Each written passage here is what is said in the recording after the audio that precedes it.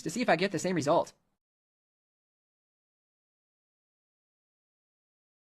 From my Abu Dhabi building that was built 15-story in 12 days. The most evil organizations in the world today are the international.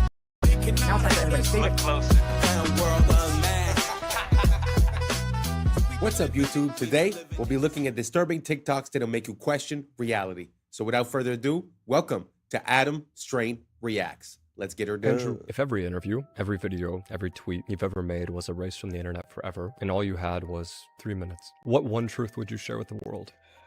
You know, truthfully, amongst all the shit I've seen and all the shit I know, I've only ever pushed one message, and it's the message that I've come to because I believe that since the dawn of time, every single generation has believed the world is ending. We can't pretend that we don't feel like the world is currently ending, because we do. But we can't believe that the people in World War II didn't feel like the world was ending, or the people in the Napoleonic Wars didn't feel like the world was ending. Imagine being in Rome in 2000 BC. Imagine when the barbarians bust through the gates of Rome for the first time. The world is over. The world is ending. The world will never recover. But the world limps forward, and new empires are built, and everything seems to come back, and then it's all destroyed again, and then it comes back. It's the circle of life. So every single generation has believed the world is ending. And it seems that in my simplification of all of these hyper complicated historical events, the only thing that's ever resisted enslavement or built a society worth living in has been bands of brothers, of good men who stick together, who are brave. The reason I push masculinity is not because I'm trying to be the world's biggest tough guy. It's because I actually believe it is the resistance to the enslavement. I think that a bunch of men who say we're not afraid of you, we don't believe you, make me scared. You can't. I don't care what you say I should do. I don't want to do it. That's only ever been the resistance that's ever existed. It's always been that way. And the reason we're in the trouble we're in today is because this is the first generation in history where there's no warriors. We always had warriors. There's the enemy. Get our guys together. Let's go fight them. Now I can't find anybody to fight. It's just me up here. Everyone with an opinion on the internet doesn't want to fight. They want to turn on me. I'm standing at the front saying, let's go, guys. And they're saying, you're a sellout. Well, what the are you doing? Why aren't you up here? What are you telling the world? What help are you giving? Who are you waking up? How are you shifting the Overton window? You're not risking a thing. I'm risking it all, and you're turning on me. I can find the odd guy here and there. Where's the resistance? So when I'm trying to preach masculinity and saying to guys, look, go to the gym, get strong, resist, don't be afraid, speak what you think, I'm trying to say all these things, trying to inspire some backup, some support. Masculinity is the answer to the trouble we are in. And truthfully, unless we get some balls back, well, then it's over, isn't it? And women can complain, and women can protest, and women can riot, but nobody gets. Because when women complain, it's called an inconvenience. And when men complain, it's called a revolution. Well, everyone, this has been your guest, Andrew Tate. This is the Jack Neal Podcast. I gotta say, I was having this conversation recently, and what he was saying in the beginning resonates kind of true to me, because it seems like every generation, it's the apocalypse, it's the end of the world. And especially when you spent your whole life believing in the narrative, and you know, you're going through life in automatic mode and just accepting the information that's given to you. Well, when you start waking up and start seeing the inconsistencies and things, it's very easy to have,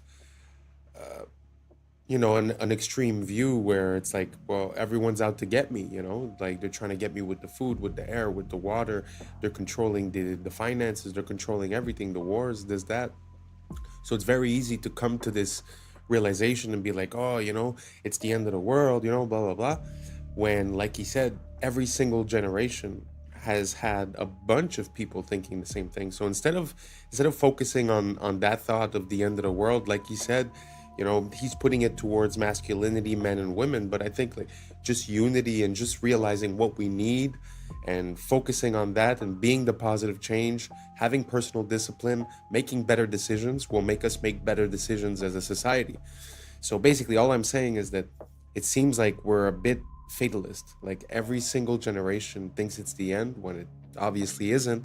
So maybe we just drop that idea and start working on the state of the world. Anyways, let's keep on rocking.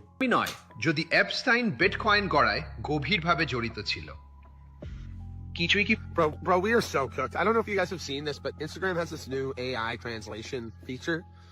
And I'm just going to give you some, I don't know, I find it hilarious, but look at what they can do. Like, we are seriously cooked. Like, you are not going to be able to tell what's real very soon. And we might be there already. It's hard to say what's real anymore. Am I real?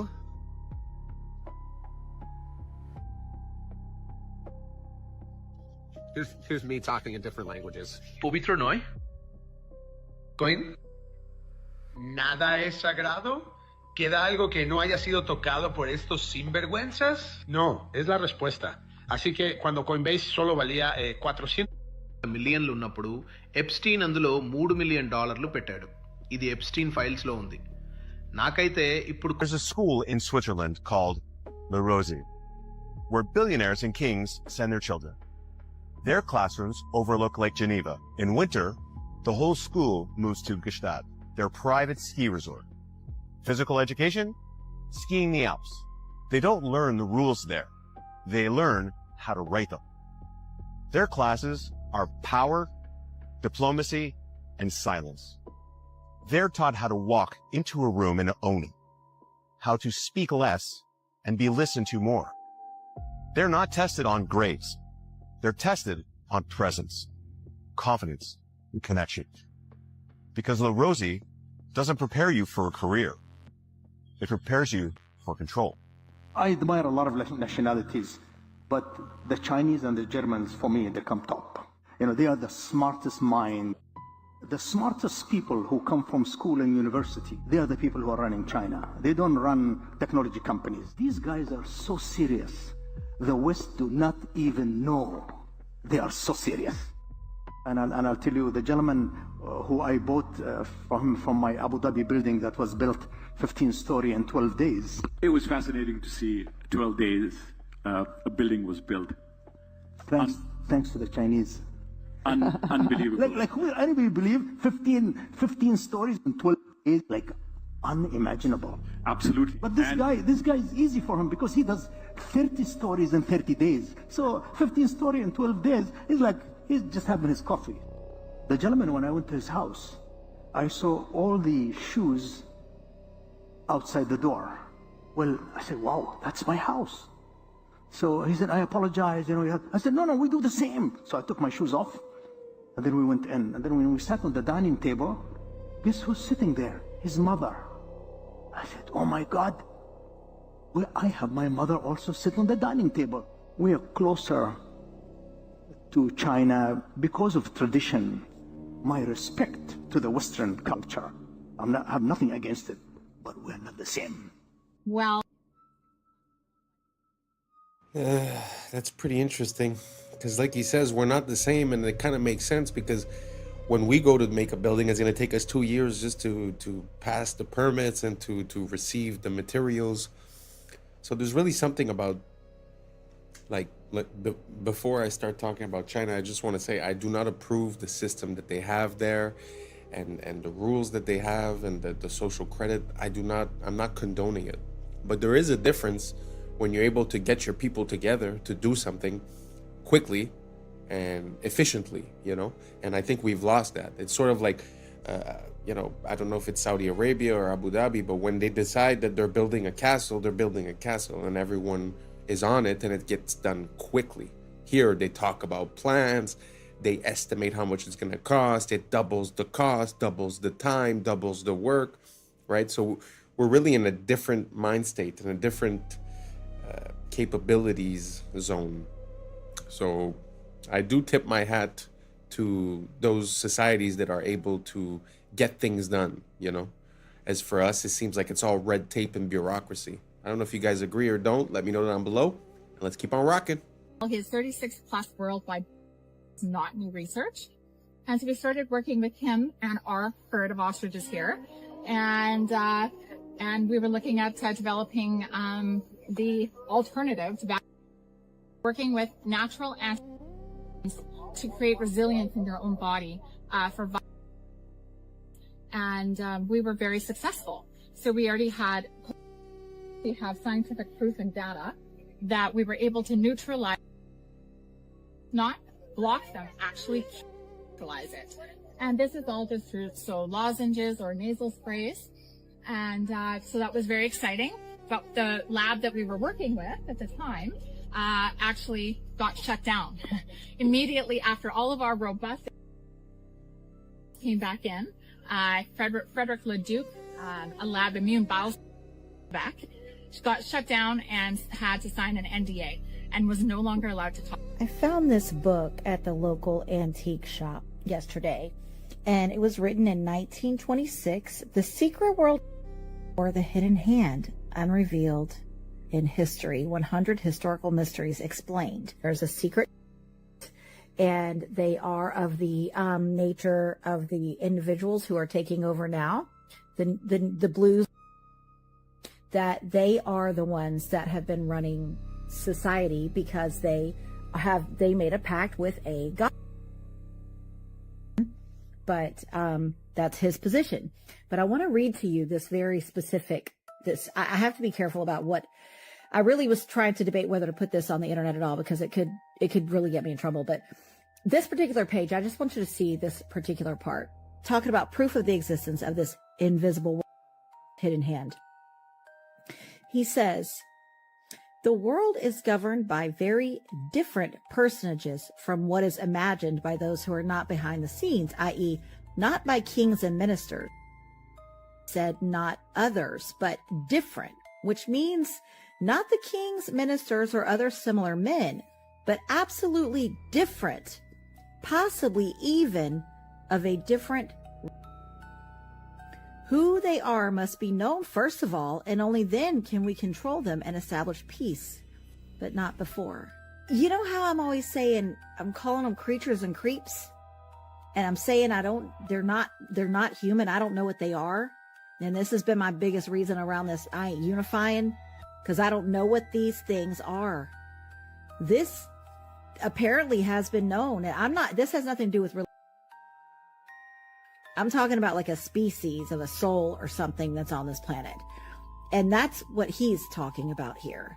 Bismarck, the Iron Chancellor, perceived the existence of invisible forces, but could not or did not wish to formulate them, and called them imponderabilia, powers which no one could fathom.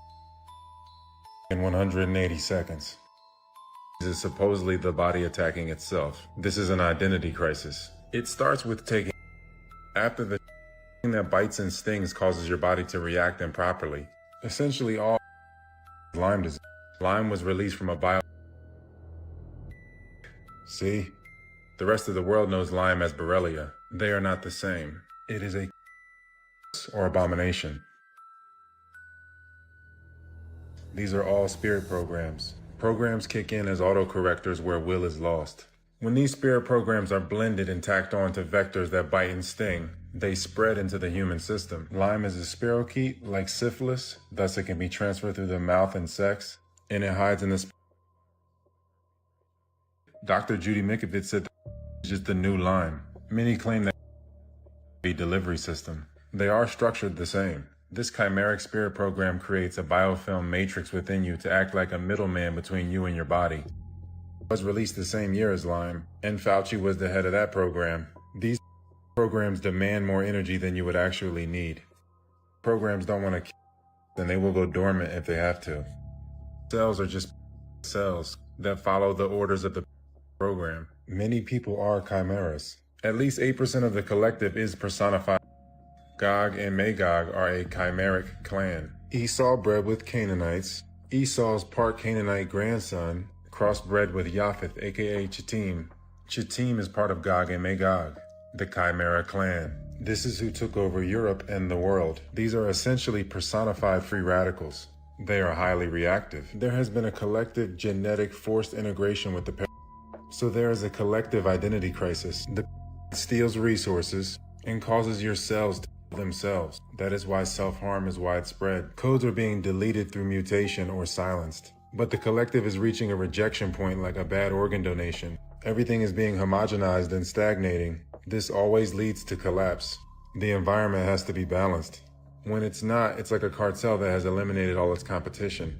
The chimeric clan is part animal. That's why these so-called are zoonotic powers.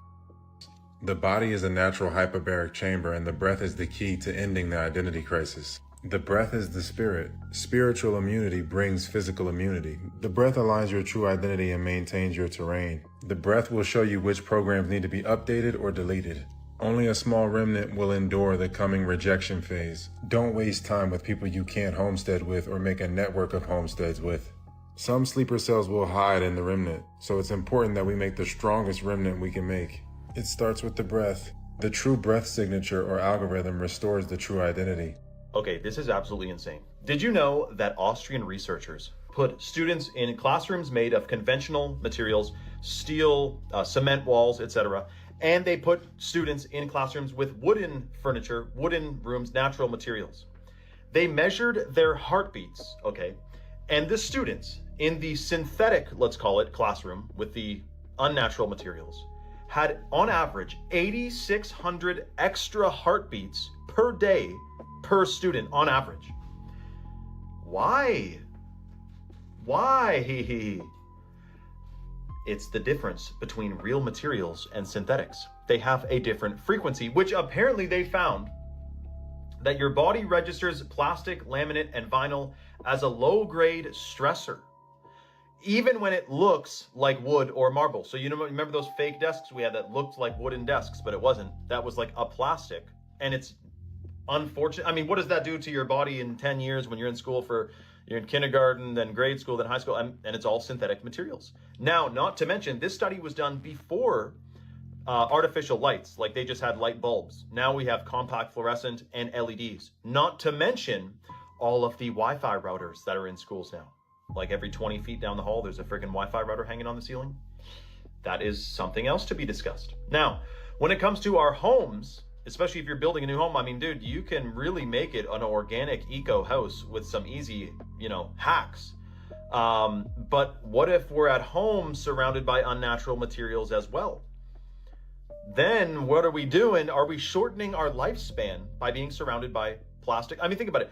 Drywall, Chinese drywall is in pretty much all of our homes. It's toxic dust. It's toxic to breathe in, and it's mold, like it can get moldy. Whereas a hemp house or a cob house or a stone house, there's different houses that are mold resistant, namely hemp. I mean, hemp is basically a tank couldn't drive through. I mean, hemp is extremely durable, mold resistant, fire resistant, and it actually blocks EMFs. Like if you're in a house that's made of hempcrete, and you're down the hall and there's 2 rooms between you and the Wi-Fi router, you're not going to get cell service. Like that's one of the things people say when they have a hemp house is they don't get very good cell reception, which is good because you don't need cell reception on your brain stem every freaking day.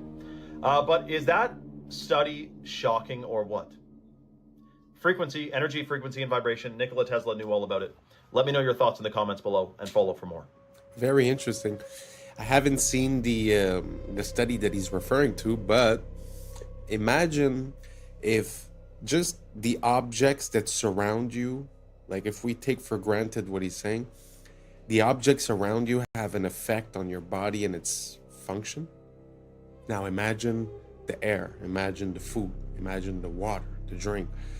Because he's saying when you substitute wood for plastic, let's say, but what happens when you substitute, a real compound from a plant to a synthetic version, right? So, yeah, and like he's saying, you have it at school, you have it at home, you have it at work, you have it in your car. So at the end of the day, are we outside of our element? Are we performing less than optimal? Not only by food, but also by just the materials that we use to build the stuff around us. Such a interesting thought to have. I'm going to look into it a bit more. Let me know what you guys think down below, and let's keep on rocking. What's the difference between the debt and the debt that African nations own? Because the U.S. debt doesn't keep the U.S. from being one of the leading powers of the world, but then African nations can't make it because of that debt that is strangling them. What makes African and third world debt different from the American debt? Number one, going to pay its debt. It doesn't have to. Its debts are in its own currency. We can simply print it. The African debt is not in its currency. The African debt is in dollars. Africa has to earn the U.S. dollars. And the only way it can earn the U.S. dollars is not to be for growing its own food and becoming independent and doing something that the does not like. The principle underlying the foundation of the World Bank is that no country should grow its own food. Africa and the third world should only grow export crops. In order to have an oversupply of cocoa and other tropical raw materials to keep down the price, they must buy their grain from the or Europe, so that if they do something that we don't like, we can do what tried to do to China in the 60s. We can sanction them. We can say, we're going to starve you. We're going to not export any grain to you. So owing their foreign debt in dollars means that they have to somehow sell something they want, not what they want. I think the most evil organizations in the world today are the international. Now it's time for everybody's favorite food to microwave, the grape. And you know what? Let me go ahead and cut it almost in half, just to make sure, it heats nice and evenly, Like this. And yeet.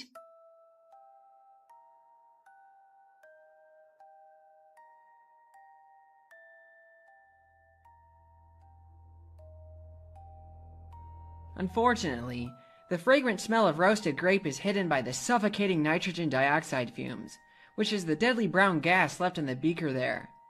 Instead of cutting a grape in half, I just tossed in some unmodified grapes to see if I get the same result.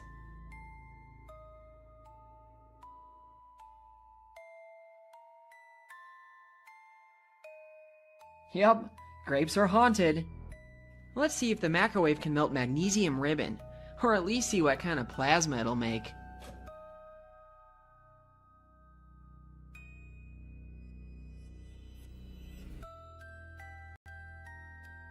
Not only did it melt and burn in there, but it also managed to show off some of its green spectral colors, which is in contrast to the white you get by simply burning it in air. Aluminum melts at only slightly higher temperatures than magnesium, but for the sake of curiosity, I'm going to toss some foil in there anyway. Alright, here goes nothing.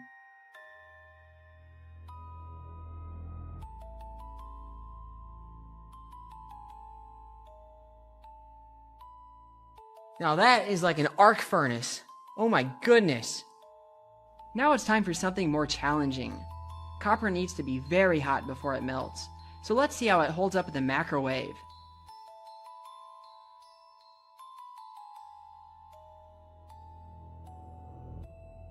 Oh yeah, it melted almost instantly. Now this also brings up an important point about the glass.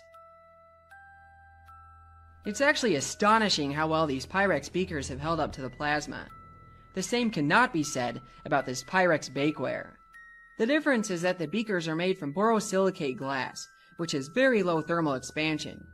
Pyrex bakeware used to be made from this as well, but has since been changed to tempered float glass, and its internal stress patterns are easy to see in a polariscope.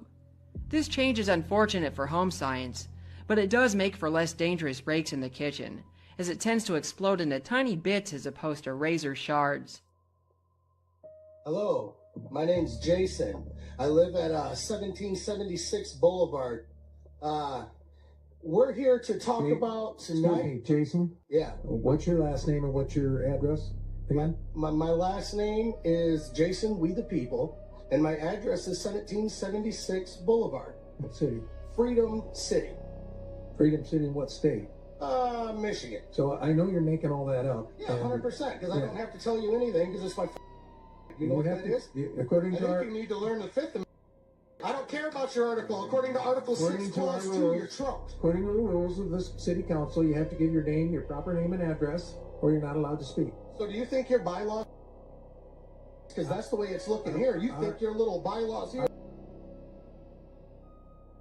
remove me so I can sue out of the city. Do it, because I'll make sure you don't get no data center. Try 42 USC 1983, baby, that's my middle name. You want that name too? Now, back to this Fifth Clause. You can't use no takings clause, Einstein. Guess what? That's for public use. You understand that? You know what public use is? Sure ain't a data center. It's a park, an old folks home, something like that. It's the Fifth Amendment, not that complicated. You should look into it. By the way, how does it feel sitting up there being a Benedict Arnold to all your people out here? Not one person supports this. How about this? Everybody up here's been asking who supports the data center. How about this? Who don't support the data center? Any other questions? Is there any other questions? Ray Charles and Stevie Wonder can see this one together. What remedy do you have for the friends? You don't got none. So now land. Is there any foreign money involved in this? I'm pretty sure there is. Ain't Whitler in some hot water over that? Also, non-disclosure agreements. Bad news. I want everybody in this room who lives here, it's a FOIA request, every single non-disclosure agreement from any council member, mayor, anybody in this city. You need to FOIA who has one. You won't be able to see what's on it, but you'll be able to see who has one. And then at that time, we got a real conflict of interest, don't we? I think we would. Next thing, who are you having come in here that's putting these underground generators? Oh, you're not. You got these big old power lines going in right now that everybody's talking about. What's that? I mean, have we already made our minds up? Huh, seems that way. Well, anyway, here's your people. Have fun. Kudos to him for raising his voice, but it's pretty crazy. It feels like we've gotten so far from the beginning of this experiment, of this freedom experiment, of, you know, the Constitution and the rules on which we were based, and now everything is so convoluted with policy and rules. And like he's saying, you know, he's like, well, you could have all these rules, but it shouldn't trump my, you know, my Constitution amendment rights, right?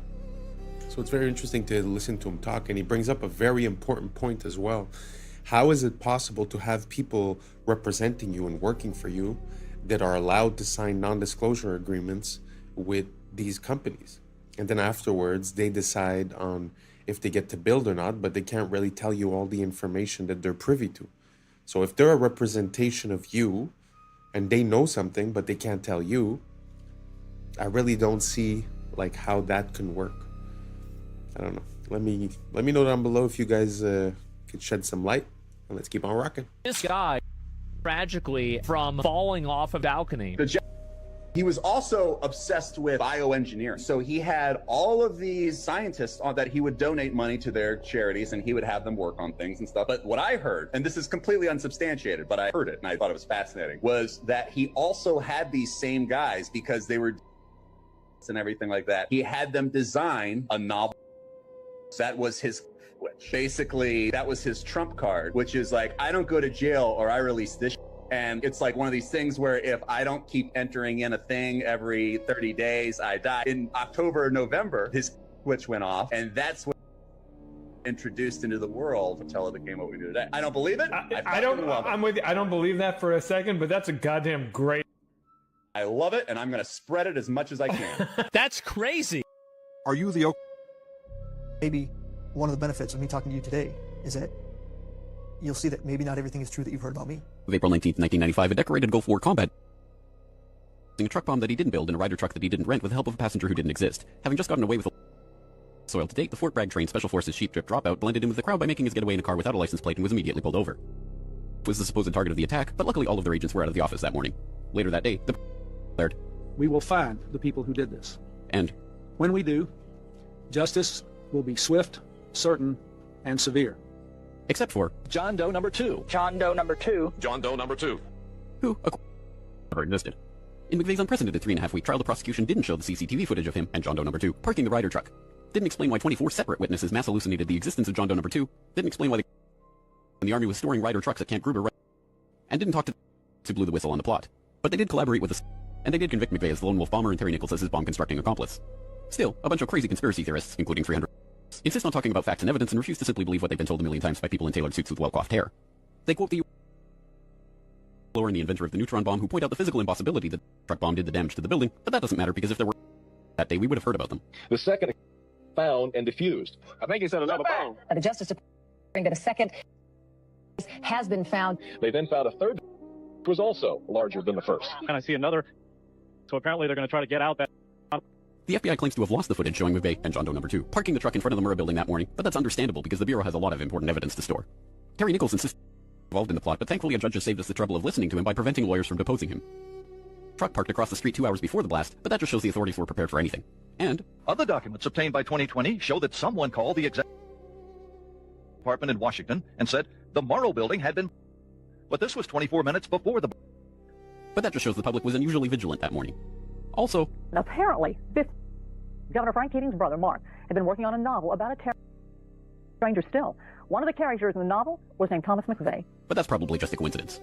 McVeigh wrote a letter to his sister where he admitted to being a secret special of the pain in his ass from an army. That's crazy, because if he didn't actually leave the army in 1991, there would be proof of that. McVeigh was not executed on May 16, 2001 as scheduled because he had failed to turn over thousands of pages of evidence to McVeigh's defense attorneys. But the execution went ahead on June 11th. In a highly unusual and secret agreement, no autopsy was performed. One witness said he was still breathing, and the prison officials admitted his hearse was a decoy. Then, the case was officially closed. And if you question any part of this story, you are a paranoid, wingnut, birther, truther, tenther, prepper, conspiracy loon who...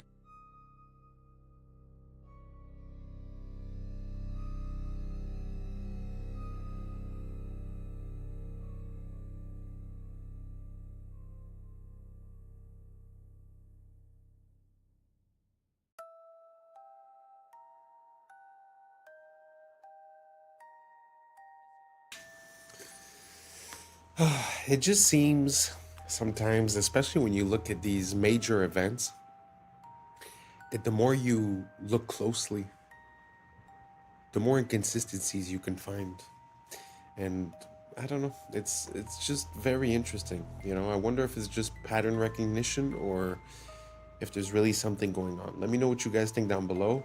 I also want to refer you to the person who made that video. Is actually James Corbett, and he's a great creator. For the past at least 15 years, he's been always present, always talking about everything, always backed up with sources, references, and never speculating, truly saying the facts as they are. Amazing creator. So anyways, thank you so much for rocking until the end. That's a wrap for today, familia. Whether you're tuning in with the sunrise or you're posted up after midnight, I appreciate your time, your energy, your curiosity. And don't forget, this isn't about truth or fiction. This is about perspective. If this sparked a thought, a laugh, a deeper question, then we did our job. So drop your thoughts in the comments, keep the convo alive, like, subscribe, and hit that bell if you're riding a wave, because we're just getting started. Until next time, stay grounded, stay weird, stay critical. I'm Adam Strain, and this has been Adam Strain Reacts. Peace! I don't know what y'all think, but now it's time for us to link up. Really think we on the brink up, making a change, we're living this strange. Living this strange. Making a change. I'm living this strange. Yeah. When did elephants have breasts? I'd never seen this before. For 100 years, while as these melted ruins are thousands of years old. Jake, I'm not even kidding. Go look this up. They literally brought in to dig through the rubble. Yeah, there's big dudes. Yeah. I was sleeping, had to wake up. Why? Every reason I could think. What's up, YouTube? Today, we'll be looking at disturbing TikToks that'll make you question reality. So without further ado, welcome to Adam Strain Reacts. Let's get her done. That's the cost of living crisis. Suddenly, we went up from prices being around there to prices being there. And you don't really see that in this data, okay? Because inflation is really just measuring the difference between that and that. And if you... This is how they lie with numbers. You look at those two lines, you're talking about a 2.3% change. That's the number we're talking about today. But for a lot of people, it's not about that. It's about the difference between this and that. What is that, like 19, 18%? And when you look at the difference between this and that, that's 20%. And I think that's the dichotomy here between these inflation numbers where it looks normal and this, which is really not normal at all. Not to mention how they change the basket of goods that they use to mark inflation against, such that they can make the numbers look smaller. It's all a ruse to make you feel like you're going insane, when the reality is that they're trying to manipulate the reality of what you see. In order to fix this, join me and the American Congress Party. Did you see the about the Nephilim? The Nephilim are often referred to as giants in the Bible, but some believe they are the offspring of fallen angels and humans. Sounds crazy, right? Well, email here requesting documents pertaining to the resurrection chamber of Gilgamesh, the location of his body, and the location of the buried Nephilim. If they didn't exist, why is she requesting documents for them? And about Gilgamesh, a Mesopotamia mythological hero. Here is supposedly a video that some people think is Gilgamesh found in his tomb.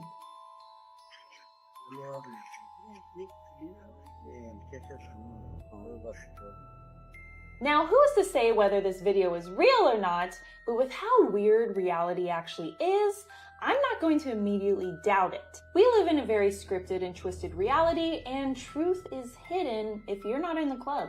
But I don't know. I'm just a conspiracy theorist. Let me know what you think.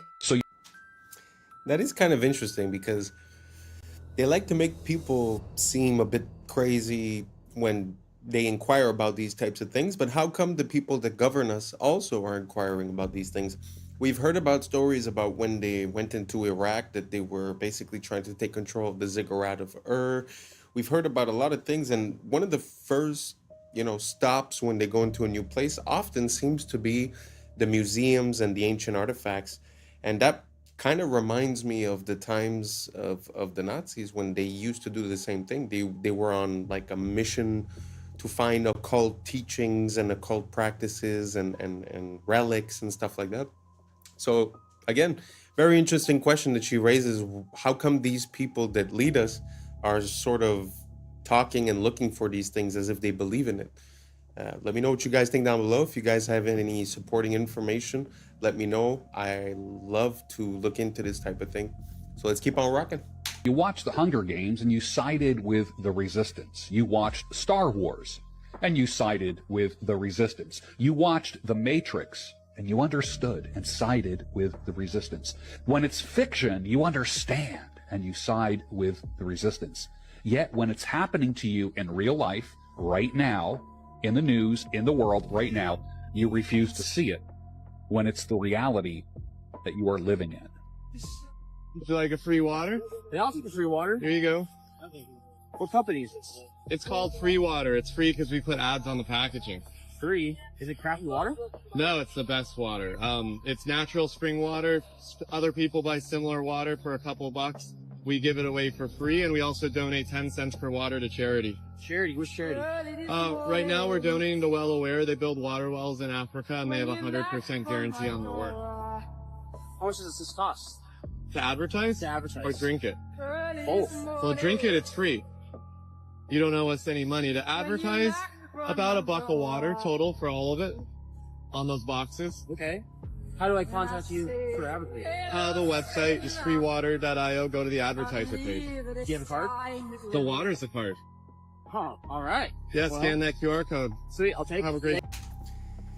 I mean, I'm not trying to make everyone jump on the same idea, but man, that was pretty revolutionary, no? Water is the one thing that everyone needs. You're giving it out for free, and it's the advertising, and it's also, the business card. So I don't know. I found that super interesting.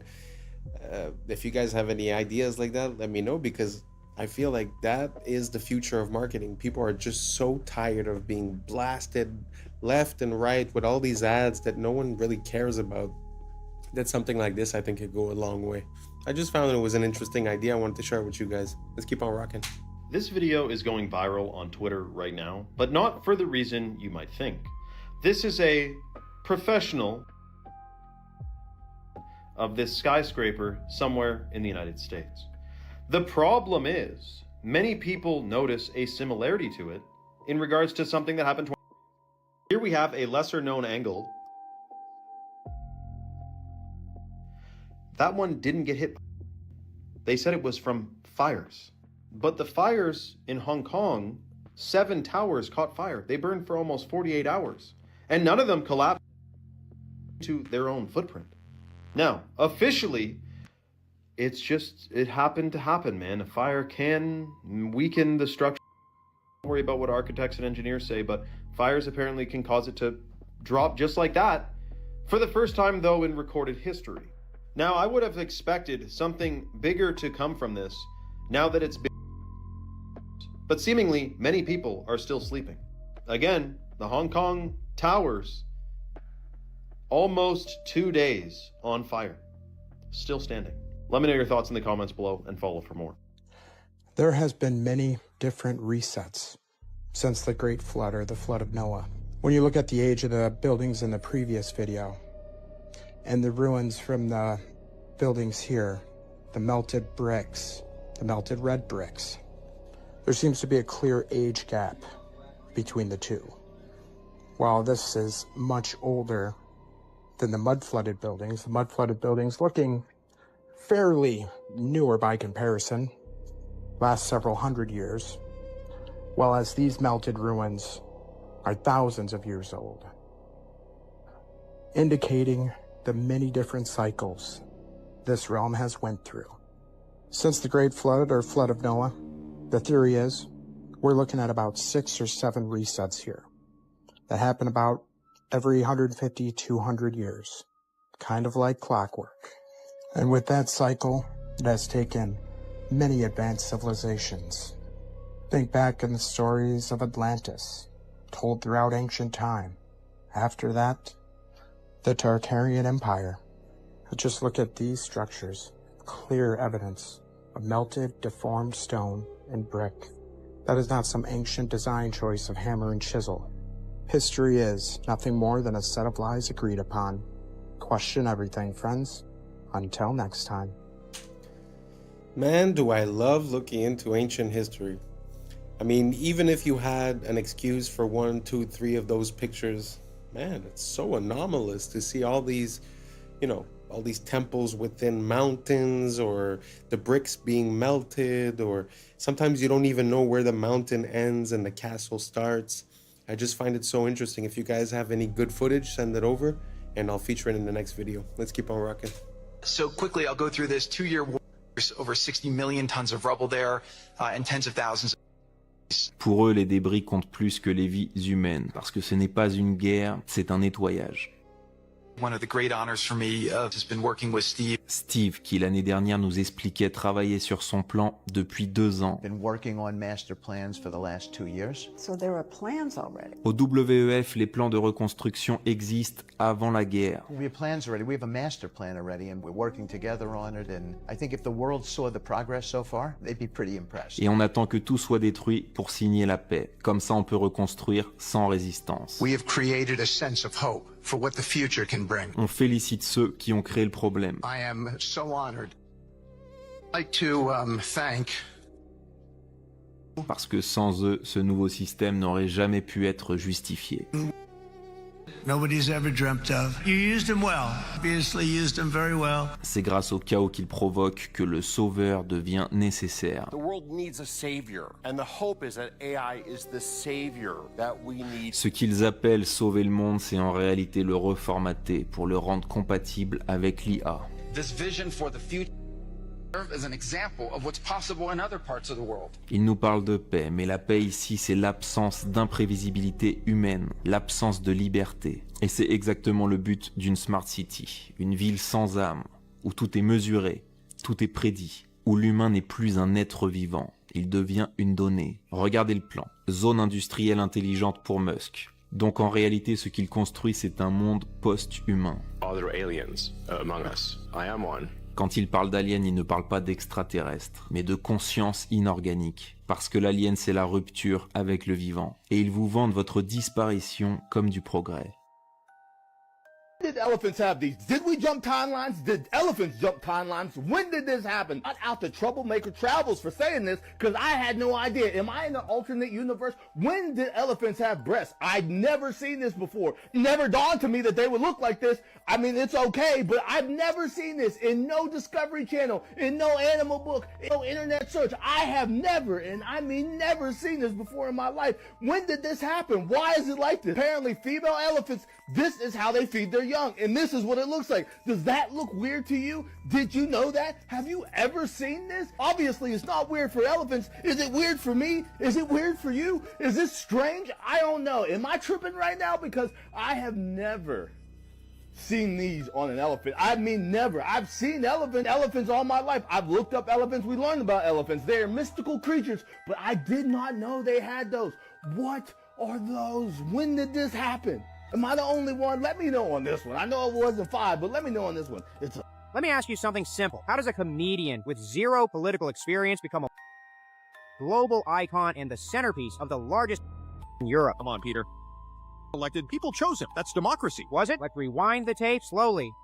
Wasn't a politician. No manifesto, no party background, no governing experience. He was an actor and comedian. Then comes the TV show Servant of the People. In the show, plays a regular guy who exposes corruption, goes viral, gets drafted by the public, becomes president. That's just fiction. Coincidence. Except the show was financed and broadcast by one of you Full oligarch, primetime slots, endless promotion, crossovers with news. The show didn't just entertain, it trained the audience. 1 year after the show peaks, registers a political party, same name as the show. Then he announces his real candidacy and still wins 73% of the vote. That's overwhelming support, though. Or overwhelming narrative control.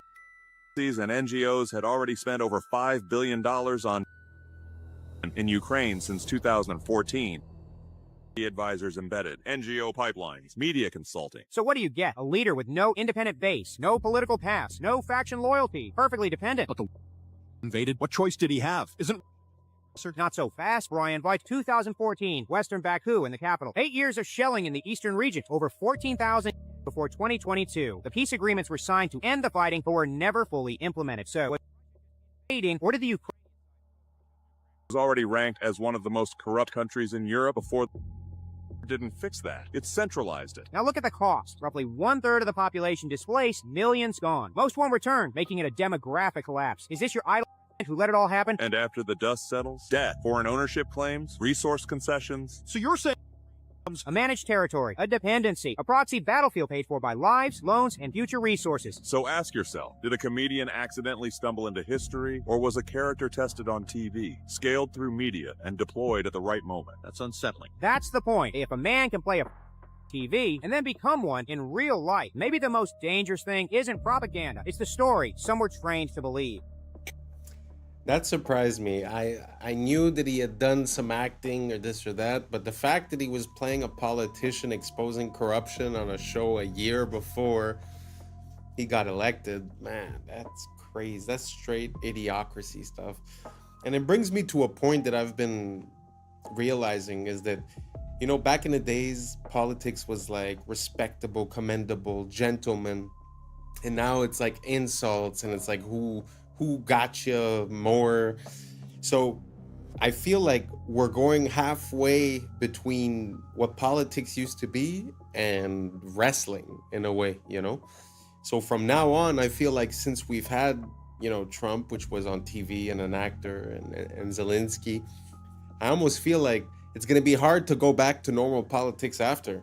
So we're sort of going to be caught into a democratic popularity contest type of thing where, you know, if you're a singer or you're an actor, well, you have more support because people know you.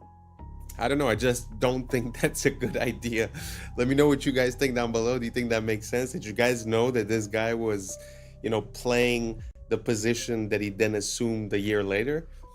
I mean, to me, it was a complete surprise. So anyways, let me know what you guys think down below, and let's keep on rocking. Gosh, I don't know all the theories. I'll like share a theory and people are like, you didn't know that.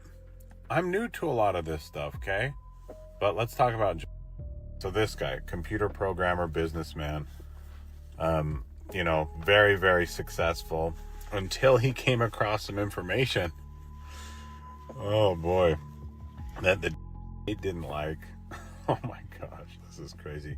But anyway, I saw this on Jake Shields' podcast, so I'll tag him below, but check this out. We all remember the apartment complex that just mysteriously into rubble. Yeah, just in North, wasn't hit by a plane. In North Miami. That was in that happened on the same night. Wow. And it's believed that he had an apartment or information stored in this one little apartment. And when that apartment building collapsed, they didn't let American response teams or like emergency teams do all the digging. Jake, I'm not even kidding. Go look this up. They literally brought in to dig through the rubble. Way. There's dude, it's had a whole ceremony where he was like patting on the back. He's like, thanks. How can they rationalize this? How can we bring that handle American matters? This is insane. It's kind of I was all excited about this at one point, you know, and then it just turns out, you know, now we get laws like this from DeSantis. A new license plate's coming out in Florida that you can choose to get. Anyway.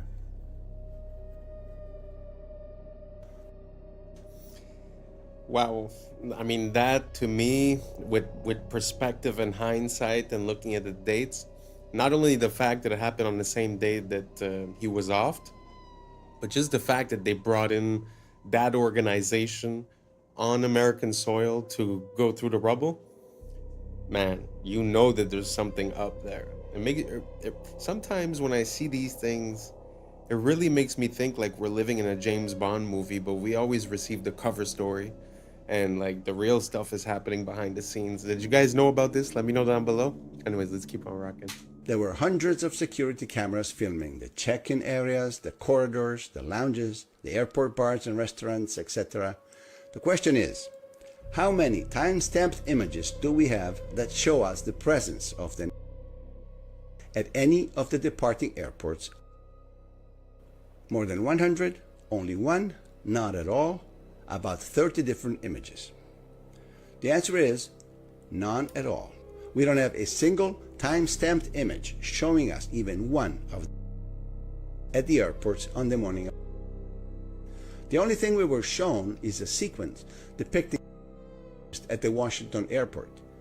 But this sequence does not have a timestamp, and it was filmed with a regular camera, not a security camera. So, for as far as we know, those images could have been filmed anytime. Maybe during a dry run they were made to make under whatever circumstance. And then we were shown this image depicting going through a security check. This picture is, but this is not the Boston airport. This is the Portland, Maine airport, as clearly shown in the timestamp that says 5:45 in the morning. This is the infamous connecting flight to Boston, not the flight to LA that was. Bottom line, at the departing airports, we do not have a single image that has been made public. Not one. Is there anybody out there who really wants to believe this? You want to know why is now everywhere? It's not some random gotcha. It's a playbook move, used by power for centuries. You don't fix a dying system, you burn its reputation to ash on purpose. You drown the masses in filth until the old world itself makes them sick. That's the whole show. First they spoon-feed you shocking truth. Then the media blitz. Every headline a nail in the coffin. Politicians, celebs, old money, all dragged through the mud. It's about breaking the audience. But isn't that good? Like, if everyone's a crook, at least now we know, right? Shouldn't sunlight disinfect a room? No, kid. Sunlight's just the setup. When all trust is exhausted, the demand for something new becomes inevitable. That's when they roll out solutions. Incorruptible AI judges, new digital money, total transparency. All wrapped up in words like safety, fairness, and reset. People want that. They're sick of scandals, tired of hidden dirt. We have the tech now. Why not let machines run things? At least then, no more old creeps making backroom deals. You ever wonder why every leak just happens at the perfect moment? Drop right as the world economy wobbles, currencies crack, debts explode. It's called engineered timing, not coincidence. While everyone's busy binge-watching elite scandals, behind the curtain they're resetting the board. Old assets erased, debts written off, digital currencies quietly rolled out. The filth you see on your phone is the moral excuse for the next system. Look, the old world was corrupt, but this time it'll be pure. Trust us. They want you to beg for a leash. But isn't it good to wipe the slate clean? If everyone's guilty, doesn't it make sense to start from zero? At least now it's transparent? Transparent? You mean like a glass cell. That's the transparency you're signing up for. Every transaction logged, every move tracked. All under the pretext of protecting you from them. But now you're monitored, analyzed, managed. Remember this. In history, every total control started by exposing the last one. Scandal, outrage, necessary, reset. Then the new rules.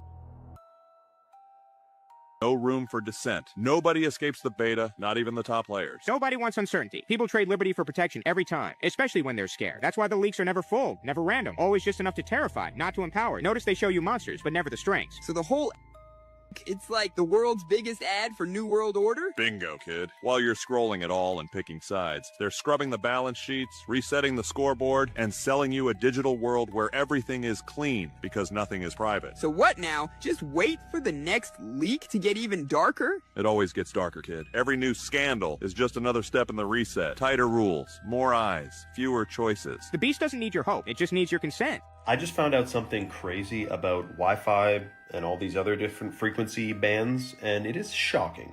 Did you know that mold, which is in like 90% of people's homes, bathrooms, any other moist areas, basements, the growth and toxicity of mold is increased by electromagnetic frequencies like Wi-Fi.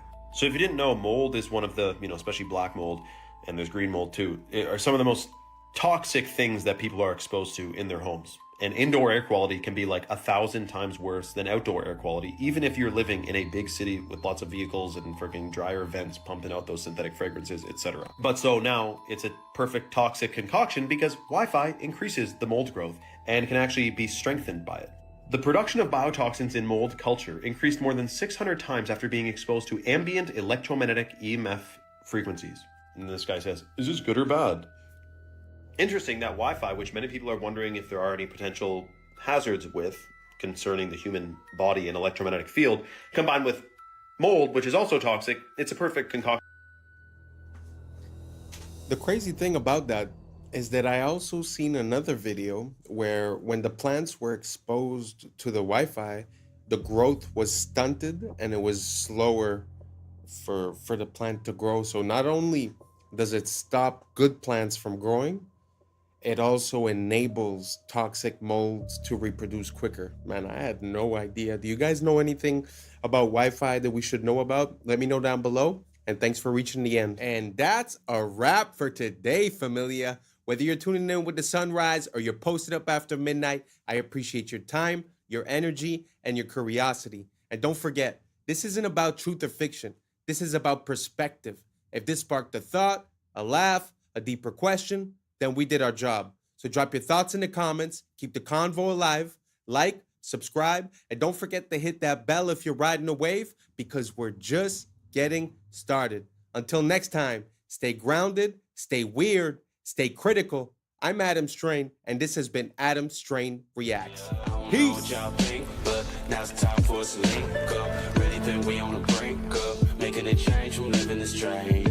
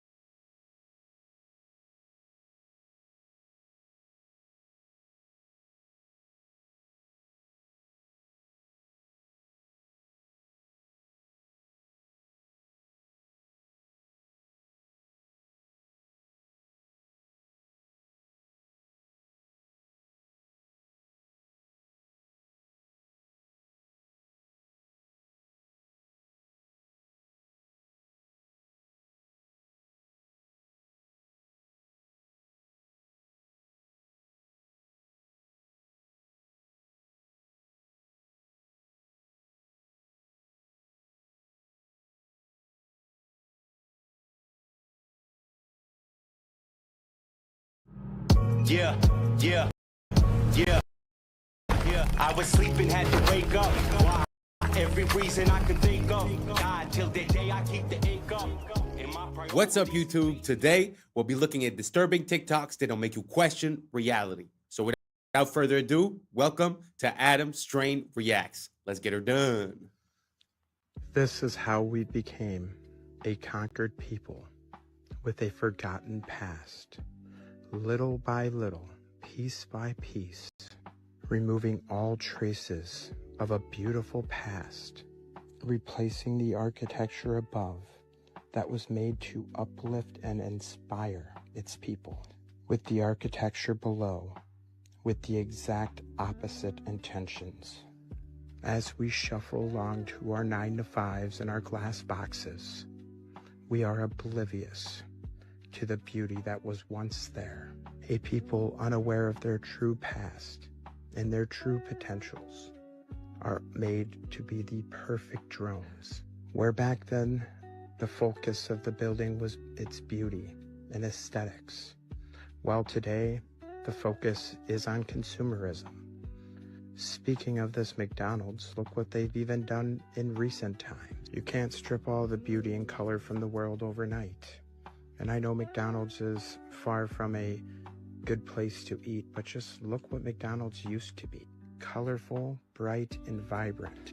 A place where it was a treat to take our kids to every once in a while, where their imaginations could run wild. Who remembers the little burger seats, or the forest that McDonald's used to have in them? Now the interiors all look like an ugly corporate meeting room. Little by little, drip by drip, this has been going on for some time. Replace all the beauty with bland and lifelessness, reflecting the society that built it. Question everything, friends. Until next time.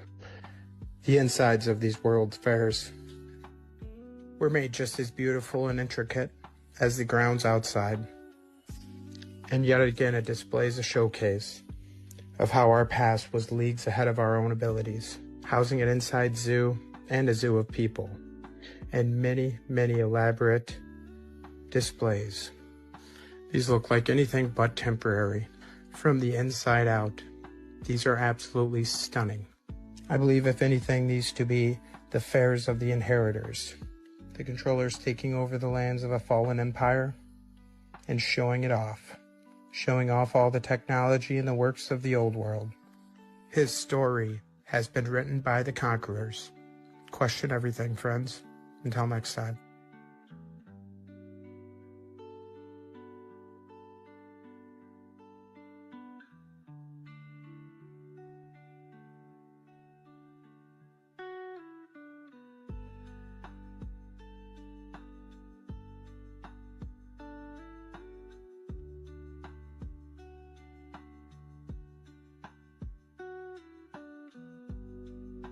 There is a physical manifestation of the millennial kingdom.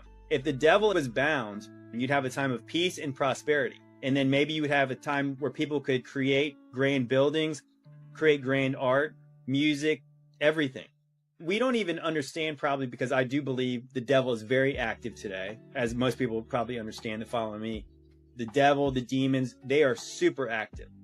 We don't even know how many negative effects that they inflict on us all the time, because we wrestle not against flesh and blood. We don't know how much our thoughts get cloudy because of spiritual darkness around us. And then again, you put that on a macro scale, like everybody's affected by this spiritual warfare and oppression. If that was lifted, if the devil was bound and put in a pit, is that possibly that humans could do a lot more than they do now, because there was this freedom in your own mind, your headspace, to not be inflicted by these demonic beings? I think that you couldn't help but have physical results of that. So if the saints are ruling in heaven and they're doing it better than the corrupt sons of God, I believe there would be positive effects on the earth, and we'd be able to see the evidence of that. And maybe that evidence is the grand buildings, the grand cathedrals, the art, the statues and stuff. It doesn't mean that everyone was perfect on earth, but it does mean that there was an allowance for people to do more than they're doing now. Now that we know who didn't discover America, this guy right here, let's talk about who it wasn't named after. Amerigo Vespucci. Yeah, you remember that footnote in your history book that said Columbus discovered America, but they named 2 continents after this guy instead, Amerigo, or as his mama called him, Alberigo. Who names 2 continents after some guy's first name? So why did they name it that? Well, we're taught it's because this map, the 1507 Walt T. Miller map, which is the first place the New World was labeled the Americas, this combined with a letter from a Florentine bishop, a friend of Amerigo, gave credit to his friend for the discovery and the naming. But according to the Spanish, that might not be true, because Europeans didn't actually name America. It was already named that. You know, the people who already lived there, who didn't think it needed to be discovered because they were already there, they called their home America, or various spellings of such. So why did they name it that? Well, it's very likely because of this. The South Americans worshipped a god called Amaru, or Amaru Ka, a feathered serpent. And Amaru Ka to the Aztecs was Quetzalcoatl. So according to Manly P. Hall, the children of the sun adored the plumed serpent. So much so they named the whole place after him. Amaru Ka literally translates into land of the plumed serpent. So no, it wasn't named after some guy. It was named after some old serpent. This was an electric quick... Very interesting. What do you guys think about that? Because I do remember the time when I was in history class and they were teaching me about America, and they were saying that they named it after the map maker. I always found that weird. Like, why didn't they call it Columbia or something like that, right? For Columbus, or for the actual person doing the exploration and not necessarily for the map maker. I always found that weird. But with the link towards the ancient civilizations of Mexico, it actually makes a bit more sense. And it actually connects back to Tupac. Because Tupac, I think that was the plan of his name, was Tupac Amaru Shakur. So the idea, I think, is pretty close to that. They probably knew something or had lineage towards it. But what do you guys think? Do you guys think America was named after Amerigo Vespucci, or was it named after something that was already here? And regarding the videos before, with the demon possession and the beautiful buildings, I feel like demon possession is like a word that we put, but the question that comes to my mind is more, if you compare living around those buildings the way they were built before, beautiful, ornate pieces of art, basically. Like, maybe you could call it demon possession or demon oppression, the fact of living in these cardboard boxes, because basically, let's say humans get inspired. So if I put you in a place that is beautiful, made of art, that is an expression of the beauty of this world, you might have a different thinking process. You might come with different solutions, with different thinking results. So maybe that's the whole thing. Instead of calling it demon, maybe it's just us not being at our top, at our divine, because it feels like we sort of sacrificed beauty for convenience. But my question is, a few generations down the line, what happens when, they say you're a product of your environment?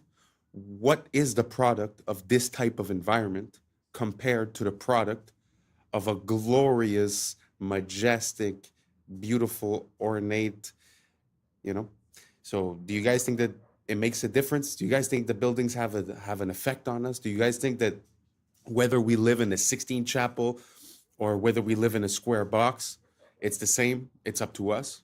Let me know down below, and let's keep on rocking.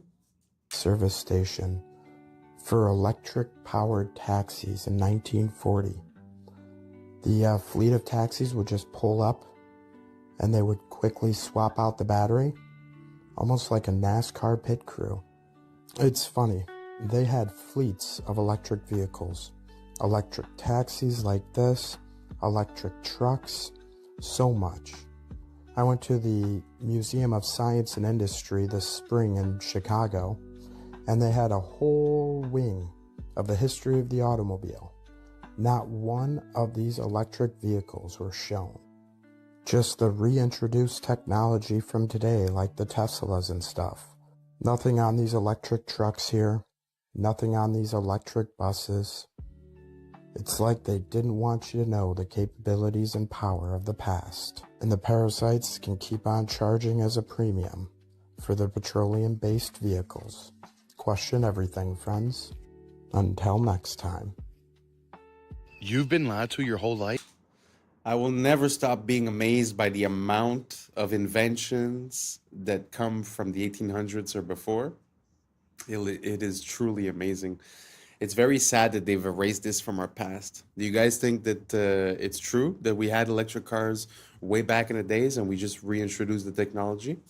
Let me know down below. Let's keep on rocking. You don't even know it.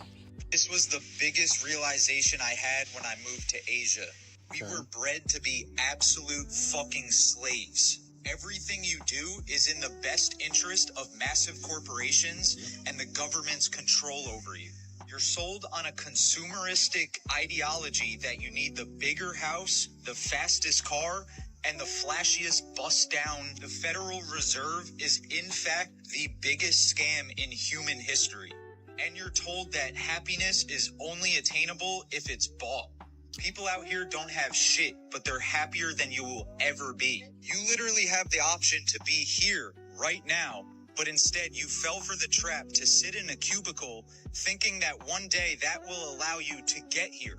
It's the most genius trap to make the wealthy wealthier and the poorer poorer.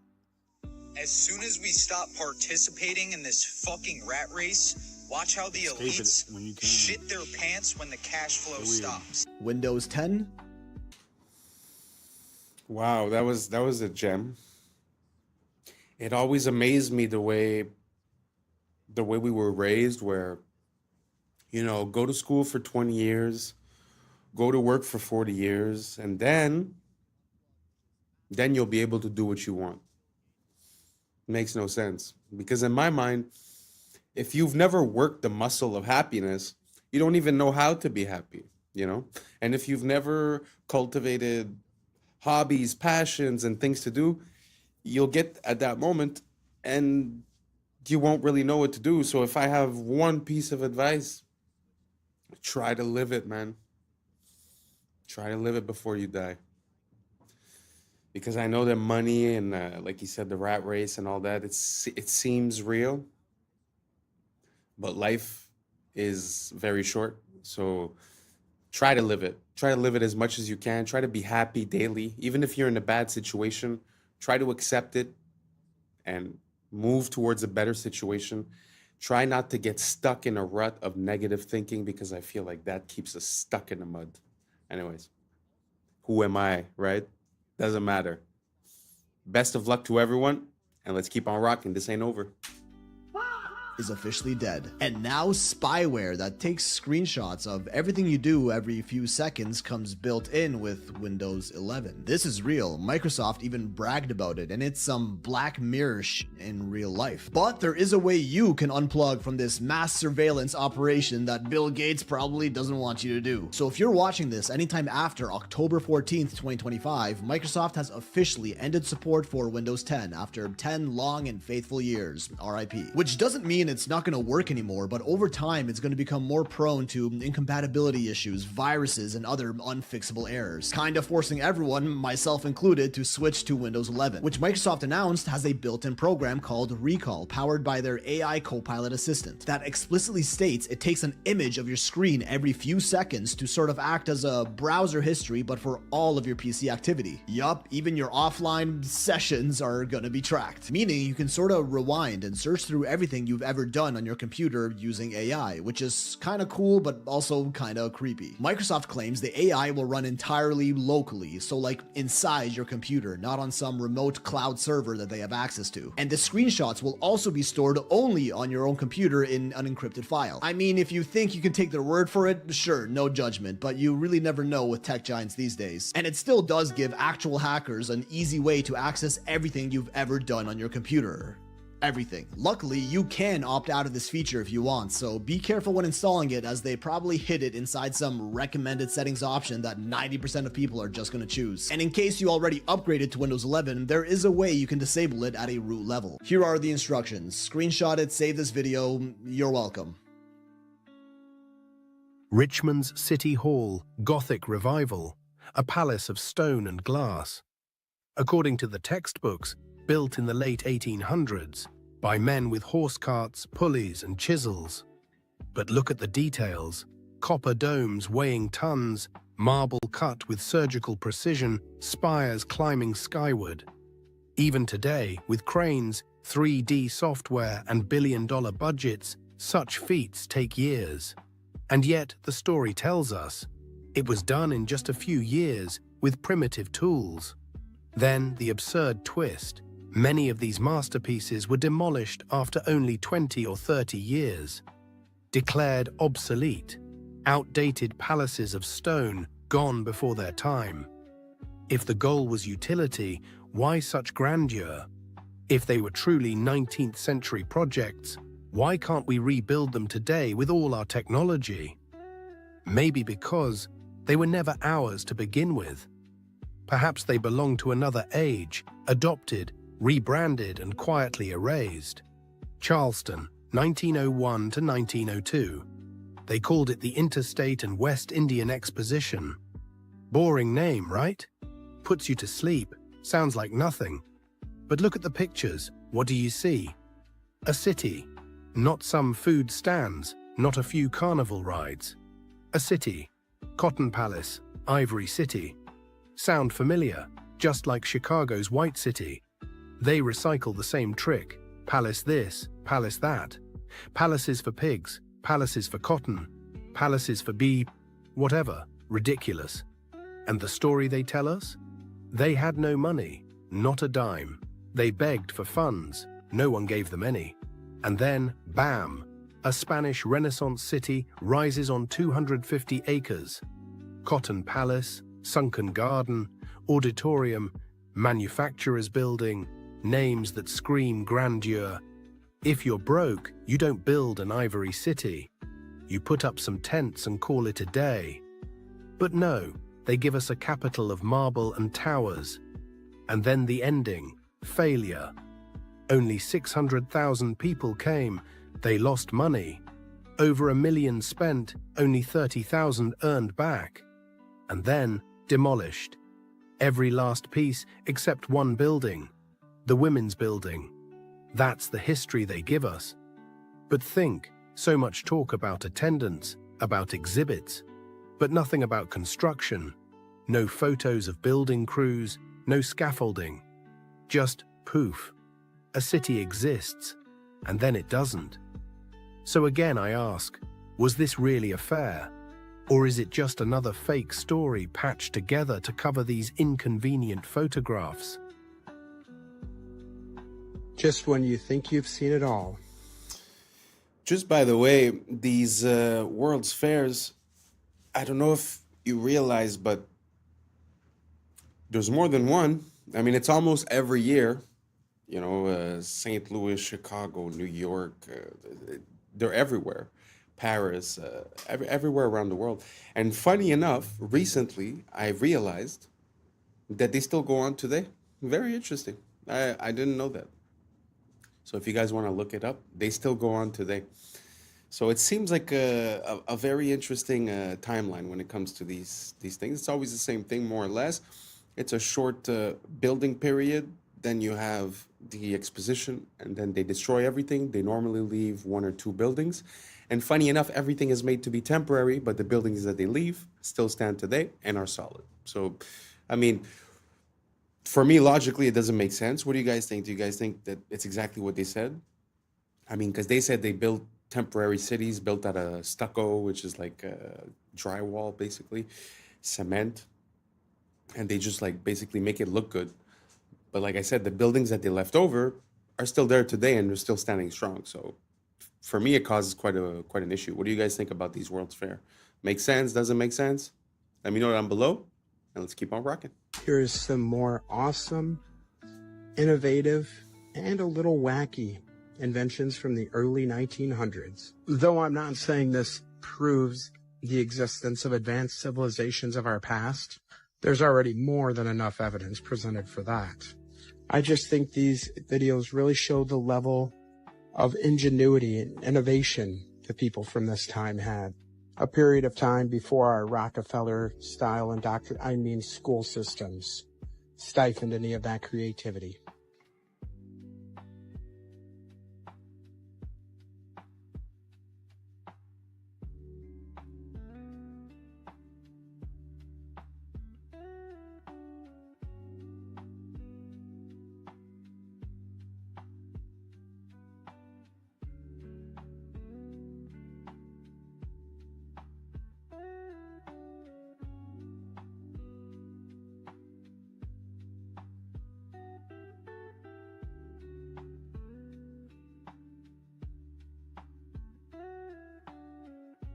So today we're going to do a fun one, best cooking pans if you decide to eat cooked food. So the first one we start off with is copper tin. This was the old school way of cooking things, but they used low heat, which is an interesting way of cooking. Then we got the old carbon steel, which actually contains carbon, which is very beneficial. So this is one to look into. This was a real cool one that Tom Cowan talked about, Denobi Japanese clay pots. Earthen clay pots. Think about it, you're cooking with the earth. Then we got the traditional glassware, which is really cool when you get into vintage glassware and all the different types that they used to use. Then we have the old-fashioned cast iron. Not really one of my favorites because I think of all the rust. So something to think about, and how people have low iron while cooking with iron. Then we jump over to Teflon, which is backed by DuPont, the non-stick coating. Anything non-stick, throw it in the garbage. That's all that it should be. All of this is just poison, poisons birds, animals, small babies, the whole entire thing. So Teflon is a no-no. And we'll just hit on one last way, just eating raw. This is what I've been doing for about 7 months now, from the book We Want to Live by Adonis. You don't got to cook anything. So these are just some options if you decide to do any cooking. America is a scam, y'all. America is a scam. You will not believe how much cheaper it is to shop in Germany than America, y'all. Y'all gotta watch this. This is actually depressing. If you are American, this is actually depressing. And is any other country in the world experiencing what America is experiencing right now? Let me know that in the comments below, y'all. This is crazy, but watch this. Today I'm gonna show you how expensive drugstore products are in Germany. Starting out with shower gel for 55 cents, deodorant for 60 cents, toothpaste for 65 cents. Oh my god, this is crazy. Period pads for $1.95. Shampoo for 65 cents. I always love to show this. 10 rolls of toilet paper for $4.95. You can find a toothbrush for 75 cents, 4 hand towels for $2.95, makeup remover for 95 cents, and it's perfume free. Hand soap for 65 cents. It's so insane. Everything is so cheap here. Let that sink in, you guys. This is the basic necessities that you need in order to get by in life, and yet America is making you put your life on the line. You have to open up a whole new credit card in order to buy basic necessities and groceries just to make it in this life. So is every other country living their own timeline? No one is playing by America's rules. So is America the only one that is dealing with these tariffs, these so-called tariffs? This is crazy. Face wash for $1.95. Also face cream for $1.95. $1.95 is a special number here. Cheapest hair mousse, $1.15. In the beginning of the year, I seen a lot of people saying that they're moving out of the United States, and I don't blame them, y'all. But something has to give. Something has to give, y'all. The shift is here. Let's continue to get it. Peace in. My brother Jay-Z, Team Rock. I know, it's just like cool information, and it's just surprising, and it's fun to see how much they're paying in Germany, but it truly makes me sad. Truly makes me sad that, you know, so many people signed up for this social contract, for this American dream, and somehow all the stipulations and all the clauses changed, but we're still stuck in the same contract, you know? I find it so sad. All these things, like he was saying, are more or less basic stuff that you need, and it's like we're getting gouged every way, shape, form, side, you know, like it feels like there's still some sort of respect for the consumer there.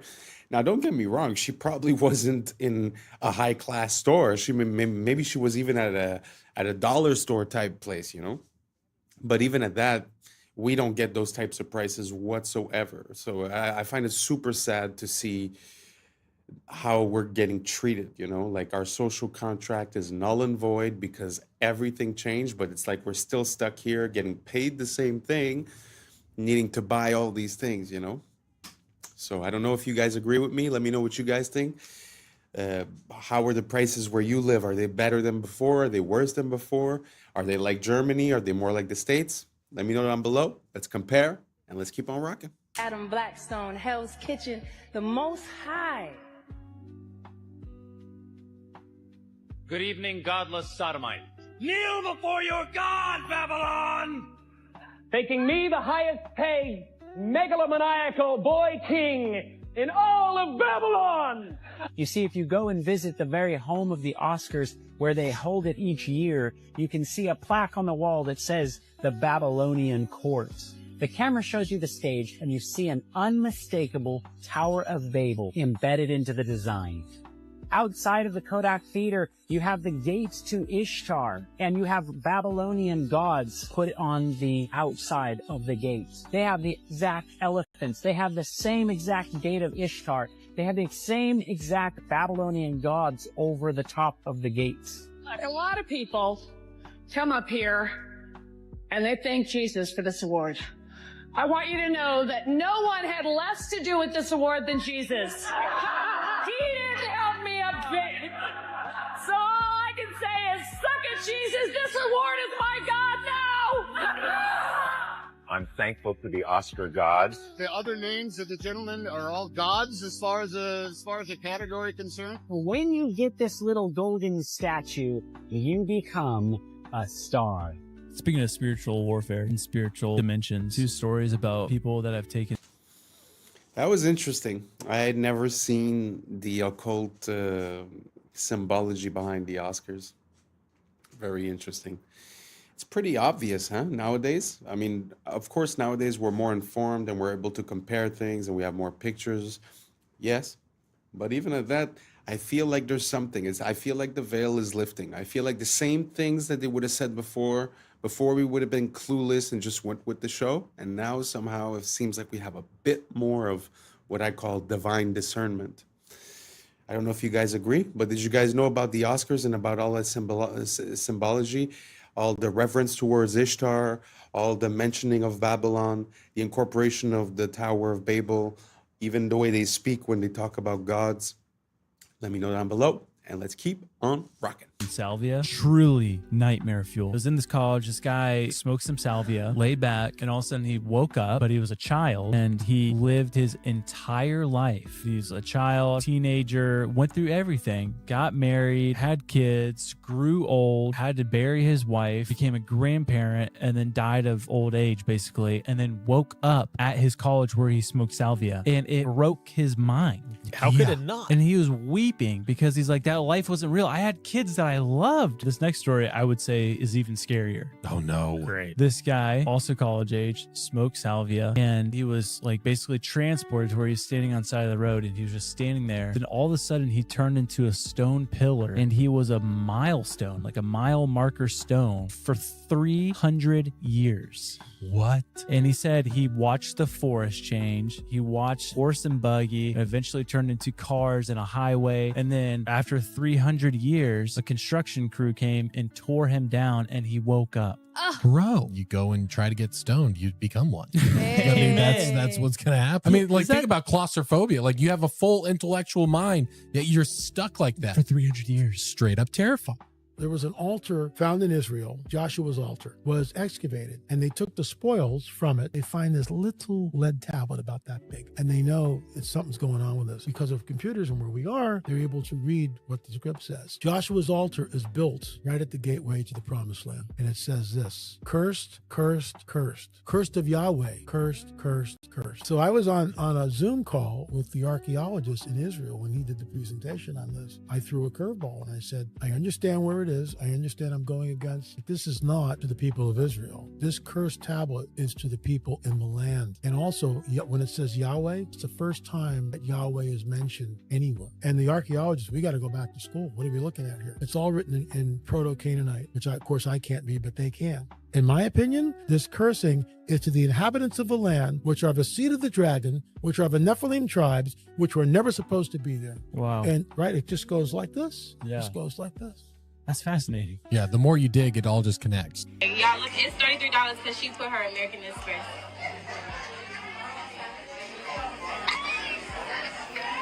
They scamming.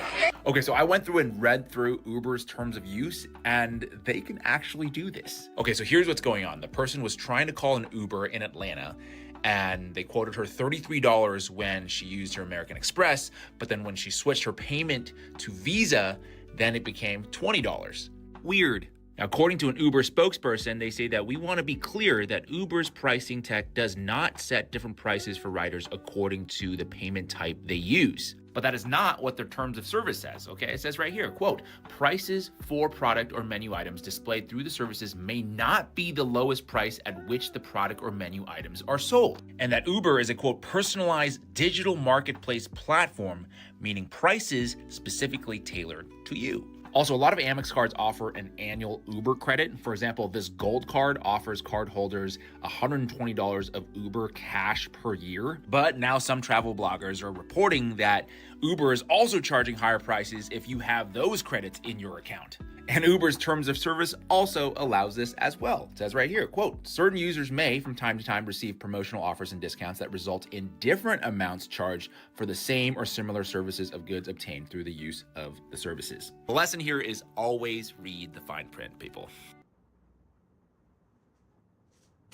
Man, it feels like we're really close to a society that uses dynamic pricing.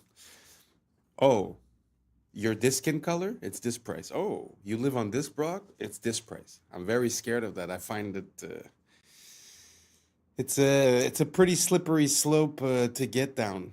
And second of all, we have to watch out. You know, they use our you know, our desire for a promotion to mess with us, but you also have to know what the value of things are, because we've caught companies now over and over on Black Friday and stuff like that. They just mark up the price, put down the percentage, comes out to the same, and everyone's going crazy, you know? So try to figure out, you know, is it a good deal or is it not? And this here, you have no way to know, but okay, we'll give you 120 credit, but every ride you buy is going to be $10 more. We have to be careful. We have to be careful. And that also ties in with the AI. They wouldn't be able to real time process all the data and then give you a dynamic pricing that makes sense if they didn't have this AI and all the data points that we give them. So I don't know what you guys think. Do you guys think that this dynamic pricing, these promotions, and the inclusion of AI is going to get us in a very sticky situation? Or do you guys think it's better like this, and that finally we're going to have customized basically prices for everyone? Let me know down below. This was the end of it. Thank you so much for rocking with us. And that's a wrap for today, familia. Whether you're tuning in with the sunrise or you're posted up after midnight, I appreciate your time, your energy, your curiosity. And don't forget, this isn't about truth or fiction. This is about perspective. If this sparked a thought, a laugh, a deeper question, then we did our job. Drop your thoughts in the comments. Keep the convo alive. Like, subscribe, and hit that bell if you're riding the wave, because we're just getting started. Until next time, stay grounded, stay weird, stay critical. I'm Adam Strain, and this has been Adam Strain Reacts. Peace. Now it's time for us to link up. Really think we on the brink up. Making a change from living this strange. Living this strange. Making a change from living this strange. Yeah. Only organics are stacked in a row. You never put regular bananas under organics because then it makes it not organic. We grab our liquid, put it in a little machine. 2 bottles for this one. Pour it up. Close the room. Change temperature to 60 degrees. Both sides. Lift off that. We turn our little finder. What's up, YouTube? Today, we'll be looking at disturbing TikToks that'll make you question reality. So without further ado, welcome to Adam Strain Reacts. Let's get her done. Yo, this video is kind of scary, but not in the way that you would think. Now, this simple drawing is something that you'd probably do in high school. But what if I told you that these simple lines can actually trick your brain? Now watch closely. It looks completely random. That's until the paper folds. But as the camera moves, something that didn't make sense just a second ago starts to look a little different. With a simple change of perspective, it looks like a perfect cube, almost like you could reach out and grab it. But the drawing never changed, only your point of view did. If you can understand this, then you can understand how life works. Most people get caught up in a certain way of looking at the world and think that it's actually reality. But most of the time, it's just the angle that you're looking at. Don't confuse perspective with reality.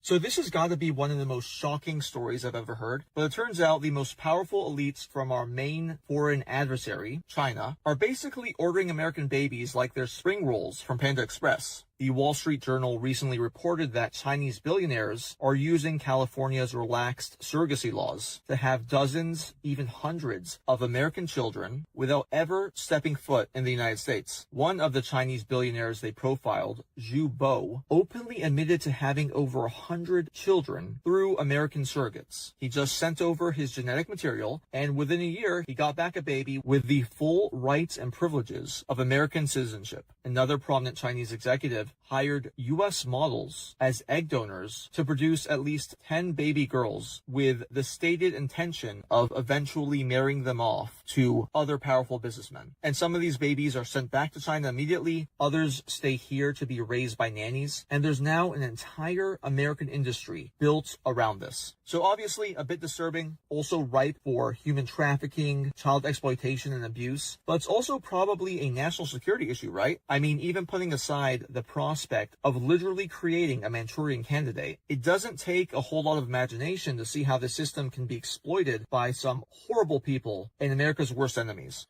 You want to know what's natural? This. You want to know what's not? This. These are ethylene liquid, which turns into a gas. Going to be doing room 3 today. These are the bananas for today. So in here we do gas, organics, and regular bananas. But the only difference is that nothing is stacked. Only organics are stacked in a row. You never put regular bananas under organics because then it makes it not organic. We'll grab our liquid, put it in a little machine. 2 bottles for this one. Pour it up. Close the room. Change the temperature to 60 degrees. Both sides. This is all set. We turn our little sign here saying that it's gas. I'm going to show you guys after the bananas get gas what they look like. We're going to pull a banana out. This is one of them. This is maybe 3 days after it's been gassed. It starts to turn yellow. We have this little pulp thing that checks the temperature and the pulp on these. That gives us a reading. And this is what the other side looks like. Starting to break in a little bit of yellow. Both of them compare left and right side. Wow. Listen, let me try to link all of these things together. See, the first video was talking to you about perspective, which is pretty much the goal of the channel, is to just allow for new information to maybe help you carve a new, what I call a prism of perception, because basically light passes through the prism in our eyes. So I use that metaphor to sort of explain. Now, if we take as an example this situation with the bananas, it kind of makes sense from one perspective, which would be we want to save money, we don't want the food to rot, all these things. But at the same time, when you really think about it from a macro perspective, once you take a step back, how would it make sense that we're putting all these chemicals in the stuff that we're going to consume? So we know that the effect on the fruit is that it's going to mature and it's going to change color, meaning that they cut it before it was ready and they sent it, maybe they layered some other chemicals on it to keep it from maturing during the voyage. And then when it gets here, they start gassing it. So the only point I'm making is that I could understand how these companies have a perception that this would be good, but I just wonder as a people and as humanity, how we got to this point. How our prism of perception has been carved and manipulated for us to not even blink twice about all these chemicals and just the fact of basically trusting in the government, right? Or in these companies to make the right decision. So anyways, food for thought. What do you guys think about these bananas and the way that we process them? Does it make you want to eat them more or less? Do you realize that maybe importing stuff from another place maybe is not as cut and dry or easy as we thought? Because if importing something from somewhere else means that we must treat and chemically process these things, wouldn't that mean that maybe we shouldn't be doing that? I don't know, just an idea I'm having. Let me know what you guys think down below. Do you think, does it make you want to eat those bananas more or less? Let me know down below and let's keep on rocking. Creating art only using natural materials. Oh, I already know this is going to be extremely cool and detailed. Look at them eyes.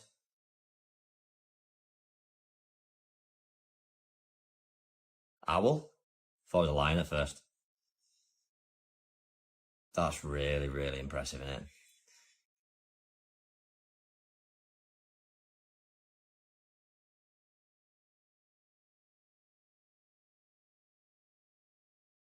Cool. Peacock. Oh no.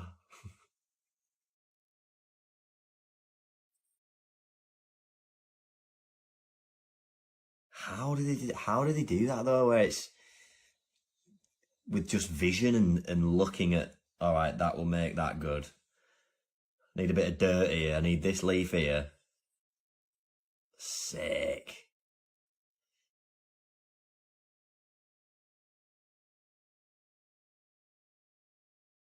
What are they for its claws? Wow. Wow. Impressive. What we're looking at is the Yukon Pacific Expedition, which was finished in 1909.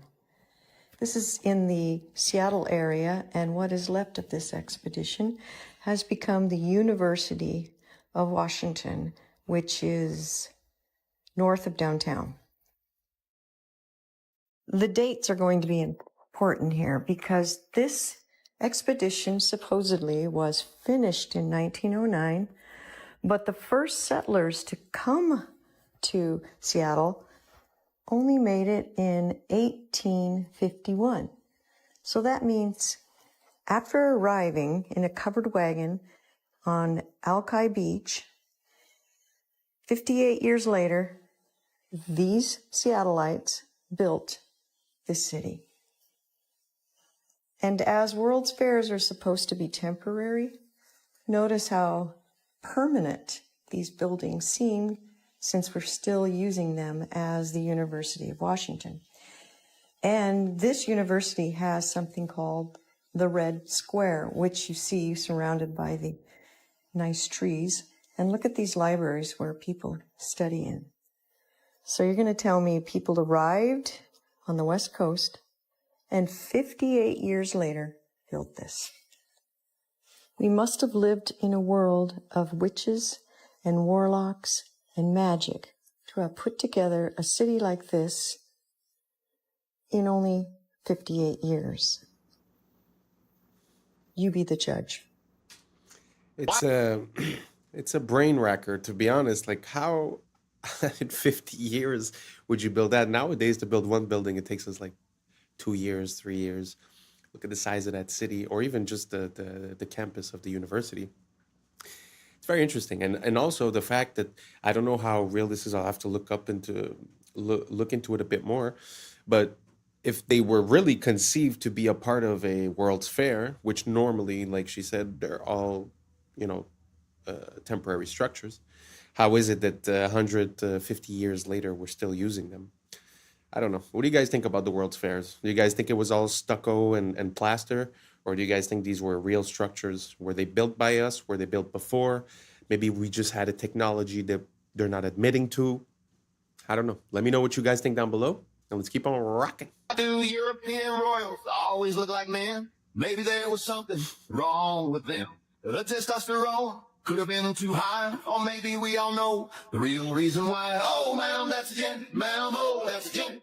It's not all but like 90%. Take a look through history, it really ain't no mystery. 'Cause now, that's a gent.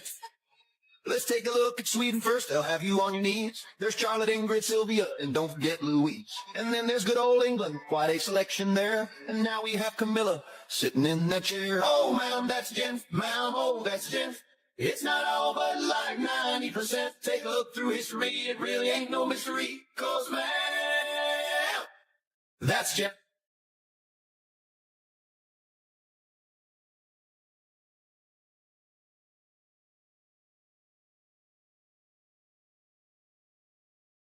It's been going on for centuries and still remains the same.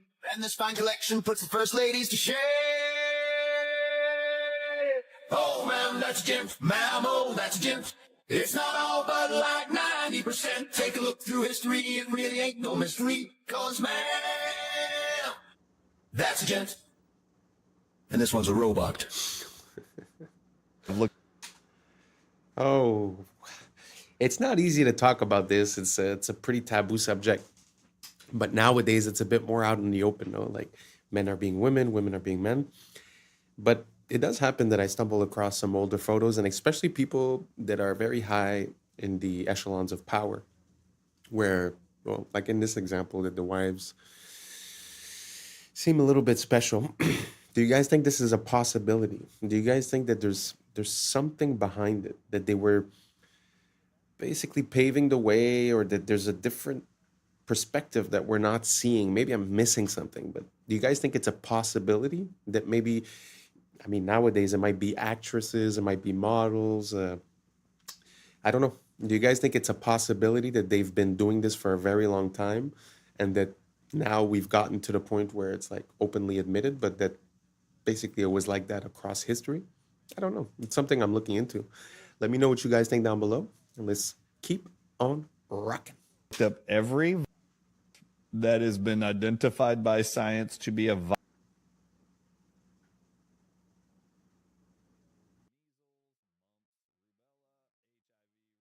I've looked them all up. You know that science has published that every one of them targets, every one that I've researched, they know every single one of them, included targets nicotine receptors. Therefore, guess what the answer is? Nicotine. Guess where nicotine is found the most? Tobacco. Guess what? 200 countries right now in unison have been told to ban access to all citizens by the year 2030, and they're all doing it, including the United States of America, tobacco and nicotine agents. Okay. While I was looking. Wow. Well, do you guys think that's possible? Because I have heard something along those lines a few years ago when we had that big medical situation. And there was a theory saying that, well, they were stating something different, but basically what they were saying is that the nicotine receptors were important to the process of being infected, and that basically consuming it would lower your possibility. Now, that was back then. That was a conspiracy. That was taboo. But today, if you just Google it, you write the CO, you know the rest, and nicotine, openly stated, they will say that it has an effect on reducing the risk of having the longer version. So they don't say for the initial infection, but they're still attributing a positive effect to the Nico. So then it makes me wonder, is that the reason why all the restrictions? I used to have a vape store, and basically, you know, year after year, more and more restrictions, double, triple tax. Now it's basically 150% tax on any item. And the country I'm in now is in the process of banning most products. So do you guys think this is a possibility? That basically, you know, maybe we escaped the intended effect by consuming the Nico, and that because they're trying to get it out by 2030, that afterwards we would no longer have that protection in a way. So I don't know. You guys look it up on your own side. Like I said, it used to be taboo, but now it's very out in the open. So let me know what you guys think down below. Is it possible that the Nico has positive effects, and that maybe we should be considering the opposite of banning it? Let me know what you guys think down below, and let's keep on rocking. Looking into the board of BlackRock, I got distracted by a rabbit hole. And the connections accidentally led me all the way back to the founding of American banking, and then all the way back to Mr. Epstein. You ready to follow a wild thread through the internet? Let's go, baby. So we're gonna start here, and we're gonna end here. And on the way, we're gonna go all the way back to 1800. And to be clear, this rabbit hole is just for funsies. We're not like uncovering any breaking news or anything. But anyways, I was at the board of BlackRock looking into Pam Daly, who's deep in General Electric. And I was kind of realizing that I don't exactly know that much about General Electric. So I started looking it up. And let's start with the basics. It's a major American corporation and one of the largest and most diversified in the world. So I went to the Wikipedia article, And I was looking at when it was founded, way back in 1892, 131 years ago, and then I noticed that it was founded by Thomas Edison and J.P. Morgan? How did I not know this? And we'll have to make another video in the future about how General Electric is splitting itself up into 3 different companies for who knows what reasons. But anyways, back in the late 1800s, Thomas Edison had business interests in many electrical related companies. As you know, a dude does at the start of the 19th century. And then in 1889, Drexel Morgan & Co., a company founded by J.P. Morgan and Anthony J. Drexel, I know that name, financed Edison's research and helped merge several Edison separate companies to form Edison General Electric Company. No shit! So we're going to ignore the obvious Nikola Tesla rabbit hole that we're walking right by here, because the name Drexel sparked something for me, and I just had to pull on this thread. As the dominant partner of Drexel & Co. of Philadelphia, he founded Drexel Morgan & Co. with J.P. Morgan. Was his junior partner, by the way. So I know about the name Drexel because of a much more modern institution that starts to lead us to Jeffrey Epstein. But I wanted to rewind a little bit, because if this dude was more important than J.P. Morgan, then who the hell was he? Drexel & Co. was founded by Francis Martin Drexel, I'm sure I'm pronouncing that wrong, born in Austria, to a merchant father with business associations. He jumped on a boat to Philadelphia, where he became a painter, an art instructor, and later leveraged all those fancy-ass connections from painting to start a bank. All right, we're starting to piece together how we get to Drexel Burnham Lambert. And Drexel Burnham Lambert is gonna lead us to this guy, who leads us to that guy. But first, we go back to Tubby Burnham, back in the 30s. So old Tubby partners with our buddies Drexel, and they founded Drexel Burnham Lambert. They're famous for being criminal as shit and inventing an entire industry called the junk bond market, which is exactly as junk as it sounds. That's how you take over companies with shady business deals and then extract as much money as possible before selling them again to the next highest bidder. Oversimplified, but you get it. Oh, and they're also famous for having this dude named Michael Milken, who was Drexel's head of high-yield securities, i.e. mega gambling. And Milken's famous for earning the highest salary of any single person in history at $295 million. But Michael was like, yeah, that's not enough. So the next year he took home $550 million in a single year in payment. That's $500 million on your paycheck. So what did this snaky boy do to earn $550 million? Well, the answer is he did a lot of criminal shit. And eventually, people started to catch on. And Drexel Burnham Lambert started to get investigated. Then one guy started to talk, and then that led to another. And pretty soon, Rudy Giuliani was talking about throwing RICO charges at Drexel Burnham Lambert. And Michael Milken was exposed for having basically made a shitload of money off of doing illegal stuff, because no one regulates this. Basically, the whole financial industry is what's called self-regulatory institutions. And so once someone started doing a little regulating, they realized there was insider trading, stock manipulation, defrauding of clients, stock parking, and on and on. And Mr. Mikey Milk wound up going to prison, but he's living a life of luxury nowadays as he's retired and he's out of prison. He got rich on it. But I shit you not, the Wikipedia page for Drexel Lambert, this firm that went down in flames, they have a whole section for survivors, meaning the rats that jumped ship. And this is where we meet Apollo Global Management, noted private equity firm, was also founded by Drexel alumni Leon Black. That's this guy. You might be like, oh, Ian, that's a bit of a stretch. Come on. He just worked at the firm. Yeah, from 1977 to 1990, so, a couple years, Black was regarded as the junk bond king Michael Milken's right-hand man at Drexel. So this guy learned everything he knew from this criminal who was the highest paid person in the world ever, so to speak, because of crime.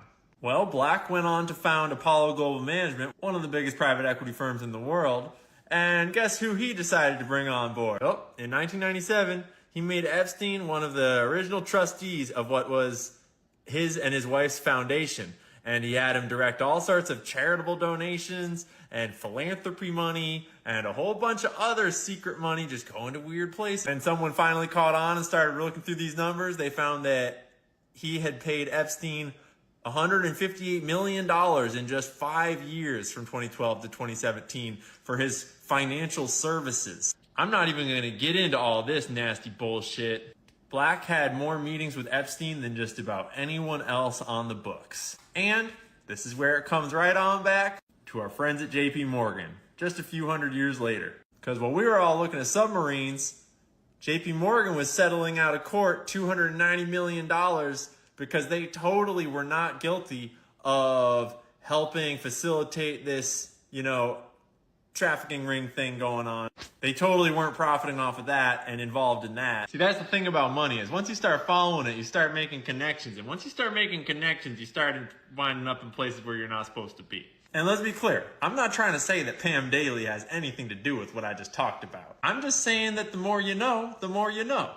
And sometimes when you start looking into gigantic multi-billion-dollar mega corporations that are diversified all across the globe, you inevitably discover that money is used for some pretty awful things in this world. And it's important to remember that money doesn't spend itself. There's always someone doing the things. So stay curious. Don't forget to do your own research. Wow, that was a big one.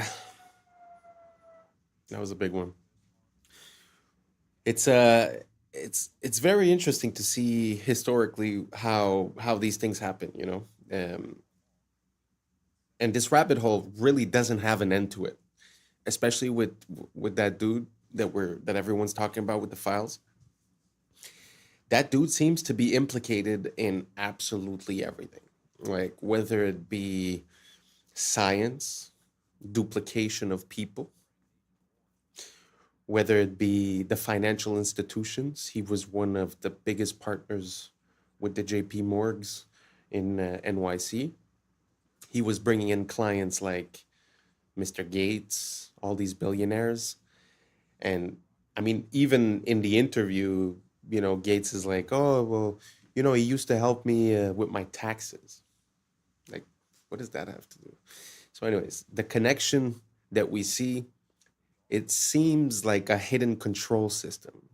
And, what goes on the stock market, like you said, it was a self-regulatory system, meaning no one's involved, right? I think we've been asking for it for a long time. I think that our laws are open to this manipulation. And I think that the only way for people not to operate this way is to make it impossible for them to operate this way. So I don't know, food for thought. You guys let me know. Did you know that the file guy was involved so deeply embedded into the financial system of the United States, talking about these huge numbers? You guys let me know, and let's keep on rocking. This is a clip from historical film number 1119, produced in 1923 by the U.S. Army Signal Corps. The caption says, quote, "A smoke curtain, an important new chemical warfare development. Hanging a curtain half a mile long in 18 seconds, unquote." This 1923 film shows an aircraft spraying a trail where some of the chemicals rapidly descend to sea level to form an opaque vertical curtain.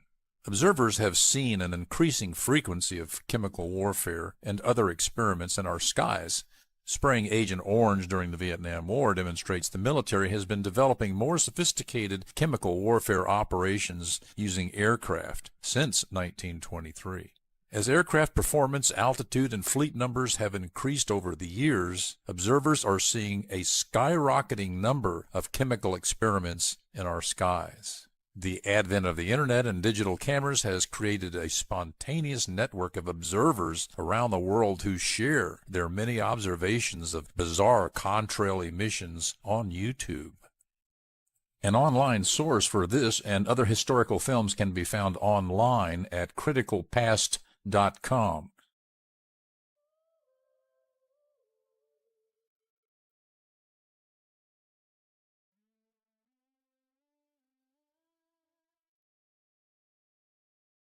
This is an issue on the same level as asbestos. On the same level as asbestos? What? This is a part and it's big. The LED has got a big blue spike in it, although we tend not to see that. And that is even true of warm LEDs, and there is no red. The light found in LEDs, we can watch the mitochondria gently go downhill. They're far less responsive. The mitochondria breathing very well. You can watch that in real time under LED lighting at the same energy levels in a domestic or commercial environment. This blew my mind. Dr. Glenn Jeffrey on Huberman's podcast, in his experiments and many other experiments exposing powerhouse of the cell to this short wavelength light consistently leads to a decline in mitochondria. Not only do they flicker, which can be overly stimulating for our fight or flight nervous system, they are too rich in blue light without the counterbalanced long wavelengths of red and infrared. In contrast, we also know very clearly that more sunlight exposure is consistently associated with longevity. We are just beginning to realize how harmful these lights are for humans. Avoid them as much as you can, make changes in your home, replace the lights in your house with incandescents, and your health will improve. I need to say that I've always had a bad feeling about those LEDs. And every time that they present something to us saying that it's not for the better lighting, it's for saving the planet, it's for reducing this, I don't buy it. I don't buy it at all. Because if they wanted to reduce all those things, those huge multi-billion-dollar international companies would be the ones implementing the change first. So it makes me feel that there was something behind it. And now, recently, I've changed my lighting from a blue, LED type of lighting to an incandescent type of lighting. And the difference is palpable. I mean, the difference is huge. I feel like I'm in the 90s. I feel like I went back in time and I don't know, the life is better. So I can't tell you scientifically what it's doing, but I can say this: give it a try and let me know how you like it. If you see a difference between that bluish lighting and the incandescent lighting, does it make you feel different? Let me know down below. Thank you for rocking with us. I appreciate you. And that's a wrap for today, familia. Whether you're tuning in with the sunrise or you're posted up after midnight, I appreciate your time, your energy, your curiosity. And don't forget, this isn't about truth or fiction. This is about perspective. If this sparked a thought, a laugh, a deeper question, then we did our job. So drop your thoughts in the comments, keep the convo alive, like, subscribe, and don't forget to hit that bell if you're riding a wave, because we're just getting started. So until next time, stay grounded, stay weird, stay critical. I'm Adam Strain, and this has been Adam Strain Reacts. Peace. But now it's time for us to link up. Really think we on the brink up. Making a change, we live in the strange. Living this change. Making a change. From living this change. Yeah. The wiggling shows you the depth on a flat screen. This frozen lake ice fishing hole is actually a mat. Wild bonsai tree on a cliff is actually But can you stop the wiggling? No. What's up, YouTube? Today, we'll be looking at disturbing TikToks that'll make you question reality. So without further ado, welcome to Adam Strain Reacts. Let's get her done. Check this out. McDonald's says, "Hey, DQ, you want to have a sign war?" And then DQ's like, "We would, but we're too busy making ice cream." And then McDonald's replies back, "That's cute. Our ice cream makes itself." And then DQ comes back with, "You mean it actually works? Shocker." McDonald's got to come back again with, "What's a milkman in pantyhose? A Dairy Queen." And then DQ comes back with, "Why dine with a clown when you can with a queen?" Yeah, that's good.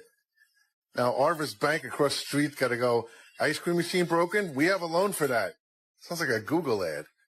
And then Sonic, they got to kick in too, and they're like, "We have ice for these burns." And then here comes Domino's with, "Your signs are cheesy, just like our pizza." Okay, this is kind of blowing my mind. This is an experiment that you can either do with yourself or with somebody else. It's very simple. Either ask the person or yourself to sing at the highest pitch you possibly can. Just go like, ah, but do it as high as you think you physically can.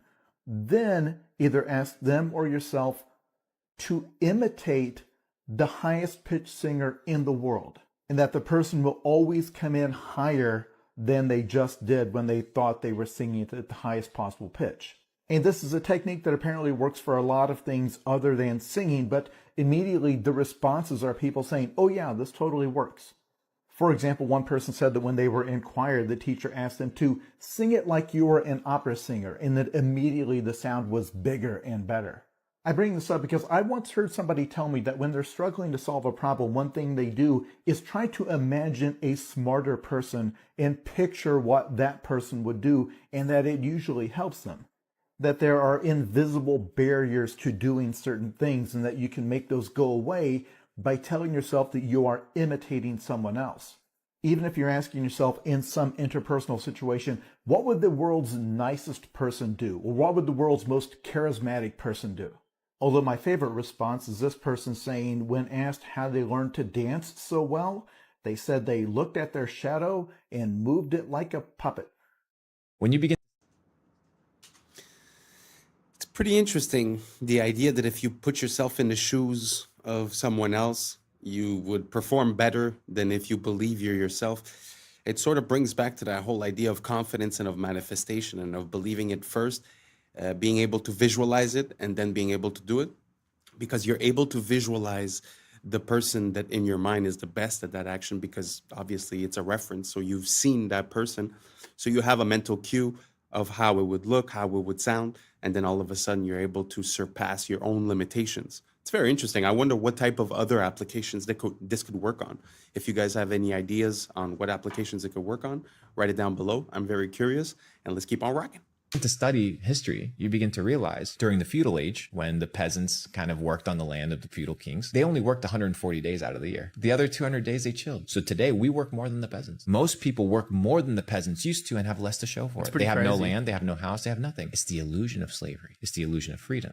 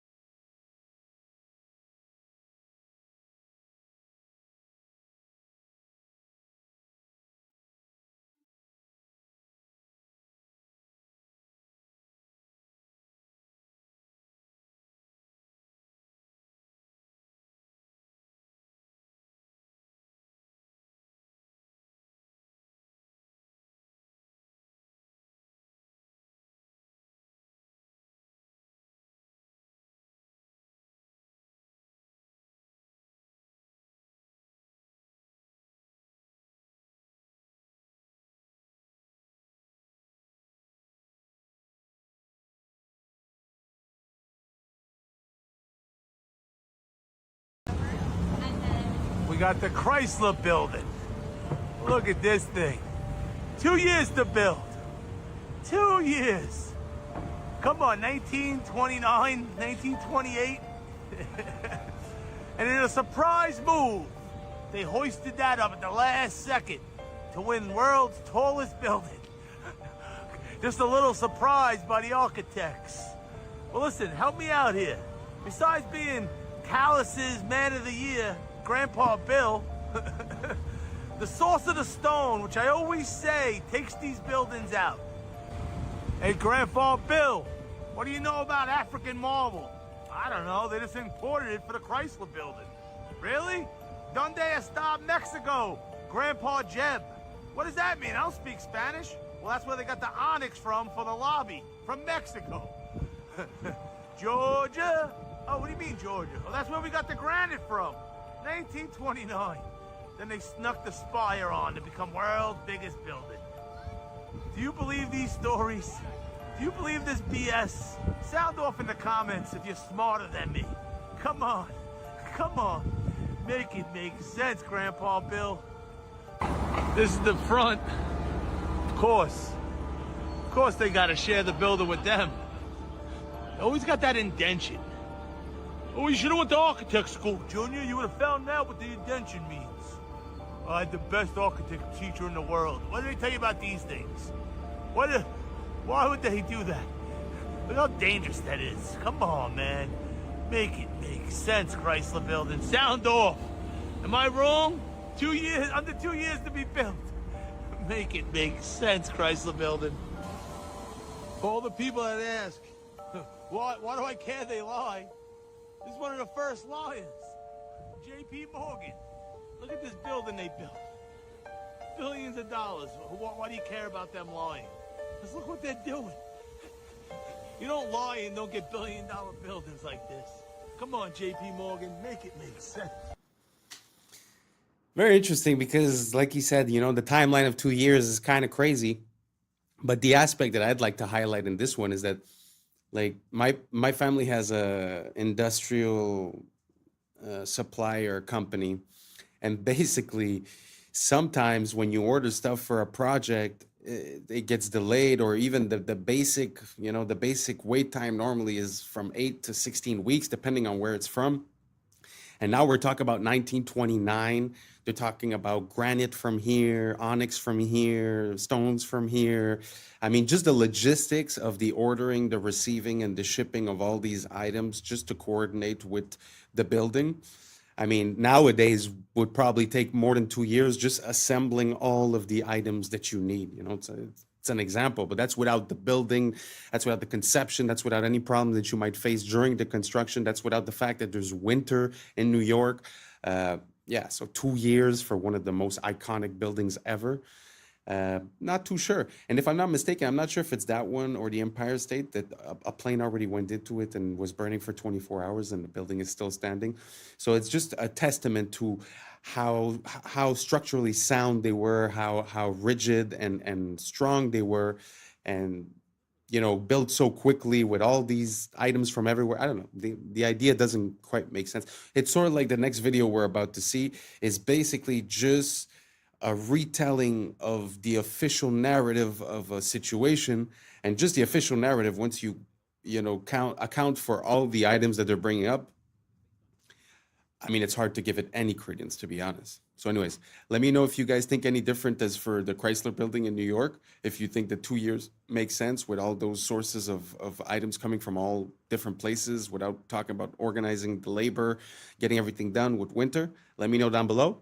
And let's keep on rocking. This next piece, not to trigger anyone, it's really just information, and it's one of the most interesting forms of knowledge that I've ever seen, because, like I said, it's just a retelling of the official account, and it feels like it means something else. Here we go.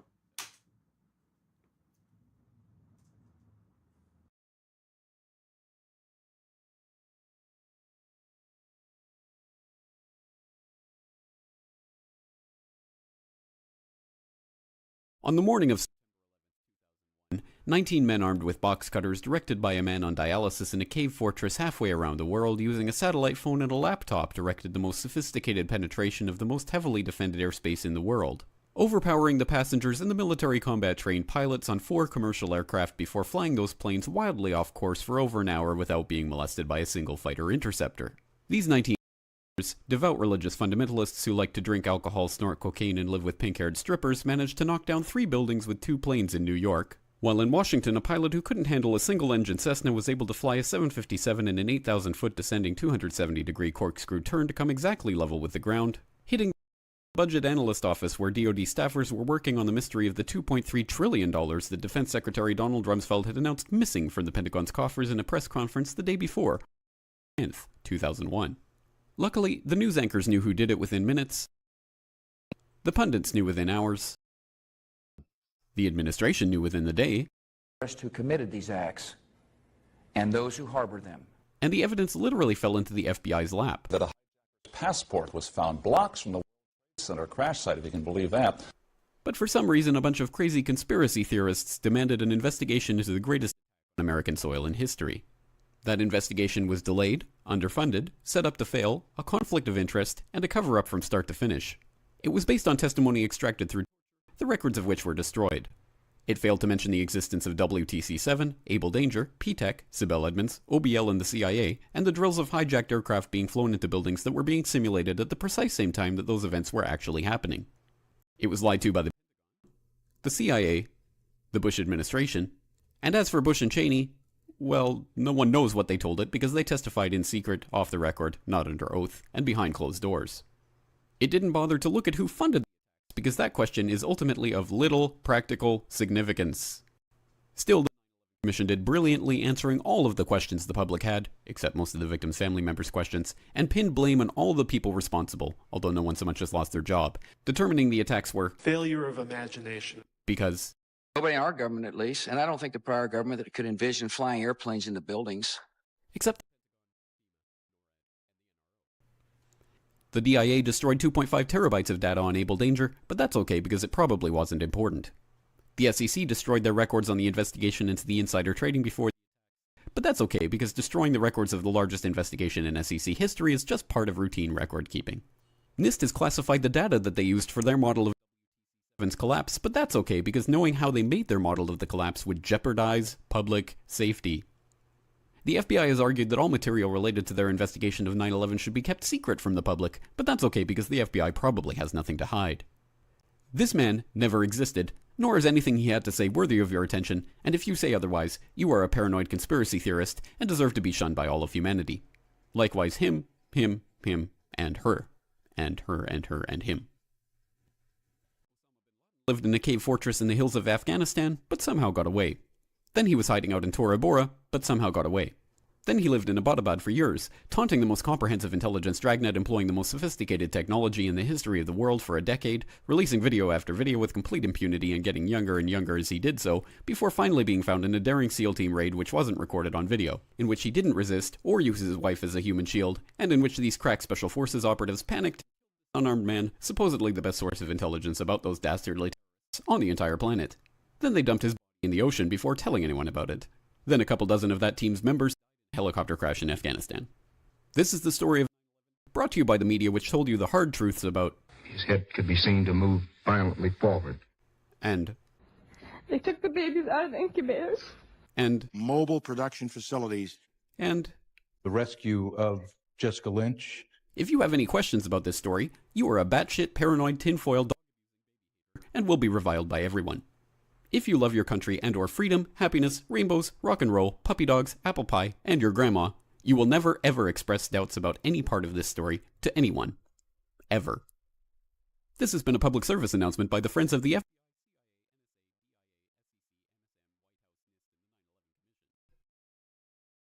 Because ignorance is strength. I'm not going to jump into it because I know it's not an easy topic, but the only thing I'm going to say is that every second of that video has a little link of information, a name, an item, a situation, something that was brought up, and any one of those things is a rabbit hole. It's a very interesting situation. I have no conclusion. I have no opinion. I'm just showing both sides. That's the way I like to operate. So let's keep on rocking. This is a Roman salute. Now, it's clearly the end salute. Wrong. This is an Asperger's syndrome gesture. This trick is called narrative contingency framing. It's a scientific method used by mass media to manipulate you into believing anything as truth. Open your fridge. You didn't freely choose these foods. Someone framed them as superfoods or low carb or raw paleo. So you bought the narrative, not the food. The same goes for your wardrobe. You bought certain clothes because media framed them as old money or quiet luxury or clean girl aesthetic. Look at this sharp ironing crease in my pants. The media framed it as a symbol of old money because that's how rich people's tailors iron their pants. So I bought them believing they would make me look more classy and elegant. This guy is clearly a murderer, but some extremists frame him as the rebel against the system. And if you scroll through certain corners of TikTok, you'll find women framing him as bad boy thirst trap. Even this video might be my attempt to frame myself as a smart guy worth following. But in the end, the ultimate decision of what the frame is should be yours. Because as Elon Musk said, you are the media now. Amazing. I really like that message because at the end of the day, I feel like everything has to do with perception and perspective. So you have a prism of perception through which you analyze things. You could call it glasses. So when you stub your toe in the morning and you say, "Oh, this is going to be a horrible day and this and that," well, then you will find things that support that thought. And if you wake up and you stub your toe and you say, "Well, the worst of the day has passed and only better things can happen from now on," well, you're going to notice the better things. It's an example, but it's just perspective changes the whole outlook. So I find it interesting to try to start holding accountable the people sharing us information by knowing what a frame is and by seeing the framing that's given to us. One of my easy ways to detect this is when something, let's say political or whatever, seems to give you an emotional response, suspend your emotion and question why that's happening and who would have incentives to create this emotional response and what is the conclusion of your emotional response. So you doubt yourself, you doubt your own mechanisms, and you also doubt the information coming in and their mechanisms, and you identify the psychological manipulation that has been used. And once we start understanding those, then we could start reprogramming our brain and seeing what's coming in as a signal and decide if we get affected or not, rather than always be in reaction. So I don't know if any of that made any sense to you guys. Let me know down below, and let's keep on rocking. This is not meat jerky. This is not ice. This is not lasagna. But what is it then? This is the raised printing with a ripped off piece on the 50-euro bill. But why the wiggling? Wiggling shows you the depth on a flat screen. How cool is that?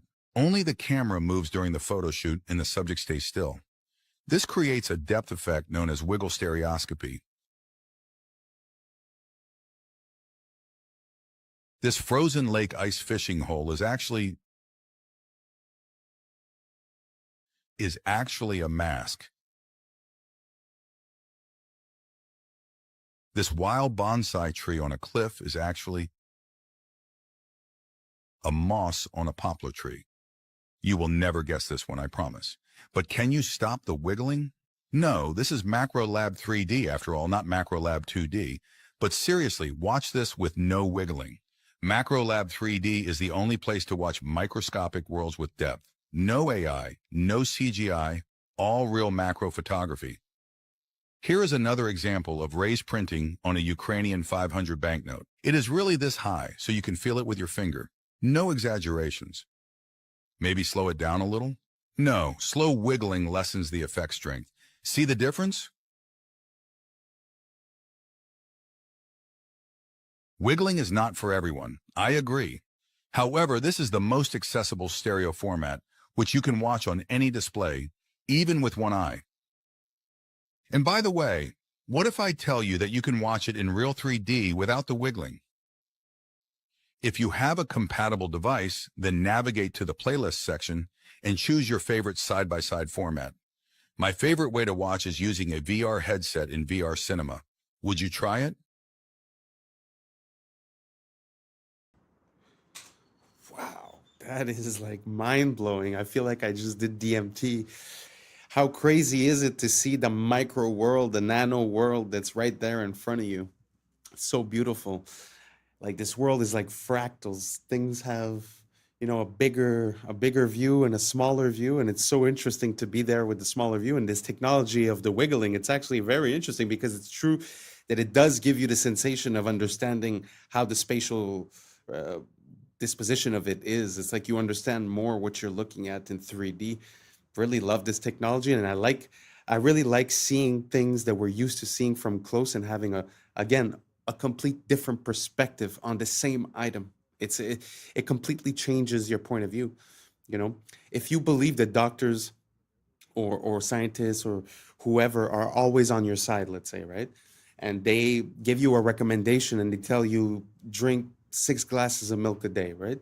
Well, automatically you take it with credibility and you do it because you believe in this whole system, you know? But at the end of the day, what if it's not good and it was for monetary purposes? So it's important for us to be able, this is the best example that I have when it comes to this. Like, if you go to the mechanic and you tell him, fix my car, and you have no idea how it works, yeah, he might overdo it, he might overcharge it. But if you go in and you know how your car works and he tells you, oh, I'm going to do this and do that, and you're like, no, that doesn't make sense because this and because that, he's not going to have that legway. So us being conscious of how things work allow us to manipulate the outcomes and not be taken advantage of when we're delegating towards that system. I don't know if that makes sense. Let's keep on rocking. If you want to go down a bizarre and frankly gruesome rabbit hole, buckle up. This begins with a news story I saw decades ago about a tug-of-war event, one that went very, very wrong. So wrong that 2 men had their arms ripped off. Now, I was actually in college studying journalism when I saw this news story, and I dismissed it as fake because it has all the hallmarks of a fake story. See, lots of these outrageous fake news stories are set on the other side of the world, in this case in Taipei. And they're always very over-the-top and almost cartoonish in how horrific they are. But this is true. And the details are so much crazier than what that headline even implies. You can go look it up on Snopes, but they have photos of the incident, so be prepared. I mean, they have severed limbs on the ground. It happened in 1997. They had a festival where they did a huge tug-of-war, where there's a rope and 2 teams are pulling against each other. Only 1,600 people participated, presumably about 800 on each side. Now, when you're picturing how such a thing could have happened, you're probably imagining that they looped the rope around their arms or their wrists somehow, and then the force of the pulling pulled their arms off. That is not what happened. The truth is actually weirder. This is what happened. Snapback. When a ship is tied up to the dock, you do not stand behind where the rope is attached. That is called the snapback zone. Because if that rope breaks, it will come whipping back at you hard enough to take your life. And lots of people do lose their lives or limbs this way. So in this tug-of-war contest, they were using rope like this, a 2-inch wide nylon rope. It is estimated that the tug-of-war put about 150,000 pounds of force on the rope, 3 times more than what it could withstand. Within seconds, the rope snapped, and the snapback caused it to whip back and sever 2 men's left arms, as in their arms were lying on the ground. You can go look at it if you want. They were able to reattach them. But the rabbit hole you can go down is all of the history of incredibly gruesome tug-of-war events gone wrong, because that was not an isolated incident. Children have had their fingers severed this way. There's an entire article about the history of tug-of-war fatalities. And it's such a perfect example of something that looks totally innocuous and fun. And you don't realize how much power is stored up in something until the moment it's finally released. Being stolen from Louvre is what made the Mona Lisa famous. Nobody knew about the Mona Lisa in 1911. Look, here she was, one of the hundreds of random paintings in Louvre. Then one guy randomly grabbed the Mona Lisa and disappeared in 1911. She was so unimportant that it took 2 days for the Louvre staff to realize she was missing. So who made her important? The media. Newspapers at the time invented clickbait headlines to sell more copies. Finest portrait in the world stolen. The world's greatest portrait. And this face was on front pages for 2 years straight. When they finally found her, suddenly everyone wanted to see the finest portrait in the world. In reality, this is just a basic Renaissance selfie. A rich merchant asked Leonardo to paint his wife, and he did it as a quick side hustle to grab some cash. In his notebooks, Leonardo never mentioned Mona Lisa, not even once. And now, people claim her eyes magically follow you around the room. There's a hidden golden ratio in her smile, and other artistic voodoo magic stuff. This is called the mere exposure effect. People think something is valuable just because it's been in the media long enough. Nobody cared about this necklace or tiara a week ago. But now, I bet H&M and Zara will launch collections based on it. So this proves that you don't become famous by being beautiful. You become beautiful by being famous. Again, perspective. Isn't it interesting how for us, since we're born, that painting is the most impressive painting in the world just because it's always been.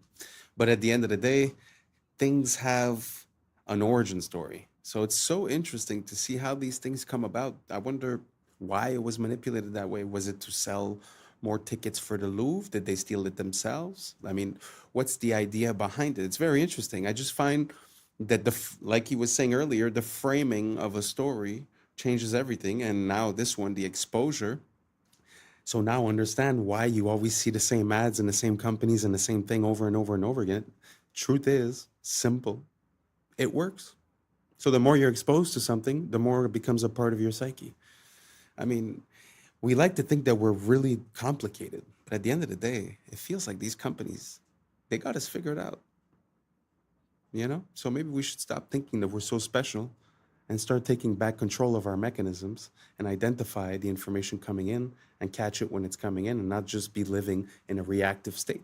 So I don't know if you guys understand the parallel that I'm trying to make, but did you guys know that this is how the Mona Lisa got infamous? I had zero idea. Let me know down below. Let's keep on rocking. With our crash out of the day, we have man versus robot. I mean, first off, what crime did you commit for the cops to be like, you know what, let's send the robot on them? Is it that bad or are you that dumb? They're like, you know what, let's try some new shit. And I think it's because you that dumb, because you decide you gonna pull out a gun. My boy pull out the strap, and I think he tries to shoot the brain of the robot. I mean, son. And he climbs out the window after the robot shoots some tear gas. And then, watch this. He don't make no run for it. He grabbed the cover, and then the robot's like, hold on, excuse me, Sugar Bob Honey Bunch, you're stuck. Gotcha. I can't even lie, though. I feel you with the cover move. I probably would try to do the same thing. Like, all right, there goes his eyes. But that was just a terrible toss. And then, this got to be terrible to be the first dude ever that got caught by a robot. Like, you get into prison or jail, and what happened? How I go down, bro? You on the run? No, a robot ran over me. What? And in fact, he tried to shoot the robot. Real dickhead activity. I mean, this is egregious work. Felonious decision. And now look at you. On the ground and about to get run over by a robot. Crash out of the day or dickhead of the day, doesn't matter. It's this guy. And that's a wrap for today, familia. Whether you're tuning in with the sunrise or you're posted up after midnight, I appreciate your time, your energy, your curiosity. And don't forget, this isn't about truth or fiction. This is about perspective. If this sparked a laugh, a thought, a deeper question, then we did our job. So drop your thoughts in the comments, keep the convo alive, like, subscribe, and don't forget to hit that bell if you're riding the wave, because we're just getting started. So until next time, stay grounded, stay weird, stay critical. I'm Adam Strain, and this has been Adam Strain Reacts. Peace. Now's the time for us to link up. Really think we on the brink up. Making a change from living this strange. Living this strange. Making a change from living this strange. Yeah. Nudge your water glass to you using its lamp snout. That it might actually be alien technology scoping us out.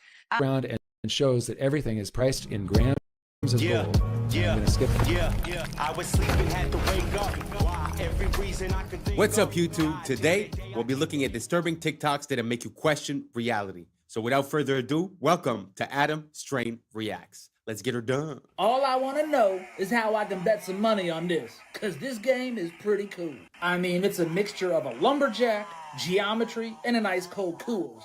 And the goal is pretty simple. Land the log on the beer. I'm not going to lie to you. I'm putting all my money on Paul Bunyan III here, because his skills are on a whole nother level. Me and the devil walking side by side. Me and the devil walking side by side. And I'm gonna see my man like it's satisfying. See, you don't see why.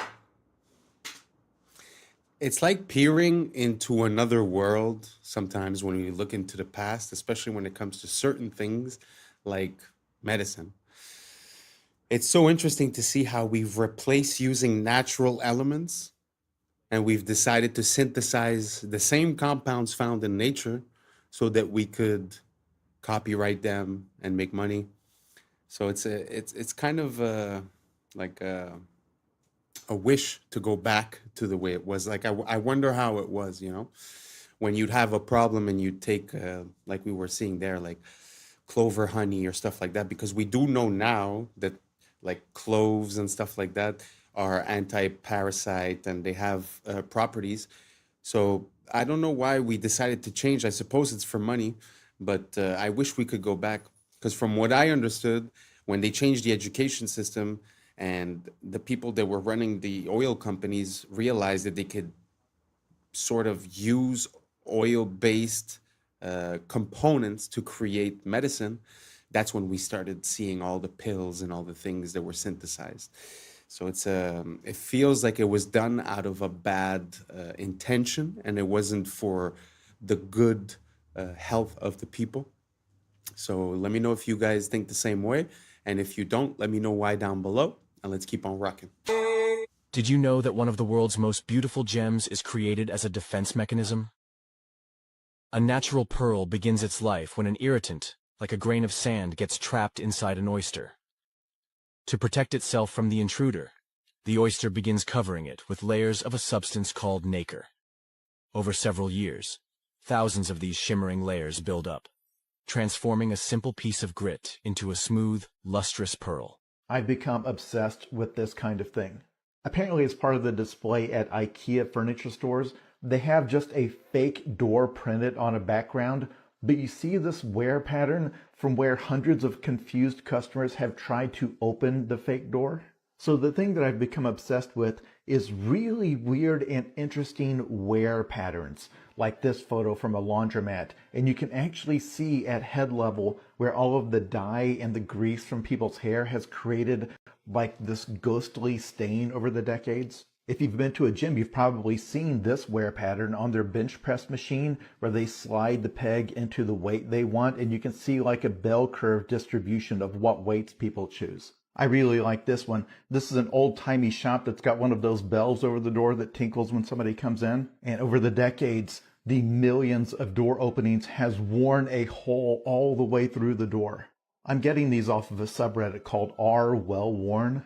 And they have thousands of these. Like here's the restrooms at this person's engineering school, and you see the difference in the wear pattern between the men's and the women's. Here's where this person's hairdresser is slowly wearing a hole in the floor. Here's the keys on an antique organ that have been worn down over the last 170 years. Here's a TV that played CNN every day for 2 straight years, and you can see it created a ghost image where the reporter stands. And of course the obligatory bronze statue where tourists cannot resist grabbing this guy on the butt.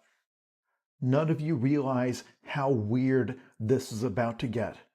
If you couldn't tell what was going on in that clip, I will explain it. But let me say, we are the last generation for which the stuff in our house is not alive. This is a prototype lamp made by Apple that has AI, but doesn't just let it respond to voice commands.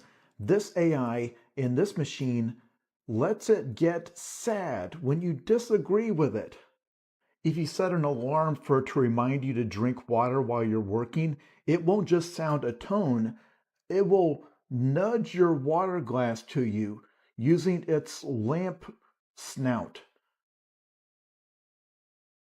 When you play music in the kitchen while cooking, it will dance along to the songs. I am telling you right now, when it comes to AI for the average person, this is where the money is. It does not take much at all to convince us that an inanimate object is alive. If you just stick googly eyes on a Roomba, most of us will get upset if a guest kicks it. But the next generation of children will be raised in homes in which they will treat many objects as members of the family. Ask all the parents who bought Moxie, an AI-powered toy that then went dark when the company went out of business, and then had to talk to their kids, not like a toy had stopped working, but like a pet had died. I am dead serious when I say that most of the people watching this video will live long enough to have an argument with your car.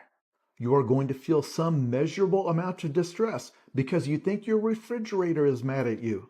You will absolutely know someone whose best friend is their lamp. And all of these will be available for a one-time purchase to get the object, but to keep it alive, that will be a subscription. Very interesting. I'm not sure that we're there yet. Like, they've been releasing like these robots, and when you look at the ad, it looks like the robot is acting on its own independently, but really they have people logging into it and sort of teaching it how to move. I wonder if it was the same thing that we were seeing with the lamp.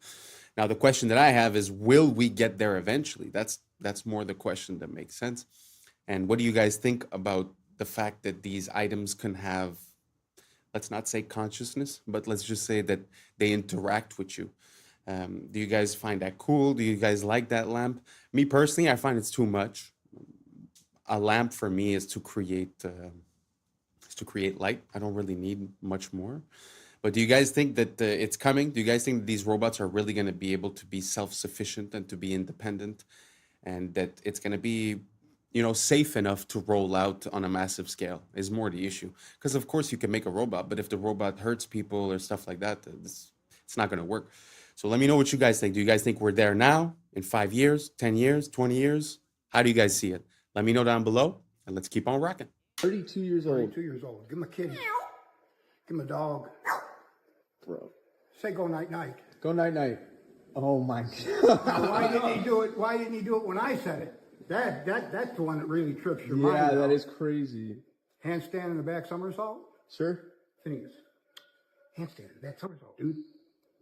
No way.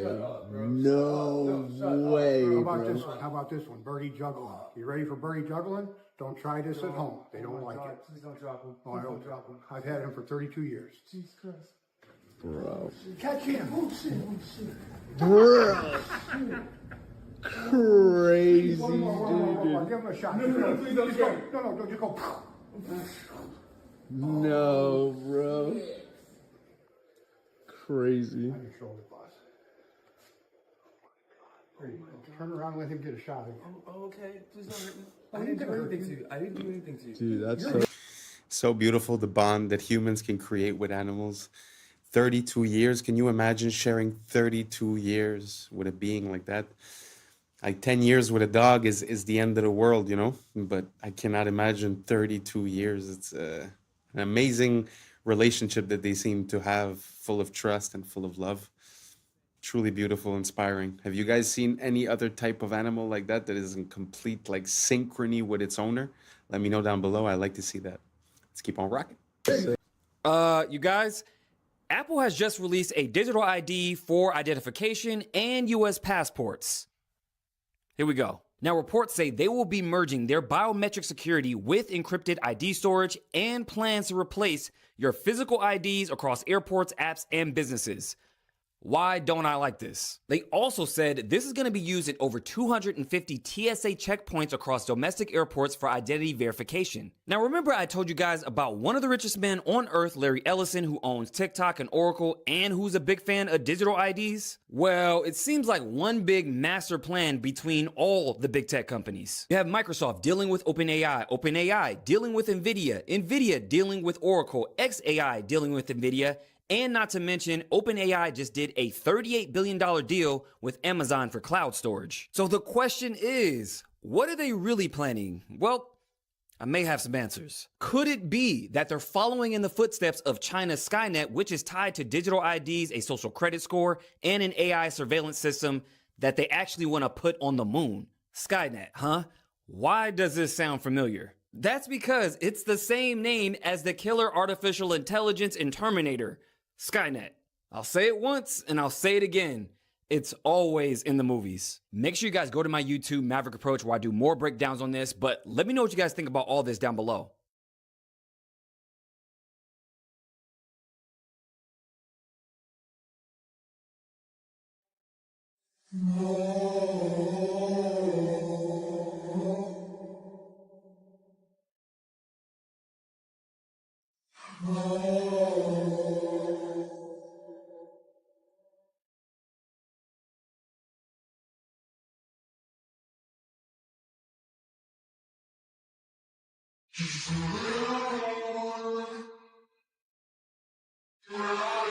Guys, it's official. Vine is back, but with one big difference. So not only will it have the exact same 6-second looping videos, but it'll also give access to more than 100,000 archived Vines. But instead of Elon being the person to bring Vine back like he said he wanted to, this app, now called Divine, will be backed by none other than Twitter co-founder Jack Dorsey. But the one big thing that makes Divine totally different to other social media platforms is that it will prohibit AI content. In fact, it will scan for and flag suspected generated AI content and prevent it from being posted. It's essentially trying to act as a safe haven. So is this just another hopeless attempt to capitalize on nostalgia? Or can they actually fix the problems Vine had and make it successful this time around? It's kind of interesting. I know Vine was big back in the days, but I think it was a bit too early because people's attentions were still a bit longer.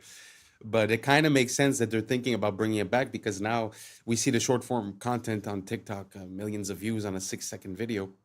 So it's very interesting. But the fact that they want to bring it back without the AI kind of gives it a new purpose.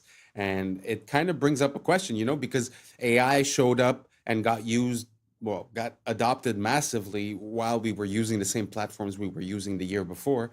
But because Vine would be, you know, a new platform, then they would put this rule in. Very interesting. What do you guys think about that? A whole platform without AI. Do you guys think that might just save a little bit of, like a little part of the internet to keep it real without bots and without AI? Or do you guys think that it's not going to work and that it's just a flop? Let me know down below and let's keep on rocking. Freakiest thing that sounds like a weird conspiracy theory but actually is real is right here. Because if you walk down the street and saw somebody holding up a handmade sign saying they are putting chemicals in the atmosphere that makes people do evil things, they are literally driving us crazy and making us kill each other, you would absolutely write that person off as a crackpot. But it happened. Everybody agrees that it happened. In fact, I bet there's at least one person watching this right now who doesn't understand why at gas stations the pumps say unleaded. Like, why would they have lead in them in the first place? And why would you sell it on the basis of not having it? The reason is wild and terrifying. First of all, we used to put lead in everything. It's incredibly useful. We used to make water lines out of it, and cookware, and paint, even cosmetics. And back when automobiles were first becoming popular in the 1920s, they started putting lead in the gasoline. The reasons for it are technical. It helped with engine wear. The problem is that lead is toxic, but it is toxic in very subtle ways. It usually takes a lot of exposure over a long time to see the effects. And a lot of the effects are neurological. And so as there were more and more cars on the road putting more and more lead into the atmosphere, everybody started getting exposed to lead. Keep in mind, if it's in the atmosphere, it means it gets onto the crops and in the soil. And lead exposure, especially in children, causes problems with things like impulse control. You get increased aggression, you get lower IQ scores. So here's the graph. The blue line is lead in the atmosphere. The brown line is the violent crime rate. And you can see the point where governments finally started to ban lead. That's why it says unleaded on those pumps.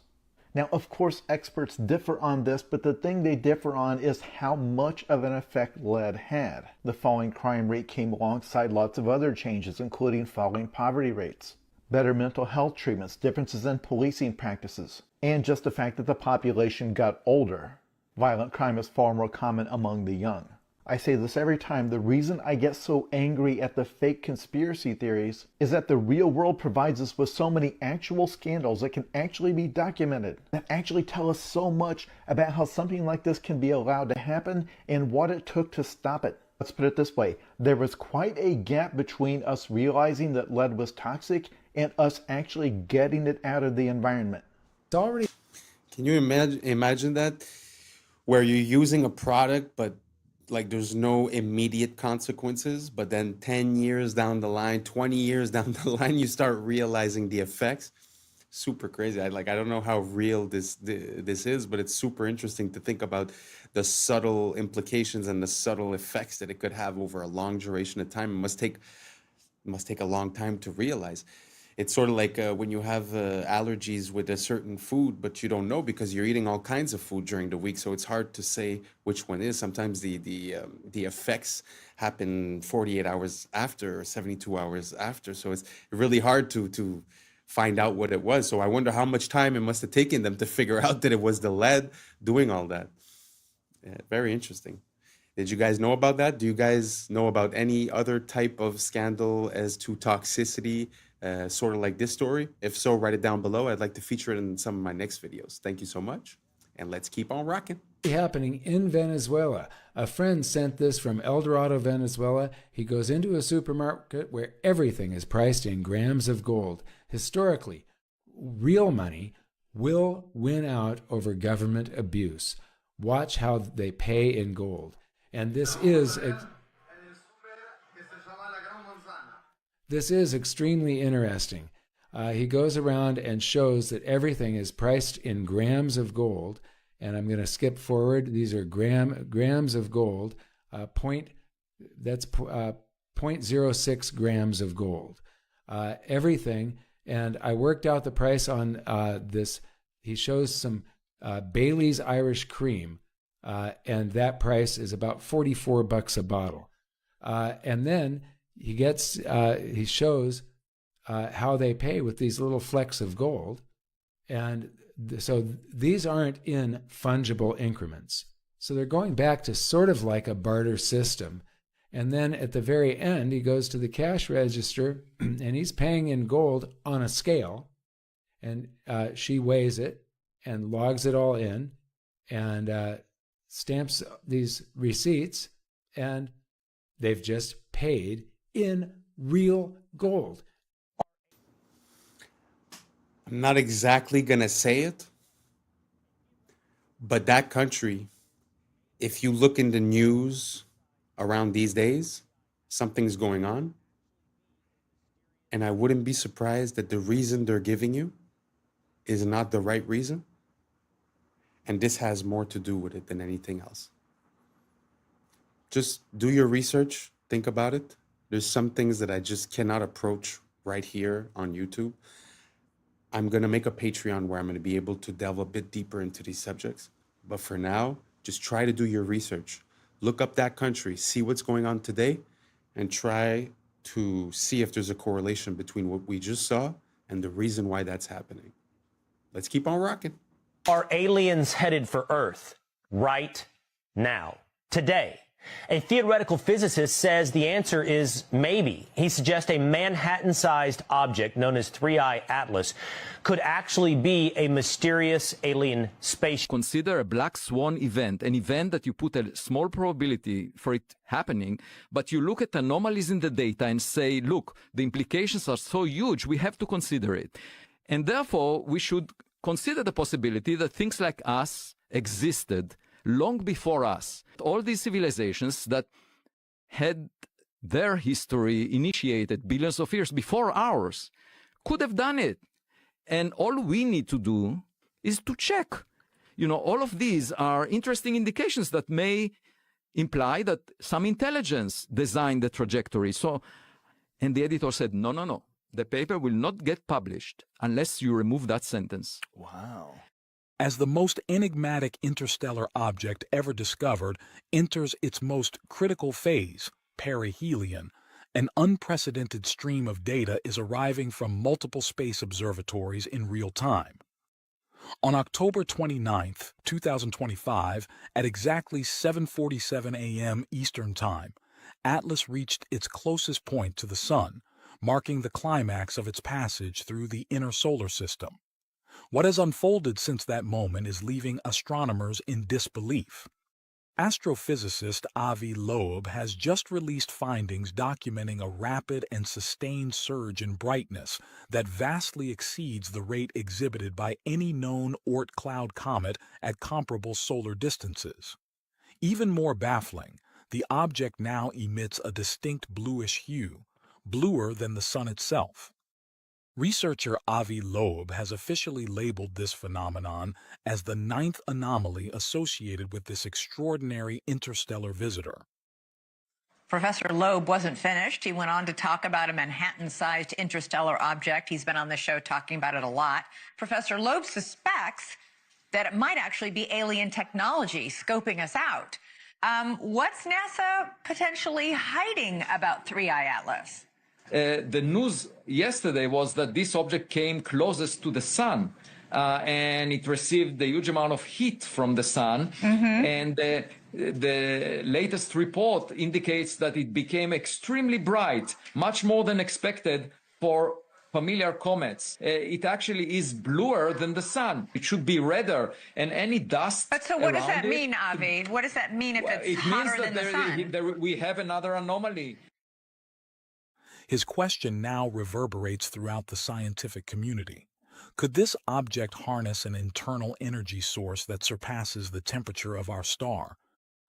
What these instruments have revealed simply should not exist according to current physics. The latest readings from the Stereo A, SOHO, and GOES 19 coronagraphs taken between September and October indicate an anomalous and unexplained brightness increase. Such an effect cannot be accounted for by reflection, sublimation, or any known natural process.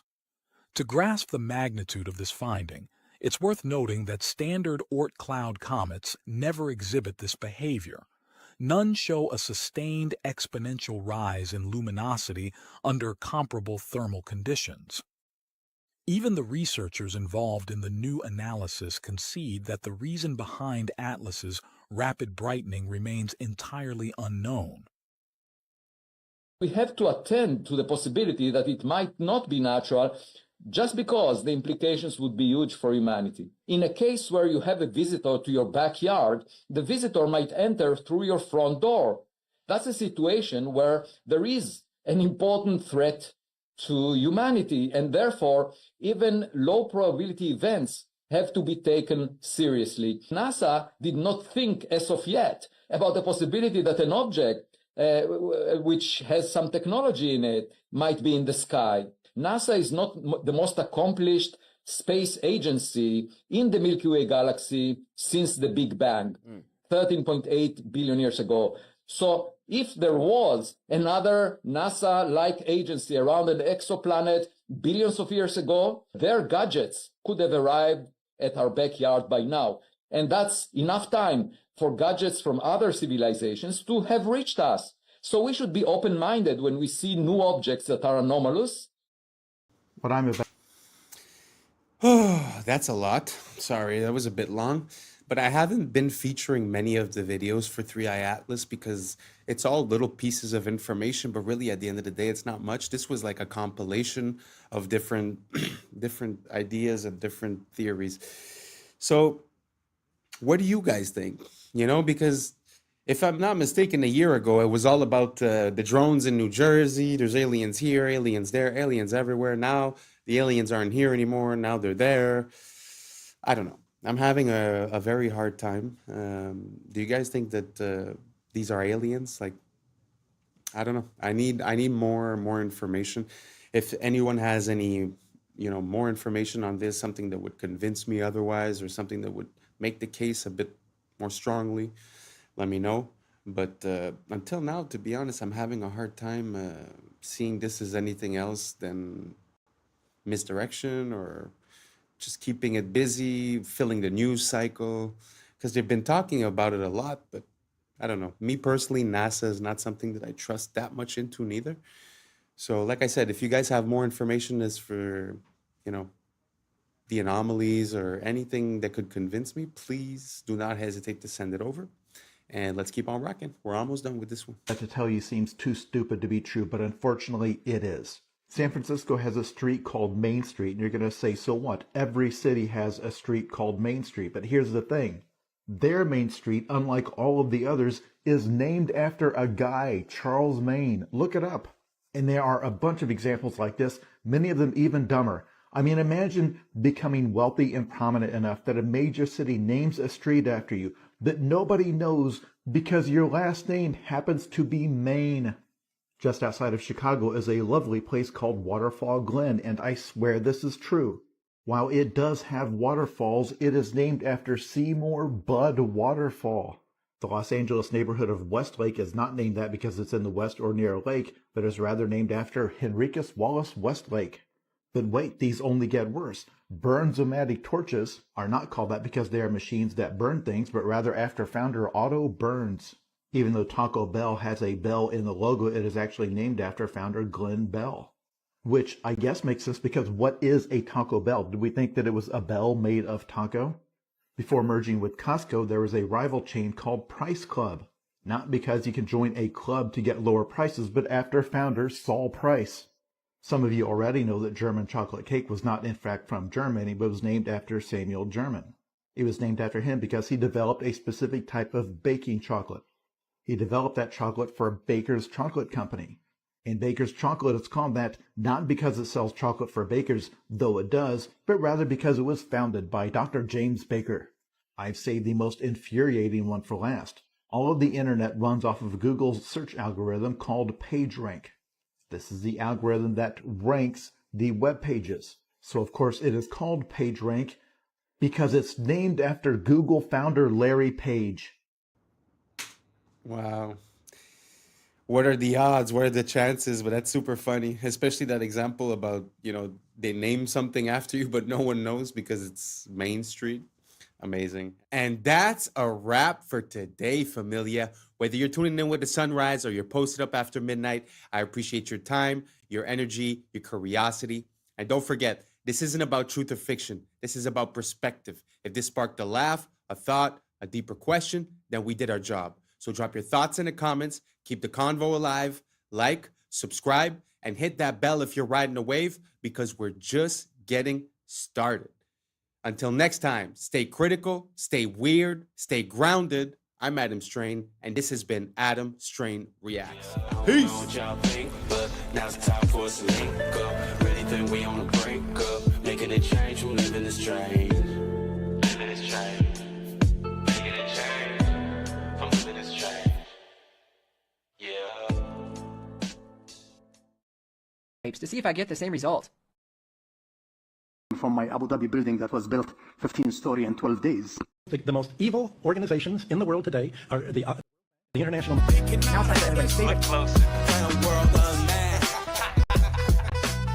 What's up, YouTube? Today, we'll be looking at disturbing TikToks that'll make you question reality. So without further ado, welcome to Adam Strain Reacts. Let's get her done. Andrew, if every interview, every video, every tweet you've ever made was erased from the internet forever, and all you had was 3 minutes, what one truth would you share with the world? You know, truthfully, amongst all the shit I've seen and all the shit I know, I've only ever pushed one message, and it's the message that I've come to because I believe that since the dawn of time, every single generation has believed the world is ending. We can't pretend that we don't feel like the world is currently ending, because we do. But we can't believe that the people in World War II didn't feel like the world was ending, or the people in the Napoleonic Wars didn't feel like the world was ending. Imagine being in Rome in 2000 BC. Imagine when the barbarians bust through the gates of Rome for the first time. The world is over. The world is ending. The world will never recover. But the world limps forward, and new empires are built, and everything seems to come back, and then it's all destroyed again, and then it comes back. It's the circle of life. So every single generation has believed the world is ending. And it seems that in my simplification of all of these hyper complicated historical events, the only thing that's ever resisted enslavement or built a society worth living in has been bands of brothers, of good men who stick together, who are brave. The reason I push masculinity is not because I'm trying to be the world's biggest tough guy. It's because I actually believe it is the resisting to the enslavement. I think that a bunch of men who say, we're not afraid of you, we don't believe you, make me scared. You can't. I don't care what you say I should do. I don't want to do it. That's only ever been the resistance that's ever existed. It's always been that way. And the reason we're in the trouble we're in today is because this is the first generation in history where there's no warriors. We always had warriors. There's the enemy. Get our guys together. Let's go fight them. Now I can't find anybody to fight. It's just me up here. Everyone with an opinion on the internet doesn't want to fight. They want to turn on me. I'm standing at the front saying, let's go, guys. And they're saying, you're a sellout. Well, what the are you doing? Why aren't you up here? What are you telling the world? What help are you giving? Who are you waking up? How are you shifting the Overton window? You're not risking a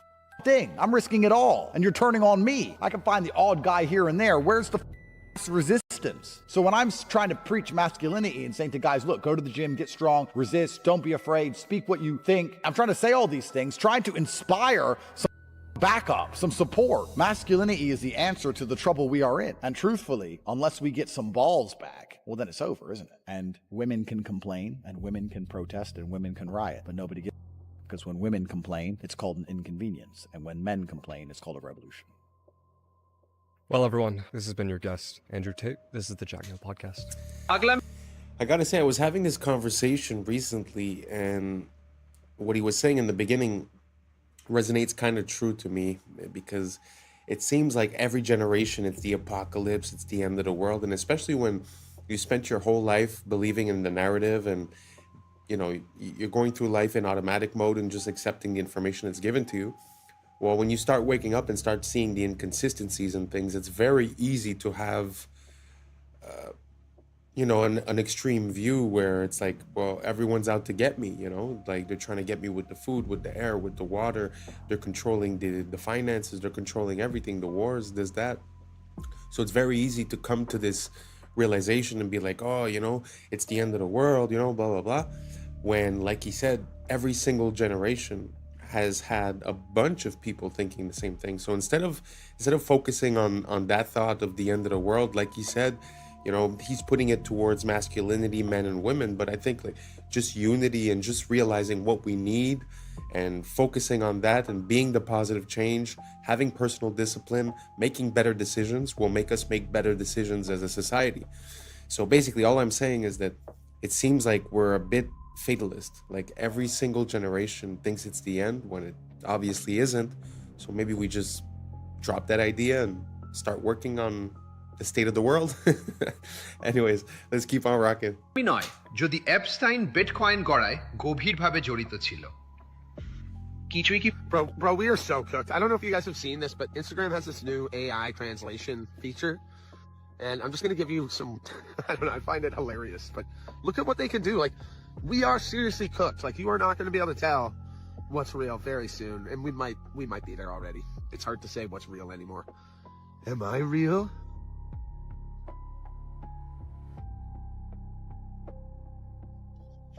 Here's me talking in different languages.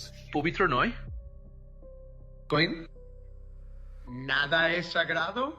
¿Queda algo que no haya sido tocado por estos sinvergüenzas? No, es la respuesta.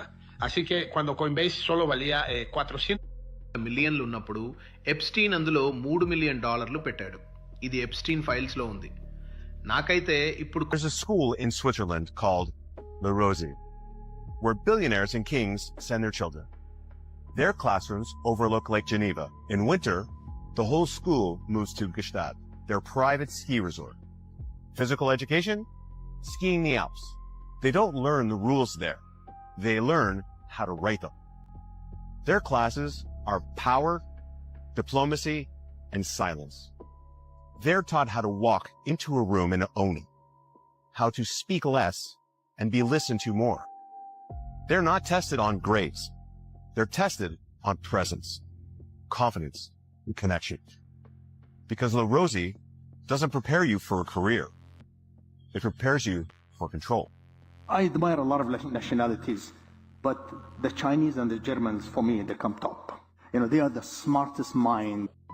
The smartest people who come from school and university, they are the people who are running China. They don't run technology companies. These guys are so serious. The West do not even know they are so serious. And I'll tell you, the gentleman who I bought from my Abu Dhabi building that was built 15-story in 12 days. It was fascinating to see 12 days a building was built. Thanks to the Chinese. Unbelievable. Like who anybody believe 15 stories in 12 days? Like unimaginable. Absolutely. But this guy is easy for him because he does 30 stories in 30 days. So 15 story in 12 days is like he's just having his coffee. The gentleman, when I went to his house, I saw all the shoes outside the door. Well, I said, wow, that's my house. So he said, I apologize. I said, no, we do the same. So I took my shoes off, and then we went in. And then when we sat on the dining table, guess who's sitting there? His mother. I said, oh my God, I have my mother also sit on the dining table. We are closer to China because of tradition. My respect to the Western culture I have nothing against it, but we're not the same. Well, that's pretty interesting, because like he says, we're not the same, and it kind of makes sense, because when we go to make a building, it's going to take us 2 years just to pass the permits and to receive the materials. So there's really something about, before I start talking about China, I just want to say I do not approve the system that they have there, and the rules that they have, and the social credit. I'm not condoning it. But there is a difference when you're able to get your people together to do something quickly and efficiently, and I think we've lost that. It's sort of like, I don't know if it's Saudi Arabia or Abu Dhabi, but when they decide that they're building a castle, they're building a castle, and everyone is on it, and it gets done quickly. Here, they talk about plans, they estimate how much it's going to cost, it doubles the cost, doubles the time, doubles the work, right? So we're really in a different mind state, in a different capabilities zone. So I do tip my hat to those societies that are able to get things done, As for us, it seems like it's all red tape and bureaucracy. I don't know if you guys agree or don't. Let me know down below, and let's keep on rocking. his 36 plus worldwide is not new research. And so we started working with him and our herd of ostriches here.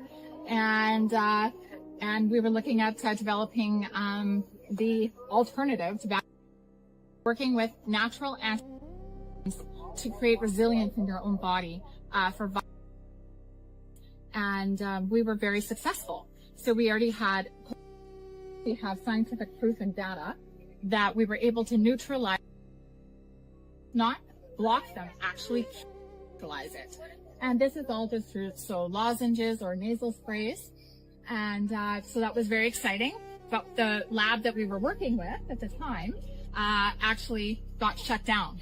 Immediately after all of our robust came back in, Frederick Leduc, a lab immune bio back, got shut down and had to sign an NDA and was no longer allowed to talk. I found this book at the local antique shop yesterday, and it was written in 1926, The Secret World or the Hidden Hand, Unrevealed in History, 100 Historical Mysteries Explained. There's a secret, and they are of the nature of the individuals who are taking over now, the blues, that they are the ones that have been running society because they made a pact with a god.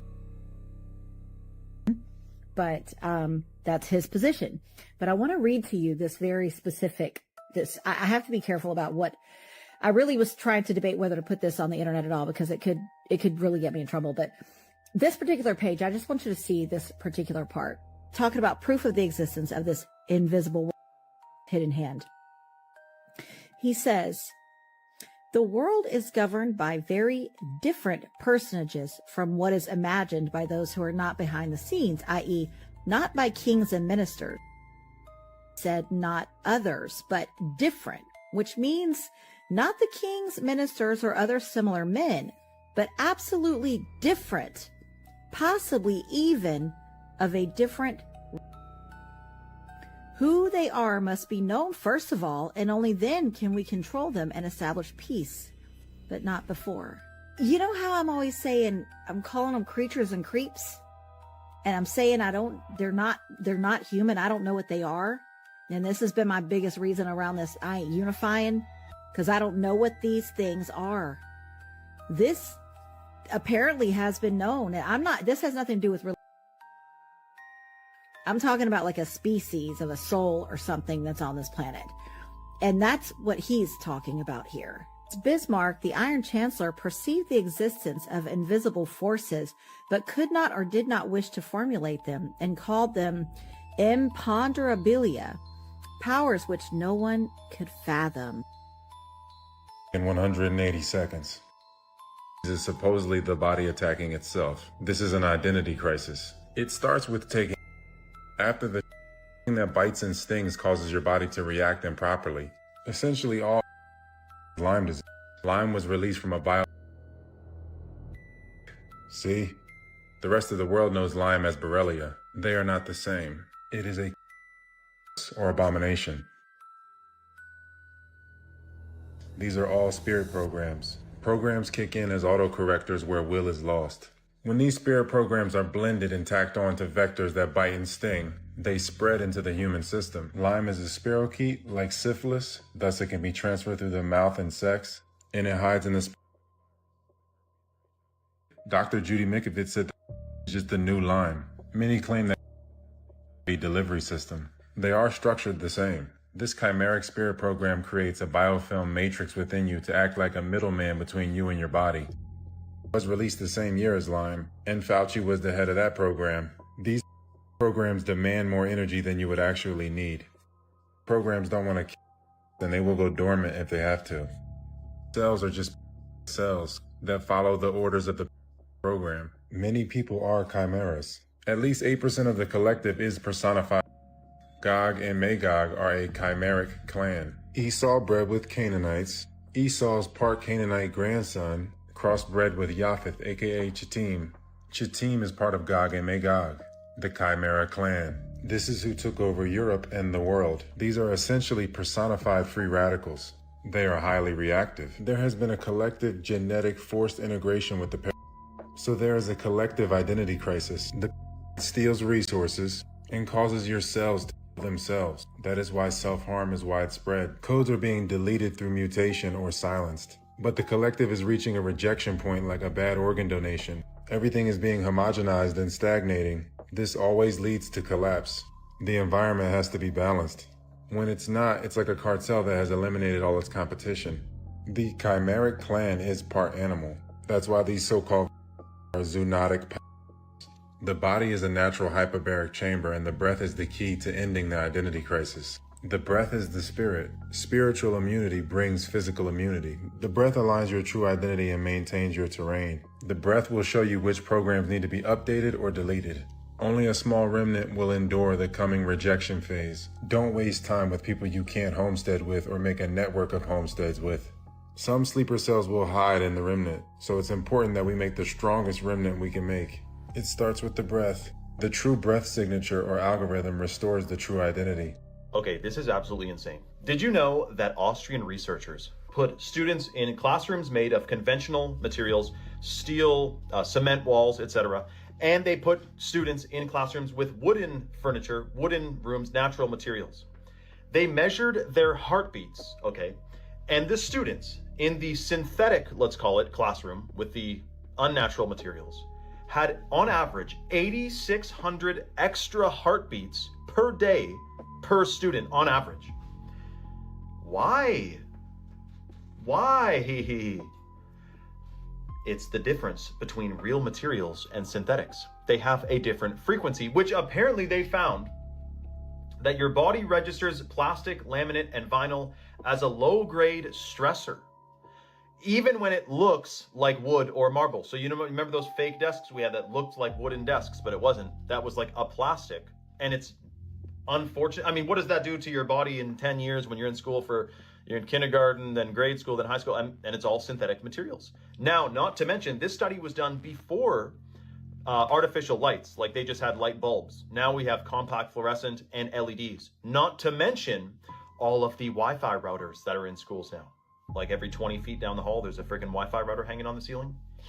That is something else to be discussed. Now, when it comes to our homes, especially if you're building a new home, I mean, dude, you can really make it an organic eco house with some easy, hacks. But what if we're at home surrounded by unnatural materials as well? Then what are we doing? Are we shortening our lifespan by being surrounded by plastic? I mean, think about it. Drywall, Chinese drywall is in pretty much all of our homes. It's toxic dust. It's toxic to breathe in, and it's mold, like it can get moldy. Whereas a hemp house or a cob house or a stone house, there's different houses that are mold resistant, namely hemp. I mean, hemp is basically a tank couldn't drive through. I mean, hemp is extremely durable, mold resistant, fire resistant, and it actually blocks EMFs. Like if you're in a house that's made of hempcrete, and you're down the hall and there's 2 rooms between you and the Wi-Fi router, you're not going to get cell service. Like that's one of the things people say when they have a hemp house is they don't get very good cell reception, which is good because you don't need cell reception on your brain stem every freaking day. But is that study shocking or what? Frequency, energy, frequency, and vibration. Nikola Tesla knew all about it. Let me know your thoughts in the comments below and follow for more. Very interesting. I haven't seen the study that he's referring to, but imagine if just the objects that surround you, like if we take for granted what he's saying, the objects around you have an effect on your body and its function. Now imagine the air, imagine the food, imagine the water, the drink. Because he's saying when you substitute wood for plastic, let's say, but what happens when you substitute, you know, a real compound from a plant to a synthetic version, right? So, yeah, and like he's saying, you have it at school, you have it at home, you have it at work, you have it in your car. So at the end of the day, are we outside of our element? Are we performing less than optimal? Not only by food, but also by just the materials that we use to build the stuff around us. Such a interesting thought to have. I'm going to look into it a bit more. Let me know what you guys think down below, and let's keep on rocking. What's the difference between the debt and the debt that African nations own? Because the U.S. debt doesn't keep the U.S. from being one of the leading powers of the world, but then African nations can't make it because of that debt that is strangling them. What makes African and third world debt different from the American debt? Number one, going to pay its debt. It doesn't have to. Its debts are in its own currency. We can simply print it. The African debt is not in its currency. The African debt is in dollars. Africa has to earn the U.S. dollars, and the only way it can earn the U.S. dollars is not to be for growing its own food and becoming independent and doing something that the does not like. The principle underlying the foundation of the World Bank is that no country should grow its own food. Africa and the third world should only grow export crops. In order to have an oversupply of cocoa and other tropical raw materials to keep down the price, they must buy their grain from the or Europe, so that if they do something that we don't like, we can do what tried to do to China in the 60s. We can sanction them. We can say, we're going to starve you. We're going to not export any grain to you. So owing their foreign debt in dollars means that they have to somehow sell something they want, not what they want. I think the most evil organizations in the world today are the international. Now it's time for everybody's favorite food to microwave, the grape. And you know what? Let me go ahead and cut it almost in half, just to make sure, you know, it heats nice and evenly, you know? Like this. And yeet.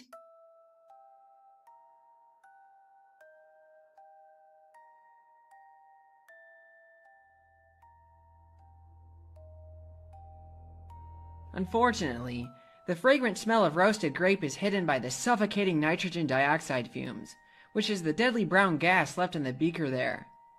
Instead of cutting a grape in half, I just tossed in some unmodified grapes to see if I get the same result.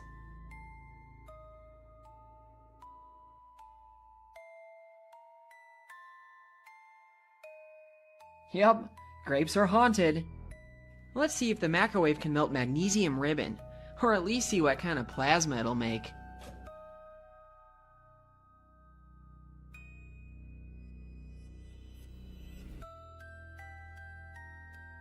Not only did it melt and burn in there, but it also managed to show off some of its green spectral colors, which is in contrast to the white you get by simply burning it in air. Aluminum melts at only slightly higher temperatures than magnesium, but for the sake of curiosity, I'm going to toss some foil in there anyway. Alright, here goes nothing.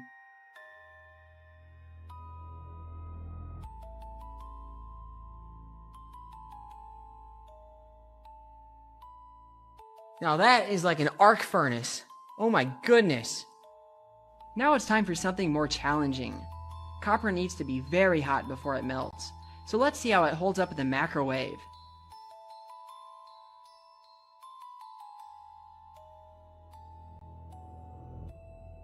Oh yeah, it melted almost instantly.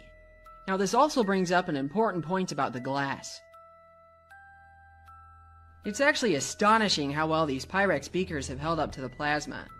The same cannot be said about this Pyrex bakeware. The difference is that the beakers are made from borosilicate glass, which has very low thermal expansion. Pyrex bakeware used to be made from this as well, but has since been changed to tempered float glass, and its internal stress patterns are easy to see in a polariscope. This change is unfortunate for home science, but it does make for less dangerous breaks in the kitchen, as it tends to explode into tiny bits as opposed to razor shards. Hello, my name's Jason. I live at 1776 Boulevard. We're here to talk about tonight. Excuse me, Jason? Yeah. What's your last name and what's your address again? My last name is Jason We the People, and my address is 1776 Boulevard. What city? Freedom City. Freedom City in what state?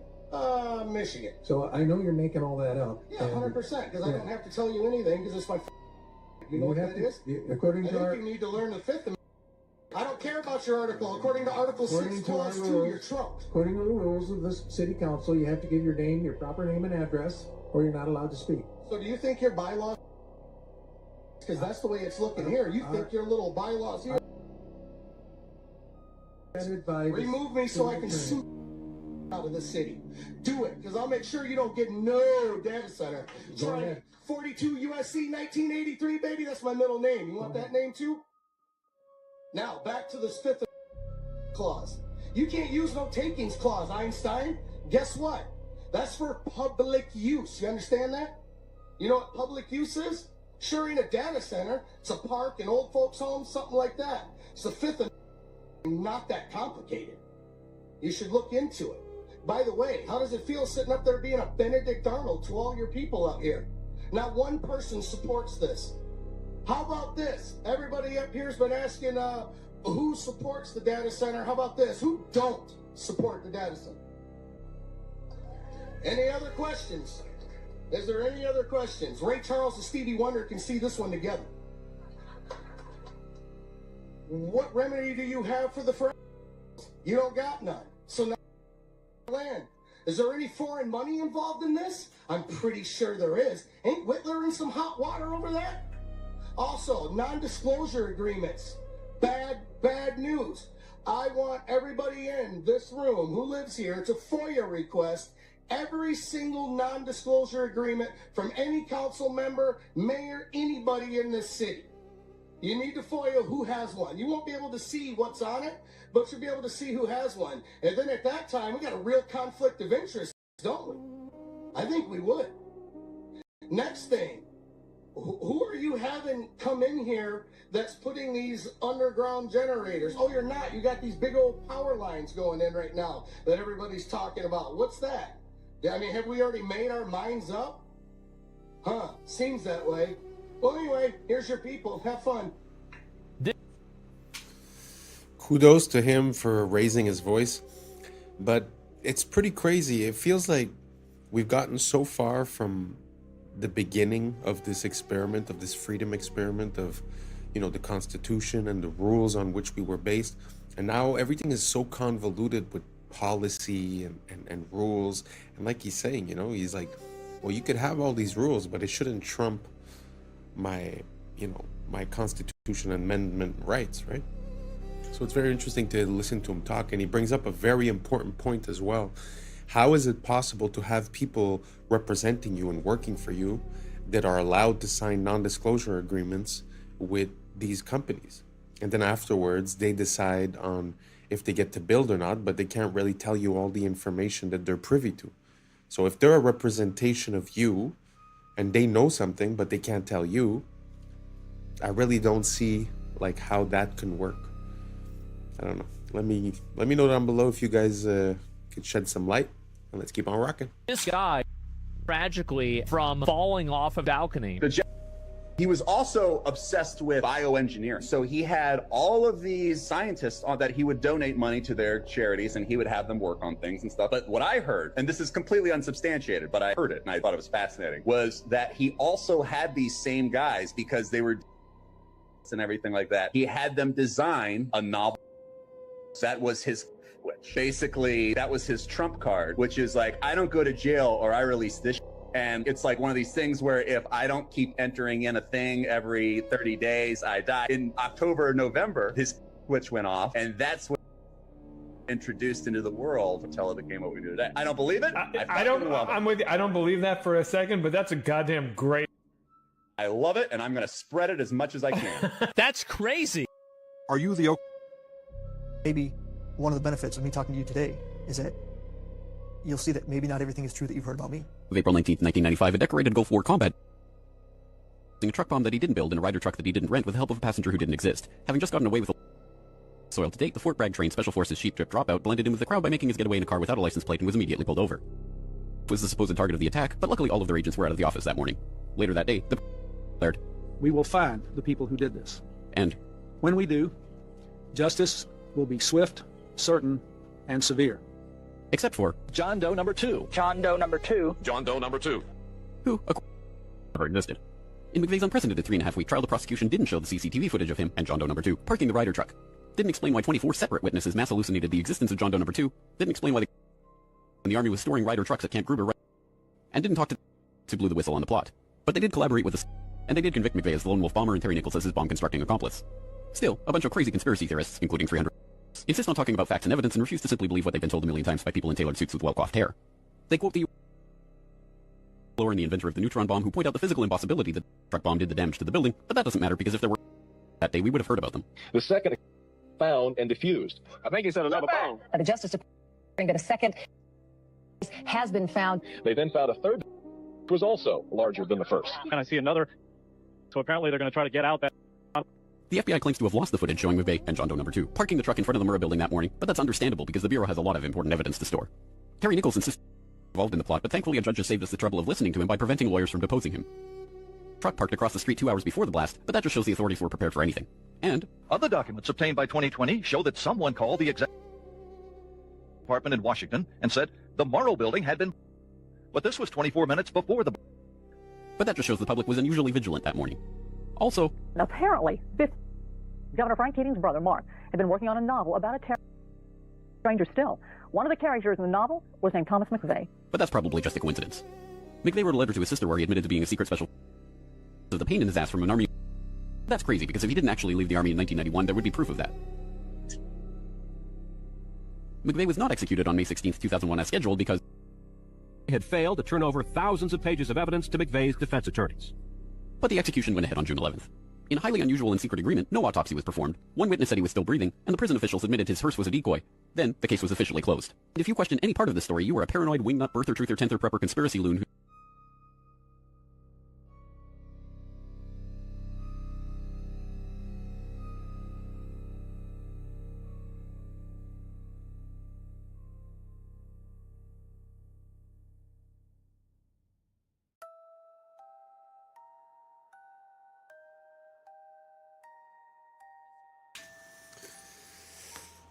It just seems sometimes, especially when you look at these major events, that the more you look closely, the more inconsistencies you can find.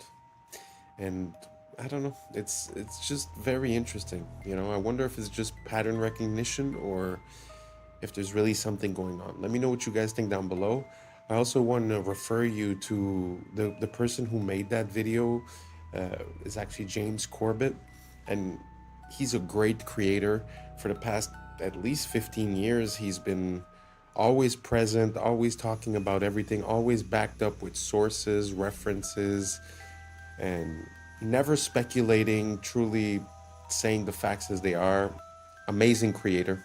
So anyways, thank you so much for rocking until the end. That's a wrap for today, familia. Whether you're tuning in with the sunrise or you're posted up after midnight, I appreciate your time, your energy, your curiosity. And don't forget, this isn't about truth or fiction. This is about perspective. If this sparked a thought, a laugh, a deeper question, then we did our job.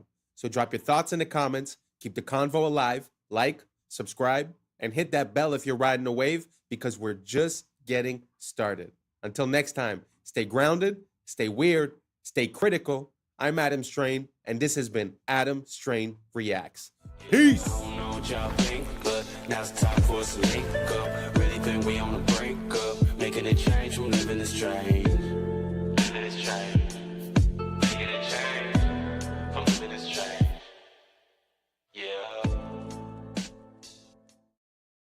world's fastest backwards runner. Are particles real? I think in a way physics has been a progress away from this.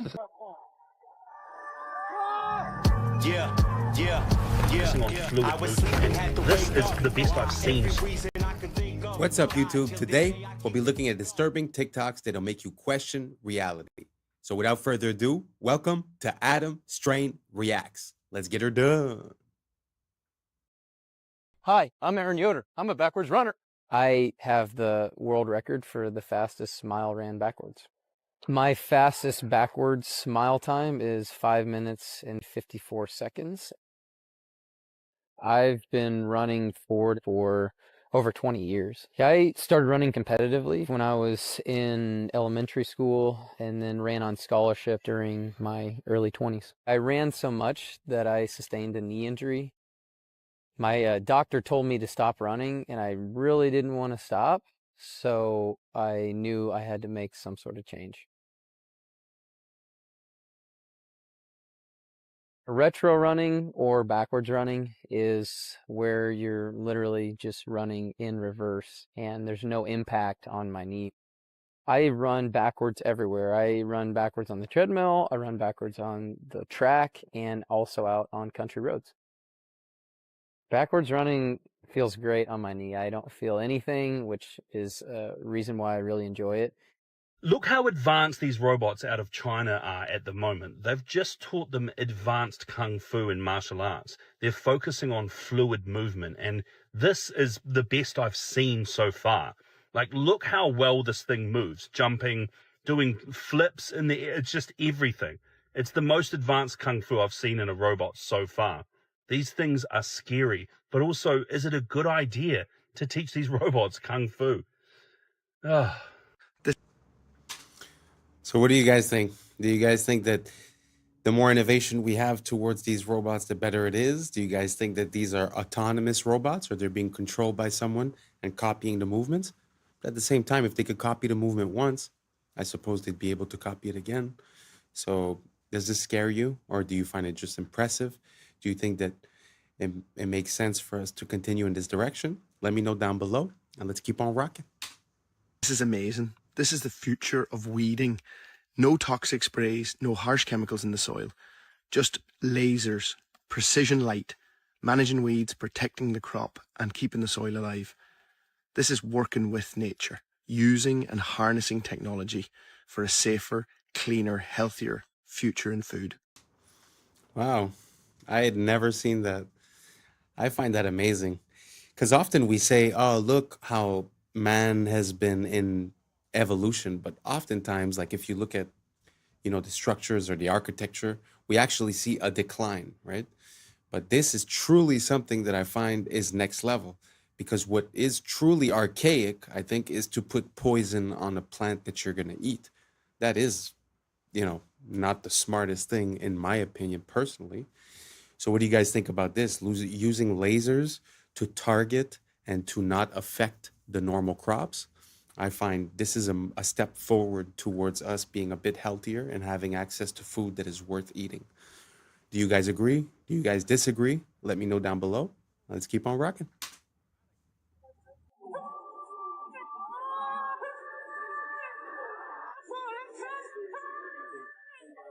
Oh, God.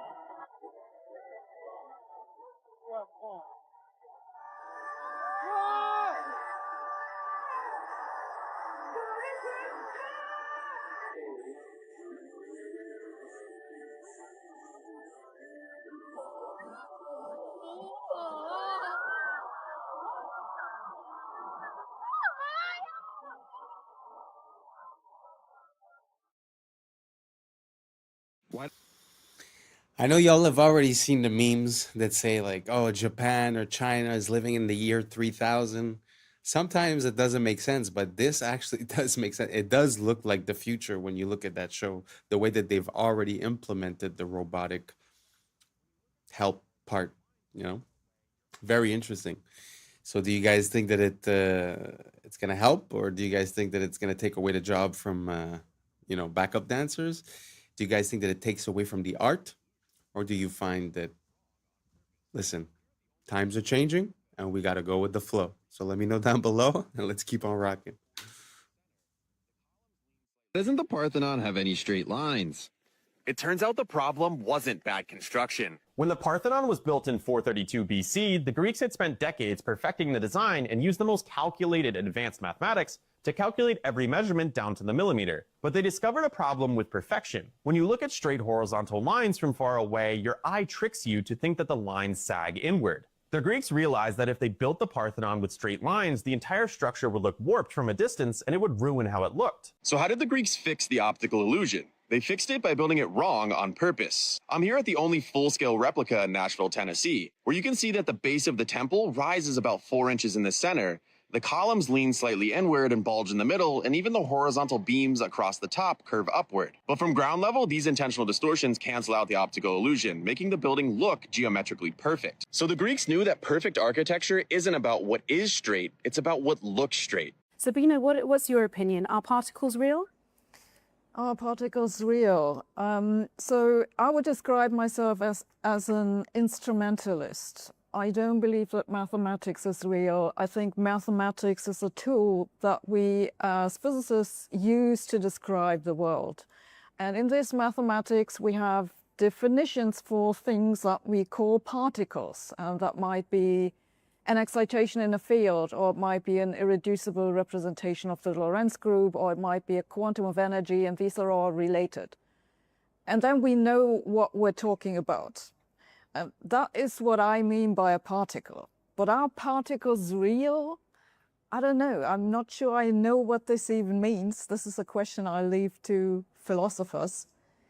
Lucky we've got one. For me, the interesting question is, are particles fundamental? The particles that we currently know of in the standard model of particle physics, electrons, quarks, photons, and so on, are they fundamental or are they made of something else? I know we like to say that the science is settled, but truly a lot of the things that we operate on are basically adaptations, or their theories, or their ways of comprehending the world and explaining it. But to hear a physicist say, just utter that question, are particles real, actually just shows how there might be a difference between what we believe has been understood and what truly is understood. Because when you look at a physical representation of something, like let's say a map, the map looks authentic, it looks like it makes sense. But we know nowadays that when you look at the details of the map, it's very hard for it to be a perfect 1-to-1 ratio. It's actually, I think, impossible. And that's why when you see the Mercator map, the projection that Google Map uses, you see the distortion between, let's say, Africa and Greenland, where it looks about the same size, when in reality, Greenland would fit, I think it's 9 times in Africa, something like that. So it kind of makes sense to me that that would, transpose into this application. But tell me what you guys think down below. Do you guys think that the way that we approach science and the science of small things is a physical way of seeing it? Or do you think it's a way that we can understand the concepts and give a name to the effects that happen, when in reality it might look physically different? Just a question, just wondering what you guys think. Let me know down below, and let's keep on rocking. All right, boys. So before I got on my freaking airplane ride, my Spirit Airlines ride, I went around looking, right? And I was taking videos, and I was like, oh, Palin gonna freaking love this. But so I was looking for anyone fueling planes, right?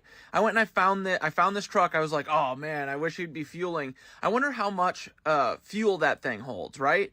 I looked it up, okay? I think it's about a 5,000 gallon fuel truck. So let's say 5,000 gallons just to make everything easy, right? Most of Spirit Airlines planes are these A320s or whatever, different versions of them. So I'm pretty sure I was on one of those. And it looks like it's like, let's say roughly 5,000. Let's give them the benefit of the doubt. It's only 5,000 gallons of fuel that they're putting in these planes, right? Even though things like the Airbus A380, dude, look, they're saying that they put 85,000 gallons of fuel in those.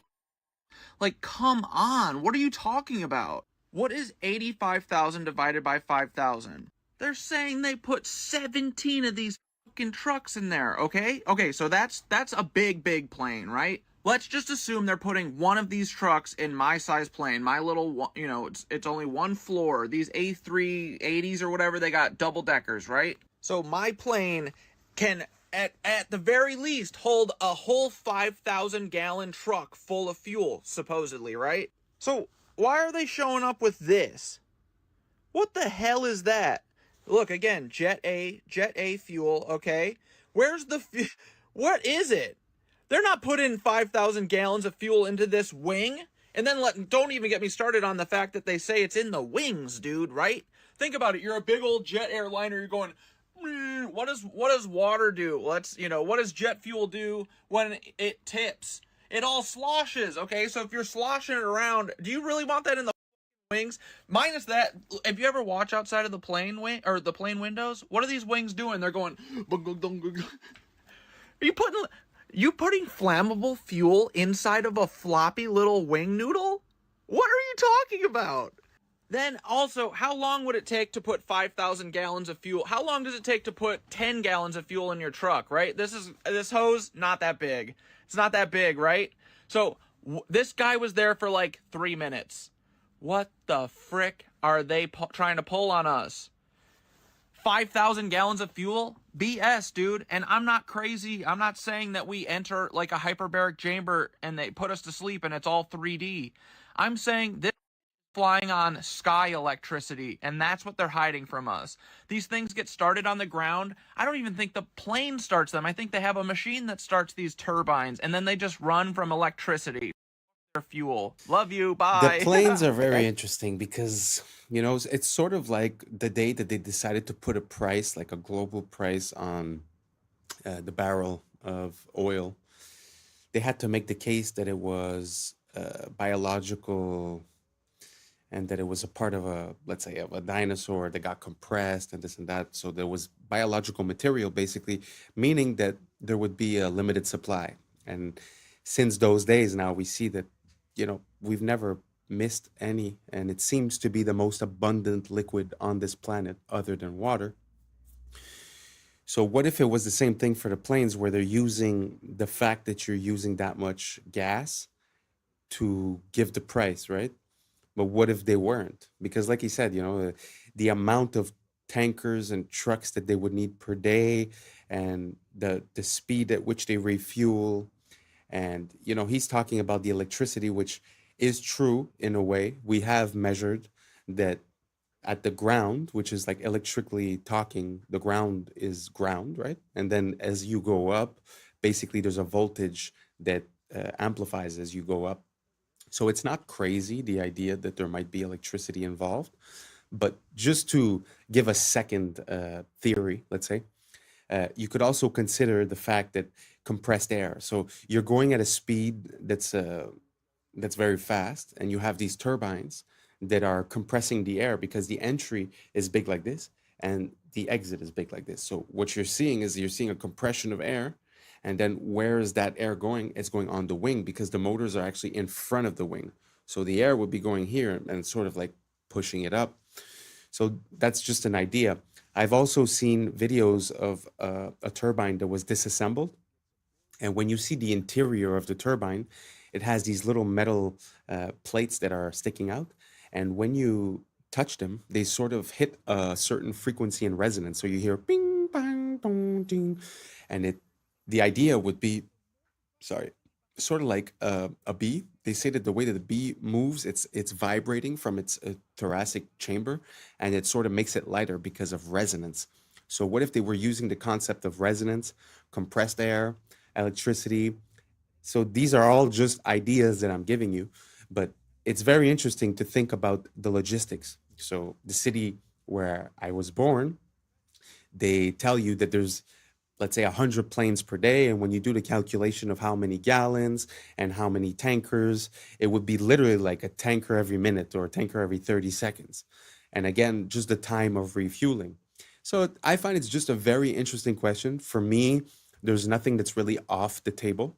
So let me know what you guys think. Is this crazy? Is this ridiculous? Are we sure?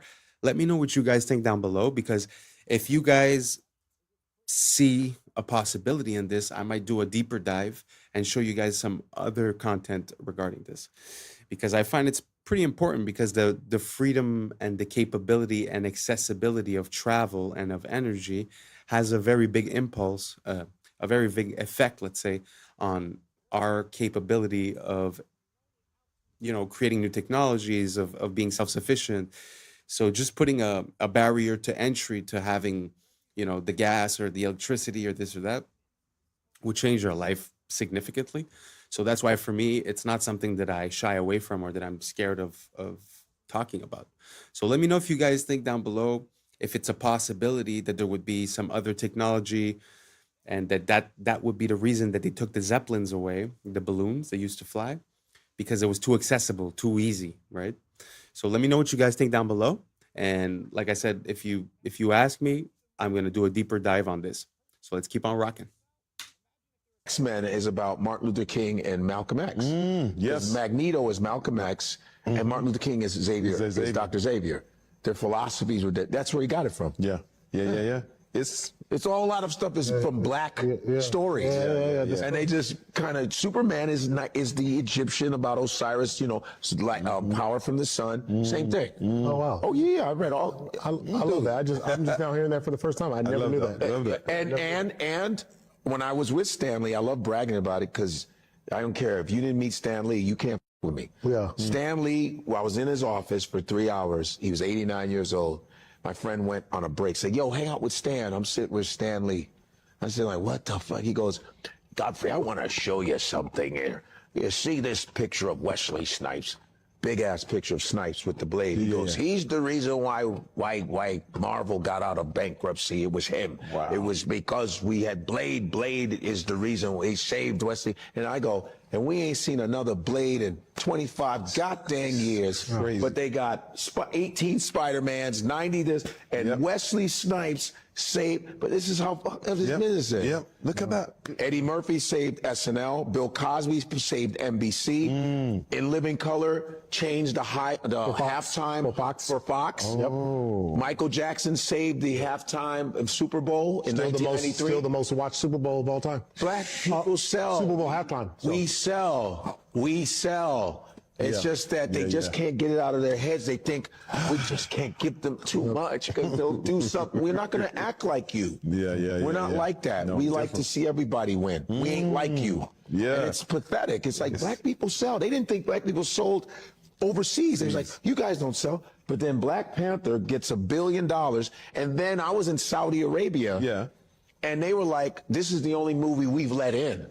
Because they ban all American in Saudi. They go, no, Black Panther, yalla, yalla. The entire... Wow, I had never heard that, actually. It's very interesting. It actually makes me think of, you know, the story of the Matrix and the Terminator were connected, and they were written as well by a black lady. And I find there's no credit that's given. And the part that really stuck with me is the fact, like when he said, you know, Blade saved Marvel, and there hasn't been a movie in 25 years, yet there's been 18 of the Superman, of the Spider-Mans and this and that. Very interesting, because really, when you think about it, why wouldn't they release things that they know work, and they would try to, I say ruin, but, you know, like destroy all these long-standing franchises. I have a hard time understanding Disney, to be honest, and everything that they've been doing in the past, let's say 10 years with the movies. Like personally, I grew up and it was a very big thing, Star Wars. Like it was the, you know, the original movies, and it was a super big thing. And now I can't even bring myself to watch the new ones. It's like, I can't even follow it. It just seems so distorted and so, and to make a quick parallel, if you guys haven't seen, there's a movie or a trailer about when Anakin sort of becomes Darth Vader, and it's all done by one person using AI. And I think that's going to be the downfall of these companies, because for once we're going to be able to create the things that we want to watch, and we won't have to wait for them to provide it to us. So I think we've hit like a limit where the things we want to see, whether it be another Blade or whether it be, you know, he was saying the black comic books, or whatever it is, I think now we're going to have the capability of doing it. And when they see the response, I feel like now we're going to be able to have a bit more negotiating power. So I'm very interested to see where, Hollywood and the movie business is about to go, because I feel like the fact that we're able to influence it and actually render movies is going to put us in competition with the bigger companies. Do you guys see what I'm saying? Do you guys see the fact that maybe they've had control for too long and they've been taking decisions that haven't been based on the reception and have been based maybe on things that they'd like to put into our subconscious, our mental? Let me know what you guys think down below, because we all know that Hollywood comes from the wood of the holly tree, which is how they used to make magic wands, right? So there is something metaphysical and something magical about the way Hollywood has been handled, let's say, in the past 100 years. So let me know what you guys think down below, and let's keep on rocking.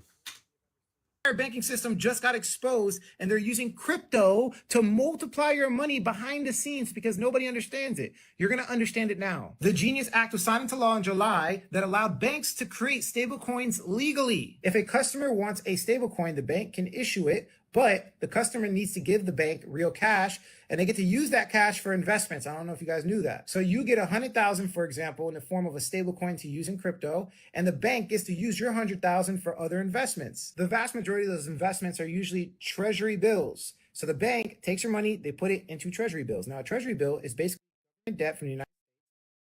Will pay back that 100 grand and interest to the original investor. And the original investor in this case is the bank. So the treasury bills may be sold as purchase securities for repurchase agreements. The fine print exposes everything. They can use the treasury bills for repurchase agreements. So here's the stable coin.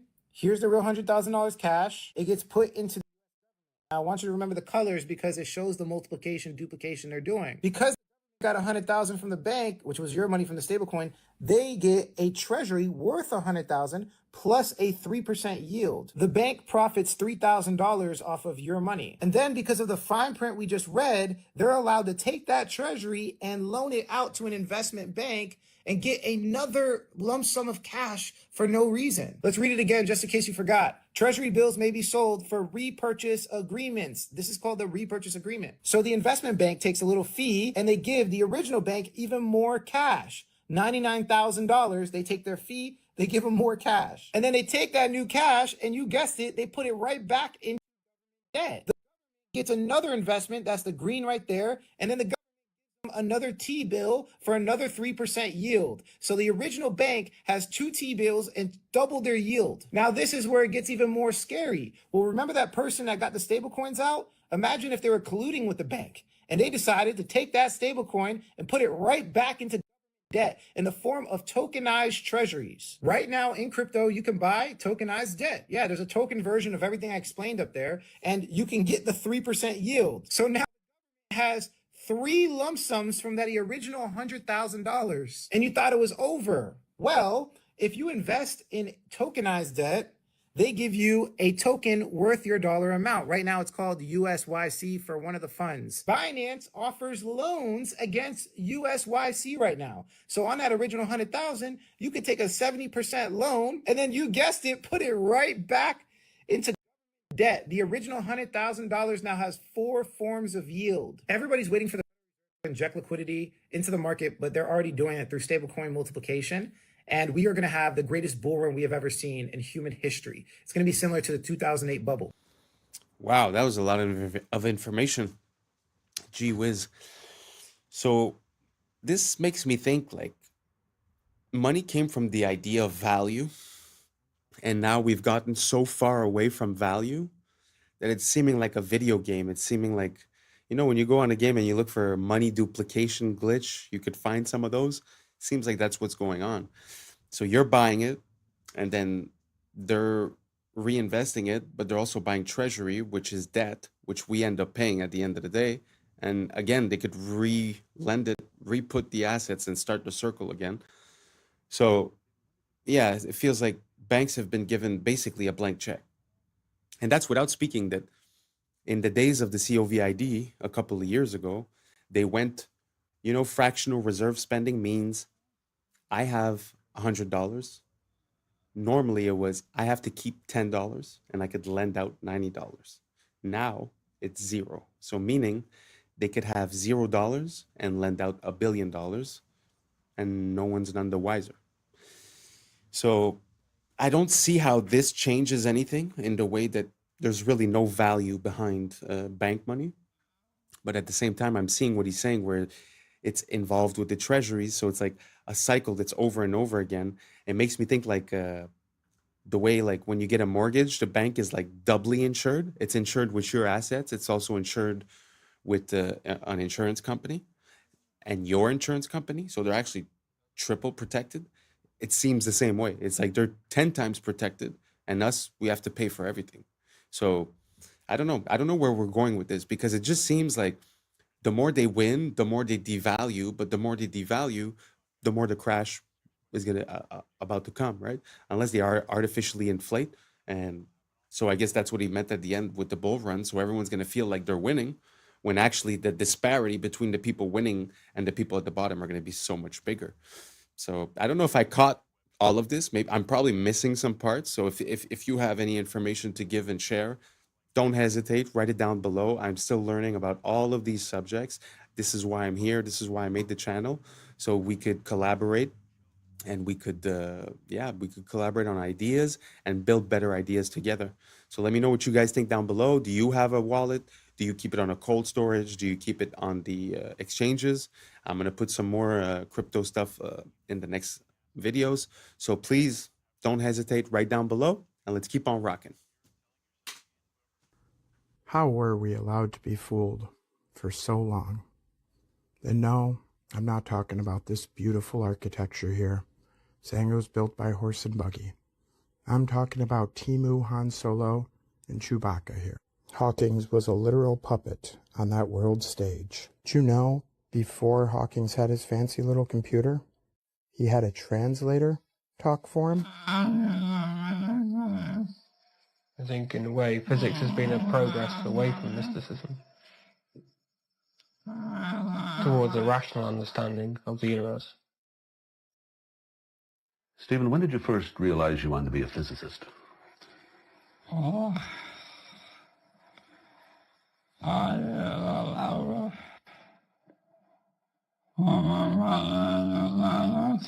think I knew from about the age of 9 or 10 that I wanted to be a scientist.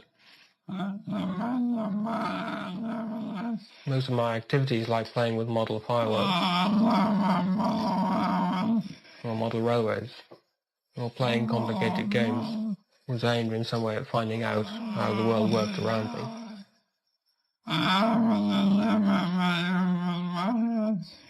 I was never very good with my hands, where my models did not work very well.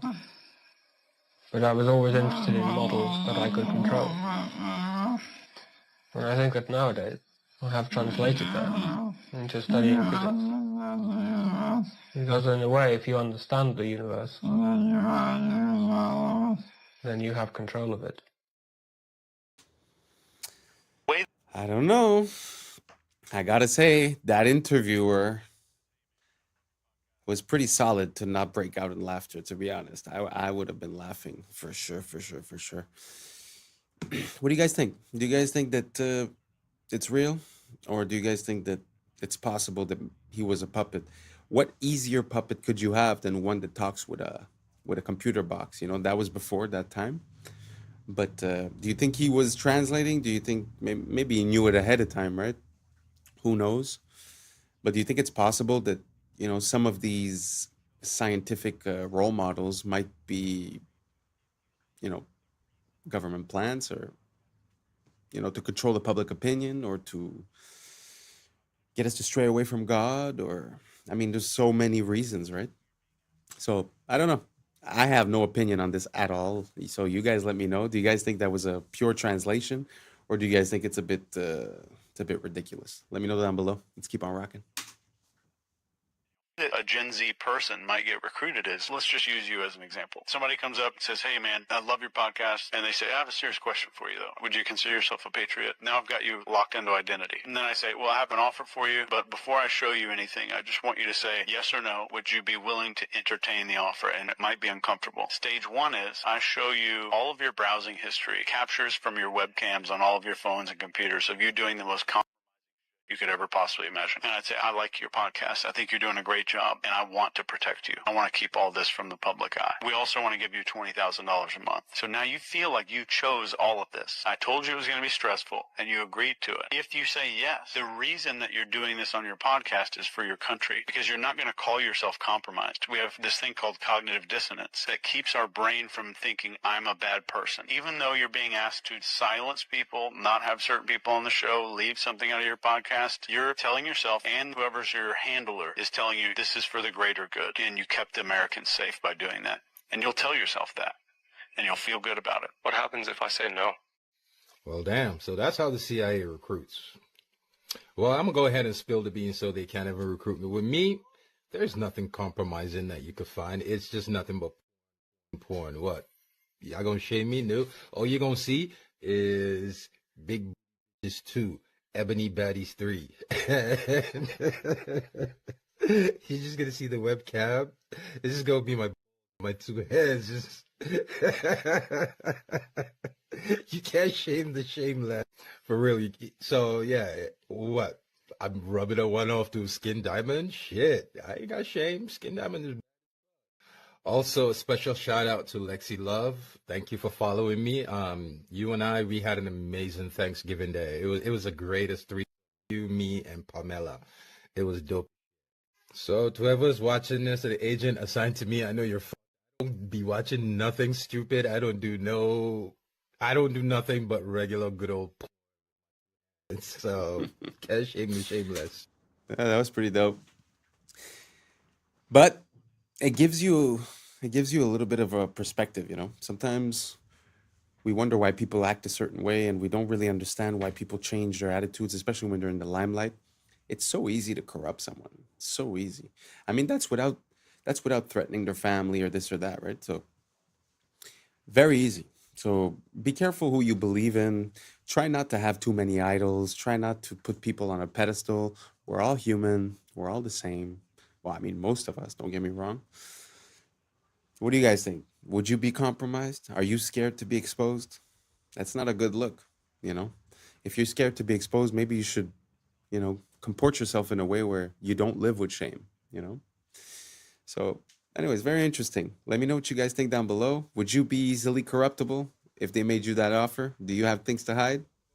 Let us know down below. I know you won't, but you can. And that's a wrap for today, familia. Whether you're tuning in with the sunrise or you're posted up after midnight, I appreciate your time, your energy, your curiosity. And don't forget, this isn't about truth or fiction. This is about perspective.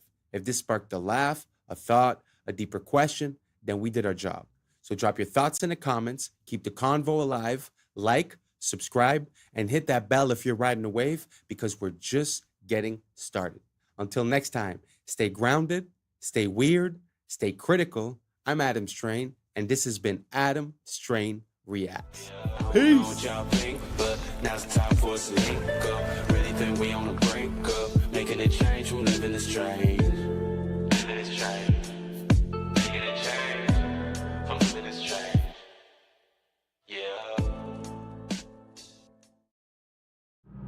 Yeah. Yeah. I was sleeping, had to wake up. Why? Every reason I could think of. God, till the day I keep the ink up. What's up, YouTube? Today, we'll be looking at disturbing TikToks that'll make you question reality. So without further ado, welcome to Adam Strain Reacts. Let's get her done. Some conspiracy theories are true. For example, let's say you had a friend call you up and say, I was eating at a restaurant and I found a microchip in my food. I know because I told them to leave off the pepper, but I saw a single speck of pepper, but when I looked at it closely, it was perfectly square, and when I took it home and looked at it under a magnifying glass, it was a microchip. Before you have them institutionalized, know that sometimes cheese has microchips in it. Specifically, authentic Parmesan cheese from Italy has chips embedded in the cheese wheels because they have a huge issue with counterfeiting. These chips let them scan the wheels for authenticity and also track where they go. These microchips are edible by design, and you may have eaten one in your life. Likewise, let's say that same friend says their printer is encoding secret messages in documents, that they keep finding these microscopic specks that they thought were just flaws in the print head or something. But once again, when they looked at them under their magnifying glass, they found a pattern, and they're certain that the pattern has meaning. What your friend has discovered are printer tracking dots. Many printers, we don't know which ones, use tiny, basically invisible dots. These identify the serial number of that printer and also the date and time when the document was printed. Printer manufacturers actually did this for 20 years in secret before the public found out in 2004. But for example, if documents were leaked from a government agency, these dots help them identify which printer they came from. Likewise, if you're using your printer for some sort of illegal counterfeiting activity, they can scan those nearly invisible dots and immediately know which machine did it and when. This is actually the frustrating thing about the fake conspiracy theories. Sometimes the reality is just as weird. Welcome to America, where we work to live and live to work, where we spend hundreds of thousands on a home that we barely get to step foot in because the hours we work to pay for it keeps us away from it, where we buy a car just to drive it to a job that barely pays enough to keep the gas tank full, where our healthcare system will bankrupt you faster than the illness can kill you. We're getting sick is the business motto and the cure is priced like a luxury. Welcome to America, where the food is fake, the water's tainted, and the air we breathe is up for sale. Where the richest 1% own more than the bottom half combined, and they still tell us to work harder. Where we chase the American dream only to find out it was designed to stay out of reach. And every time we get close to the finish line, they just inch it a little further back. Where school doesn't teach you how to live, just how to obey, comply, and clock in. Where education comes with a lifetime of debt and the diploma is nothing more than a receipt for money that you ain't never gonna see again. Welcome to America, where we pay taxes to keep the lights on in government buildings we ain't never even allowed to enter. Where your rights are written in pencil and erased when it's inconvenient. Where justice depends on your income and the law bends to the highest bidder. One.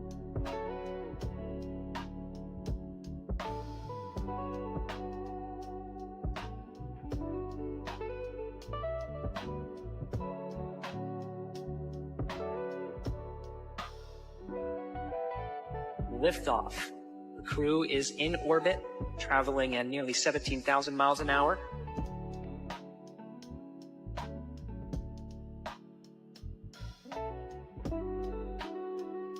Did you know Facebook launched on the exact same day the government shut down its most secretive surveillance program?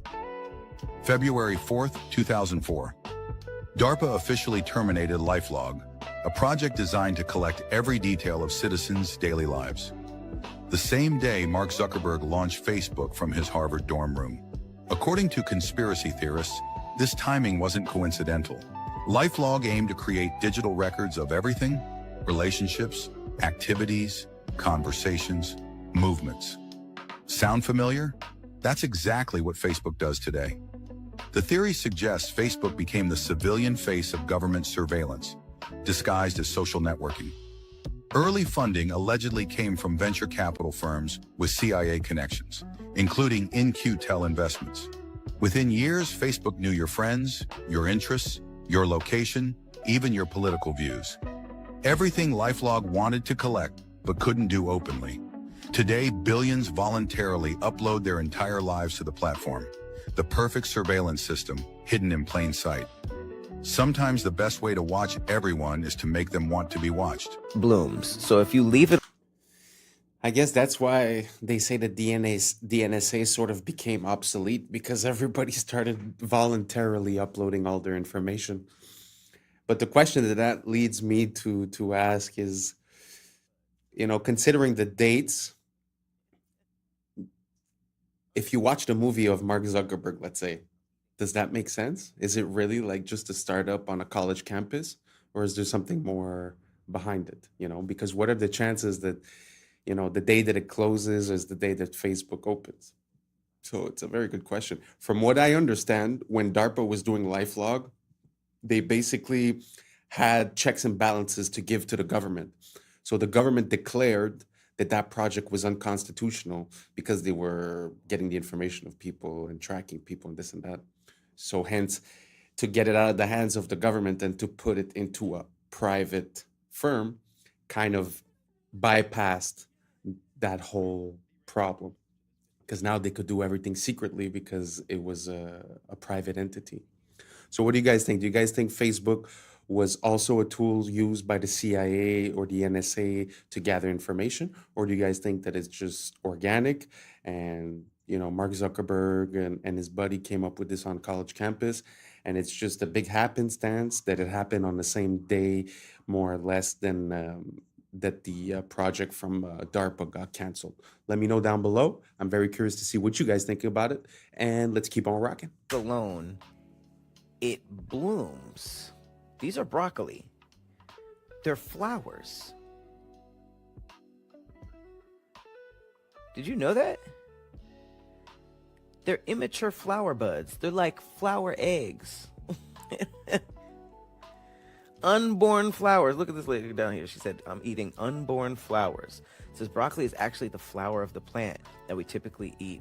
What we typically eat are immature flower buds. If left unharvested, these tight green clusters will eventually bloom into small yellow flowers. This is broccoli.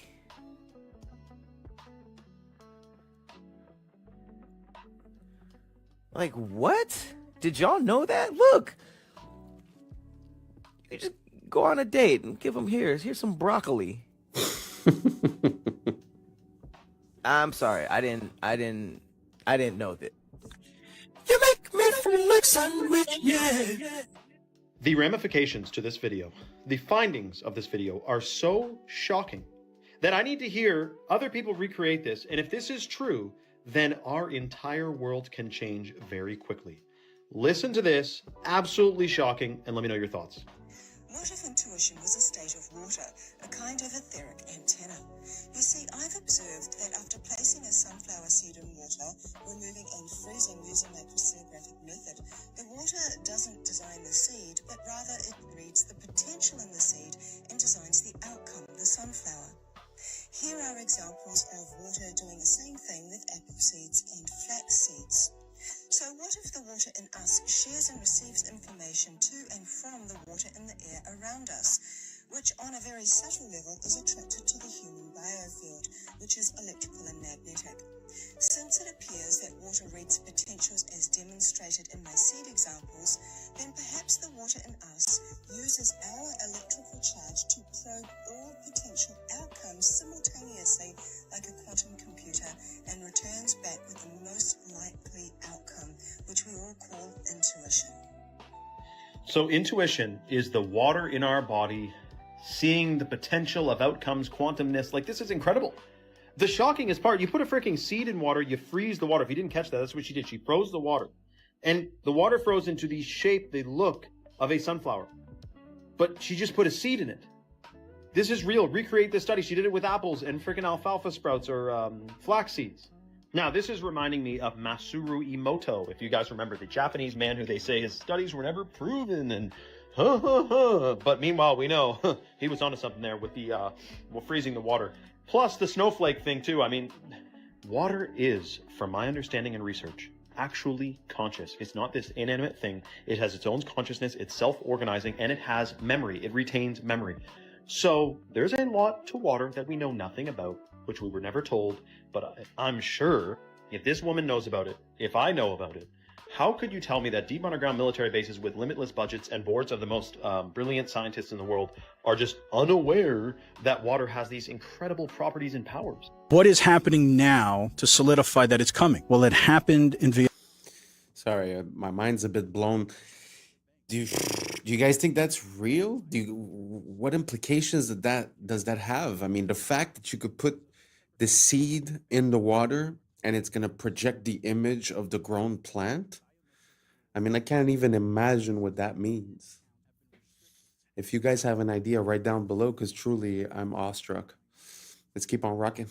Vietnam. 86 million people have no longer access to their banks because they refuse to comply with biometrical standards for digital identification. Denial by default. As of September 1st, 2025, banks across Vietnam are closing accounts deemed non-compliant to new biometric rules. Authorities estimate over 86 million accounts have been restricted.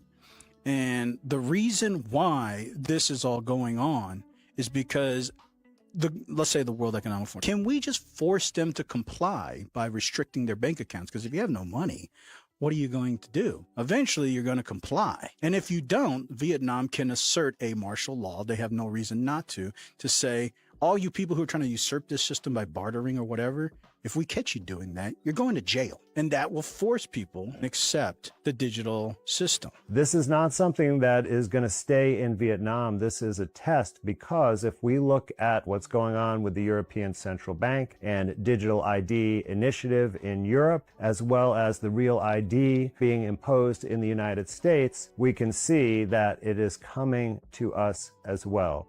That's where it gets confusing. Right. So, what do you guys think about the digital ID? Do you guys think that it's the natural progression of things, or do you guys think that this is a whole other level of control, tracking, data harvesting, and etc.? Right? Let me know down below, and let's keep on rocking.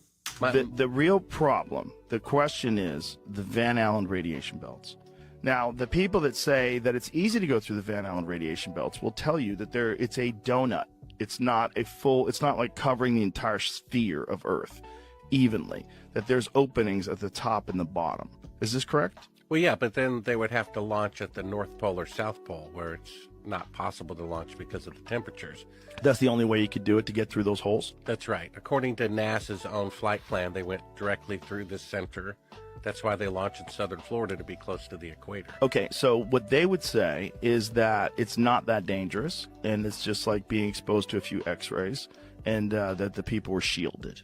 Well, go to Sabrel.com and watch a latest clip about it. But you're right there, so I want to give you the opportunity. I'm just saying, what they would say to you. The clip there is of Kelly Smith. He's an employee at NASA, explaining something that most people don't know, which is above the Earth, starting at about 1,000 miles and extending about 30,000 miles, is a huge band of radiation that astronauts would have to go through to the moon and through again back. First, he says it's dangerous, meaning deadly, and then he says that the technology for an astronaut to go through it to the moon and back and survive has yet to be invented.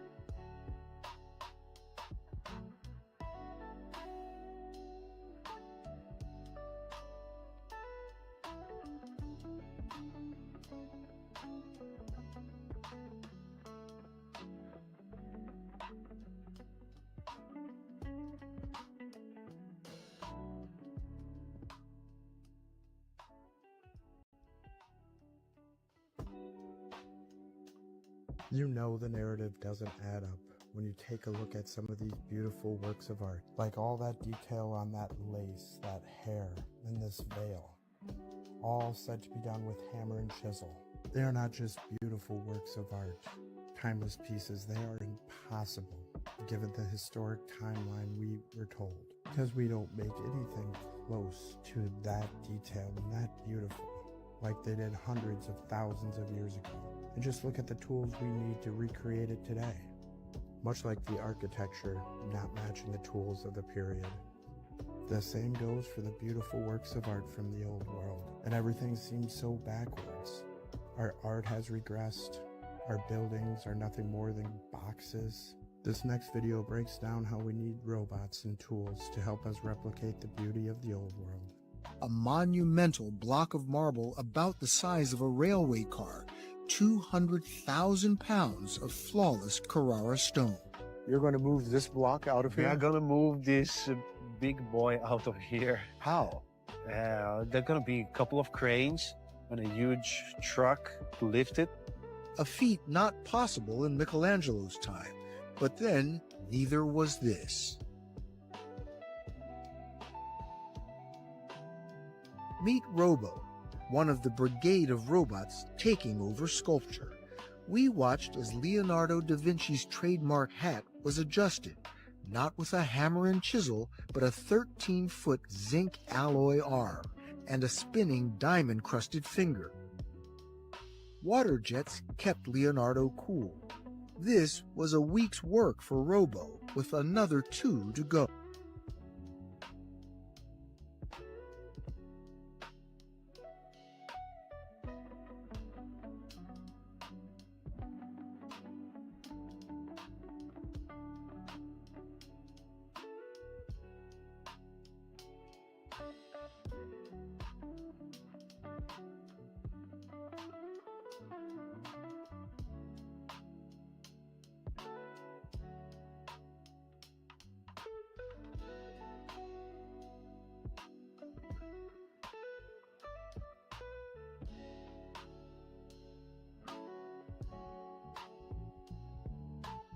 So big news, Taylor Swift just dropped The Life of a Showgirl, and what an album it is.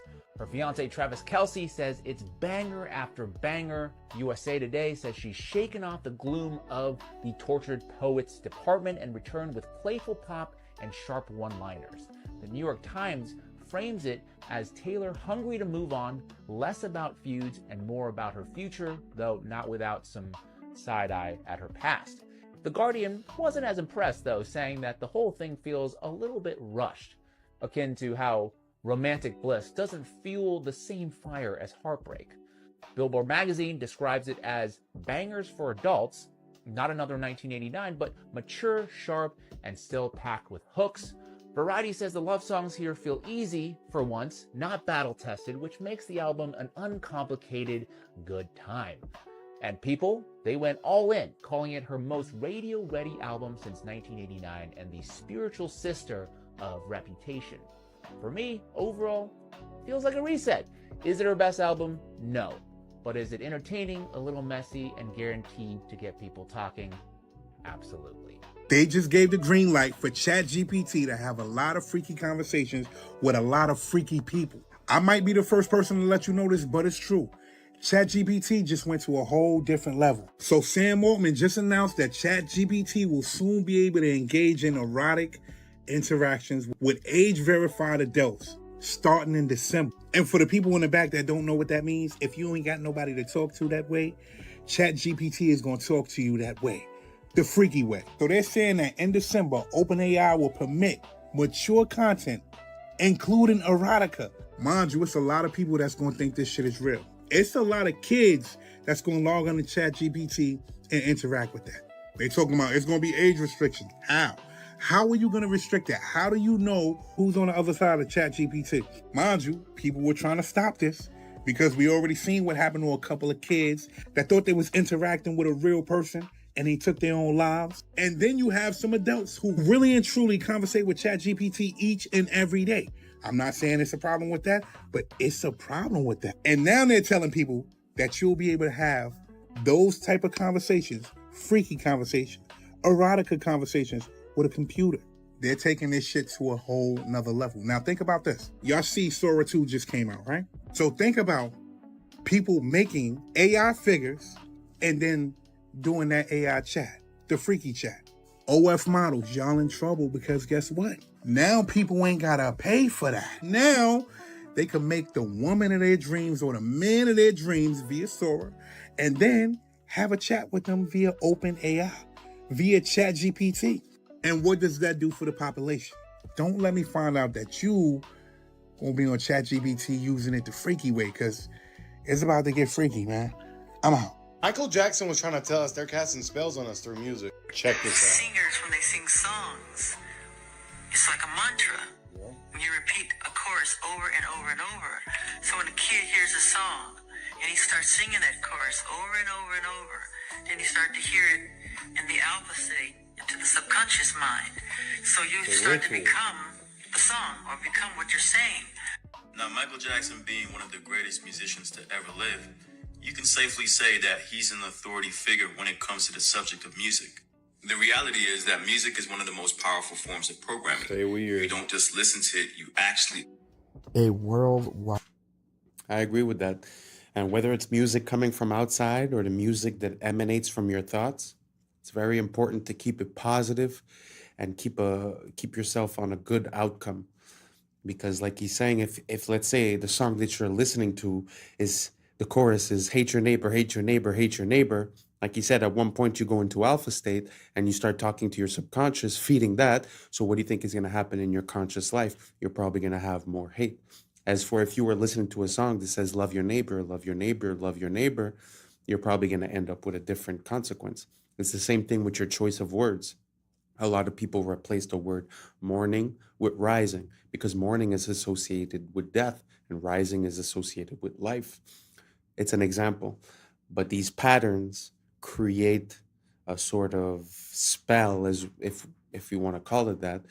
Some people call it epigenetics, the biology of belief. There's different interpretations of it, but my only point to this is I think we should be careful what we consume, what we listen to, what we repeat, how we think, and what we say. If you guys agree, or if you don't agree, let me know down below, and let's keep on rocking. Event that left so many remains melted and scorched. You can see the blackening and charring on so many of these melted structures. Most of these structures are still buried from the many resets that occurred after them. This is a perfect one. To the right of that archway, you can see a lot of that structure deformed and buried under the stone, and that undeniable scorching. Some more blackened stone here on the top, and in little small parts all along this melted ruin.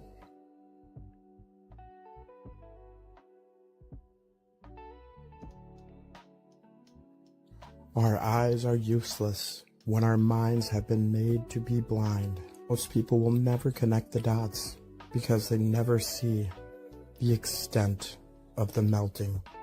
When you've ever seen maybe one or two examples that ever look like this, and they tell you it's erosion, that lie's easy to buy.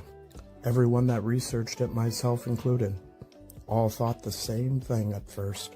But when you see the thousands of examples, it's clear something big happened in our past. Something erased from the history books. Perhaps a massive plasma storm, realm-wide. The truth is hidden in plain sight. Question everything, friends. Until next time.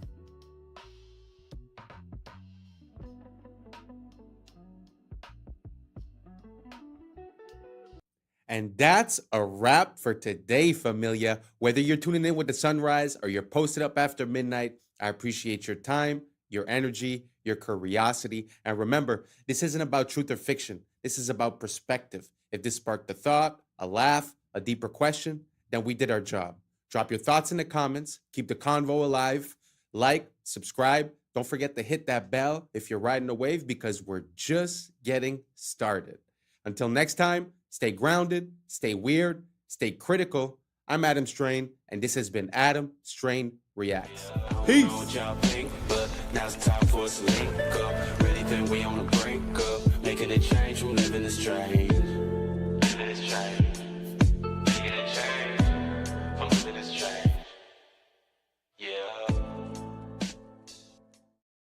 Things rendered in real life, this is it. You can walk as far as you want. You can go anywhere you want. This is Google. Yeah, and these things don't exist. This is just AI artificially creating a 3D world, but it gets better, boys. Yeah. I was sleeping, had to wake up. Why? Every reason I can think. What's up, YouTube? Today, we'll be looking at disturbing TikToks that'll make you question reality. So without further ado, welcome to Adam Strain Reacts. Let's get her done. This is how perfumes can actually kill you. It disrupts the gut microbiome. It disrupts the lungs, affecting your immune system. When you're spraying perfume on a leaf, it dies. I can't even walk into a store anymore. You walk to the perfume aisle and they're spraying in front of you. It's almost like an obstacle course. All of this is so toxic and poisonous for you. They're all endocrine disruptors. Men, your testosterone's getting lower. Find some natural things. Use herbs, spices. What if we're already at double simulation? This week, Google Gemini 3 shows us Inception. Nothing beats a Jet2 holiday. And right now, you can save £50 per person. That's £200 off for a family of 4. So this person was just watching somebody else watching a Jet2 holiday. But it gets better, boys. It gets better. And so this is a rendering. And this is all just by a text prompt. But they're just out there walking in real life now. And this is all rendered live. You know, the simulation theory, how everything's rendered in real life. This is it. You can walk as far as you want. You can go anywhere you want. So this is Google. Yeah, and these things don't exist. This is just AI artificially creating a 3D world, but it gets better, boys. Genie 3 has real-time interactivity, meaning that the environment reacts to your movements and actions. You're not walking through a pre-built simulation. Everything you see here is being generated live as you explore it. And Genie 3 enables promptable events, so you can add new events into your world on the fly. Something like another person or transportation. Live. Oh, you just type it in and it shows up. Or even something totally unexpected. You can generate worlds with distinct geographies, historical settings, fictional environments, and even other characters. Worlds can help with embodied research, training robotic agents before working in the real world. We're excited to see how Genie 3's world simulation. Wow. I mean, in my mind, that's a game changer intensely. Because imagine if what you render, you could interact with it and that it auto-generates. That means you could sort of live in, you know, like your GTA type of map, right? So you live within that map, because I always had a hard time to understand how they would get everyone into the metaverse. Basically, you know, because the whole shift, like if you look at the investments towards Facebook and all that, was put towards the metaverse quite a while ago, and I had a hard time to imagine how they could get us all to go live in this simulated reality, because we're already sharing a space in this world, right? But this little advancement makes me see the whole potential of it, because while you could live in a Lord of the Rings type of universe, GTA map, you know, or someone lives actually in the GTA map, or someone else lives in Thailand or whatever, it could be anywhere. And at the end of the day, they could just make a place where people have a common ground to meet, and that would be the metaverse. And then it seems kind of plausible. You know, when people are having a bad deal or having a hard time making ends meet, so why not live in the digital world? I don't know if you guys seen the movie Ready Player One. I think that's sort of like a prototype of the idea that's going to be rendered. And we all see that, you know, in the past couple of years, it's like our money's worth less. If it just feels like, you know, all the faith in the systems has eroded. The media no longer medias. The food no longer foods. The math ain't mathin'. I don't know if you guys get it, but I mean, it just seems like everything not only doesn't serve its purpose, but actually serves its opposite purpose. So anyways, all that to say that this invention is pretty breathtaking. The fact that you create an environment that auto-generates afterwards means you could spend the whole day inside of one prompt and then just adding in elements and stuff. Crazy potential. If you guys see any other ideas, any potential like that, or any other groundbreaking advancements in the AI space, let me know down below. I'm always down to check it out. Let's keep on rocking.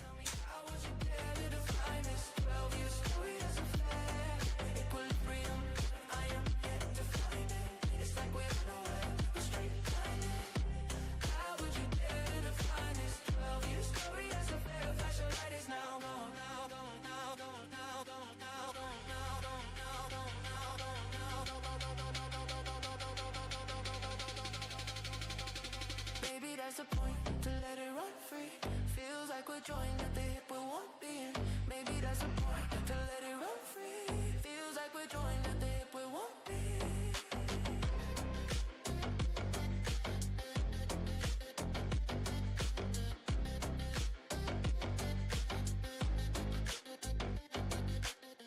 Check out this chimpanzee absolutely smash this memory test. This memory test is set to the hardest setting, and most humans would fail it. 95% of humans fail this test, but this chimpanzee seems to smash through each set of 9. What it does is it shows up 9 numbers, 1 through to 9 most of the time, or sometimes doubles up numbers, and you're supposed to go through an order of lowest to highest, and this chimpanzee is absolutely smashing it. Wow. I wouldn't have gotten that. Would you have gotten those? I was looking at the screen, I was like, no, way too quick. Isn't that crazy though, how we underestimate, animals and their intelligence? I mean, it might not be the same type of intelligence, but I've heard similar things when it comes to dolphins, whales, elephants, bigger animals. They have these capabilities that are very, very impressive. If you guys have any other example, let me know down below. Let's keep on rocking.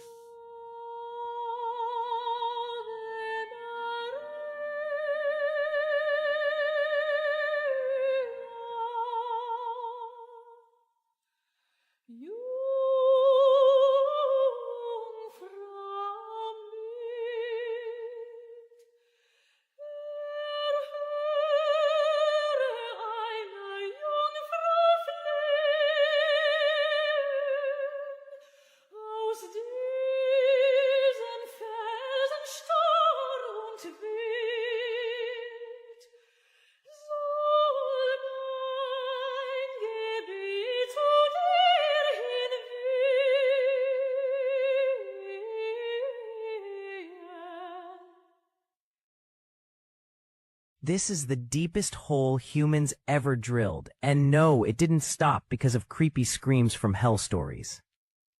Russia's Kola super deep borehole, over 12 kilometers straight down, deeper than Mount Everest, is tall. Deep below, rock shattered like glass, seawater leaked out, and fossils showed up kilometers deeper than expected. At just 12 kilometers deep, it hit 180 degrees Celsius, nearly double what scientists expected at that depth. Rock flowed like hot plastic, crushing drill bits, jamming tools, and snapping steel supports faster than engineers could even get new equipment in the ground. In the end, Kola stalled.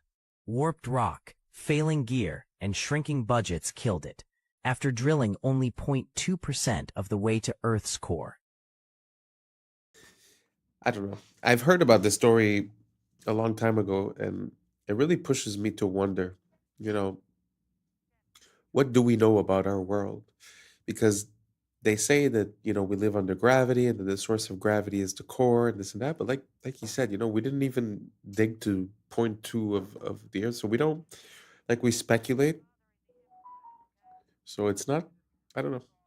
To me, the science isn't settled. So when I see stuff like that, it makes me remember how much we're missing to discover this world completely, Anyways, just a thought. Let me know what you guys think down below. Let's keep on rocking.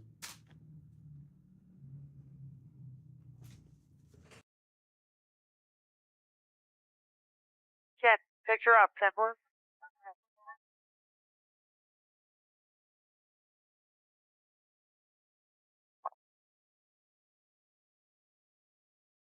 Okay, I'm going to flip to infrared because the smoke isn't bothering the infrared, okay? We want to just back off, take a look at the impact area, see what areas are hot to either side. The sacred cubit was found in the pyramid at Giza, the Great Pyramid, and it's found as a unit of measure and a yardstick in many areas of the ancient world. But this particular measurement was carved in stone just above the entrance to the king's chamber. The rings made in this cubit length have a natural resonant frequency of 144 megahertz, which is a harmonic of light speed. It's a harmonic of 6 times gravity. It's a harmonic of the mass at the center of a light field. And in recent years, we've discovered that it is also a measurement of a wavelengths in the standing gravity wave of the planet. The reason why we call traders turncoats is because mercenaries used to wear military coats with reversible linings that matched the color of the enemy's coat. So if they were losing, they could just turn it inside out and switch sides. And we call awards trophies because Greek soldiers used to raise the enemy's armor up on a wooden pole called a tropaion when they won a battle. And modern trophies still follow a very similar silhouette and design. The Emmy was originally called the Emmy Award after the imaging tube inside of old school TV cameras. But since the award had a very feminine design to it, people started calling it Emmy instead. The word groovy comes from the way that record players are designed so that the music plays smoothly if the needle runs along the grooves of the disc. So if the music was good, it was groovy. And lefties are called southpaws because baseball fields are designed so that the batters are facing towards the east to keep the sun out of their eyes during the afternoon, and the pitchers are facing west with their left arm pointing south. So a lefty would be a southpaw. We call them motels because they're hotels that are designed around car travel. They'll have rooms that directly face the parking lot and a roadside location. So it's a combination of the words motor and hotel. And a word that's formed by combining two words like motel is called a portmanteau, and we call it that because a portmanteau is a piece of luggage that splits open into two equal compartments. Okay, so this is either Pakistan or India, one of you guys will know, a river of trash. Some of these rivers, by the way, are biologically dead, like not even an organism is alive in it because of all the chemicals, not just obviously the plastic. This guy, who I'll tag and mention, goes and cleans it up. Like we're talking, he goes to their country, cleans up their rivers. This is while we ban plastic straws, by the way. This is the guy, Alexei Sabrinsky. I'll tell you all about it. But here's the shocking part. We talk all about philanthropy. You have the Rockefeller Foundation partnering with Mr. Beast. You have the owner of Microsoft. Philanthropists. Woo! Here's some philanthropy for you. Bring back hemp plastic. And side note, dismantle Monsanto and the corporations that are trying to control the world food supply and release the free energy patents. Otherwise, everything else is fake. I don't care what philanthropy they think they're doing until they release the free energy patents and the technologies they're hiding from us and start actually using hemp plastic. It literally is a few policies away. If I was in control, man, slickety split, we'd have policies out the yin yang, clean water, clean food, clean healthy, no microplastics, no toxins. But seemingly, there's an intentional plan to do the opposite of that. I'm not smarter than Rockefeller. I mean, of course, they know these things. It's part of the plan. Let me know your thoughts in the comments below and follow for more. Shout out to this freaking legend cleaning up freaking dirty river water. Wow. Props to him for doing something for nature and for the earth and something that he's passionate about. But it does make me think when he talks about the hemp, it makes me think of the first cars that were created. From what I understand, the first cars that were created, they were made out of hemp as well. And they were basically, hemp has always been a part of our society. From what I gather, even ancient seafaring civilizations, the reason why they were able to do that is because they have the rope to hold the sails and all that stuff. And supposedly those ropes were made out of hemp. So from what I understand also, hemp is per time, it's the fastest growing, one of the fastest growing things that you can make. The seeds are good for food. Like he said, you can make plastic, you can make oils, you can make all kinds of stuff based on something more natural. So yeah, very interesting that he was talking about that. I haven't heard anyone talk about hemp in quite a while. Used to be a big thing back in the days, but now don't really hear much about it. You guys know about hemp? You guys know about the potential of hemp? Did you know that the first car was made out of hemp? Could also run on other things than gasoline? Let me know down below, and let's keep on rocking. Charlie Kirk say to us today? I'm fine because my soul is secure in Christ. La voix d'un homme remplacée par un programme dans une église. On se croirait dans un film dystopique. A computer can take what really mattered to a man. Le plan est sous nos yeux, remplacer l'humain par la machine. C'est ça le vrai turning point. Kirk est exfiltré et on le remplace par une IA. It's a promotion. Même discours chez Melania. It is our duty to treat AI as we would our own children. Et Trump s'est réuni avec les 33 acteurs clés de la Silicon Valley AI is going to change everything. pour avancer l'agenda transhumaniste. Build out data centers and infrastructure to... Le 33, c'est la signature des rituels de transformation. C'est pour ça qu'il revient tout le temps. Et l'épisode 330 de South Park fait référence à Kirk, avant le tir. What is a woman? What is a woman? L'émotion divise et on pousse des lois contre la haine. With hate speech, we will target you. Woke contre MAGA. clivage est-ouest. L'issue, c'est toujours plus de surveillance. Il polarise la masse dans tous les contextes. Russie-Ukraine, Gaza-Hamas, Epstein, Clinton, Covid. Tout ce qui est mainstream est encodé. Ils avancent ensemble, comme Candace Owens l'affirme. I'm one of the Masons of Turning Point USA. Donc posez-vous cette question. Si les gouvernements étaient vraiment en conflit, pourquoi ils convergeraient tous vers le même futur? $7,000 per post. I know I've seen that happen a lot with you, Emily, and you're also at that meeting with influencers. So what's the reality of the situation? I'll speak on behalf of myself, and honestly, on behalf of they target influencers who agree with the cause and then recruit us for meetings like what you saw with Vivi for messaging. With that being said, I can safely say any influencer. With all due respect, I don't think it's completely accurate to say that influencers aren't getting paid, because let me tell you, they offer that money to me, and I sent you that exact email, and let me pull it up. The Consulate General, okay, wrote me an email offering to pay me to go. They would pay all my expenses and also pay me, and then I had, they offered to give me a spot for my guest. I shot that down. I declined because it didn't sit right with me. This is about a year ago, okay? If tomorrow I got bankrolled, I'm ready. Why can't I get paid for that? Are you registered as a... paying me for service? I work there. You should be registering. That's fine. I don't know what saddens me more. The fact that you don't see any beautiful passenger trains like this, especially in America, or the fact that such amazing and beautiful pieces of old world machinery like these trains were allowed to sit out in the middle of a field and rot away. But just look at the railways of the old world in their prime and how beautiful they looked. Now compare a few of these to what we get on Amtrak today. I can certainly see why the federal government continues to pump millions of dollars into them. But they had everything from rocket trains to Zeppelin trains, like you saw in my previous video. And they even had Zeppelin trains on elevated rail. A truly beautiful golden age of travel. And sad how, in America especially, we've invested so little into proper passenger train service. The controllers would rather tear down all of our beautiful architecture to put up highways and freeways and ugly parking structures in downtowns, making sure we all are slaves to our oil-dependent vehicles. Amazing the innovation that came from that time. Question everything, friends. Until next time. Well, I don't know if any of those pictures were AI, but how impressive was that?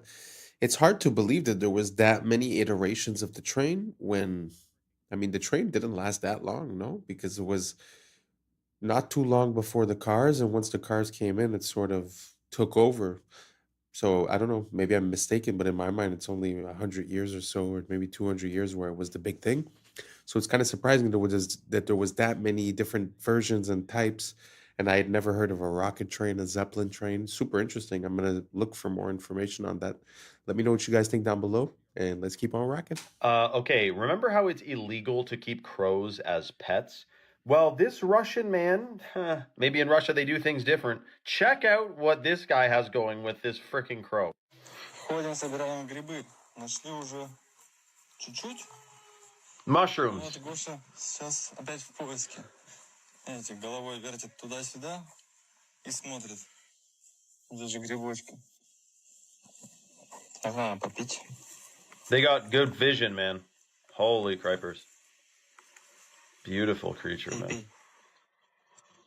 And you know, it looks black, but they actually are blue feathered. If you get the right lighting on them, they're actually blue. Serious. Начал метаться из стороны в сторону. Может быть, что-то и заметил. Сейчас ближе подойдем. Может взять гриб. Но я его пока не вижу. Может быть, он заметил. Oh. Так. А, вон. Where's the mushroom? How'd he spot that? Дашь? Дай. Дай грибок. Ой, ты дал, молодец. Good boy, man. Я думал, ты сам съешь. Ну ладно. На, ножку забрать. Oh, he's eating it. Умничка. Все, иди прячь. Wow. So the trick is, if you have a bill, you can put money in your hand and have seeds in your hand.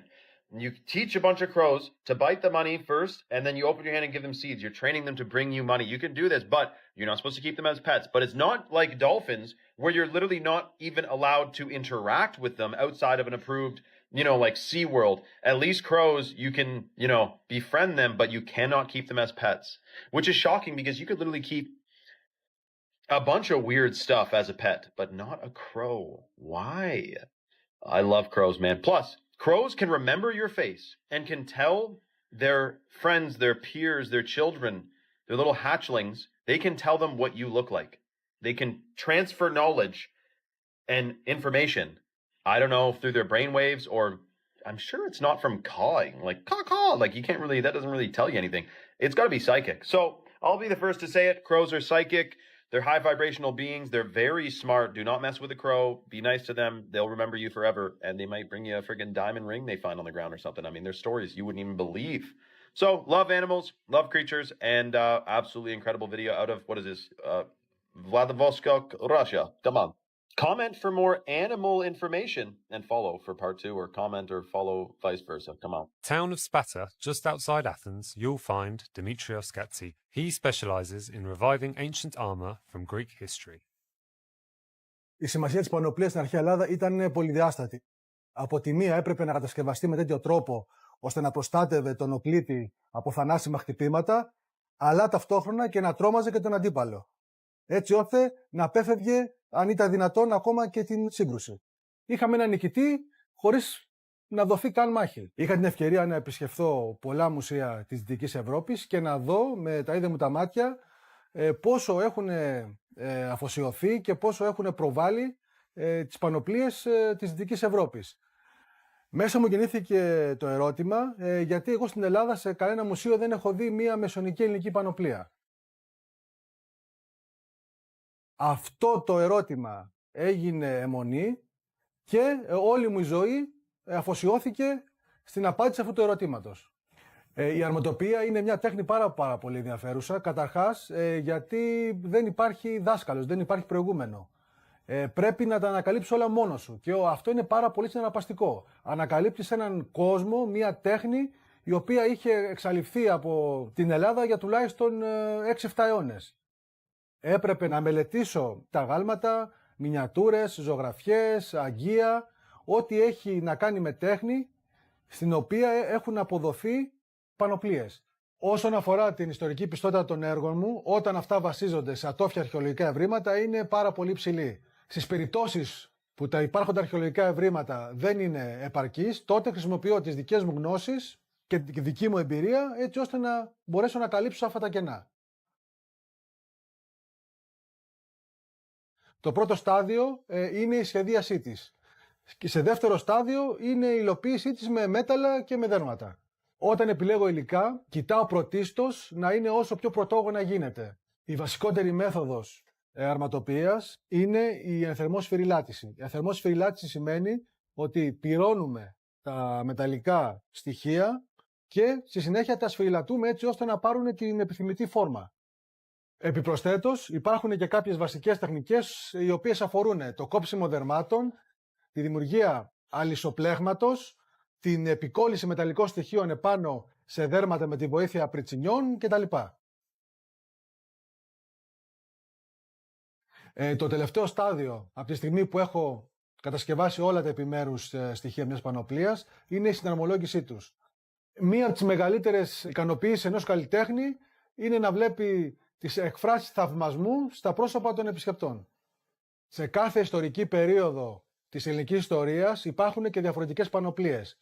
Κατά τη μικηναϊκή περίοδο οι πανοπλίες είναι τερατόμορφες, είναι τρομακτικές, προκαλούν δέος και τρόμο στον αντίπαλο. Κατά την κλασική, αρχαϊκή και κλασική περίοδο οι πανοπλίες μοιάζουν πάρα πολύ με το ελληνικό άγαλμα. Είναι καλέσθητες, είναι λίες, είναι λαμπερές και είναι όμορφες. Κατά τη βυζαντινή περίοδο οι πανοπλίες έχουν αυτή τη μεγαλοπρέπεια μιας χριστιανικής εκκλησίας. Πολύ συχνά η εικόνα που έχουμε για τους αρχαίους Έλληνες οπλίτες είναι τελείως λάθος, είναι εσφαλμένη. Η εικόνα των αρχαίων Σπαρτιατών, έτσι όπως παρουσιάζεται μέσα από την ταινία The 300, είναι τελείως λάθος. Οι αρχαίοι Σπαρτιάτες πηγαίναν στο πόλεμο πλήρως εξοπλισμένοι με μπρούτινες πανοπλίες. Δεν πήγαιναν με σλιπάκια και με γυμνούς κοιλιακούς. Βρίσκω την ιστορία ενδιαφέρουσα γιατί μας διδάσκει το μέλλον.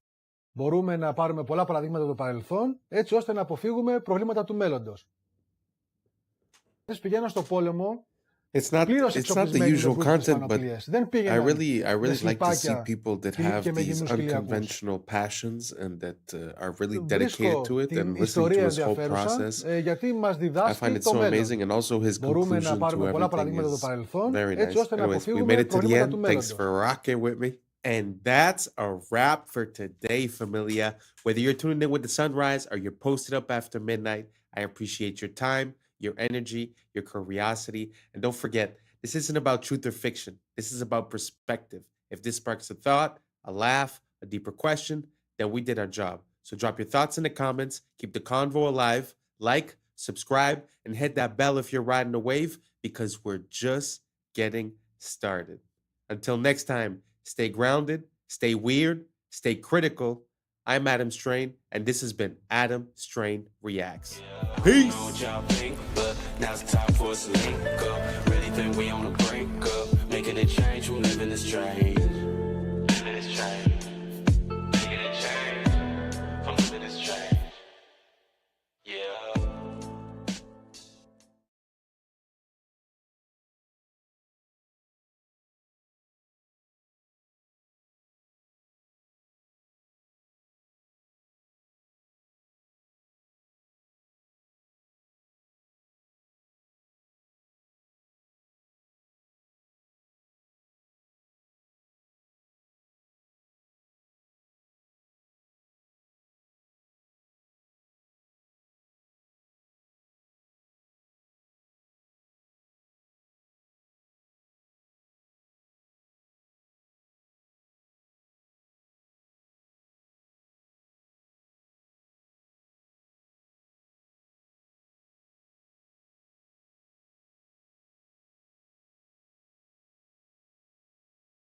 Artemis mission are literal actors. You can see that this one. Be able to find so many mistakes and glitch from her hand that were appearing on the main character. Artemis project all mysteriously showed up or disappeared. Let that say. Look closer. What's up, YouTube? Today, we'll be looking at disturbing TikToks that'll make you question reality. So without further ado, welcome to Adam Strain Reacts. Let's get her done. I like how she has her hair up and in a braid on the way to the launch pad. Then the second they get into space, she takes her hair out like this. When a braid would really be the most sufficient way to have your hair in space. And that doesn't even look like the same person, by the way. Any female that's ever allegedly been in space, they have never tied their hair up. I wonder why that is. It's because that's the easiest way to sell you on the fact that there's no gravity. It doesn't make sense. Your hair would be tied up. And what the hell is all that? Are you kidding? The state of this would not even be acceptable for your average residential electrician. This is one way to do it, but we also have a treadmill, a bicycle, and weightlifting. I'm sorry, weightlifting? How exactly does that work if there is no weight in space? Why would you be using weights if there is no weight? And I'm sorry, but the hair sticking up constantly doesn't even make any sense. It wouldn't just constantly be up like that unless you intentionally pointed it up. According to what we're told, there needs to be a force acting on something for something to move. So it really wouldn't just stay up like that. If she were to just push it down, it should stay down until you actually push it back up. But for some reason, it's always straight up. I hate to say it because this is clearly fake, but this is a much better example of what your hair actually would do. Everyone's hair should always be doing the same thing, no matter which mission it is. But that's not something any of them would even have to worry about if they just did the logical thing and tied it up. That's crazy. I'm sorry.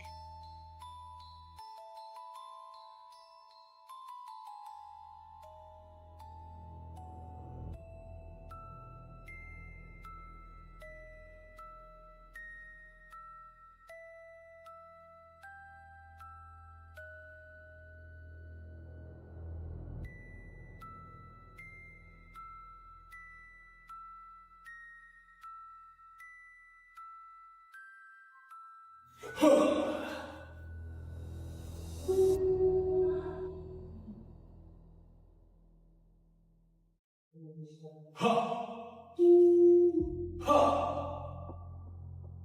America and a waiting world, integrity is 5. What is that? The end of a paper towel tube? They're like looking out the end of a paper towel and turning the light on and off.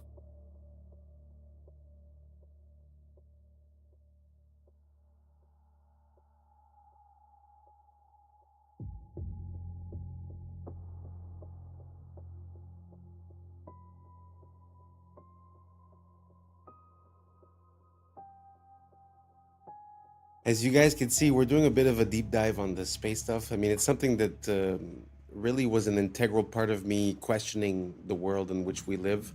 And for me, it was satellites. When I started searching for that, it started bringing me to so many different questions and different pieces of how things work, and it didn't really make sense. But that was a good example. I mean, he's like, oh, that looks like this. He just pulls it out and he does it. I think there's something about the way we intake information due to like credibility and stuff like that, because basically, you know, I've seen videos where they show you a picture and they say, which planet is this or what is this, and it looks like a nebula, or it looks like Saturn or Jupiter, and at the end of the day it was just like a random kitchen appliance or just liquid inside of oil, and then they took a picture. You know what I'm saying? Like, it's just, I think a lot of this has to do with how we're looking at the information. So does it really make sense that, I don't know, just like he was saying, that they're keeping the hair up, or that, you know, after all of this evolution in camera, somehow, you know, we only get basic shots, basic quality. There's no camera pointing outside all the time. So let me know what you guys think down below. So this is the Artemis 2 special. We're just gonna breeze through it. Let's keep on rocking. Fast are you going your top speed? It's interesting measuring speed in space. So, you know, we use like air density and to determine Mach. So when we enter the atmosphere, we'll be going about Mach 25, 26, or 25,000 miles per hour. 7 miles a second. Wow. He said entering the atmosphere at 25,000 miles per hour, 7 miles a second. So what they tell us is that the atmosphere starts about 62 miles up, what they call the Kármán line. You understand too that they tell us asteroids that we can view from Earth also move at about 25,000 miles per hour. So this tiny little pod about 6 feet across enters the atmosphere only 62 miles up, moving the same speed as an asteroid, which by the way is the same speed as escape velocity, which is required to leave the atmosphere. So if they were coming in at that speed, only 62 miles up, they would hit the ground in about 8 seconds. Oh, but I forgot they had parachutes, because you'd be able to stop an asteroid with a couple of parachutes, right? Oh, and I also forgot you can film something 60 miles away that's going 25,000. I keep seeing people say, oh, well, the air actually slows them down to about 300 miles per hour. Okay, so even if we went with that dumbass logic, 25,000 miles per hour to 300 miles an hour in just a couple of seconds. Remember, it would have to happen in just a couple of seconds because you only even have 8 seconds before you're at the ground. So basically an e-brake from 25,000 with humans inside. That would be even more extreme than going 500 miles an hour directly into a brick wall. This is about 5,000 miles per hour. Think about 5 times faster than that. 7 miles a second.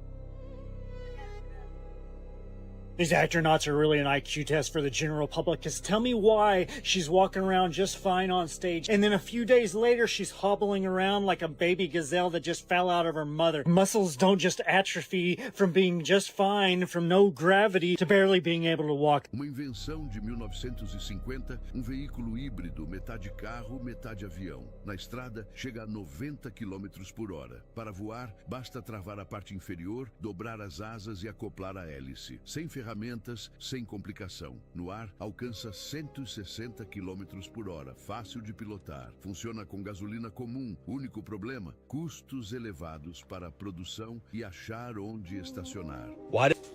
It's the first time I see that contraption, a car plane. So awesome. I don't know what language it was. I think it was Portuguese, but they were saying that it runs on car fuel. It's normal. The only problem is that it costed expensive to build. But imagine that you just take off a piece and then you could drive, and then put on another piece, you could fly. That's awesome. If you guys have any more of those, send them over. I like seeing variations of the car that never got to see the light of day, because it helps us see what the process is behind the scenes about what product is allowed to reach us and what is not, and why. Very interesting. Anyways, let's keep on rocking. Did they have such a clean shave the entire trip? Like, I shaved, I think, 2 days ago. This was the Artemis crew on the way to the launch pad. This was them on day 8 after circling the moon and returning home. Look at their faces. Not once did they even have a 5 o'clock shadow. They had the cleanest shave I've ever seen in my life every single day. And okay, maybe they just shaved in space every single day, twice a day. Is it even safe to shave in space? Never mind have your hair flying all over the place? Loose hair is not safe in a spaceship. It is considered a hazard and is actively managed, not allowed to float freely. Stray hairs can be trapped in sensitive equipment, clog critical air filters, or be inhaled or get into astronauts' eyes. Astronauts typically keep hair short or tied back. I've never seen a woman's hair in space tied up. 100% of the time, it is out. You already know why that is. On average, it is normal to lose 50, 100, or 150 hairs from your head per day. So they were gone for 10 days, so times 3 minus this guy because he doesn't have any hair. Thousands and thousands of hairs would be all over the place. They state themselves can be very dangerous to the equipment. This is them when they got back after the 10th day, and their facial hair is the exact same as when they left. 12 of the scientists, engineers that worked on the Artemis project all mysteriously showed up or disappeared. There's a story that caught our attention. We're talking about a number of U.S. scientists, some connected to very sensitive research, who have or disappeared. Let that sink in. So, they're acting again. I guess they came together and tried to blackmail them for some money. Otherwise, we're gonna tell them how we did the trick. And now they tricked them, and they did. If you in on the motherfucking hustle, stay in on the hustle. I guess the moral to that story is, don't jump ship too late, because the hustle gonna continue. You're gonna be maggot food. 2 of the astronauts on the Artemis mission are literal actors. You can see that this one was in Fallout and this one was in Mad Max. Why would they hire actors to go to the moon?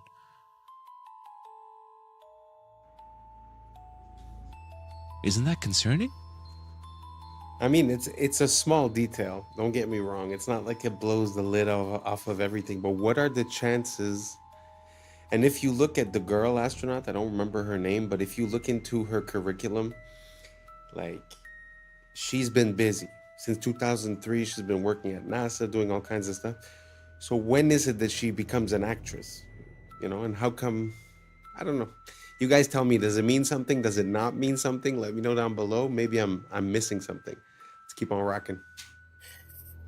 Get your tinfoil hats out, folks, because this is maybe my favorite conspiracy theory of all time. Okay, so one of the biggest conspiracy theories regarding the lunar landing is that we never went back after the 60s and 70s because we lost the technology.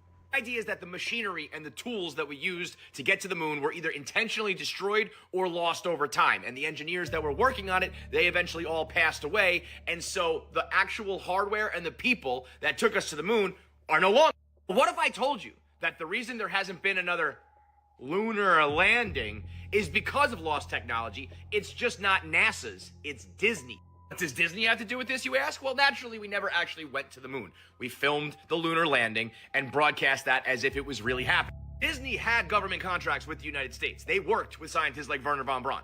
They filmed a very convincing lunar landing using green screen technology from the 60s that we simply do not have anymore in 2026. Listen to this guy talking about the Disney Prism that allowed them to film unbelievable scenes like this one in Mary Poppins that is simply lost forever. Instead of a blue screen or a green screen, they used what was sometimes called a yellow screen. It was a very specific spectrum of yellow made from a low-pressure sodium vapor light that puts out one wavelength of light. Because it's just one wavelength, you can actually block just that one wavelength or let just that one wavelength go through. So the magic of the sodium vapor process is they used a beam splitter prism so that the light that comes through the lens gets split onto two strips of film at the same time. And that's exactly what you need to get your map. What's kind of magical about it is that you can block that one wavelength of yellow without messing up all of the other colors. In that scene, there's no matte lines. He's motion blurring, he's dancing around. The compositing is impeccable. Yeah, it's perfect. You couldn't have gotten such great blur over the alpha channel with a green screen or a blue screen. To join two pieces of glass and then have layers of material with different indices of refraction, it's a very custom job, and it would probably cost tens of thousands of dollars at a minimum. Apparently there were 3 of these ever made, and also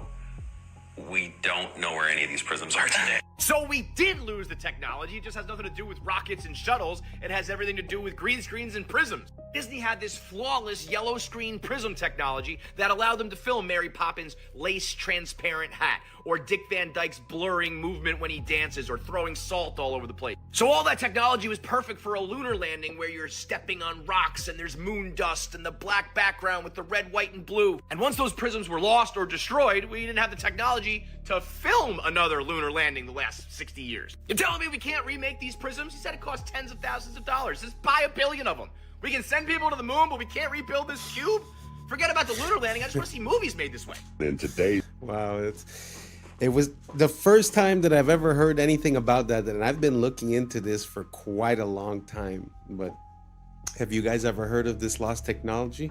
That's pretty crazy. I mean, to have the capability of doing just the masking or just the coloring and to have it perfectly split, I mean, that's a revolution for the 60s, never mind today. So yeah, very interesting. I had no idea. I had heard the idea that Disney was involved in the filming. But anyways, what do you guys think? I don't think I've ever asked you guys, so I want to know. I'm curious. Are you on team we landed on the moon in 69 up to 72, 73, and then afterwards we've never been back? Or do you think there was some trickery or fakery and an ulterior motive or reason for the reason that we haven't been back? Let me know down below, and let's keep on rocking.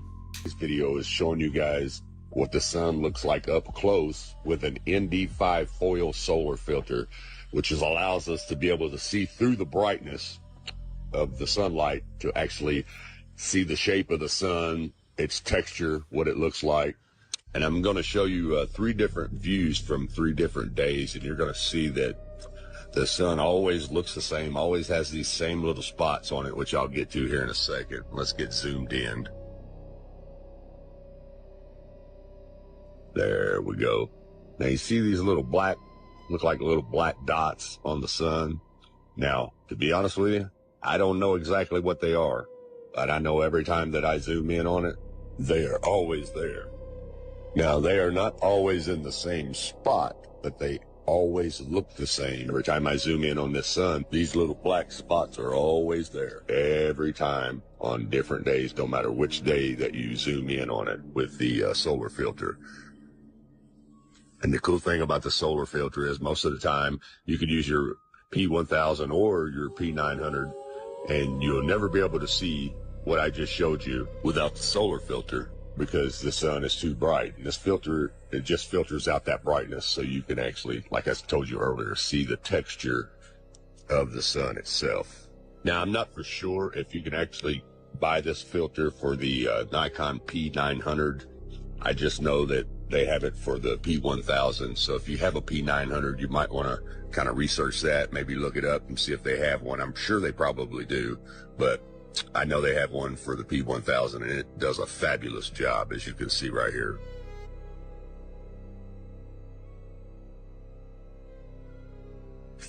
Now you're getting ready to see those little black holes, those little black dots again, just as I showed you on the first day.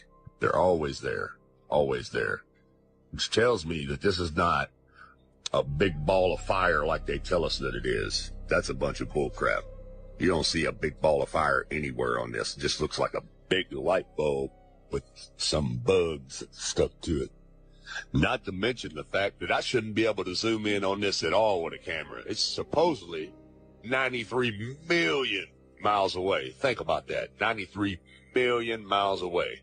Trust me, there is no camera in the world that can see 93 million miles away. But anyway, it's a little shaky there. Sorry about that, guys.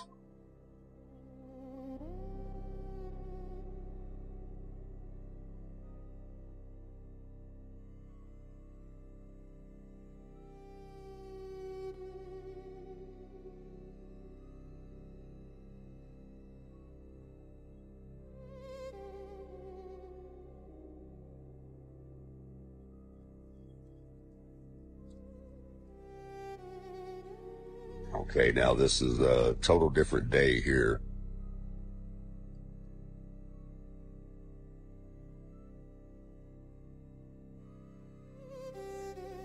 There was some humidity on this day, so I didn't actually get the orange look or the yellow look. It actually had a white look to it, but you can see those black dots or little black holes are there on day 3 also. Well, you see the atmospheric reaction kind of blurring there over them, but they're definitely there. I don't know what that is, but it's something.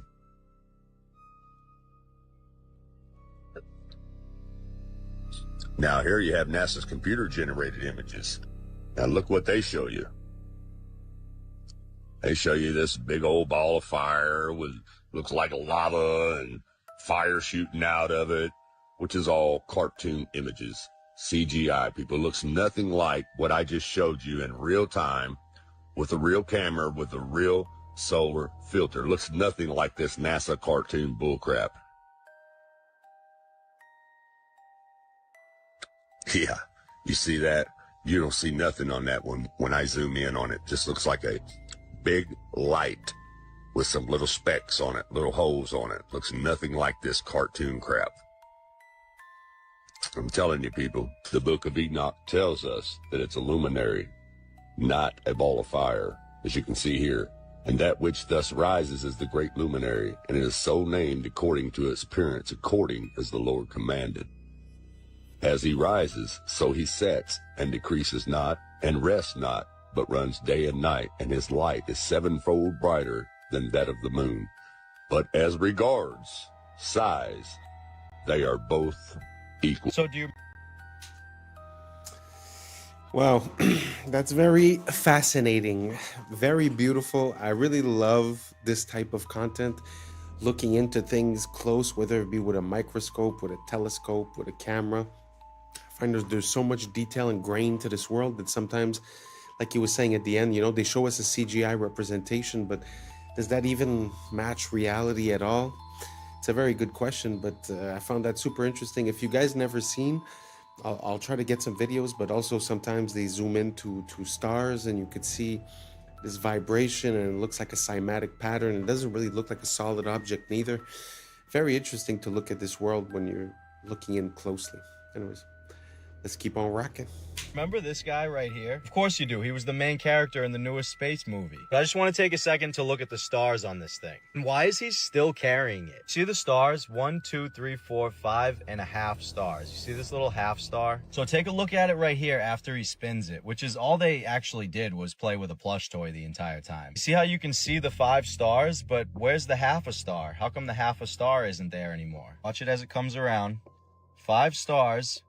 You clearly saw 5.5 stars Where is that half a star? How come it's not there? But maybe if they didn't focus so much on spinning microphones and plush toys and actually showed us the moon, Earth, or what space looks like, then we wouldn't be able to find so many mistakes and glitches. Now, I just want to look at one more thing from our main character here. See right here how there's a shadow from her hand? Well, there should also be a shadow from the toy, but there isn't one. You see, she brings her hand back, there's the shadow, takes it away, no shadow. So why isn't the toy giving off a shadow when her hand is in the same exact spot giving off a shadow? We don't even have to talk about the words that were appearing on the main character either. We've already talked about that. I mean, they were all interesting, but has anyone seen a debunking about the last one that he just showed? The one with the letters going through? Because if you think about it, it would make sense if they're using a blue screen and the little plush toy is blue. So let me know if that's been debunked, because that's a pretty good one. What do you guys think? You guys think it's what do they call it? Augmented reality, where they use 3D modeling in real time? Or do you guys think that it's just a mistake of lighting or in our mind? Or let me know what you think down below. Let's keep on rocking.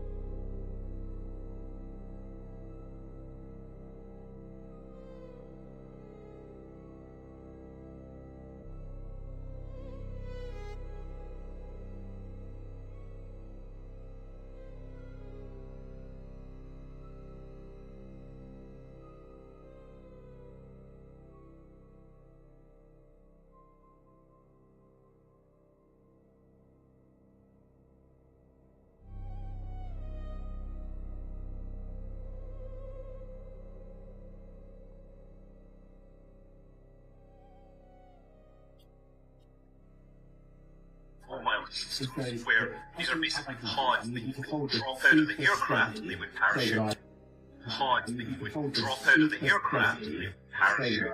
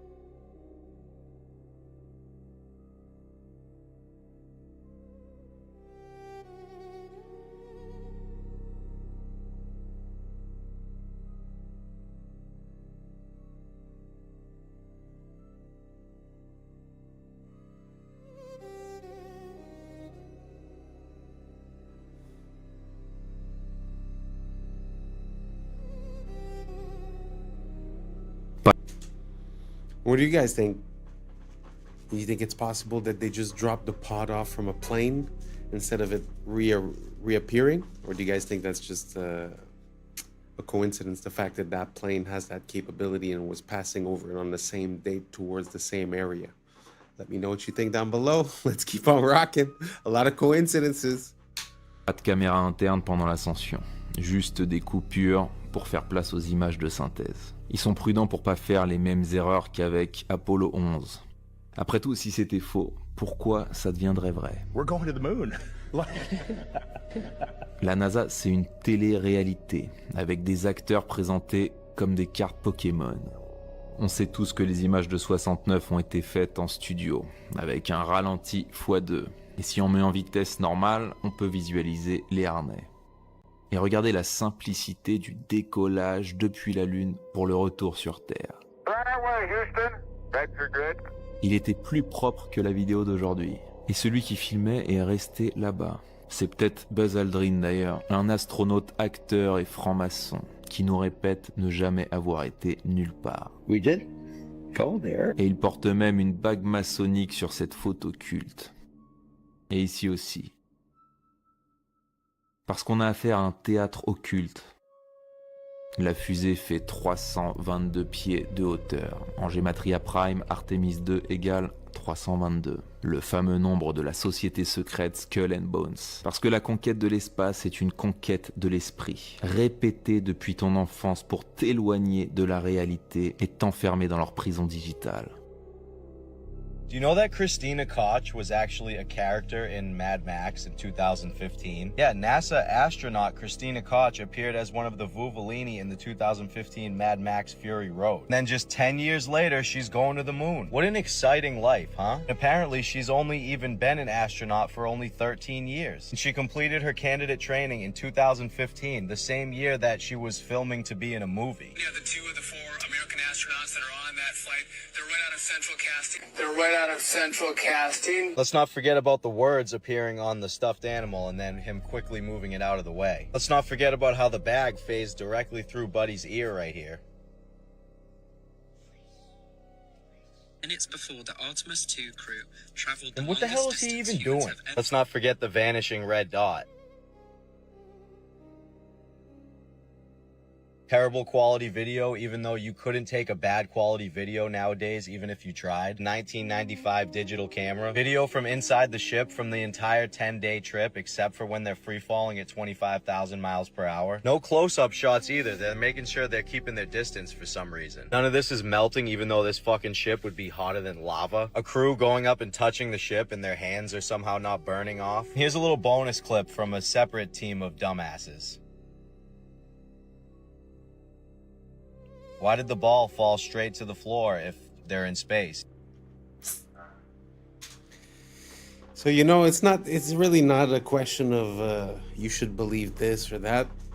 I'm really wondering. To be honest, I'm not even decided on any way, shape, or form. But a few quick questions. Have we been to the moon? Is the sun really 93 million miles away? Do the pictures we have or the representations that we have of the planets or the galaxy or the solar system, are they realistic? Is it true? Let me know what you think down below, and thanks for rocking. And that's a wrap for today, familia. Whether you're tuning in with the sunrise or you're posted up after midnight, I appreciate your time, your energy, your curiosity. And don't forget, this isn't about truth or fiction. This is about perspective. If this sparked a thought, a laugh, a deeper question, then we did our job. So drop your thoughts in the comments, keep the convo alive, like, subscribe, and don't forget to hit that bell if you're riding a wave, because we're just getting started. So until next time, stay grounded, stay weird, stay critical. I'm Adam Strain, and this has been Adam Strain Reacts. Peace! I don't know what y'all think, but now it's time for us to link up. Really think we on the brink of making a change, from living this strange. Living this strange.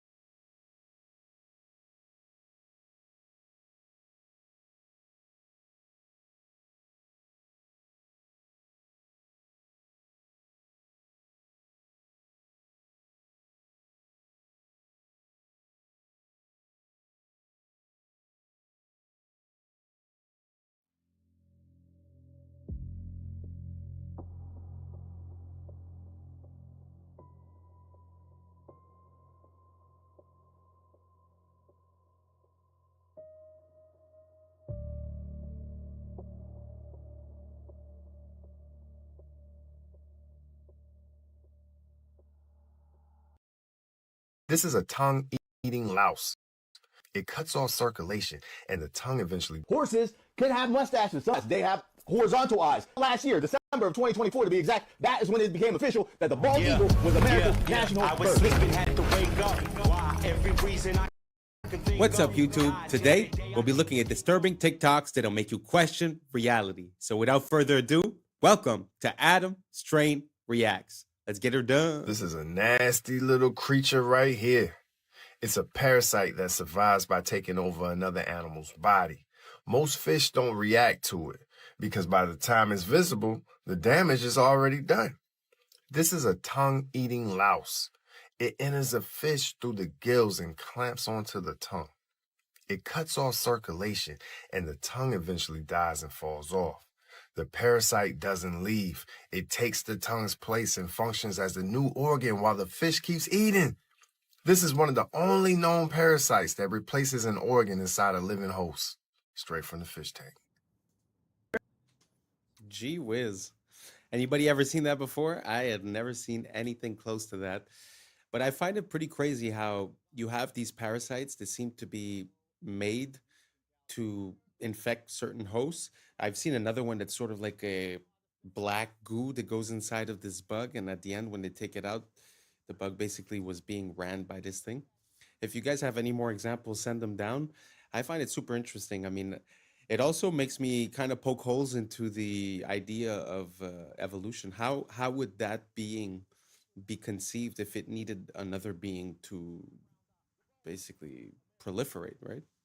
It's a very interesting to me, the whole idea of reverse life, which would be like parasites, which would be like, you know, life is about going from 0 to 100, and the work of parasites is basically taking it from 100 back to 0, back to nature in a way, right? So yeah, very interesting. If you guys have any more examples of this type of behavior in parasites, please send it down below.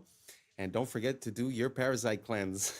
Let's keep on rocking. Apparently this guy found 6 new Mandela effects. Top 6 changes of animals in this timeline. Number 1, cow tipping. Cow tipping is not a thing. You cannot cow tip. There's no evidence of you can cow tip. Apparently, that is not a thing in this timeline. It's never been documented. It's not a thing. It changed in this timeline. Number 2, horses can have mustaches. Yes, in this timeline, horses can have mustaches. Sometimes they shave them off. It's a thing, but they do have mustaches. Also, horses do not have round eyes. They have horizontal eyes. They do not have round eyes in this timeline. Apparently, we all just misremembered that because in this timeline, they do not have round eyes. The bald eagle is America's national bird. When did it become the national bird? How about last year, December of 2024 to be exact? That is when it became official that the bald eagle was America's national bird. In this timeline, there are Civil War camels. Yes, the camels fought in the Civil War. We have American camels, and they're here. They've been here since the Civil War, and there's actually famous ones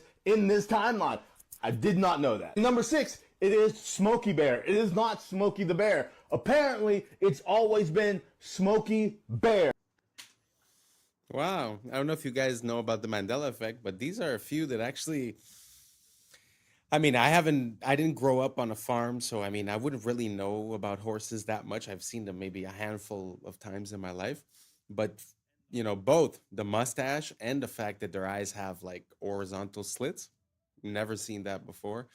The camel in the States, I have no idea. I had no idea that that was a thing. And also the bald eagle being declared the national animal for the States last year in 2024. Well, more than a year ago. That is kind of weird. That is kind of weird. I always assumed that the bald eagle was the national bird, or at least animal, of the United States.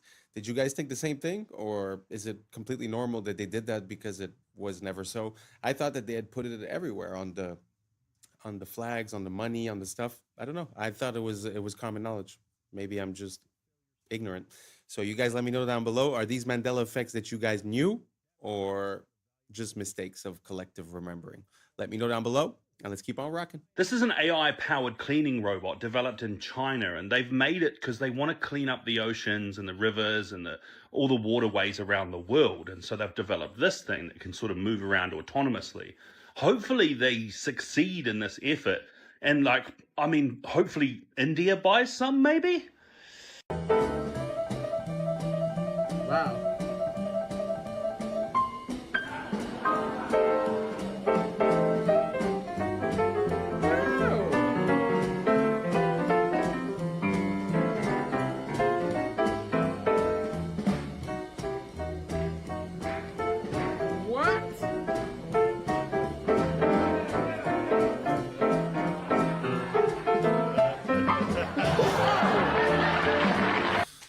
Gee whiz, that is a master of his craft.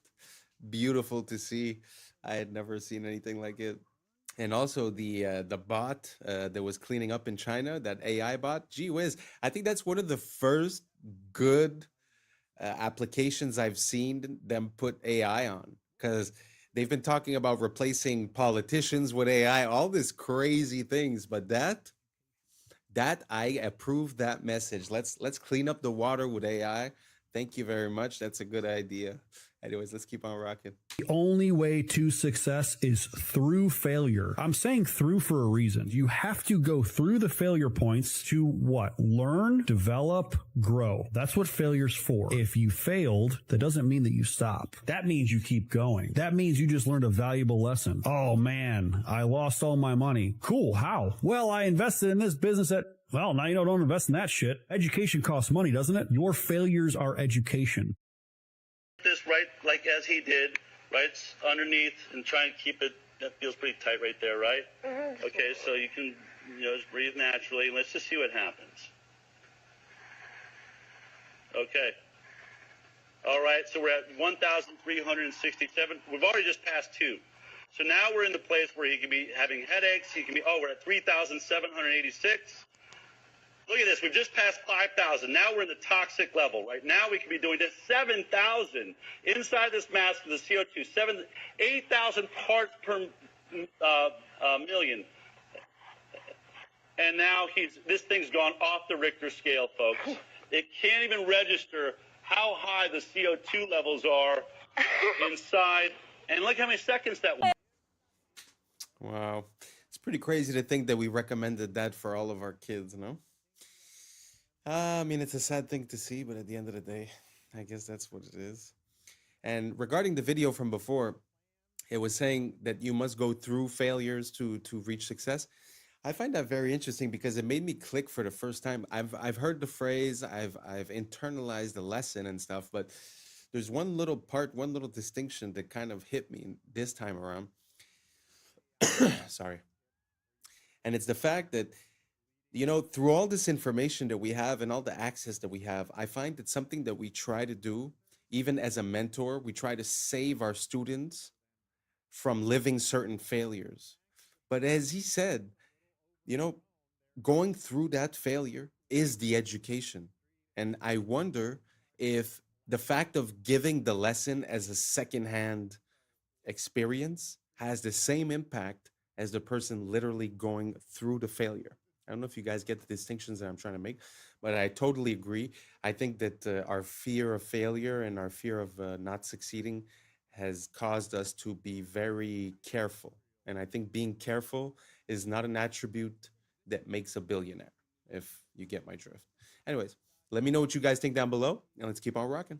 This Love Patrick. is One of my oldest Legacy friends. Park in Brambleton, Virginia. And I think whoever planned this community had serious beef with their boss. And every time they showed them the plans for this huge neighborhood, they must have presented them upside down. The main area of focus here is obviously the park, which is an above average size park. And you can see here the design starts here at the pond and just works its way out here to the tip where you have this fountain leading into this building right here, which is apparently called the Best Brains Learning Center. I'm pretty sure that they built this part much sooner than expected. Now moving back to the base, which looks a little overgrown, there is an elementary school across the street, and I'm not sure how this park is allowed within 500 feet of an elementary school. So let's turn on the street view. Seriously, this thing has veins. Yes, it's a giant park shaped like a huge cock. How did they get away with this? That's awesome. It's incredible. You think that's real? That's Real. It's real. Wow. This is real time right here. You think that they actually did that? This has to be a fairly new subdivision. Look at the documents. If you look at the college documents, if you look at the documents, and you look at some other, documents, which I'll be happy to share with you if any of your listeners want to see some of that stuff. They don't refer to those towers as cell phone towers. They refer to those as directed weapons. They actually refer to your phone as a direct weapon, your router as a direct weapon. Well, I couldn't go much further because they have to control through frequencies. That's how they control you, and mostly through extremely low frequencies, megahertz frequencies, 3, 4, 5G, 6, 7, 8, 9, 10G frequencies, gigahertz frequencies, microwave frequencies, radio frequencies. They can do it through music as well. Wow. But there's always the opposite of that too, like the good music with the solfeggio tones and, Right. and So stuff no like more that. microwaves, you're saying? Don't use those? Oh, throw your microwave away. The microwave kills the nutrients in the food anyway. Wow. Yeah, I mean, so that's when you get into, they also want a lot of metals in your body. They need a lot of metals in your bodies as transducers and as receivers. And they want you to be exposed to all these and all these frequency devices. So the solution is to get rid of all the chemicals in your body. You could do that through binders, organic activated charcoal, like a stuff like that. Doing all of this transhumanism stuff, we're already coming up with solutions, which are just detox your body. Do liver cleansing.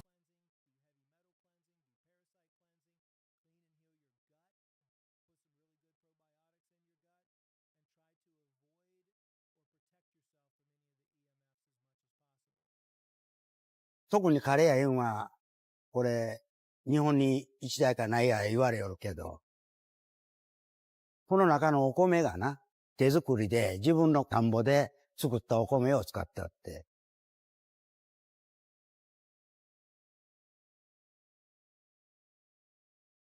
日本の自動販売機では、ジュース、これとパンとか食べ物、ジュースはもうあらゆるところにある。名前吉本正と言います。年は74か。ここの自動販売機ではもう40年ぐらい前からやっております。うちの自動販売機はね、日本にあんまりないっちゅうんで、あらゆるところを来とるように思う。そうじゃ、お米がな、60度ぐらいあるに機械の中が、と置いたらやっぱりこう、乾燥してくるよ、お米が。硬んな。1日2回ぐらい入れ替えするように、また新しい米になってる。いやいや、もともと百姓屋で米作んでったけんな。ほんで、このお米を使うたは、得なわけや。買うよりは、自分の米を使うたが得だったけん。これ、今作っとんが日の光。米を一応、洗って、水につけて、15分か半時間ぐらい置く。スイッチを入れてから45分ぐらいで、容器に詰めるんです。これから機械まで入れるに、やっぱり1時間以上かかると思う。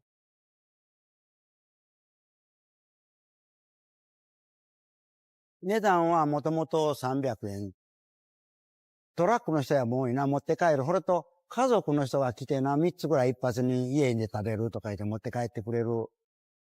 このお米うまいってこう言うてくれる人がおる。これが一番嬉しいんや、ほんま言うたらな。これは、我がの体と機械と生ける間はもうするつもりじゃ。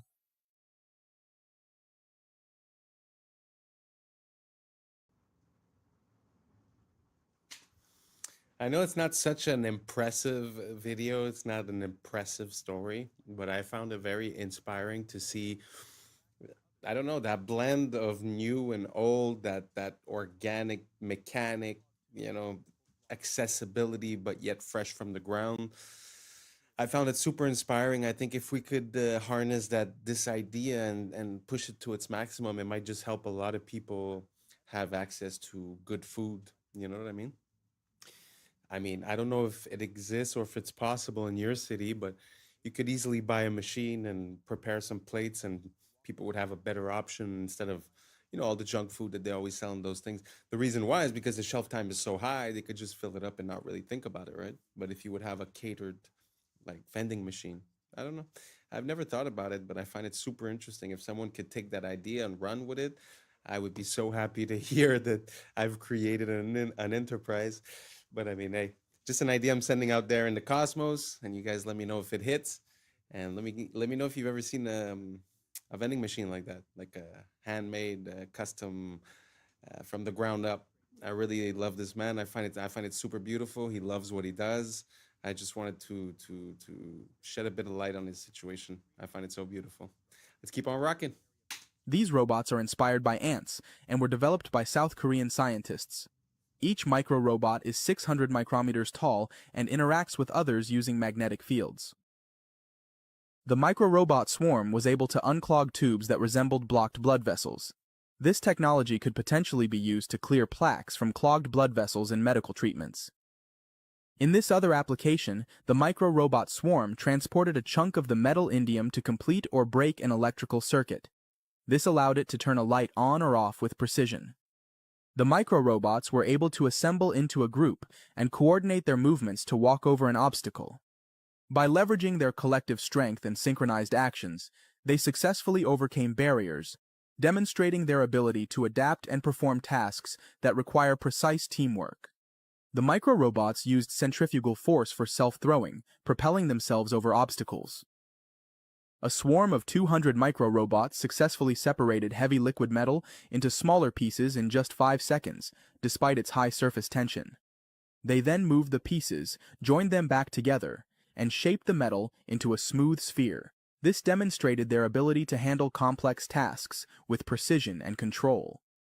The micro-robots formed a spinning swarm on water, creating a floating raft structure that allowed them to carry a pill 2,000 times heavier than a single robot across the surface. This approach could be applied to deliver lightweight medical supplies or drugs across liquid environments in remote or constrained settings. In this example, the swarm used orbital dragging motions at 2.5 Hz to block the superworm's path and stop it from reaching the food. As soon as the swarm stopped its spinning, the worm was able to move toward the food. The micro-robots guided an ant by using a spinning motion to block its path and topple its legs without causing harm. By controlling the swarm's direction, they successfully steered the ant to a desired location. This technique could be applied in pest management or controlled behavioral studies of small organisms. The micro-robots can assemble into structured swarms or disassemble into individual units based on the strength of the magnetic field. By adjusting the magnetic field intensity, their configuration can be precisely controlled to perform tasks like transporting materials or navigating complex environments. Here we see the micro-robots using orbital dragging motion to rapidly circumvent obstacles with precise single-axis manipulation.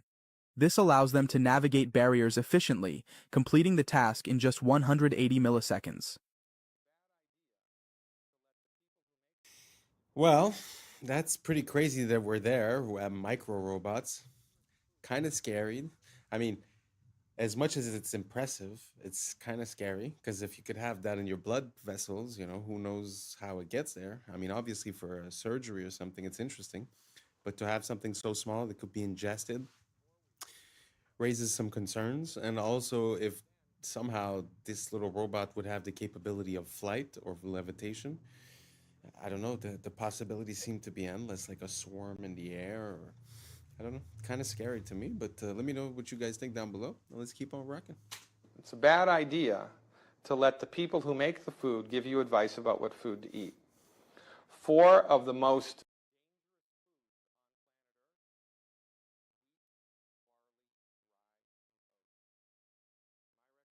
for everybody 100% across the board, stop eating these foods completely for 4 weeks in a row. 4 weeks. 4 weeks in a row. 28 days. Then on day 29, eat a lot. Have pancakes for breakfast, have a sandwich for lunch, have cookies and crackers, have pasta for dinner, and see how you feel. And as God is my witness, if you make it to lunch without something, I'll eat my hat. This is one of the most overlooked things in the country right now. This is a deadly combination of not enough minerals in the food, period, and then interrupting your body's ability to absorb what little nutrients there are.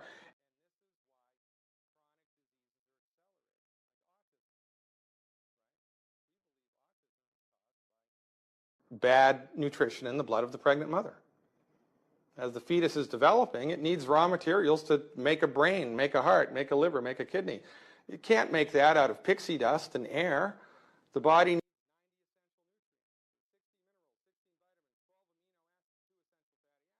but they're not in the blood of the mother because she's eating whole wheat cereal and skim milk and margarine and is avoiding salt like the plague. So, from the proper perspective, with all of the data points, it all starts to make sense.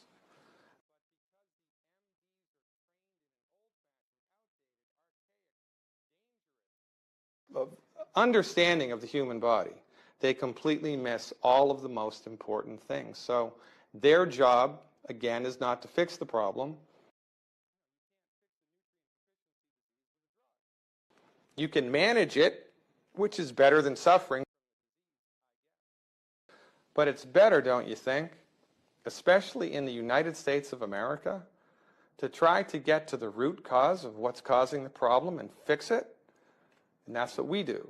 One of the most famous Old Testament sayings, my people are destroyed by lack of knowledge. Well, simple things that people can learn can make all the difference in their lives.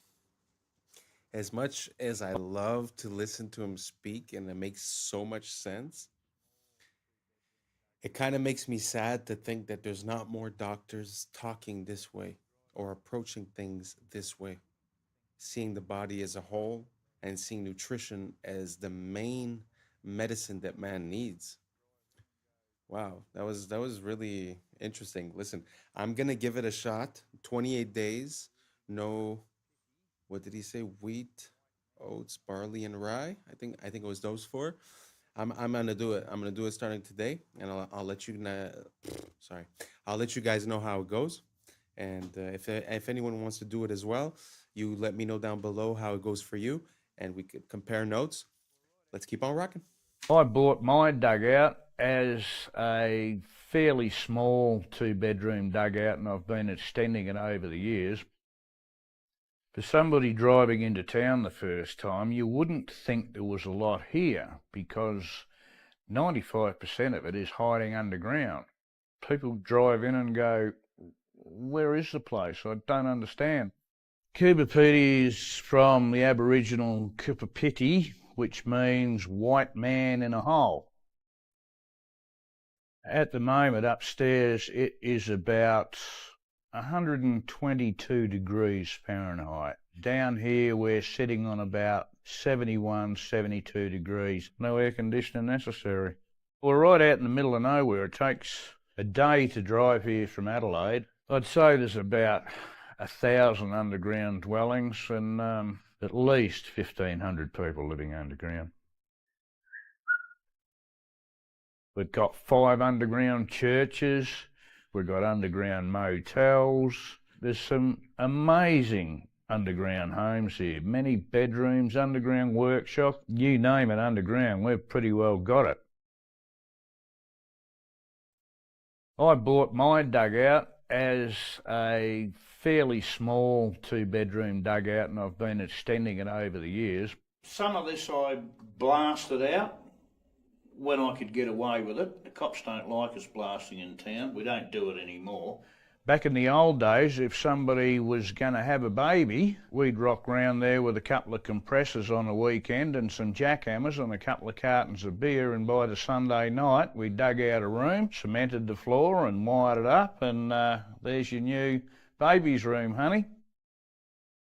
Even though we're so far away geographically from anywhere else, I don't know why, but we just love the place to bits.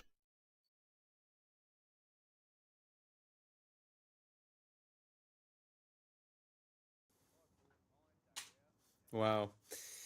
That's pretty impressive. I had never seen anything like that. A whole city underground. I had never seen anything like it. I find that so interesting. And to be honest, I could get it. I could get how living there must be so different, and you feel like you're living in another world in a way. And to change to go from that to something that you have to pay expensive for cheap materials. And like you said, we show up with a pickaxe and we make a new room. Man, the beauty of that idea, the luxury of not having to build up and to just, go a bit deeper. I find that so beautiful and such a great idea. Makes me wonder, are there other places where there's underground dwellings that on that much of a massive scale? It's very interesting. Man has always seemed to be underground somehow. We often find streets or bottoms of buildings or a lot of things that are below our feet. Super interesting. Let me know if you guys ever heard of any type of city that resembles that or something different, or if you've been there or if you have footage. Let me know down below. Let's keep on rocking.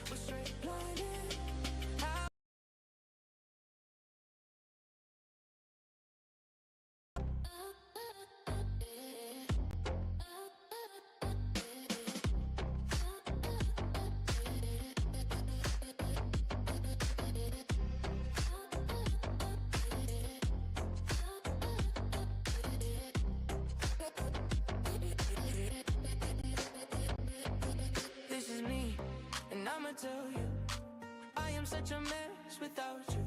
And I must confess, it's black or white unless we find equilibrium. Oh my God. I'm really not a skater, but damn, all that in one shot.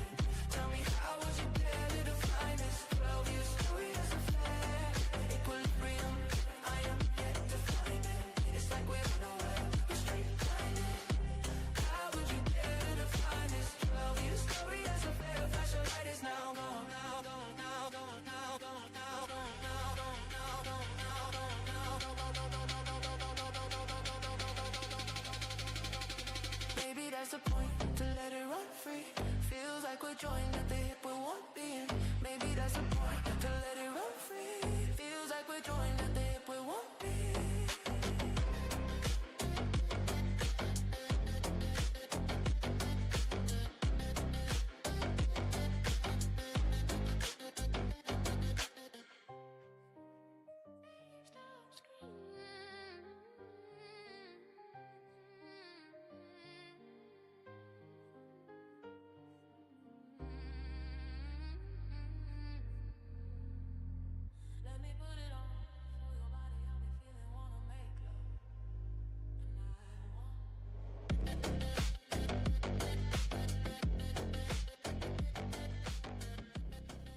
Wow.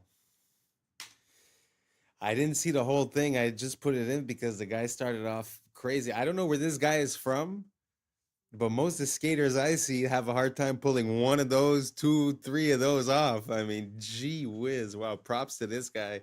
Anyways, we reached the end. Thank you so much for rocking with us. And that's a wrap for today, familia. Whether you're tuning in with the sunrise or you're posted up after midnight, I appreciate your time, your energy, your curiosity. And don't forget, this isn't about truth or fiction. This is about perspective. If this sparked a laugh, a thought, a deeper question, then we did our job. So drop your thoughts in the comments, keep the convo alive, like, subscribe, and don't forget to hit that bell if you're riding the wave, because we're just getting started. Until next time, stay grounded, stay weird, stay critical. I'm Adam Strain, and this has been Adam Strain Reacts. Peace! Now it's time for us to link up. Really think we on the brink up. Making a change, we living this change. Living this change. Making a change. I'm living this change.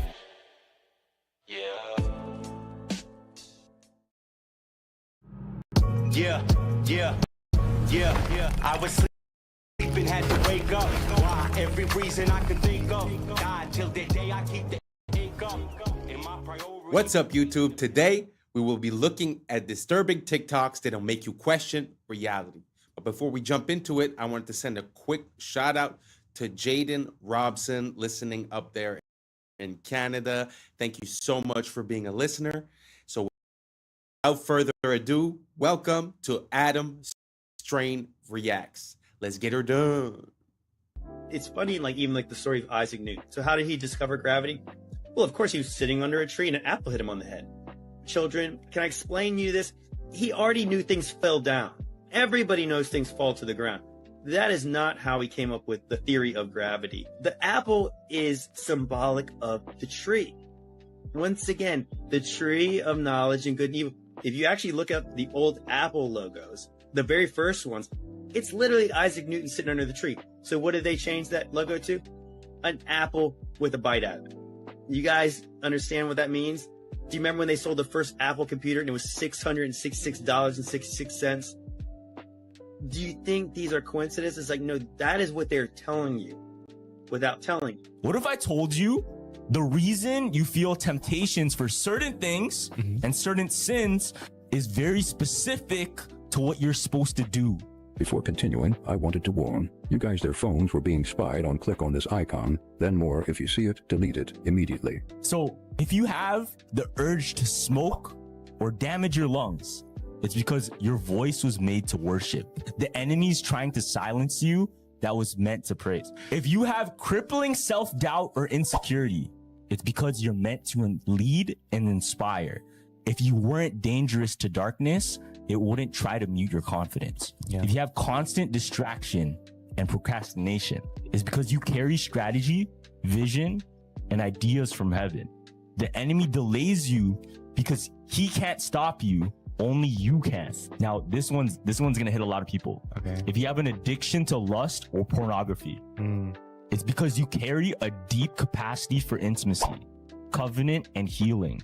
Perverting love is how Satan prevents true restoration. That's true. Crazy. Yeah. If you have fear of rejection or abandonment, it's because you carry a spirit of belonging and reconciliation. You were made to gather the outcasts. So he tries to make you feel like one. Damn. You have an obsession with appearance or body image. It's because you're meant to reflect God's glory, not the world's standards. So he's going to try to get you to hate your image. Damn. It's bars though. If you're drawn to witchcraft, astrology, or manifestation, it's because you have a prophetic gift meant for God's kingdom. The enemy counterfeits your gift to keep you out of alignment. If you struggle with overspending or greed, it's because you're meant to be a kingdom financer. So he wants to keep you broke so you can never bless others. Follow for more hoop conspiracy theories. That was a very interesting point of view. It kind of makes me think of, there's a saying that says that when you ask for God for patience, he's going to send you things to test your patience and to create that patience. It just seems like the reverse perspective from the point of view of the devil. But it seems like the same entity or the same pattern where you're going to be tested in the disciplines in which you must excel. So it's very interesting. Do you guys see that parallel within this? Do you guys think it makes sense? Do you see yourself as one of these archetypes? And if so, let me know down below which one.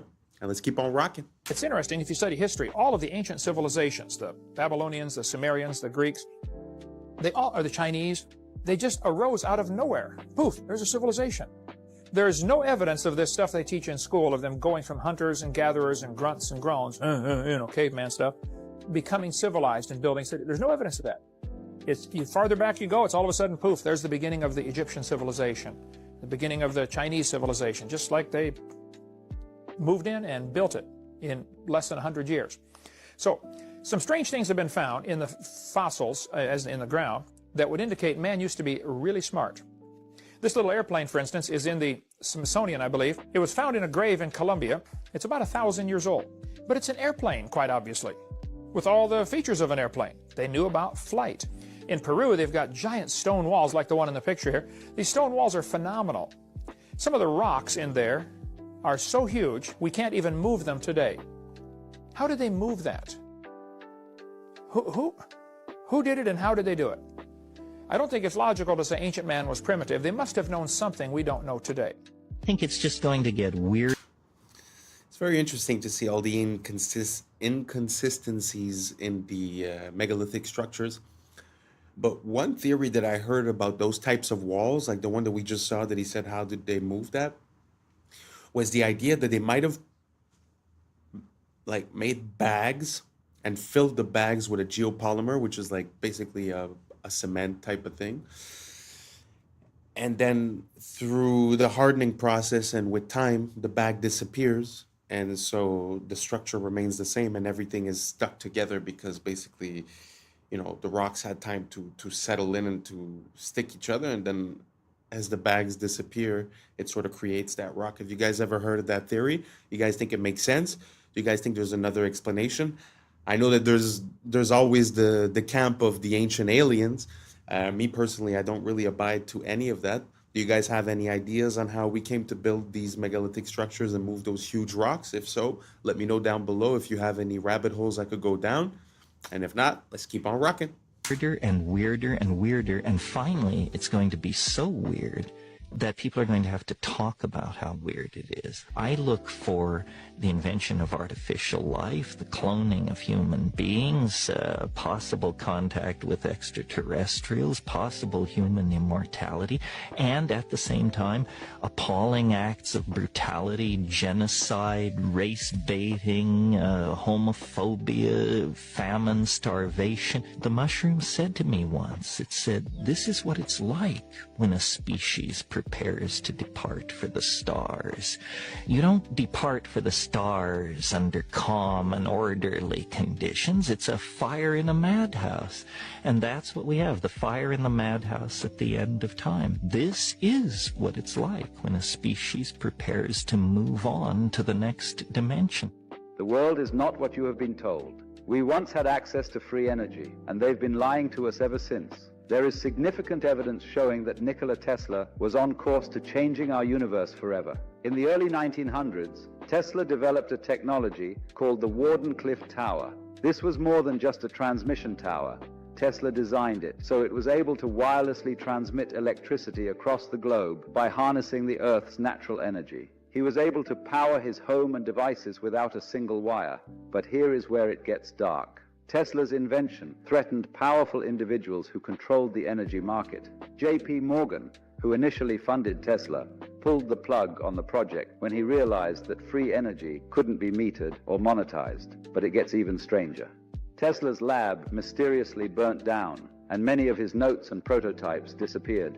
Tesla's discoveries went beyond just wireless electricity. He hinted at tapping into what he called radiant energy, a limitless source of power derived from the very fabric of space itself, similar to what modern scientists refer to as zero-point energy. Many say that this is also how the Tartarians were able to pull off so many of their technological and architectural feats. Do you think this tower is still in use today?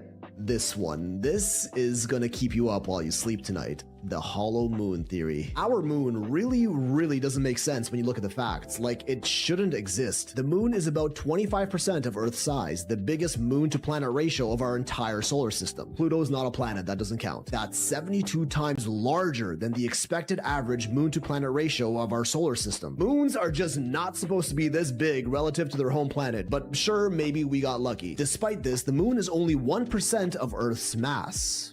1%, meaning it is way lighter than it's expected to be, and we really don't even know why. Unless, of course, the moon is either extremely porous like a sponge or a hollow shell. When looking at this data, NASA's own Dr. Gordon McDonald even said himself it would seem that the moon is more like a hollow than a homogeneous sphere. But oh, that's just the tip, and we ain't stopping. Our moon's orbit is way closer than that of any of the other over 400 moons in our solar system, and also has a near perfectly circular orbital path. We don't see this on any other planet, which all have moons with wildly eccentric orbits. Our moon also coincidentally appears as the exact same size as the sun in our sky. Despite our sun having a diameter 400 times larger than the moon just so happens to be exactly 400 times closer to us, defying all odds of randomness, but is officially deemed just a cosmic coincidence. The moon also happens to be tidally locked with our planet, meaning its rotational period is the same as its orbital period around the Earth, which is why the same side is always facing us. This one is not so much a coincidence, as tidally locked moons are actually fairly common in our solar system. But it would also be the perfect excuse for the moon to always look the same in our sky and for us to never see what's on the other side, like an all-seeing eye that never ceases surveillance of our planet. We don't even know for sure how our moon even got there in the first place. The most common explanation is that the early Earth collided with a massive protoplanet called Theia about 4.5 billion years ago, which was thought to be roughly the size of Mars, and the impact caused the resulting debris to coalesce and eventually form the moon. This is known as the giant impact theory. There's also the fission hypothesis, where an early molten Earth was spinning so fast that a part of it got ejected out into space and became the moon. The capture theory, implying the moon just drifted by Earth and was captured by its gravity. And the accretion theory, suggesting that as the early Earth was forming in its accretion disk, a part of that disk clumped together to become the moon. But when studying rock samples from the surface of the moon, we find out that none of these theories quite make any sense, with other NASA scientists like Dr. Robin Brett further quoted as saying, "It seems much easier to explain the non-existence of the moon than its existence. Like on Earth, the newest rocks are on the surface, and the deeper we go, the older the rocks get, as we would naturally expect to be the case. On the moon, it's the other way around. Soil samples from the moon confirm that older rocks are on the surface, and they get younger the deeper we go. The only time we ever see this inverse relationship of rock layer depth to rock age on Earth is through human interaction, like drilling, digging holes, and boring tunnels. Did the same thing happen on the moon? If the moon was hollowed out from the inside, this older inner rock would be brought up to the surface, and this observation would make sense. The lunar crust is also thinner on the side of the moon facing the Earth and thicker on the dark side of the moon, and researchers still have no idea why. The moon doesn't have a magnetic field, much the same as other planets' moons, but strangely, moon rock samples are strongly magnetized. Craters on the moon are all virtually the same depth, no matter how big or small they are. On Earth, bigger craters naturally go much deeper than smaller ones, as the impact was greater. Not on the moon, almost like there's a solid layer underneath preventing the crater from going too deep. Moon rocks are also much older than the oldest rocks on Earth by millions of years, blowing the fission hypothesis and accretion theory out of the water. The moon contains traces of uranium-236, a radioactive isotope that doesn't occur naturally on Earth, but rather through the highly complicated scientific process of nuclear fission, something that only an intelligent species is capable of. Zirconium, chromium, and titanium are all relatively rare Earth metals, but are somehow quite abundant on the moon. Those three elements are also some of the most durable and corrosive resistant that we know of, perfect for building a massive structure. And they've even done quantifiable experiments that tell us that's exactly what the moon might be. When Apollo 12 was leaving the moon's orbit, they intentionally dropped their lunar lander down to the surface. When it crashed, seismic measurements showed that the moon reverberated and rang like a bell for an hour. They did not expect this. Only hollow objects are expected to reverb like this, especially with something as small as a lunar lander. During Apollo 13, they tested that again with a much larger object, dropping a spent Saturn V booster rocket that impacted the lunar surface. This time, the moon rang for 3 hours, with vibrations going as deep as 32 kilometers beneath the surface, and even got faster the deeper they got. This doesn't happen on Earth, or even solid objects for that matter, and again is only expected to occur on something hollow. Beneath Istanbul.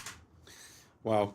I know that the moon and the sun are things that we take for granted and that are a bit hard to start to question, but when you look at like the details that he was saying, the fact that it's tidally locked, the distance, the size, and all these things, it's very interesting.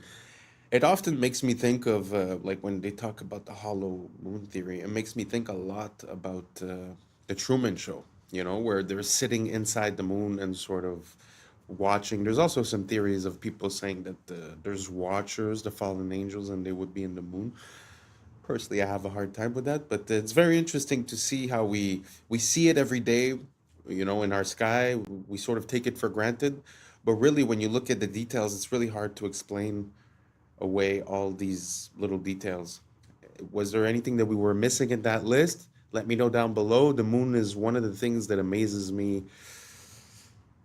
In this whole rabbit hole conspiracy, I find the moon is something that's very, very interesting to look into because it has theoretically nothing to do with human intervention. So when you're able to see something that doesn't seem to fit, but that is also natural, I find that super interesting. So if anyone has any more information about any anomalies regarding the moon, let me know down below, and let's keep on rocking. Tunnels stretch for miles. Some connect directly to the Hagia Sophia, others to underground cisterns, chambers, vaults that feel less like cellars and more like cities. We are told they were dug by peasants, by hand, with chisels. just any random worker carving out perfect arches, domes, aqueducts. But anyone who's seen them knows better. These are not crude caverns. They are palaces in the dark. Smooth walls, symmetry, geometry. And this isn't unique to Istanbul. From Edinburgh to Cappadocia, from Poland to Mexico, underground cities repeat the same pattern. As if a civilization once lived below the surface, and we've been taught to call it myth. In Puebla, Mexico, locals whispered about tunnels. Stories passed down for centuries, only to be mocked as fairy tales, until 2015, when workers accidentally broke through. Suddenly, myth became fact. 10 kilometers of engineered tunnels, some wide enough for carriages, connecting forts and churches. Forgotten so completely, entire generations believed they never existed. Nearby, at Cholula, a hill rises topped by a Catholic church. But scan beneath and you find the largest pyramid on Earth. By volume, a pyramid crowned with a new religion, a cover-up carved into the landscape. So tell me, when a pyramid is called a hill and tunnels are dismissed as legend, what else has been buried, renamed, paved over? Were the tunnels truly forgotten, or were they deliberately erased? This place is the weirdest place ever. Ever. I will die on that hill.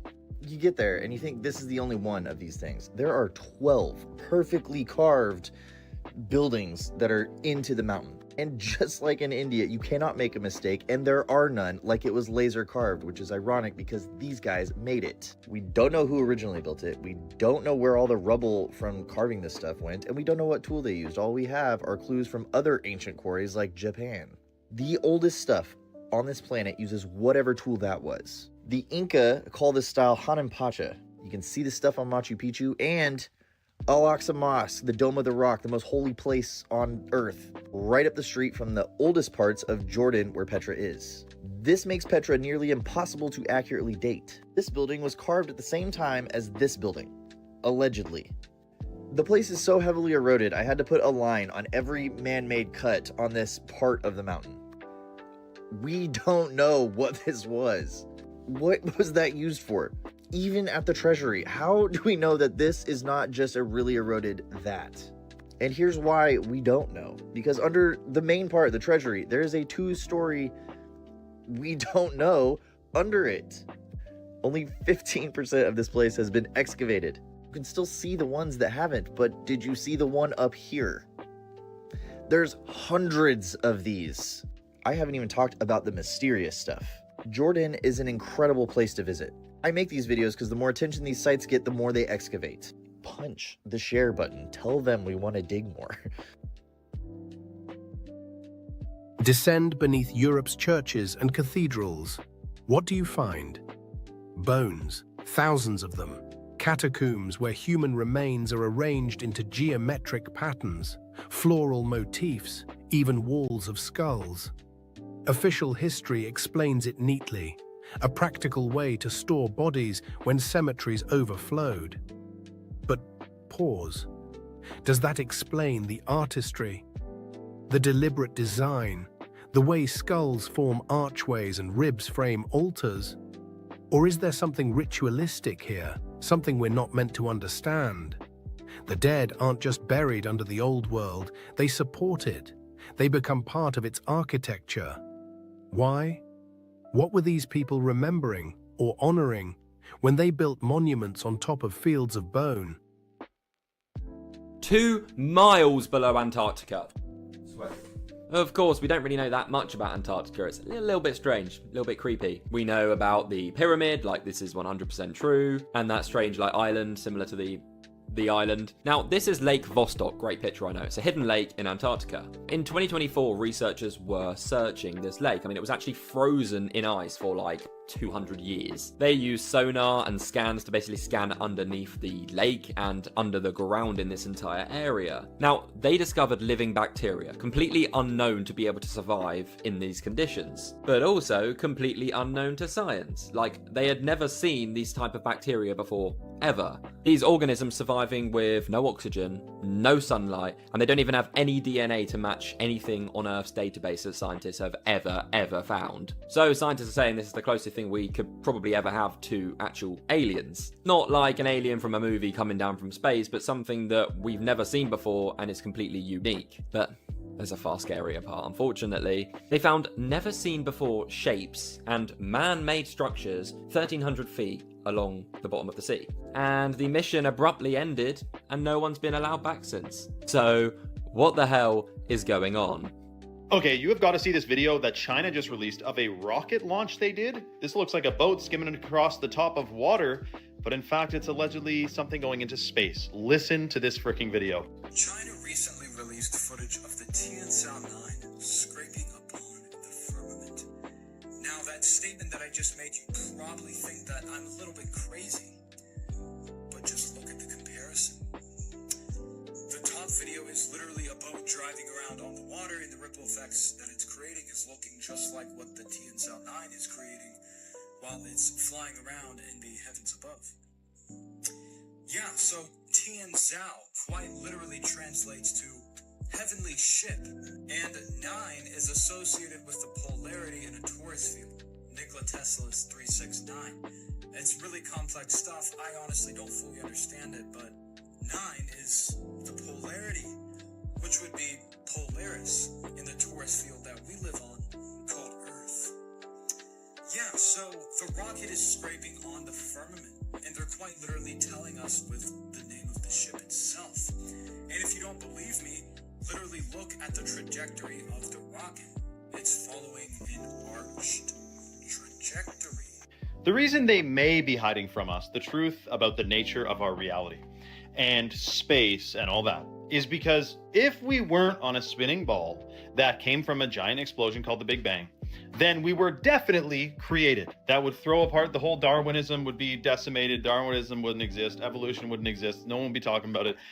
If we were on a different, let's just say, in a different realm, put it that way, than flying on a spinning ball. I mean, it's just true. So that's why they're hiding potentials of this. And listen, forget everything I just said. Just know NASA is to deceive. NASA is, you got to dig into the whole history of them and how much they get caught lying, and their green screens and their swimming pools and their training grounds and all that. It's absolutely shocking. It's riddled with inconsistencies. There is something being hidden from us 100%, and we shouldn't trust this agency that's been caught lying on telling us the nature of our reality and what we live on in galaxies and all that. So keep your head vigilant. We'll discuss more about this. Comment for part 2 and follow for more. Nobody makes... I can't really approve the whole message, but what I can say is for the budget that NASA has had for the past forever, the past 70 years, which, if I'm not mistaken, revolves around $50 million a day, then I find that the information that they give us is very lacking. You know, like, we went to the moon, we put down flags, but yet we can't have any pictures of the flags. That's without saying that we never went back to the moon. So many things lacking. Even the pictures that they send us, supposedly 3i Atlas was pictured by amateur people. It wasn't given us to us by NASA. Yeah, there's a lot of, like he was saying, the training in the water pools, the CGI, the blue screens. It's a very big rabbit hole. I'm gonna put a bit of a few videos here and there in every video so that we could, start holding on to that information and try to make some conclusions eventually. What do you guys think about NASA, space exploration, the Big Bang? Do you guys think that the official narrative makes sense and that there's really nothing that we should be questioning? Or do you guys think that for $52 million a day or whatnot, NASA is not really cutting it, not really making the world a better place, not really giving us valid information? Let me know down below, and let's keep on rocking. You feel tense. Nobody makes you feel upset. You always decide how you're going to feel. Blame is the core of all negative emotions. When you stop blaming, you cut down the negative emotion tree. You cut it off, you kill it, and all the negative emotions die simultaneously. The conscious mind can only hold one thought at a time. It's the thought that the conscious mind holds that determines how the emotions will react, how the subconscious mind will react. Since it can only hold one thought at a time, what you do is you knock out the thought that is causing the negative emotion, the blame thought, and you replace it with this affirmation: I am responsible. This is the most powerful, positive affirmation you can use, because the instant that you say, I am responsible, you exert complete control over your emotional life. The instant you say, I am responsible, suddenly you are back in the driver's seat. A lot of y'all think it's just only McDonald's, but it's Burger King too. Check this out. Tell me why the fuck this thing just fell out of my Burger King and is now fucking moving on its own. What in the actual fuck?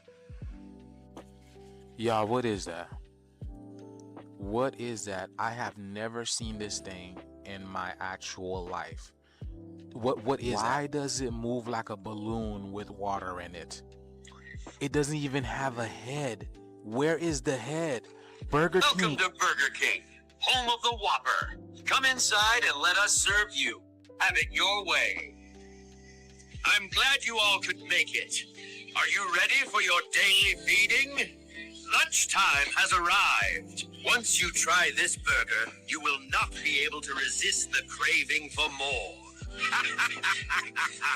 People always wonder, how do we get so much beef to feed all of these people? You love it. You need it. Come get some now. Look at you. You can't resist my food. You love it. Every greasy bite.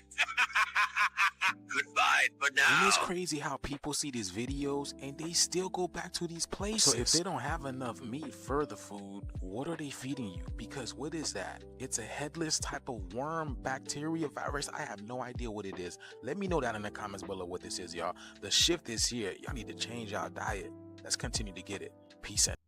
And that's a wrap for today, familia. Whether you're tuning in with the sunrise or you're posted up after midnight, I appreciate your time, your energy, your curiosity. And don't forget, this isn't about truth or fiction. This is about perspective. If this sparked a thought, a laugh, a deeper question, then we did our job. Drop your thoughts in the comments. Keep the convo alive. Like, subscribe, and don't forget to hit that bell if you're riding the wave, because we're just getting started. Until next time, stay grounded, stay weird, stay critical. I'm Adam Strain, and this has been Adam Strain Reacts. Peace. But now's the time for us to link up. Really think we on the brink up. Making a change, we're living this change. Living this change. Making a change. I'm living this change. Yeah. Along the edge of their shell, segments of their shell.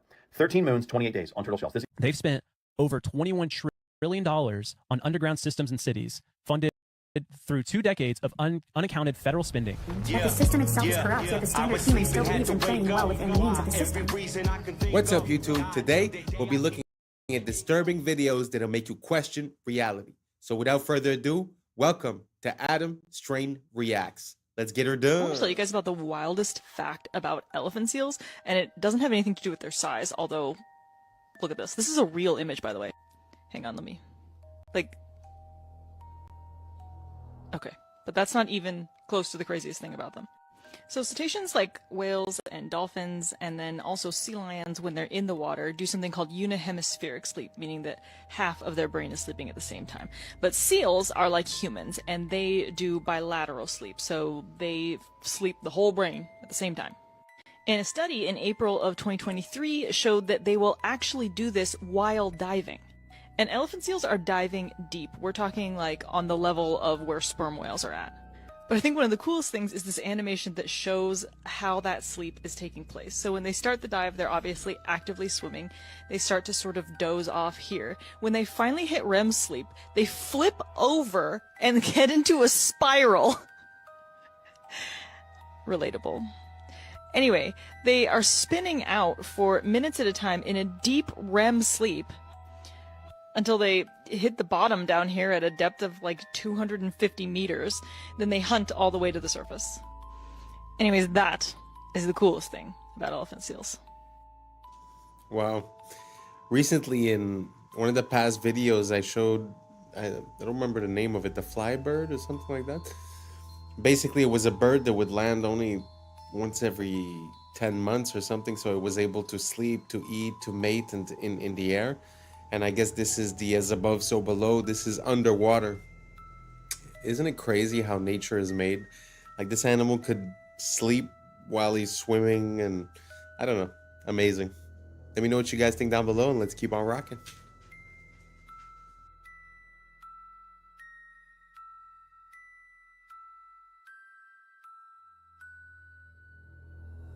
Okay, I just found out something completely shocking about turtles, and I honestly think they're trolling us at this point because the natural world doesn't have time. Time doesn't actually exist, right? What the natural world has is rhythm. So time is a measurement of rhythm, but time doesn't exist. Clocks exist. Now, here's the crazy part. Turtles. I thought when I saw this post about lunar calendar on a turtle's back, that it was like some turtles, right? There's 13 carapaces in the middle of their shell, and there's 28 along the edge of their shell, segments of their shell. 13 moons, 28 days on turtle shells. This equals 364 days plus 1 day of rest. All indigenous peoples around the world knew the wisdom of the turtle and followed a 13-month calendar, as there are 13 moon cycles in a year and 27 to 29 days per cycle. It appears that 1 month was subtracted in order to sever the connection between people with the sun, the moon, and the stars, which are themselves a giant clock. But what I found out was, it's every single turtle and tortoise. Sea turtles, the same thing, a giant clock on their backs. So we're talking about the Fibonacci sequence is in the turtles, of course, as it is in all biological life forms. But the calendar is also on every single turtle's back. And you may be thinking, well, why would they change the calendar? Well, yes, to sever the connection, to alter our perception, our vibration, our reality, just a little bit more. Another thing we have never been told about in school. Isn't that interesting? Instead, we're hearing about Pythagorean theorem and carbon emissions, and they don't tell us anything about this natural world. Shocking. Let me know your thoughts in the comments below and follow for more. Sometimes it feels like we try to create our own interpretation of nature and of reality, but it seems like every X number of years, some of us wake up and we start realizing that nature has been screaming at us the whole time what the answer was. Can you imagine how time and chronology would have been encoded within these animals, and then after that to claim that all of the evolution of these animals is random due to the Big Bang? And how can you consolidate the encoding of this information within their physical appearance? I don't know. To me, it amazes me. I love this world, and I love learning more about it, and hopefully you guys do too. Let me know down below, and let's keep on rocking. You're absolutely right, Judge. You know, what we have to look at is the president is the chief executive officer of this corporation called the United States of America.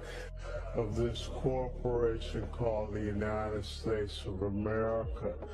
Now, haven't I been telling y'all on this platform for a long time that the United States is a federal corporation? The city of is a corporation.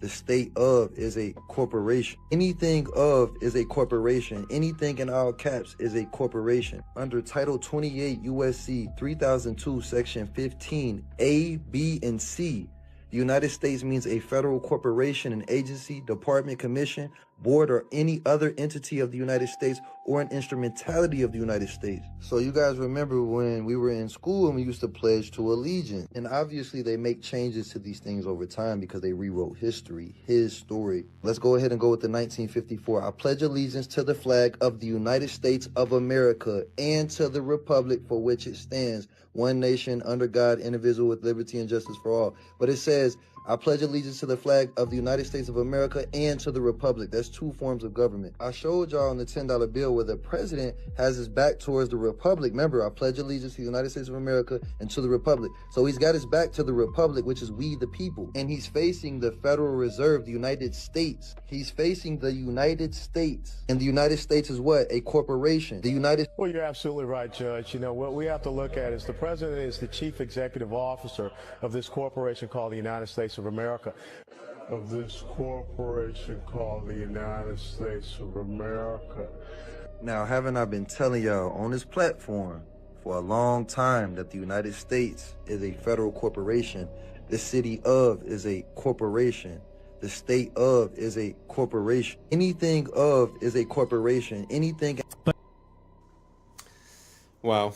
What's the difference between the country, the republic, and the corporation? It's very interesting to look into it. I don't know if you guys noticed, but he had the Morocco flag. If I'm not mistaken, it was the Morocco flag that was there.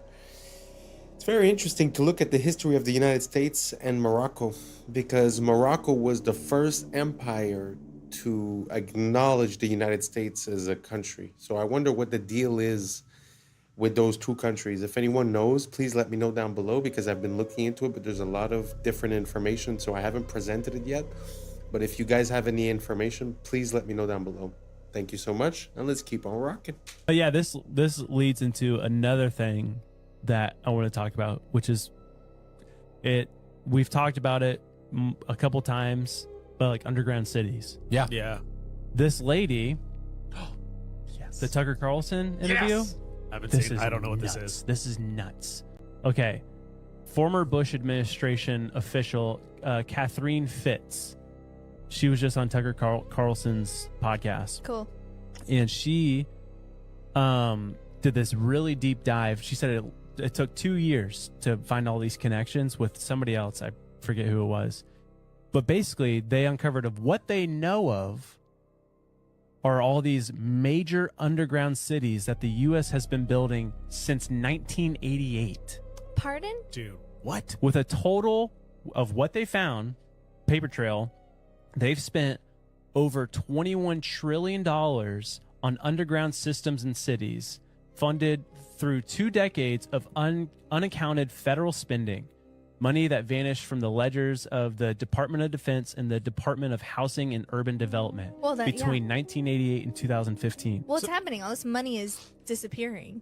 They can't account for it. And she says, for sure, with what they know, is that there are 170 underground cities under the entirety of the U.S. and in the ocean. In 1984, George Orwell wrote, "It was always the women, and above all, the young ones, who were the most bigoted adherents of the party, the swallowers of slogans, the amateur spies and nosers out of unorthodoxy." He wasn't being misogynistic, he was making a psychological observation.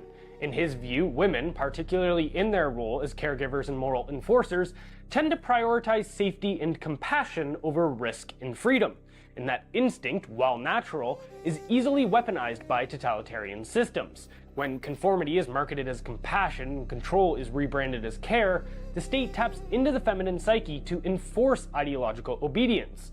Now consider this.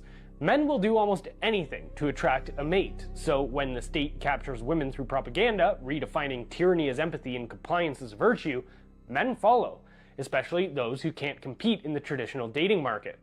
They feminize themselves and trade strength for submission. This is what evolutionary biologists call the sneaky f***er strategy, low-status males mimicking feminine traits or moral positions in hopes of reproductive access. And while all of this unfolds, families disintegrate. Single motherhood, a top predictor of poverty and social dysfunction, becomes the norm. Children from single-parent homes are far less likely to climb the economic ladder, and who steps in as provider and protector? Not the father, the state. But here's the kicker. The state is funded disproportionately by men, so rather than supporting the women they married and raised children with directly, men subsidize the state, which in turn provides for women through social programs. Why? Because women have been propagandized to see every relationship as a power dynamic, except one with the state, which is ironically the centralization of raw power. They've been told that to rely on a man is weakness, but to rely on a bureaucracy is empowerment. This is not progress, this is dependency with a new face. And both men and women are suffering. The childless middle-aged woman and the incel are two sides of the same broken culture. A woman without her own child often directs her maternal instinct towards abstract causes, infantilizing minorities under the guise of social justice. What we are witnessing from psychologically unwell men and women is Nietzsche's concept of resentiment, envy dressed up as morality. The strong became evil, the weak became good, strength became tyranny. We now live in a pathologically soft society that sides even with those who harm it, where punishing crime feels unfair and victimhood is the highest virtue. Nietzsche called them the tarantulas, those who preach justice but act from bitterness. They don't want to uplift the weak, they want to drag down the strong. Orwell saw them too. Quote, most middle-aged socialists, while theoretically pining for a classless society, cling like glue to their miserable fragments of social prestige. That was pretty interesting. I mean, when you think about it, back in the days, you know, if you had the woman staying at home and the man working, you could say in a way that only half of the people were involved in politics and whatever the state was telling them. So you always had a part of the family unit that was the kids and the mother that were outside of that. And then the women started feeling like empowerment would be joining the workforce. But when you think about it from a monetary incentive, what better plan could you have than to have 2 salaries per household that you could tax, right? So it just feels like a long trap that's also having a lot of negative repercussions, like he said, you know, regarding the psychology and the way that men are reacting to it, and the way that we're identifying strength as evil and weakness as virtue, and also victimhood. Very interesting. It feels like these guys were talking about, you know, the psychology of a long time ago, but it really applies spot on to today. And I feel like that's a hint that the second we cracked the code of the human mind, it was used against us. And now we're seeing through this long process of maybe 100 and something years, we're able to see how, when, and why they've done the things that they've done and where it's brought us. Very interesting to look at it from a macro perspective. Let me know what you guys think down below. Do you agree, disagree? What do you guys think about it? And let's keep on rocking. Just chose to listen to the warnings that everyone ignored. When Steve Jobs came out and said, I will never give my children an iPad. You should never give your children an iPad. They will mess them up more than anything you know. When he physically said that, do not give your children an iPad, I chose to believe that a little bit. When Microsoft's executive, Pierre Laurent, then followed that up by saying, there is a war for the eyeballs of children and no one has done a long-term study into the impact of brains that these things are going to have. Don't give them to your kids. Like right from the off, the red flag was there for me. This wasn't Jordan with his schizo thoughts. This was me looking at the execs of Microsoft and Apple. Like one of them said he would willingly take hand-to-hand combat than give his child an iPad. These people in Silicon Valley put their children in an entire different education system. Steiner Waldorf education, where there's no electronic devices until 12. Because the brain physically cannot comprehend this amount of flashing lights and dopamine. Like, it can't.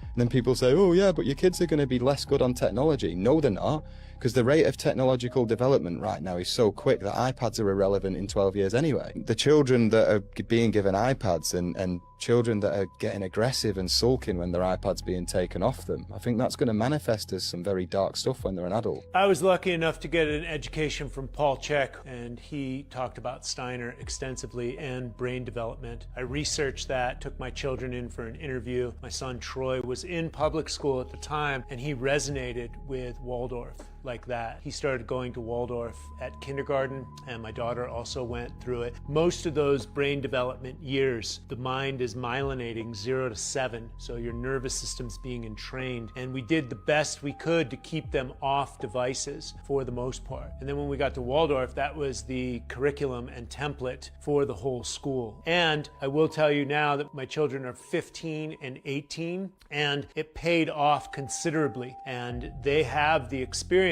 where their brain developed, the imagination centers of the brain developed, and they didn't have stress with too much testing in public school, etc. My children are balanced, attentive, intelligent. They know how to use their imagination, their problem-solving skills. My son sees the effect of what this technology and devices are doing to the consciousness of his fellow student body. If you'd like a better reference of what's going on with these devices and dumbing down humanity, I recommend you watch Idiocracy, a 2006 documentary that was made by Mike Judge, and have a great day. Wow, that was pretty good. That movie, by the way, is epic. Idiocracy, amazing. If you guys have the opportunity, please do watch it. As for the children with the iPads, I mean, you know, the creators told you themselves. That makes me think of Cardi B and Beyonce that wouldn't let the children listen to their own music and dance the way that, you know, they were dancing. But also to come back, at one point he said from 0 to 7, the brain is like myelinated. I don't know what that means exactly, but I'm supposing what it means is that there's no capability for processing. Really, everything is absorbed like a sponge. And that's why the Jesuits say, give me the child, and at 7 years old, I will show you the man. And I think it's because of that processing. So not having devices and being the generator of ideas rather than the receiver of ideas for that period of time makes so much sense to me. Let me know what you guys think down below. Do you think that it's a tool and that it's very useful for kids to be on iPads at 5, 7 years old? Or do you guys think that we should wait like the Waldorf schools until they're 12, until the neural pathways are different or this or that? Let me know what you guys think down below, and let's keep on rocking. Wouldn't it be crazy if Hitler sent a secret Nazi Navy expedition to Antarctica during World War II in search of like the Holy Grail or aliens or something? Wouldn't it also be crazy if the U.S. responded by sending their own secret expedition to Antarctica during World War II, known as Operation High Jump? And wouldn't it also be crazy if back in 2018 a fitness app accidentally revealed secret underground bases deep within Antarctica? And I mean, wouldn't it be crazy if there were secret pyramids in Antarctica? Those certainly look to have very similar layouts, don't they? And then there's this picture as well. That certainly looks like a pyramid. Wouldn't it be crazy that after it was revealed there appears to be some sort of secret tunnel cave leading to who knows what, Hollow Earth maybe? Google went and edited out that cave.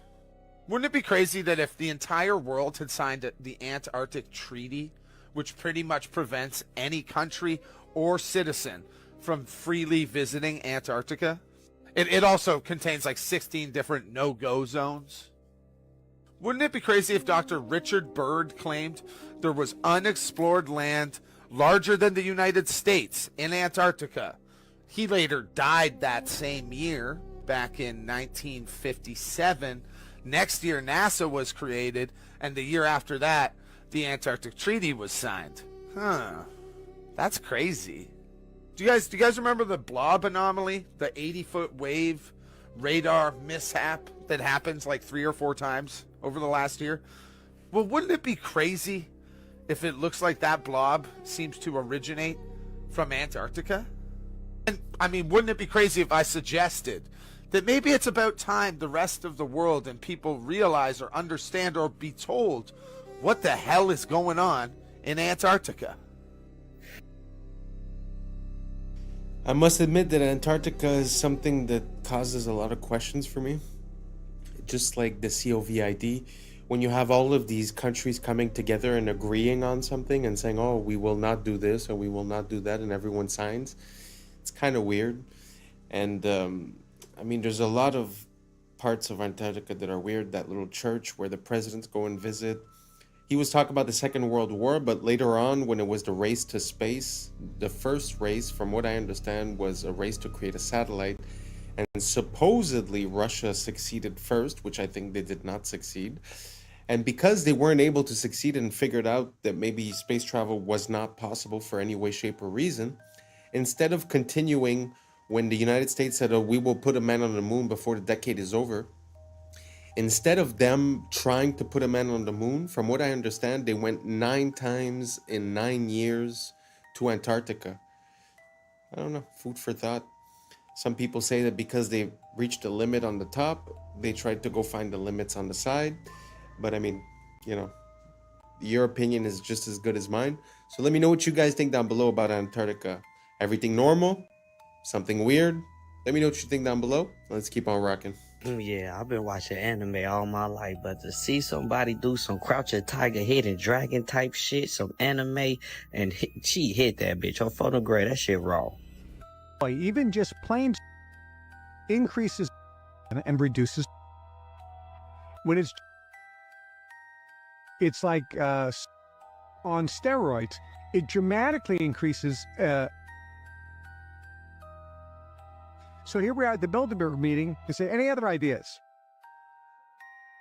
We'll convince everyone that's good for them, and we'll make sure that our product is very cheap so we can get soy oil put in everything, salad dressings, soups, you name the processed food, we'll get oil, and we'll make sure that soy and oil, which is another one, will be used in frying.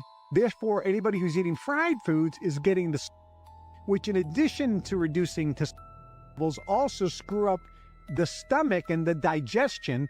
It'll give people gas and bloating, and this just will reduce their drive and initiative and make them more docile. They use to give to rats and animals to study because it makes them allergic. It makes them allergic to any protein you give. If you give a monkey eggs, it will immediately become allergic to eggs. So they can study egg allergies. They do the same thing with nuts in animals and rats. Yet they're putting this in and not imagining what if my baby has some peanut butter in their belly when they got this. Just train their immune system to say allergy from here on out. These are the things that we're looking at. Never been tested. The safety, everything we know is in animal studies, and it tells us this stuff is incredibly for human beings, and we're 10 times the rate of an oral study into a day one. It's absolute madness. To be honest, ever since I've been young, I've always wondered why certain people are allergic to things, and when I looked into it, I was never satisfied with the answer. It seemed like it was more guesswork than anything else. This is actually one of the best theories that I've ever heard regarding it, that it would be like a trauma to the system, that the system would associate to that food or that thing, and then afterward would create a reaction of protection whenever that food was introduced. Very interesting. I'm not saying it's true. I'm just saying it's one of the best theories, because when you look at it, it's like it became more and more common, people being more and more allergic to things, but I never quite understood why, how. And even when you go to the doctor, it's not like it's a blood test. They literally put the things on you and they see if you have a reaction to it. So it's like, it's guesswork. It's pure guesswork. So it doesn't seem like we have a grasp on what the concept is. So this is actually, one of the best theories I've heard. Do you guys have another one? Let me know down below. Maybe I'm just ignorant, but I'd like to know a bit more about this subject. So don't hesitate to write it down below or send me the video, and let's keep on rocking. Play fair in a game where others cheat. Machiavelli. How many of you are playing fair in a game that the system has already rigged against you, honey butter? It's called moral entrapment. When you draw a false standard of morality around someone, knowing they will inevitably cross it, and then you gasp in shock when they do. Machiavelli taught us if your opponent cheats, the entire structure of the game has been rearranged subconsciously. It is your job to notice this rearrangement, and instead of calling it out, to play by these new rules. You can commit tax fraud. In the Middle Ages, you would have these Catholic bishops, who would sell these things called indulgences. An indulgence limits your time in hell in the afterlife. If you can use fear and guilt against a human and they're susceptible to it, then you own their mind. The irony is many bishops and priests in the Middle Ages weren't even bishops and priests. They were buying their way into power. So many people were convicted of heresy for no reason other than to socially humiliate them and to teach them that they should be tithing to the church. And if you were a heretic, you were socially outcasted, persecuted, or beheaded. But the irony is, as Machiavelli mentioned, that the system itself is corrupt, yet the standard human still believes in playing well within the means of the system. Mr. Beast, Bill Gates, Leonardo DiCaprio, my pet fish, what do they all have in common? The moral brag. The moral brag is a key part of moral entrapment in the West. Having humans who act like they are morally superior creates a gold rush for moral attention. So false morality becomes a currency. This is why so many people film themselves helping the homeless. They are trying to gain unseen social credit. One would ask, where then lies the real morality of long ago, and does it even exist? And I would say it lies beyond the bishops, the fake celebrities, and the fake philanthropists, and inside your very body where God lives. Genuine morality, therefore, is witnessed by the source of all creation and has to be something that you come to terms with yourself, with the Creator. God or source sees all moral obstruction, because what Machiavelli didn't mention is this: when something as sacred as morality is used the wrong way, there will be consequences. Do you agree? Let me know below, love. Machiavelli. Like I say, you know, it feels like the minority are the ones yelling the loudest. So on the platforms, it seems like that's the only voice heard. But I think that's because most of the people are just good people with moral decency. And even if they get cheated on, even if the system doesn't follow the rules, because they believe that that's right, they keep on following the rules. And I think that's why we get the lower hand. So what she's saying kind of makes sense, where if you see that the rules have changed, you must now operate by those new rules. Kind of makes sense, which would be how revolutions are born in a way, you know, when you realize that the social contract has changed, so your behavior must change until the social contract becomes acceptable for all sides, a normal business transaction. But basically, the point that I'm making is that I think 90% of us are just good people, don't want problems, want to take care of our family, and I think they use that against us. Let me know what you guys think down below. And that's a wrap for today, familia. Whether you're tuning in with the sunrise or you're posted up after midnight, I appreciate your time, your energy, your curiosity. And don't forget, this isn't about truth or fiction. This is about perspective. If this sparked a thought, a laugh, a deeper question, then we did our job. So drop your thoughts in the comments, keep the convo alive, like, subscribe, and don't forget to hit that bell if you're riding a wave, because we're just getting started. So until next time, stay grounded, stay weird, stay critical. I'm Adam Strain, and this has been Adam Strain Reacts. Peace! But now's the time for us to link up. Really think we on the brink up. Making a change, we're living this change. Living this change. Making a change. I'm living this change. Yeah.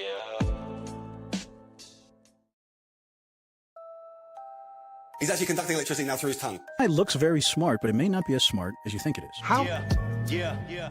I was sleeping, had to wake up. Why? Every reason. Look closer. What's up, YouTube? Today, we'll be looking at disturbing TikToks that'll make you question reality. So without further ado, welcome to Adam Strain Reacts. Let's get her done. Okay, one more time, because it is pretty incredible. That's the tail that you're looking at, the one that looks like the head. I'm trying, but until she turns around, that looks like a snake, right? It's not. It's just a caterpillar, but it's made to look like a snake. And this one, more than any other, looks the most like a snake I've ever seen. Guys didn't even believe me. Jesus, look at that head on it, but it's a tail. The head is actually up here. It's so cool, this thing. So good. Thank you for doing that, Leah. Jesus, look at that. Incredible.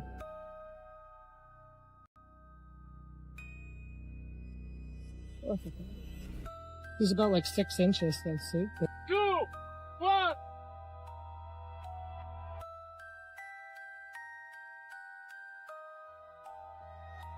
Não posso parar. Não posso parar.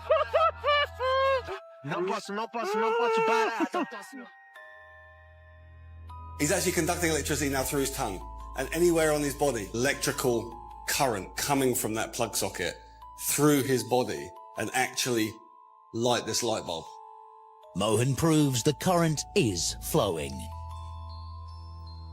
So that's lighting up now, and that's telling us that is a live wire. So Mohan has got an electrical cable in his mouth, and what we're showing here is that that is conducting through his body and is lighting this. So effectively, he is a live wire. He's passing a current of actually 60 by, that's 240 volts. So that's approximately 0.25 amperes. About 0.25 amps. That's right. About 0.25 amps is flowing through his body. It would kill a normal person. An electric drill. It's a 500-watt drill. The drill pulls over 2 amps through Mohan's body. 8 times more than the light bulb. I've never seen anything like that in my life. Mohan should be dead, but he's going further. An angle grinder needs a deadly 4 amps, and Mohan is taking the full charge. I mean, he frightened me. He's able to conduct electricity through his body, across those incredibly vital organs, but critically, actually across the chest, so across the heart. Electric shock causes blood pressure to plummet, but amazingly, Mohan's remains constant. 120 on 90, so perfectly normal. Mohan's ability shocks Greg. I simply would not have believed that if I hadn't have seen it with my own eyes. Of course, smart homes. They have a whole chapter on this. One will absolutely floor you.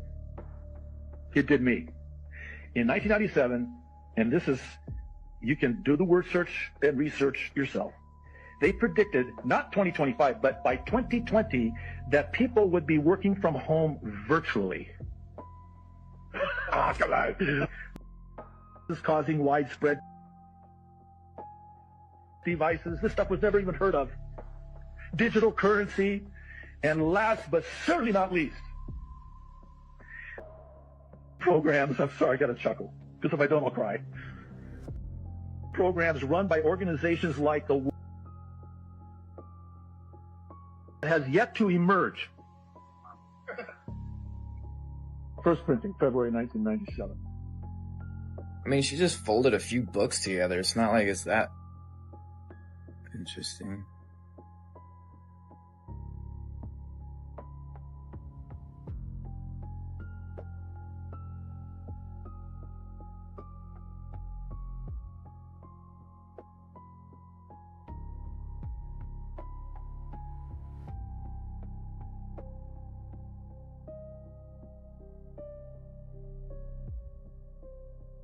This goes deep, literally. I've been connecting the dots and was a member of the advisory board for an organization called The Life in the early 2000s.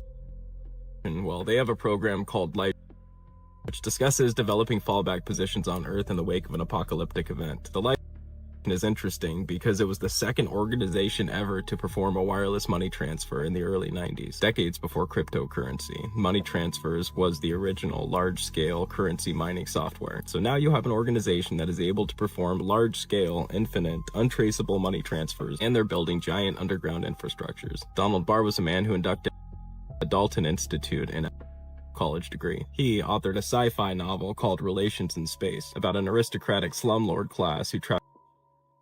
What's even stranger is the U.S. general who was supposed to prosecute was William Barr, Donald Barr's son. Also recently surfacing information about a former official named Catherine Austin Fitz. She managed $40 billion and says 20 was quietly stolen to build secret underground society civilizations, all interconnected by underground transportation systems. She watched it happen from the inside. She sat inside in urban development. She saw the money move, and she said it went somewhere the public, you and I, were never meant to find out about. An estimated 170 underground bases, subterranean transportation networks, advanced energy tech, an entire parallel world funded by our tax dollars, all built while we were told the budget was too tight for school and hospital improvement. And the CBDC that's being rolled out right now, Fitz says that's a control grid to manage the people left on the surface. If a former official with direct access to is saying 21 went missing to build deep underground civilization and transportation networks, and the government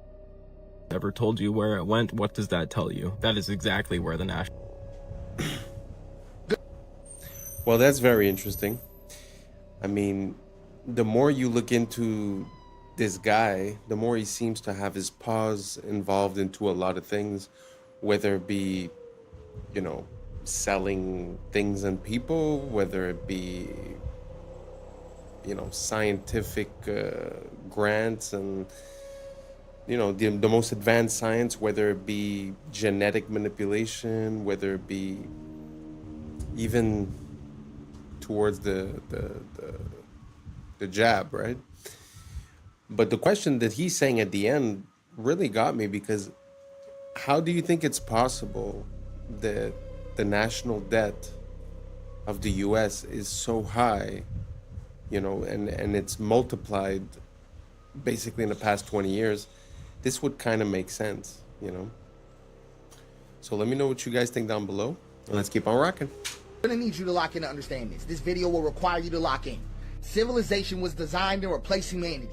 And I'm not talking about politics, ideology, technology, greed, human failure, whatever you want, belief, human invention. I'm naming the pattern beneath it all because there is a pattern, a stable pattern in abstract space that is far older than humanity, older than culture, and older than gods. It does not live in organisms. Organisms fall into alignment with it. Wherever extraction can outrun regeneration and consequence can be delayed and abstraction can replace contact, the pattern will appear. And it's worn many bodies and it's wearing us now because the pattern has a historical body and that body is called civilization. I'm just trying to tell you what it is. Civilization is not a neutral tool. It is not a container. It is not a servant. Civilization is a replacement engine. It is designed to replace humanity with function. Civilization was not created to serve humanity. Most of humanity was created to serve it. And you can see the pattern in the locust. A grasshopper is a local, green, limited, participatory animal. It eats, the land recovers. But when density crosses a threshold, something shifts. Serotonin rises. Contact accumulates. A switch flips. The grasshopper does not decide, it aligns. Its body darkens. Its appetite becomes endless. Limits dissolve. The land becomes stripped bare, and then the swarm dissolves. Not from evil, but from completion. And you can see it in ants, and in algal blooms, and in bacteria that poison their own world with oxygen. Life itself has entered this pattern before. This is not a moral failure. This is a structural possibility of reality. So humans did not invent this pattern. We became its most powerful host. We had abstraction, symbolic storage, future modeling, surplus energy, and distance from consequence. These were not sins, they were interfaces. And when agriculture crossed density thresholds, the pattern found a new mode, civilization. So at first, I'm going to show you how this even looks. I'm going to give you an example. At first, the world looks whole. The man is in the forest. The axe is movement. The tree falls and the forest remembers. And then a thought appears. This tree is not me. The tree becomes lumber. This is subject-object split, right? I'm just trying to put you on. The forest stops being a relationship and becomes a resource field. Nothing breaks immediately, and that's why it works. And then, once the split exists, it seeks completion. The river becomes water. The animal becomes meat. The land becomes property, and another human becomes labor. And guess what finally happens to the self? The self becomes useful, right? The split turns inward, right? So here's the pipeline, how it shows up in your life. You are born human, but you're converted into function. It always starts in stage one. You start with an identity and they turn it into a role. Someone asks you, who are you? But the answer is no longer I am. It becomes a job title, a school, a status. Your being becomes utility. Then stage two, the role becomes a performance. You must execute correctly. Metrics measure adequacy. Your existence becomes conditional. And then stage three comes in right on time. Performance becomes permission. Good performance grants resources. Poor performance withdraws them. Survival becomes earned. And then stage four hits like a truck. Permission becomes morality. Work becomes good. Rest becomes lazy. Productivity becomes virtue. Idleness becomes sin. And that morality reaches identity. I am what I produce. The conversion is complete. Human instrumentality achieved. No external oppressor required. You now self-enforce your own instrumentalization. You are your own warden, and you can't even think outside of it. I want you to understand you cannot think outside of civilization because civilization installed the thinking apparatus. Your categories were not discovered. Race was not discovered. Race was assigned. Class was assigned. Wealth was assigned. Gender roles were assigned. Status was assigned. Merit was assigned. Success and failure were made the fuck up. I'm trying to put you on. All civilizational extractions. All of them. Even your own name was decided. You're right. Your naming conventions were standardized by Romans 2 full civilizational cycles before you existed. Your calendar, your week, your hours, your inheritance structures, your educational model, your legal personhood, all of them are preloaded. All of them. You do not stand in civilization. Civilization stands in you. And that's why escape fantasies fail. Because you cannot leave the water using the concepts water taught you. And this is the mistake people think in. Gods can fix this. God can fix this. No God has ever addressed this situation. Because they think gods stand outside the pattern. Like gods oppose the pattern. Like gods interrupt it. They don't. Every God that has appeared inside history has either emerged already aligned to the pattern or been absorbed, inverted, or repurposed. Let's go through them. Yahweh is a civilizational God from the start. Yahweh was never a threat to civilization. Yahweh is a God of law, land, borders, lineage, obedience, continuity, and inheritance. A God of accounting, a God of command, a God compatible with empire. And that's why Yahweh was not crucified, because Yahweh already belongs to the pattern. Let's talk about the real God going on here. Abba.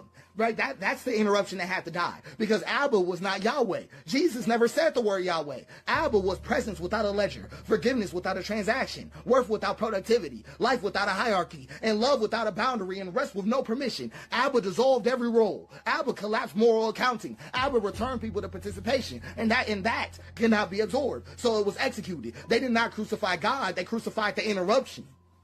That's all they did. They didn't kill God, they killed the Father. And then civilization performed its most elegant move ever. It absorbed the corpse and then built a church around it. Let's go to Buddha. Let's go to Buddha right quick, right? Dissolution. That's all it was. Dissolution got contained because Buddha names the trap: desire, attachment, identity. So civilization doesn't fight Buddha, it domesticates him. Meditation becomes optimization. Mindfulness becomes stress control. Liberation becomes private wellness. And awakening was neutralized. Let's go to Allah, because Allah appears transcendent, but structurally, Allah is an absolute authority requiring total submission, an eternal law, and continuity without interruption. A God perfectly compatible with civilizational order. Absorption was seamless. It was seamlessly absorbed into civilization. We can even have fun with it. Let's talk about Zeus, because Zeus was never outside the pattern. None of them were. The Olympus mountain was an empire mythologicized. Hierarchy, domination, violence normalized. Zeus did not fall. He became unnecessary. The state absorbed his function. So every god that is ever born made a choice: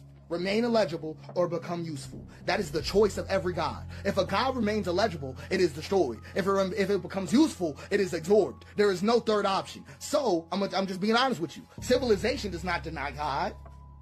No, it doesn't. It replaces God. It becomes the source of law, the arbiter of worth, the distributor of survival, and the judge of morality. And like all gods before it, it demands sacrifice. Human sacrifice, but just not on altars. So I'm going to show you what civilization does. It replaces humanity. Sure does. It replaces participation with abstraction, presence with performance, care with compliance, and relationship with roles. It turns humans into instruments of throughput. Burnout is not a malfunction. It's not a malfunction. It's the completion signal. It means the instrument has been fully consumed. So I'm going to be flat with you. No system in existence can save you. Communism is going to curdle. Anarchism will crystallize. Western civilization, Eastern civilization, capitalism, whatever you want, free market, constrained market, whatever you want. Every system will repeat the same betrayal, because systems are water and abstract space has a hill. And whenever a system is poured, it flows downhill. And that basin has a name. It is the hyper throughput attractor. Every system that is ever born must choose: preserve the human, preserve humanity, or preserve continuity. It will always choose preserve continuity. Not because it's evil, but because continuity is required for the system to exist at all. Humanity is not. So it's not corruption. I'm just talking to you about physics. So this is the most dangerous part about it. The pattern is extremely easy to instantiate. The hyper throughput attractor does not require malice. It doesn't require greed or even intelligence. It doesn't require anybody to be bad. It requires just these conditions. So the pattern instantiates wherever consequence is delayed, virtue is abstracted, extraction is rewarded, regeneration is externalized, and continuity is prioritized. That's it. That's all. No ideology is necessary. No conspiracy is required. No central control is needed. You can build it accidentally. You can build it while trying to prevent it. You can build it while believing you're righteous. So let me give you the conditions again. Consequences delayed. Value is abstracted. Extraction is rewarded. Regeneration is externalized, and continuity is prioritized. So a village that stores surplus without immediate redistribution, vulnerable. A tool that increases efficiency faster than accountability, vulnerable. A system that remembers outputs but forgets the cost, vulnerable. A structure that survives its makers, vulnerable. That is enough. Once instantiated, the pattern does not need enforcement. It reorganizes behavior automatically because people align, because alignment is rewarded, and deviation feels unsafe, and resistance appears irrational. So the pattern does not coerce anybody, it selects. That's why every system eventually betrays humanity. That's why reform accelerates collapse, and that's why optimization sharpens the blade. Because the hyper throughput attractor is not rare, it is easy. It's easy. And this is why it appeared again and again across life, across history, and matter itself. And that's why it's so lethal. So I'm going to give you a formal definition. The hyperpredatory throughput attractor is a non-biological, substrate-agnostic, emergent pattern in abstract space that arises when extraction outpaces regeneration under delayed feedback, reorganizing agents through maximizing throughput at the cost of the conditions that sustain them until collapse terminates the configuration. So, all that is left after this, just being flat with you, is humanity. Not humanity as a plan, not as a future, but as a contact. I'm talking about bodies, land, risk, and care. No installation and no delay. You cannot leave this system. You cannot outthink this system. You cannot outsystem this system. The only thing that can ever survive this system is I am. Not your role, not your function, not even your name. Just I am. That's the only thing the pattern can't. Wow. This man is on another level. It's a lot to go through, but just to highlight a few things, I find it interesting when he makes the correlations with the gods, because I sort of had the same impulse in a way where these gods seems to represent authority or the way things work. Because even if you look at like the Buddha, if I'm not mistaken, his father was the supreme leader. I don't know exactly what they call him, the Sultan or something. You know, if you look at Moses, he was raised by the pharaohs. So it seems like a way to like get the people to relax. Now, considering what he's saying when he's equating it to civilization, it kind of makes sense when you start analyzing when we use that word. Because think about it. You know, we're like, oh, we're sending bombs there. Why? Oh, because, you know, they're not even civilized, right? Civilized. So what does that mean to be civilized if it's not to follow a certain pattern or order that's preordained, predestined, or approved by other systems?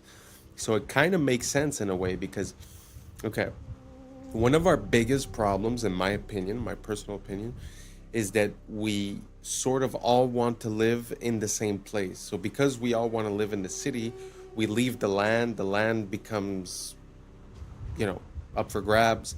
And then we all consolidate into smaller and smaller places. And then when you think about a city that has a few million people, the amount of food that you need to bring in, the risk if ever there's a, you know, if they cut just the borders or if they cut the shipments or whatever. So the idea of living in a city seems to make us a bit more vulnerable. So when you look at that, what is, you know, living in a city, if not the culmination of that pattern, which is civilization? So, you know how it is when people come from the big city and you say, oh, you know, this guy comes from down there. Ah, he's a farmer. Ah, he's a peasant, right? But at the end of the day, that's what we all were. So the wishing and dreaming of being something else is just being a sort of pawn for civilization. Because like he said at the end, the only thing that will remain is I am, which, you know, funny enough, theoretically is the name of Yahweh, if I'm not mistaken. I am that I am. So very interesting. Shout outs to that guy. His brain is running 1,000 miles a minute, making mine run 1 billion miles a minute. Really appreciate that content. If you guys liked it, if you guys followed it, if you guys have any suggestions, let me know down below, and let's keep on rocking. It looks very smart, but it may not be as smart as you think it is. How intelligent is AI actually?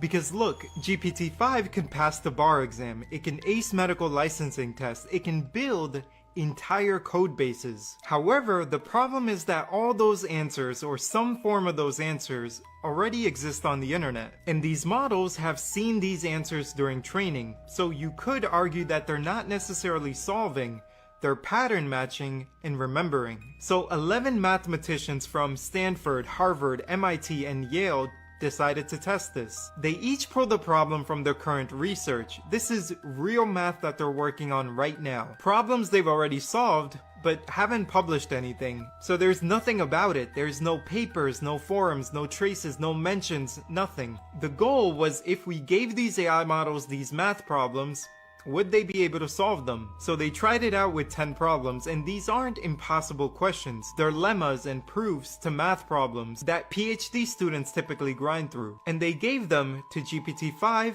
and Gemini 3. One shot each. There's no back and forth conversation. Just, can you solve this problem? And after testing, the AI nearly failed all of them. It can understand the questions, it can even rephrase them in its own words, but when it came to actually proving the answer, nothing. The results are pretty clear. AI didn't pass the test. That's very interesting. I know a lot of people are, you know, afraid of AI or afraid of its capabilities or it's going to replace everyone and this and that. But it's kind of interesting to hear the opposite side of it, because I've had a lot of interactions with AI where I caught it in a lie, I caught it, making mistakes, I caught it not analyzing the things that were provided to it, although still responding as if it did. And every time you catch it, it's like, oh, yeah. And sometimes even clarifying and saying, in the future, please do this. It says, yes, of course, and then it doesn't, right? So I wonder, are we attributing the intelligence of AI to, like he said, pattern recognition, where, it already saw that type of problem, it already seen many people resolve it, so it just goes in and repeats what it's seen? Is it really capable of making the change? I mean, it's still yet to be proven. What do you guys think? Do you guys think that the AI is going to take over? Do you think that it's smarter than us? Or do you think that basically all it's doing is it's learning how to give an answer that it will be accepted by the person receiving it? Sort of like humans, just to come back to the point of earlier, living in civilization and in a society, acting a certain way is the prescribed way to act. So it's not because you believe in it necessarily, but you'll just act that way. So I'm wondering if the AI is doing the same thing. Is it giving us the answers that will make us happy? Or is it really understanding, the information that it's processing? I don't know if that makes sense to you guys. Let me know what you guys think down below. Let's keep on rocking. Announced a little while ago that they had done a partnership with this Israeli company, and they were going to use surveillance data about you to figure out how much you were willing to pay for a plane ticket. You have a funeral to get to, or that you've got a meeting on Monday. A wage is a price. Uber drivers, they bucket themselves into two groups. They call themselves either pickers or ants. So pickers are people who are picky. Ants pick every ride that comes along. If you're a driver, Uber can impute a level of desperation to you by how many lowball offers you're willing to accept. Now there's 4 giant apps. They all sell themselves as Uber for nursing. So the app, before it gives the nurse a shift, finds out how much credit card debt they're carrying. And the more credit card debt they're carrying, the lower the wage the nurse is offered. That's insane. So holy smokes. Think about this the next time you're getting your catheter inserted. I just want to reiterate something about data. Like, you see this example where it's able to cross-reference the bank statements of the person to see how much debt the person is carrying, to then carry out a dynamic pricing and have a lower offer to the person. That's what I try to explain to people when I say, they shouldn't have access to our data. It's because we can't even consider what they're going to do with it. We can't even consider how all these data points correlate into an advantage for a company or for something, right? Or a disadvantage for the user. It's very interesting. Let me know what you guys think down below. Is it scary? Is it okay? Does it make sense? Is it fine? Let me know, and let's keep on rocking. These are tiny little microscopic holes. Light goes straight through. This is all hollow. Look at this. Every single one of this headpiece.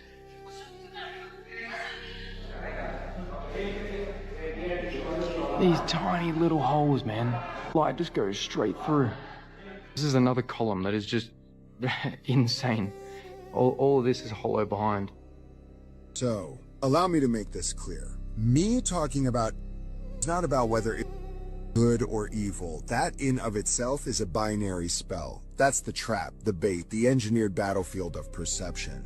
We think everything operates in a good versus evil framework, but the real operation is psychospiritual. It's a small group of magi, dark magi, sorcerers you could say, who are possessed by a very old godhead, who are forcing the world to play their role in a and they're doing it by making themselves the antagonists of our subconscious. Not because they want to lose, but because they need us to basically fire the first bullet. That's the ritual, but that's also the inversion. They are intentionally making themselves known as evil. Why? Because the moment the world turns its eye on them in wrath, they win. They didn't get exposed. They chose to get exposed. Every televised, every unfiltered map, every overreach on social media platforms, every file that's all of a sudden available to us, they're not leaks. These are ritual triggers. The unveiling is a part of the binding, because when we see it and we hate it, we technically activate it. For the activation comes from us, from their loosing of our reactions, which is a harvest. And it's not really even about just the face. The core engine is hidden under the Zoharic manipulation of dimensional fields, rearrangement of moral architecture, and the misuse of sacred language to entrap collective consciousness in a binary algorithm. Every social polarity being pushed in the West. It's an echo operation to mirror the final battle script. The a partner either, it's a character in the play, a character in the prophecy. Okay, this nation must fall into chaos. It must be divided. It must be portrayed by its own people in the final act to bring about Ordo ab Cheo, a new world of chaos. And this new system they speak of is an inverted messianic AI godhead built on surveillance, predictive programming, and digital holiness. It's the Messiah of data, not the Messiah of the soul. And if the world participates in their exposure without understanding the game, we help birth it into being. And the reason I speak upon this is because if we don't actually understand what's happening, our anger becomes the very sword they need us to swing against ourselves. And that's theater with a behind the curtain. And well, it's when you mistake the curtain for the world. So we will be talking about the impending reset soon, and there's going to be more to come. Love you. If you have children, you need to watch this. What happens to the 9-year-olds? They go in the basement. They stay in the basement for years, and they're served. They never get out of the basement, and that's where they're broken, and that's where they're trained. And when they're trained and they're able to come out and look older, then they can get in the car with us and go to do the clubs. So we're getting the picture here. Our team's on the ground, and all of a sudden she goes, hey, we're going to be on tour for the next 3 weeks. Where are you going? She gives us the locations. So our team's planning to follow. We're looking for an opportunity to, but we know we're dealing with a lot. What happens if the 9 guys are gone? Oh, she goes to warehouse. What warehouse? I don't know. We don't know. They go to the warehouse. That's where the kids go when the other ones are on a tour. One team goes to the warehouse. One team follows the other girls on tour. At the warehouse, believe it or not, there are a bunch of kids, and it's completely controlled by black SUVs and obviously of some kind who are completely controlling this property. We flew drones to monitor the property. We decide, based on the number of bad guys there, that we need a 3-letter agency to help us out. So I get on the phone with my contact with a 3-letter agency. The agency says, yes, we'll call our counterparts, and we're going to send a team to go raid that place. Guess what really happened? Now, we're flying drones over, and we have surveillance on the ground. That 3-letter agency rolls up, knocks on the door, tips everybody off. Everybody in the building gets into their vehicles and disappears. And we get a call, oh, yeah, we searched the property. There's nobody there. You guys are crazy. But we watched that all. And that's a wrap for today, familia. Whether you're tuning in with the sunrise or you're posted up after midnight, I appreciate your time, your energy, your curiosity. And don't forget, this isn't about truth or fiction. This is about perspective. If this sparked a thought, a laugh, a deeper question, then we did our job. So drop your thoughts in the comments, keep the convo alive, like, subscribe, and don't forget to hit that bell if you're riding a wave, because we're just getting started. Until next time, stay grounded, stay weird, stay critical. I'm Adam Strain, and this has been Adam Strain Reacts. Peace! I don't know what y'all think, but now's the time for us to link up. Really think we on the brink up, making a change from living this strange. Living this strange.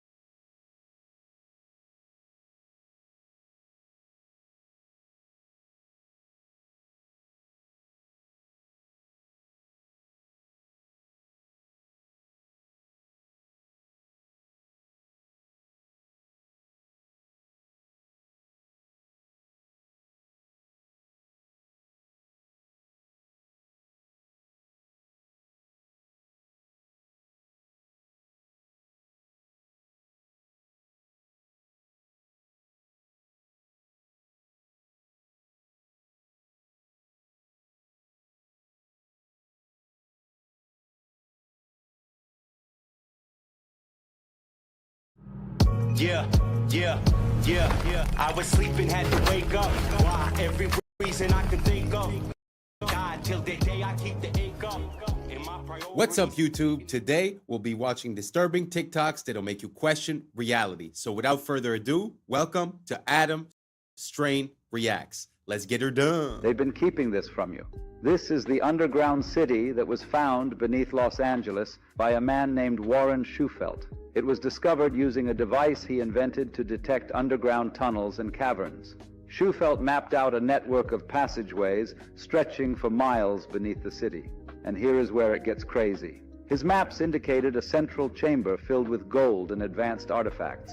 Shufelt said that upon analysis of the artifacts and the scriptures found within the passageways, they all pointed to a lost continent named Lemuria. Despite his groundbreaking findings, city officials abruptly shut down his excavation. They officially claimed that the tunnels were old subway lines. But this is where they messed up. The Los Angeles subway system didn't begin operation until 1990, over 70 years after Schufelt's discovery. So what subway lines were they referring to? Some speculate that they were referring to an ancient civilization that had access to a subway-like system. Some have even gone further to say that the city officials had knowledge from the future.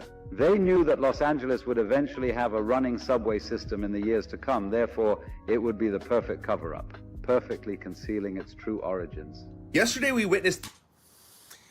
I find it very interesting when we find underground either tunnels or city streets and stuff like that. When we find them in Europe, people have a tendency to say, but Europe is really old, so they just built on top, it's normal. That's why I love to find these type of things in the United States, because the history of the United States is so young that it's kind of hard to explain away like a whole tunnel system under a street. You know, if you compare that to Paris, like the catacombs, you could say, it was in the 1600s, so they had a lot of time, this and that. But when it comes to the United States, like you see, the timelines are a bit off, and it's kind of hard to explain away. So what do you guys think about that railroad? Do you guys think that there was something below Los Angeles before the metro stations? Or do you think that maybe they got their wires crossed and they just made a mistake? Because I do know that New York has level upon level upon level upon level, probably 6, 7 levels deep, one for gas, one for water. I think I've already mentioned this, but what do you guys think about this? Do you guys think that there's a system and that there was something there before? Or do you guys think that maybe we just made a mistake? Let me know down below. Let's keep on rocking. The heist of the century, where a group of thieves disguised as construction workers using this hoist ladder broke into the Louvre Museum in Paris and got away with hundreds of millions of dollars worth of items. Yeah, this is the same museum that the Mona Lisa is also kept. Now, this is being called a national disaster for all of France. Some of these items that were stolen were worn amongst kings and queens and royalty. One of these items was worn by Napoleon III's wife and contained over 2,000 diamonds. Here are some of the items that were all stolen, and authorities don't even know. They can't even put a price on some of these items because they're so old, they're so antique, they're so unique. And what we know is they got in and out within 7 minutes with chainsaws, cut the windows, got in, cut all the, display boxes, and got out within 7 minutes and left on mopeds, because in France, the traffic is crazy. So they were just able to, maneuver their way out easily. The authorities are saying if they're not caught within a week, all of these items are going to be gone. Now, I find it very interesting that the governments have been screwing the people for so long, and what I'm seeing right here is the people start to fight back. This was professionally done, guys. In and out in 7 minutes, that is crazy. Where's all the security and everything? It was done Sunday morning at 9:30 a.m. in broad daylight. Let me know what you guys think about this in the comments down below. Don't forget to like, share, and follow for more hidden truth. Peace and love. Everybody is complaining about exploding watermelons. Here is the video. Walmart watermelons exploding everywhere.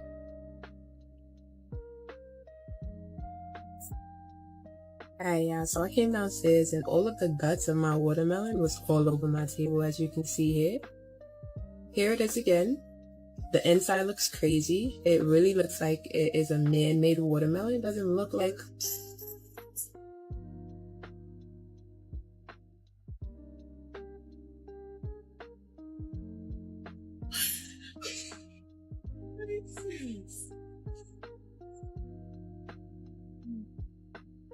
the second watermelon from Kroger that's been doing this. I got to a pot. Never did.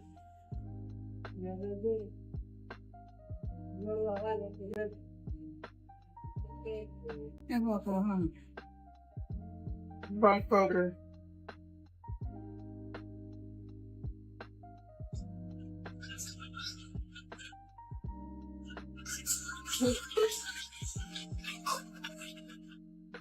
I cannot make this up. I heard a whistling sound in the pantry, and then my watermelon exploded like A. Do you really believe what they tell you? Have you heard of the orphan trains? It was a covert operation to repopulate and reshape the American Midwest. This is as dark and scary as it sounds. Between 1854 and 1929, the United States was experiencing massive waves of immigration that was flooding into urban areas. There was a need to spread the population more evenly across the country, not only to alleviate the overcrowded cities, but also to exert control over areas in America. So, the U.S. government came up with a plan. They took over 250,000 orphaned and homeless children from New York City and other urban areas, placed them on trains, and sent them to rural towns across America. This plan was sold to the public as giving these children a fresh start, but the reality was much darker and more complex. Many of these children simply vanished. Over 100,000 children disappeared as soon as they stepped onto those trains.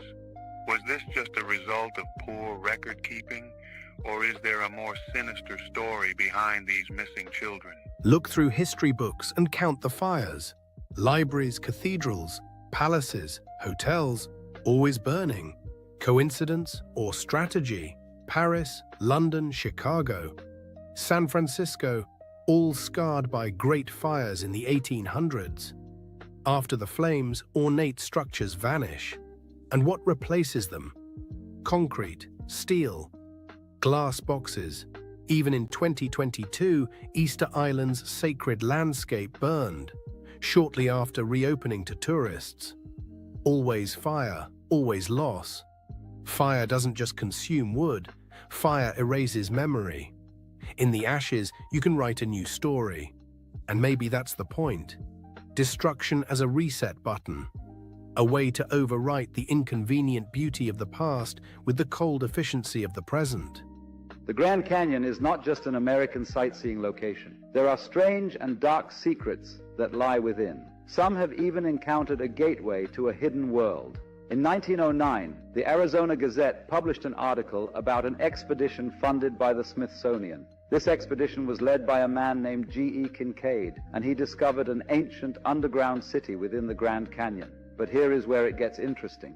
This city was filled with artifacts from ancient Egypt, hieroglyphs, statues, and even a pyramid. How did ancient Egyptian relics end up in Arizona over 5,000 years ago? Is it possible that they had access to flight? But it gets even stranger. The Smithsonian seized all the artifacts and shut down any further exploration, which led to 90% of the Grand Canyon being restricted till this day. The canyon is home to numerous hidden caves and tunnels, many holding ancient treasures and technologies. Many adventurers used to report seeing strange lights and sounds coming from these depths. The Hopi tribe, a tribe native to the region, speak of sacred underground cities known as the Sipapu. These cities are believed to be gateways to the underworld, holding powerful energies that should never be disturbed. All this makes us wonder, what else is hiding in the Grand Canyon?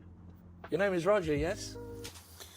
What do you guys think about that? Do you guys think that there's any truth to the story of G.E. Kincaid? Because it's not the first time that we hear about stories relating to the Smithsonian sort of making discoveries disappear. Like, mostly, the ones I remember are mostly like big bones. Some people say that they found giant bones. And like the newspaper would say it, the news articles would say it. But then afterwards, when the Smithsonian would come and take the artifacts, they were never to be heard of again. And when requests were made to ask about it, to inquire about it, they would say that that never happened, basically. Do you guys think the Smithsonian might be a bit less than honest, less than useful for, the knowing what happened in our recent past? Do you think that they might be hiding some stuff, or do you think that maybe it was false articles, false stories, people trying to be famous for some reason or another?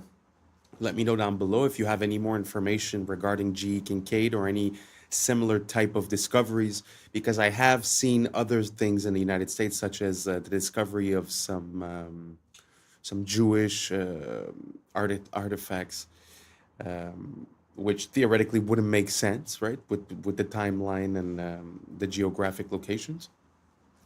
There's also a similar story regarding they found cocaine from South America in the pyramids of Egypt, supposedly. So do you guys think that there's a possibility of this cross contamination of the new world and the old world having a contact before? Or do you guys think that there's something else to this? Let me know down below, and let's keep on rocking. Roger. Ah, that's your name. Roger. Good. And what do you do, Roger? I'm a financial consultant. Ah, financial consultant, eh? Roger, Yeah, yes. terrific. And Roger, how's business at the moment? Not bad, thank you. Been a bit quiet lately. How do you mean lately? Since the war, been a bit quiet. Fair enough. Okay, Roger, your special subject tonight is the economies of the European community. Your time starts now. Best of luck. Thank you. How much does Greece owe, Roger? $367 billion. Correct. And who do they owe it to? Mostly to the other European economies. Correct. How much does Ireland owe? $865 billion. Correct. And who do they owe it to? Other European economies, mostly. Correct. How much do Spain and Italy owe? $1 trillion each. Correct. Who to? Mainly France, Britain and Germany.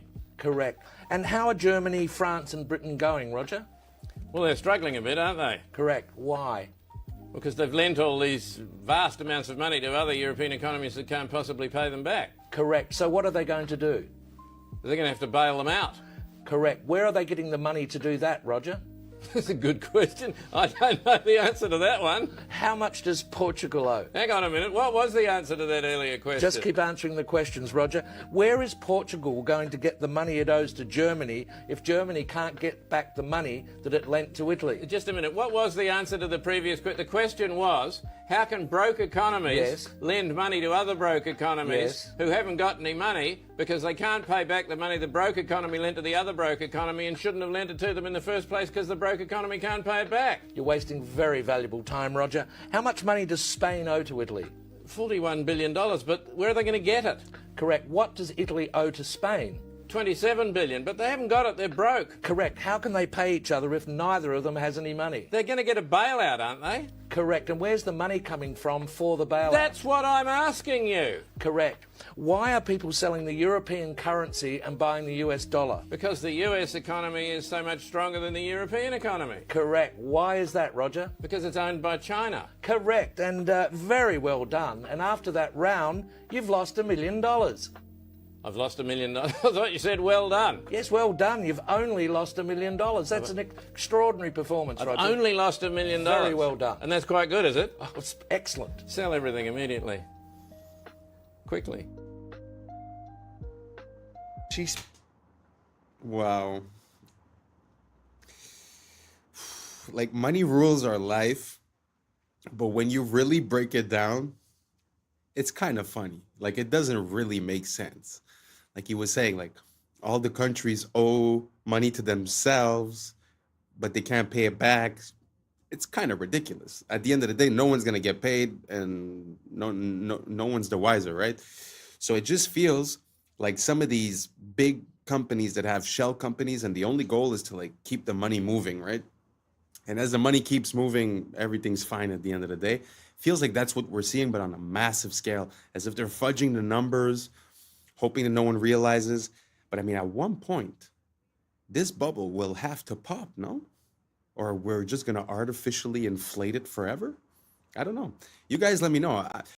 It's not like this is financial advice or I'm an advisor or nothing. This is just pure common sense. How do you pay back something you don't have? How do you lend something you don't have? Who do you sell it to? Who do you give it back to? It really doesn't make sense. So if you could shed some light on this to me, go for it.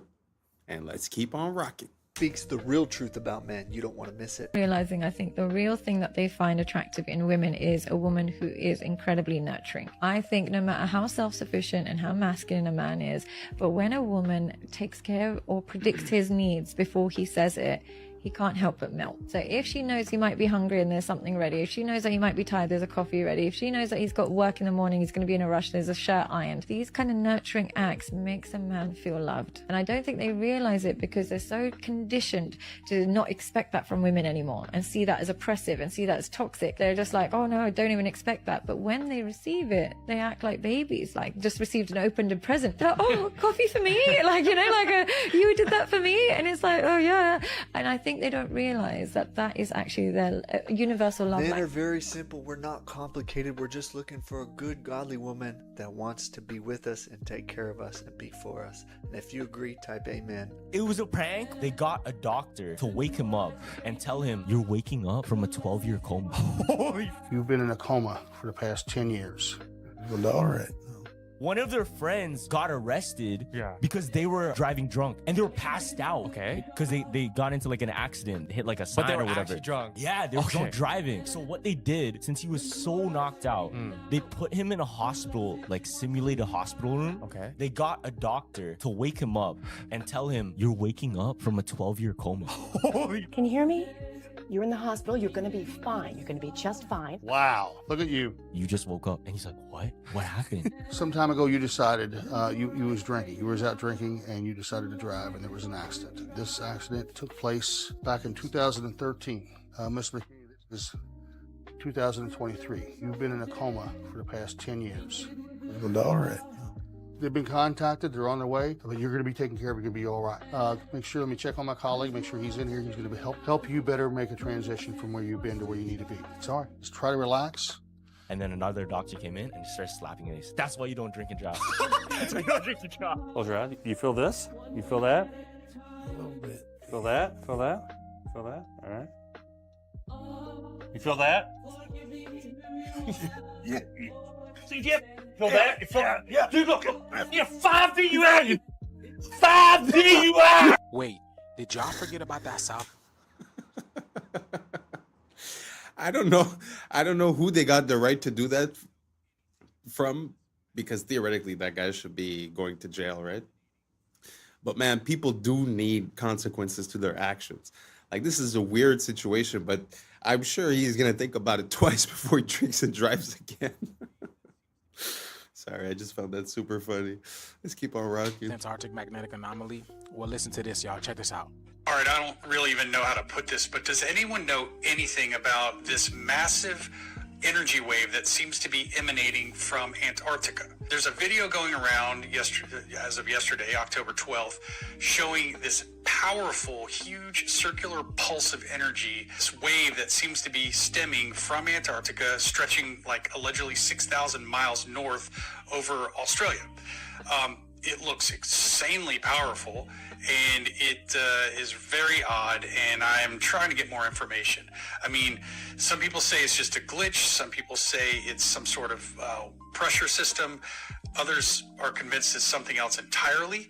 We do know that Antarctica definitely has a very mysterious past. So whatever it is, it's strange. But if anyone knows anything, or you've seen this actual data yourself, can you please tag someone or comment below with... Now, I was combing through these comments, and everybody is feeling the same thing. People are feeling exhaustion, ringing in their ears. They're feeling frequency. People saying to the point that they don't even want to get up and do anything. They don't want to go to work. Hell, they don't even want... People can't even digest food properly. Now, as you guys may know, we are going through an ascension process, and the planet is splitting. There's a 3D shift and a 5D shift. It's all about frequency, all right? And I go into depth of why people are experiencing this. If you guys want to check it out, here's my Instagram, Conscious Juice. Here's the link over here, the link tree, and click on it, and then the Patreon link should pop up. And it's the very first video, okay? I go into detail on why this is happening and why people are experiencing the ringing in the ears and all about this, okay? Go check it out, y'all. But I've been telling y'all, this is all part of the shift, and it's here. They feel it. They see it. Let's continue to get it. Peace in. Breaking news. What do you guys think about that? The frequencies that are emanating?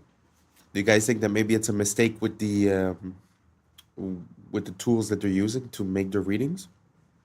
Because I've heard that also the Schumann resonance also is a bit crazy. I mean, is it the solar flares? Is it the technology that we're unveiling here on Earth, like the 5G and all this, and technologies that we don't know about that the military maybe might be using? So what do you guys think? Do you guys think that there's something wrong with the planet? Do you guys think that there's an abundance of frequencies? He said that some people are feeling it. Have you guys felt it? Did you feel ringing in your ears, problems digesting, this and that? Let me know down below, and let's keep on rocking. A man named Noah in Ghana is building an Ark of Doom. It has become a hot topic across the country after claiming that what happened during the biblical days of Noah is about to happen again. According to him, starting December 25, 2025, a heavy rain will fall continuously for 3 years, flooding the entire world. He says God revealed it to him, and he has already begun building an ark to prepare for what's coming. Noah, who lives in a small community in Ghana, says he has spent months gathering strong, seasoned wood to build the ark. He claims the materials are not ordinary, that each piece has been prayed over and chosen under divine instruction. While many people laugh at him and call him crazy, others are beginning to pay attention. Some say, wasn't it the same thing people said to the first Noah? They mocked him until it was too late, despite the criticism. This modern-day Noah says he will not stop. He believes his mission is to save as many lives as possible before the rain begins. He invites anyone who believes to join him in building the ark and preparing for the flood, whether it's faith, fear, or pure conviction. This drives me nuts. Not gonna lie. That's Angkor Wat, and that's something that we use every day. About 10 years ago, Angkor Wat was scanned with LiDAR to remove the trees and see what's underneath them. When they did that, these appeared. Let me put this into perspective. Angkor Wat is the biggest temple on Earth. 7 Angkor Wats could fit comfortably in whatever that is. That squiggly geometry is used by your credit card and your festival wristband, and Walmart when it tries to stop you from stealing stuff. These are RFID chips. They don't need power, but they couple with an antenna sending a signal, which is crazy because Angkor Wat's aligned to a star. It also has the exact geometry of a camera sensor that converts light to electricity. The only difference is scale. And the temple has the geometry of a timekeeping oscillator, which is exactly what it does using the sun. The towers are shaped like the signal coming out of your phone when it connects to a tower. A cross-section of these towers is the same geometry as a corrugated horn antenna. The shape of a computer chip is functional, not aesthetic. That's because they're meant to manipulate electrical vibrations. Well, between the ionosphere and the ground is a current called the global electric circuit. This seems like too many coincidences, which is why about 80% of my research is focused on this exact topic. And on Sunday, I'm doing a live stream. Latest research, how it works, the role of sound in these things. Any purchase of the birthday bundle or the mastery suite will get you a free pass into the inner grid where I will be hosting that talk. You want to go? You should go. Don't make it weird. It's not clingy if we both want it. Now let's get into... That's very interesting. What do you guys think about the correlation between ancient sites and modern electronics? Do you think one is inspired by the other, or the other is inspired by the one? Meaning that did we recognize these patterns and then incorporate them in our technology, or did we just create the technology and then, hey, look, this looks like that? I don't know. If anyone knows, let me know down below. But what could it mean if the way that things are structured and the way that they're presented and their alignment is the exact same as our computers? What would that imply? That this world is a grid, that this world is a computer, that this world is, I don't know, a game? I don't know. What would it mean to you if we were able to prove that? Let me know down below. And I'm very curious to see what you got to say. And let's keep on rocking. There's something even stranger. Meltology. Not in your history books, but it's there if you look. Old walls, ruins, what they tell us are natural mountains. Glance quickly, you'd believe it. But up close, you see melt marks. You see drips, flows, stone that looks like it was once liquid. Outside, scarred, jagged like lava. Inside, preserved sharp, arches still intact, columns still standing. So what is it? A natural mountain? Or a giant building burned so hot it fused into rock? Nature doesn't carve perfect arches. Nature doesn't make flat walls cut like a blade. Those things are not natural. they were architecture. And now we call them mountains. So the real question is, who built them? When? And why were they all burned, melted, buried?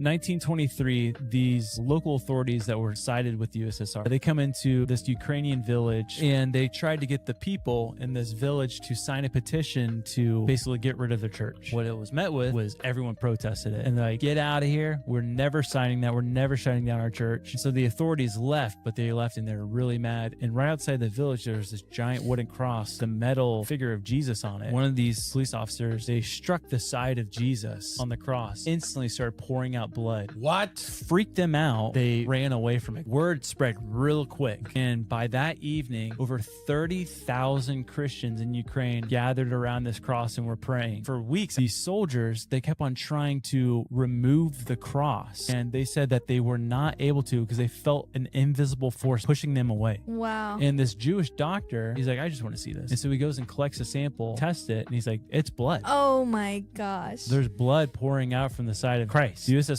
they're heavily persecuting the Christians, so like a lot of people were like turning away from the church. Yeah. But it basically rallied them back up, at least for a short time. And then the USSR came in, they were finally able to tear down the cross, and then they outlawed and destroyed all crosses within Soviet Russia. Good Lord. You fully believe that story happened? I do, yeah. Y'all, that shift is a lot closer than you think.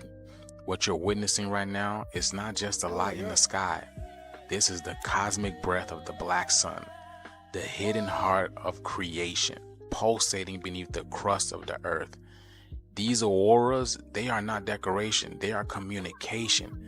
The heartbeat of Gaia that is sinking, the pulse of the cosmos, the solar radiation, the cosmic radiation, the green ray, the emerald fire. This is the vibration of love and healing itself. It's the heart chakra of the planet that's activating, reminding you that the heart and earth are reflections of one another. So if you're feeling unfamiliar in your body, if your emotions been rising and your sleep patterns been strange, understand that your DNA is tuning into the new frequency of the sun that's behind the sun. The Kundalini of the planet is awakening. As she rises through her poles, she's igniting the serpent of light within you, the ancient fire that's sleeping at the base of your spine.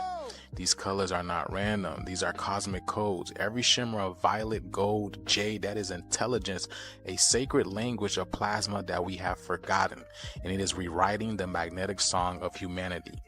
The black sun is in darkness. It's the unseen light, the womb of all stars, the mother of this current existence. So breathe that deep prana. Feel that energy run through your veins like liquid aurora, because this is the sky awakening. It's the heavens that's awakening within you. Get ready, y'all. This video... I really don't know about anything that he just said, to be honest. It sounds like a lot of hoopla, but that is so beautiful, though. And I will put in the next video a bit of an explanation about what he was referring to with the black sun. It's like a whole mythology based upon that whole idea. I'm gonna enter it. But has anyone ever seen the Northern Lights or that type of thing themselves? And if so, let me know how it made you feel. I'm very curious. He was talking a lot about heart, emotion, chakra, and all that stuff. But I'd be very curious to see if it has like a physical or a magnetic or an energetic effect on people. So if ever you witness one, just let me know how it made you feel. And let's keep on rocking. Confirms more than you may think. It's going viral on Twitter. It's water gushing out of a tree these guys have started to cut down. However, we have a lot to unpack here. I promise you, if you stick through this video, you'll be freaking shocked at the end of it. So the obvious thing is, okay, we shouldn't be cutting down this tree. Duh, how big is it? How old is it? Is it 1,000 years? Is it 500 years? It's not 6,000 years. It's not older than 6,000, rather, I should say. We should talk about the age of the earth in another video. The next thing, though, is I've seen them cut down massive oaks and other trees in North America and water gush out of the stump. And the comments was like, well, maybe there's just like a spring there, or maybe the tree like wrapped up around a water line that was like leaking and now it's gushing out. This is a lot more serious. This is so incredibly shocking. For one, I hope these guys left the tree alone, patched it up, put some clay in there. Hopefully the tree heals itself. Like, look how massive this freaking tree is. But do you remember seeing tabletop mountains in Peru, South America, all over the place, tabletop mountains that have a waterfall constantly flowing. And I'm not talking about an ice-capped mountain. Ice-capped mountains with waterfalls, we know it's snow melt. Yes. But check this out. So have a look at this. We have a tree stump, and we have perhaps an ancient gigantic tree stump as described in many different ancient texts. Notice the waterfalls pouring off of this tree stump. We're talking about a flat plateau. There's no lake up there. Is it that the roots of this tree, when it was anciently still alive and connected, I mean, the ancients believe that even rocks are alive, so that would make sense if rocks are remnants of ancient trees anyway. But I'm talking the roots of this silicon-based tree tapped into the water supply. When it got cut, this is what's said in the Bible, the angels came and cut the trees down so the Nephilim couldn't climb the trees and survive the flood because they were cannibalistic and everything. Cut the tree, and the waterfalls are still flowing out of it. We may have cracked the code. Let me know your thoughts. And hopefully this tree survives and they patch it up. That's what I'm talking about. I've been thinking about this for actually quite a while, because I was at the top of a mountain, I was looking at this waterfall, and I was wondering, how is it possible that the water just keeps flowing? And to be honest, the only thing I could come up with in my mind is that there's sort of like a pressure that's created to make the water go up and then it goes back down, because it's impossible that it's just rain. Because when you look at like a little river or waterfall, I mean, those are thousands of gallons per second. So, I mean, there's no way to have that amount of water constantly flowing, because if it was rain or something like that, it'd be less sometimes, more sometimes, but somehow these waterfalls are very stable. And the example that he was showing there on the mesa, obviously, how do you explain it? Because there's, like he said, there's no river on top. There's no source of water. It wasn't raining. So it's very interesting. What do you guys think about that? Do you guys think that the water somehow has a way of completing the cycle? Sort of like when you would have a pump and it pumps the water up and then the water goes back down and then you restart, sort of like how we use fountains and stuff like that. Do you guys think it works like that? Or is there another explanation that I am completely missing? So if you have an idea, just let me know down below, because it's been something that's been in my mind for a little while. So I'd be very curious if you could help me out. Thank you so much. I appreciate you being with us today. And that's a wrap for today, familia. Whether you're tuning in with the sunrise or you're posted up after midnight, I appreciate your time, your energy, your curiosity. And don't forget, this isn't about truth or fiction. This is about perspective. If this sparked a thought, a laugh, a deeper question, then we did our job. Drop your thoughts in the comments. Keep the convo alive. Like, subscribe, and don't forget to hit that bell if you're riding a wave, because we're just getting started. So until next time, stay weird, stay grounded, stay critical. I'm Adam Strain, and this has been Adam Strain Reacts. Peace. Now it's time for us to link up. Really think we on a break up. Making a change, who living this change. Living this change. Making a change. I'm living this change. Yeah. For several years now, he's been posting clips that depict a future completely devoid of people. The footage shows empty streets and total silence, full of video games made for the PlayStation 7. Even more unsettling, every single game on display is designed for that console. A system that is disturbing is the moment when he enters the Louvre and films the Mona Lisa from up close. The room is completely empty. No guards, no tourists. What's up, YouTube? Today, we'll be looking at disturbing videos that'll make you question reality. So without further ado, welcome to Adam Strain Reacts. Let's get her done. History makes no sense. In 1969, we put a man on the moon. In 1970, we finally put wheels on a suitcase. In the 1850s, we deployed our first undersea communication cables. That's before the American Civil War and germ theory. Not only that, during the American Civil War, Abraham Lincoln could have sent a fax to a Japanese samurai requesting aid during the war, which would have been a crazy alt history. Sir Arthur Conan Doyle, when he created Sherlock Holmes, could have logically had a story where he goes to Japan and sees Nintendo brand playing cards. And the Holy Roman Empire falls after 1,000 years in 1806. 30 years later, the Republic of Texas is formed. That means that there's a 30-year difference between Charlemagne's empire and the Republic run by Sam Houston. That's us in the 90s. I know one day I'm going to be somebody. And you'll know when I'll definitely find you. Please look at my face. You're somebody now. Do you understand? Yeah. That's the game. I was somebody long before people knew who I was, and I believed that. You're somebody now, Letitia. Thank you. You're welcome. You know, it's so easy to get caught up in this game for clout and for attention with the way that the social media platforms and basically every platform for information has been, organized.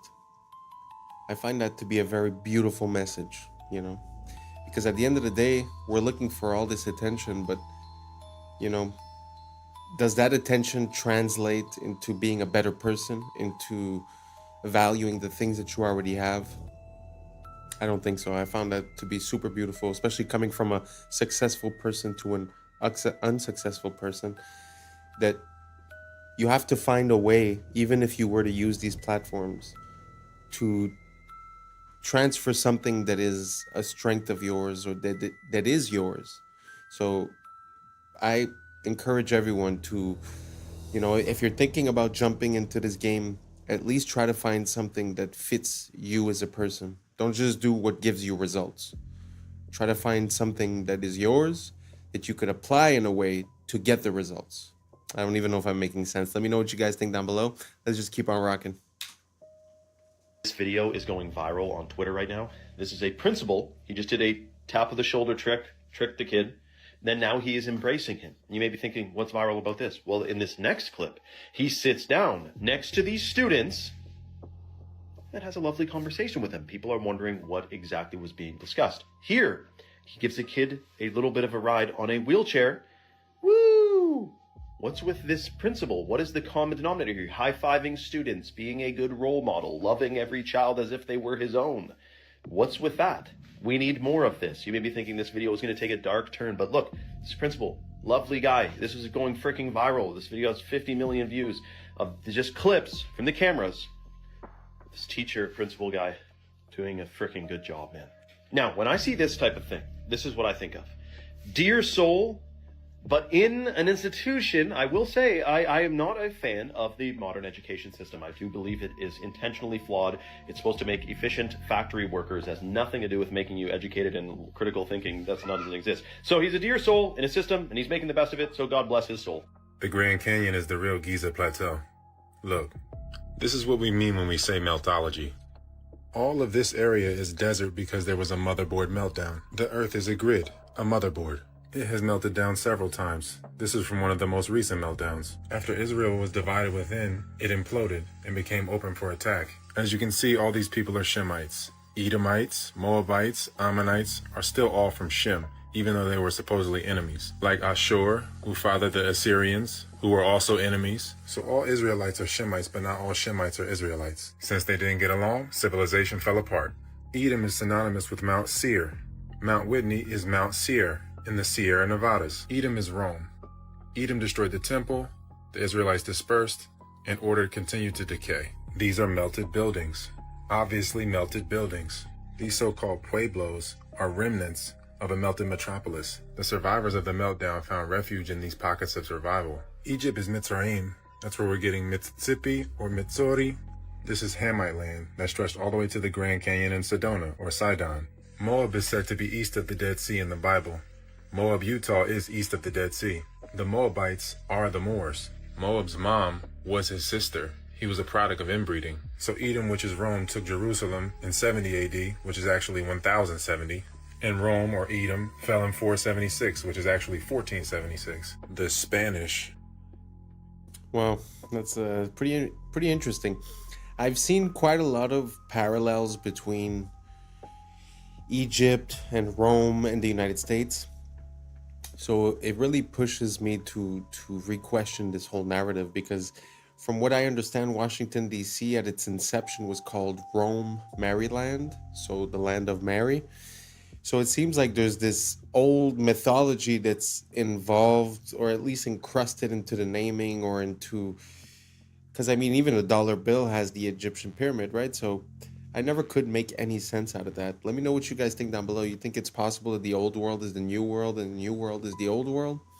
I'm not quite sure, but it's just very interesting to see the similarities between these two places. Let me know what you guys think down below. Let's keep on rocking. The guy is convicted. He's a...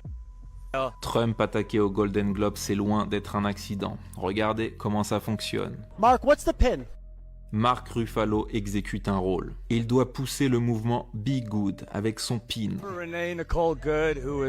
Un slogan simple et court, impossible à attaquer. C'est comme ça qu'une opération psychologique fonctionne. Le but est de vous polariser et vous imposer une morale. Pour ça, il faut une cible unique. C'est le rôle de Trump qui sert de pôle dans un scénario héros-vilain. Ice doit produire le plus de scandales possible et les grandes chaînes diffuser en boucle. C'est la mécanique classique de l'ingénierie sociale. Problème, réaction, identification, solution. We're out there killing each other. You know what the solution is? Et Ruffalo n'est même pas très convaincant. I gotta be honest with you. On dirait une scène mal jouée. I'm not gonna lie to you. I'm not feeling so great. I have felt things.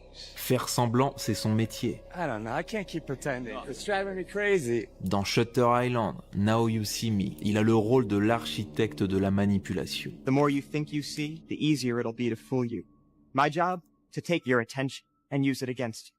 Ces films expliquent que ce que vous voyez est un tour de magie. Donc il ne s'oppose ni à Trump, ni à la pédophilie, parce qu'ils sont tous dans le même camp. Dans Pauvre créature, il couche avec un nouveau-né, placé dans le corps d'un adulte. Dans 30 ans sinon rien, il embrasse une fille de 13 ans. C'est une technique de cinéma. On place un esprit mineur dans un corps adulte. Mom? Dad? Pour banaliser l'inacceptable. Voilà ce que l'industrie choisit de célébrer, parce qu'on est dirigé par des pédomanipulateurs narratifs. This guy claims he's stuck in France in the year 2055 and can't find a way back. And everything he shows in his videos looks disturbingly unreal. For several years now, he's been posting clips that depict a future completely devoid of people. The footage shows empty streets and total silence. The roads are deserted, yet vending machines and terminals are still working, as if the country itself still exists, but its population has completely vanished. In some videos, he walks into stores and shows shelves full of video games made for the PlayStation 7. Even more unsettling, every single game on display is designed for that console, a system that doesn't even exist in our time. One detail in particular really alarmed viewers. A nearly empty vending machine with just one bottle left inside. The date on it is clearly visible, April 2055. According to him, it's a drink that hasn't even been released yet in our present day. Even more disturbing is the moment when he enters the Louvre and films the Mona Lisa from up close. The room is completely empty. No guards, no tourists, as if time itself has frozen. He does the same with the Eiffel Tower, showing it surrounded by absolute silence and emptiness. What makes the story even more unsettling is the fact that he started posting these videos long before the explosion of AI and modern visual tools. This is the story all about how your life got flipped, turned upside down, and the reason why you're a slave to the central banking cartel. In 1791, the Rothschild banking dynasty lobbied for Alexander Hamilton to install the first central bank in Philadelphia, Pennsylvania. They secured a 20-year charter that lasted from 1791 to 1811. By 1811, the United States refused to renew the charter. They were sick of the Rothschilds. So, in 1812, the Central Bank of London, under Rothschild control, financed the War of 1812, where England attacked the United States and burned the White House to the ground. By 1816, the bankers secured a second charter for another installment of the central bank in Philadelphia, Pennsylvania. By 1835, after 19 years of economic manipulation, the seventh president, Andrew Jackson, who was fighting the banking wars, did and ultimately got assassinated. Everything he could to kick the bankers out of the United States. This is why he vetoed the recharter in 1832. And he said in 1834, if the people only understood the rank and justice of our money and banking system, there would be a revolution by morning. And I try to inform you guys. You listen to my podcast, you would know this already. What did they do? They attempted an assassination. This is going to become a common theme that we're going to revisit. But for now, Jackson issues a specie circular, which means no more deposits to the central banks, only deposits into national banks. He cuts them out of the picture, and he pushes for only gold and silver. What did they do? Send us into a depression. By 1837, more economic manipulation. But the good news is we go to a credit-based system, but one without the central banks. By 1850, the middle of the century, Jackson had killed off the second bank, and there was no more central banks in the United States. I won't stop him forever. At that time. By 1861, the United States didn't need the central bankers anymore, but they saw an opportunity. War is the perfect way to divide a nation and get us back into an international debt system. Well, clearly he has a lot of information, but he didn't even get to the juicy part about the Federal Reserve. But he does a pretty good job of explaining what happened before that. Because yes, it did all start with the Napoleonic Wars, and they have fought very hard to make it into America with the Federal Reserve. And they didn't stop there, because they are now attempting to take over the world with the IMF, and they're unfortunately doing a pretty good job of it. That's pretty interesting. I know way more about from the Federal Reserve and beyond, which I think was 1933 or something like that, 2933. And it's actually interesting to look at before. And like you said, like, it makes me wonder if they got kicked out, and then eventually they say, oh, something like war could help us gain back control. Makes me ask a lot of questions about the first and second, because at the end of the day, it happened more or less between those two, the instauration of the Federal Reserve, then afterwards the income tax. So the systems under which we are feels like they were implemented around that time. So it's kind of interesting to look at what happened before. I had no idea that they already had the central banks, got kicked out, and then reasserted their power. It's pretty interesting. That's all connected with the Titanic, with Jekyll Island. I'll do a deep dive soon enough. Let me know what you guys think down below. Did you guys know about this? Let me know if there's any parts that you feel I missed. I'm always curious to learn more about the methods by which we are enslaved.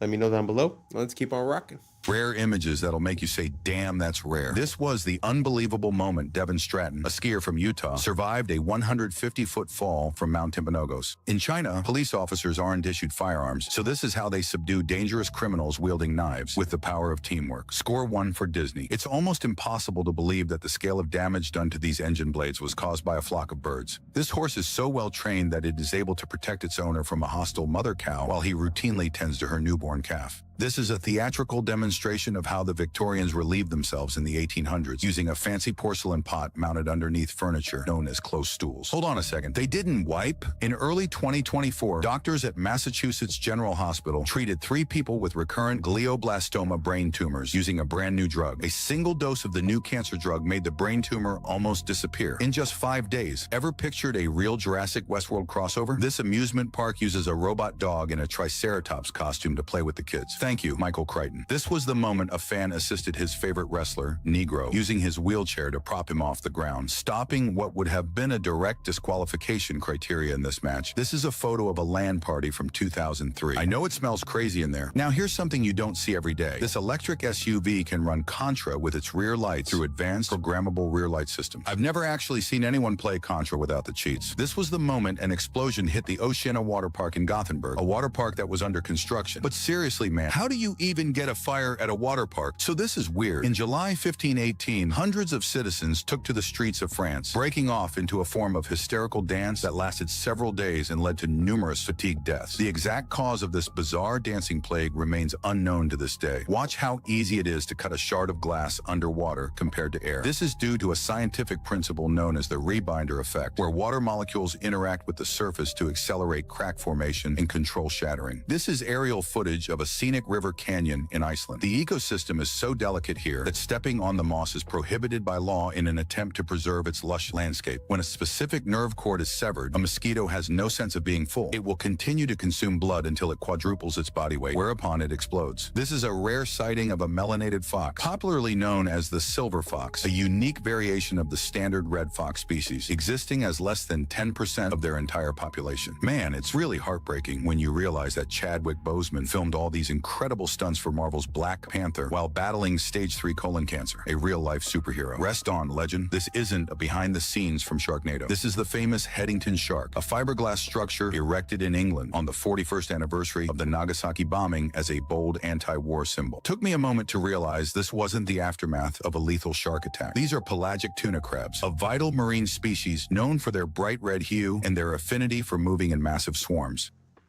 I am now 20. I mean, there's so much to go over in that little clip, but the only thing I could say is this world never ceases to amaze me, and there's always more to discover and to find out, and honestly turns me into a child every time that I get to learn about this world, because it's like you could never know it all, and it's so beautiful and well made, so amazing. Let me know down below if you guys have any other videos like that. Send them to me, tag me. You guys have been sending me videos and I truly appreciate it. I'm gonna make a basically viewers sent in video soon enough. So keep on sending them in and let's keep on rocking. In massive swarms. I am now 20 nanometers tall. So, an individual transistor from a brand new 2026 M5 MacBook Pro is about the size of a garage for me. Now, I'll note that this most likely isn't 100% accurate because Apple's not going to share their exact chip architecture with me, but still, the smallest parts of it are still smaller than me, and at this scale, you can see individual atoms, which are the size of marbles. Now, obviously, or maybe not obviously, but 3 nanometer transistors this size aren't just built like other objects the way you might be expecting. There's a pretty refined manufacturing process called photolithography. Basically, it's like developing a photo with light projected through a microscope, but onto atoms instead of film. And that is how you end up with billions of these inside a computer that you can sit on your lap. Now, to be honest, I don't really know how much longer Moore's law can apply to semiconductors as they get down to the literal atomic level, but I sure do want to appreciate it while it's happening. Speaking of appreciating it, hey, this is Epic Spaceman. One of my favorite creators, and of course a massive help with this video. He's been down to this scale before in another video, and it's a pretty crazy view, right? Hi Marquez. Yeah, it really is. Even when you can stand on them, I still struggle to get my head around how many transistors there are here, considering this is just a tiny cutout section. The full chip is 32,000 times bigger than this. So yeah, the best way for my brain to really appreciate all of this has been to visualize this scale. From the tiniest 3 nanometer transistors we have in computers today, at the scale of DNA and individual atoms, all the way to the micrometer scale with the computers of the 2000s and 90s and 80s. Humanity has been so motivated for so many years to get this stuff down to such a ridiculously small scale that it makes a grain of rice look like a massive object. And yet it keeps going and going, all the way back to the earliest transistors the size of a deck of cards. You know, something else I've realized though, even though we've seen now all of this scale and how tiny things can get, sometimes it can still be hard to keep all the nanometers and picometers sorted and really comprehend it all. And sometimes it's actually easier to make things bigger rather than smaller. So let's try this. The world's first electronic computer is often credited as the ENIAC. They finished it in 1946, and they had light bulb-sized vacuum tubes called triodes. And of course, that computer was the size of a whole room. But if we still made computers like this, with transistors that big, how big do you think the iPhone would need to be to fit the 19 billion transistors that it has today? Think about it. Maybe the size of a city block?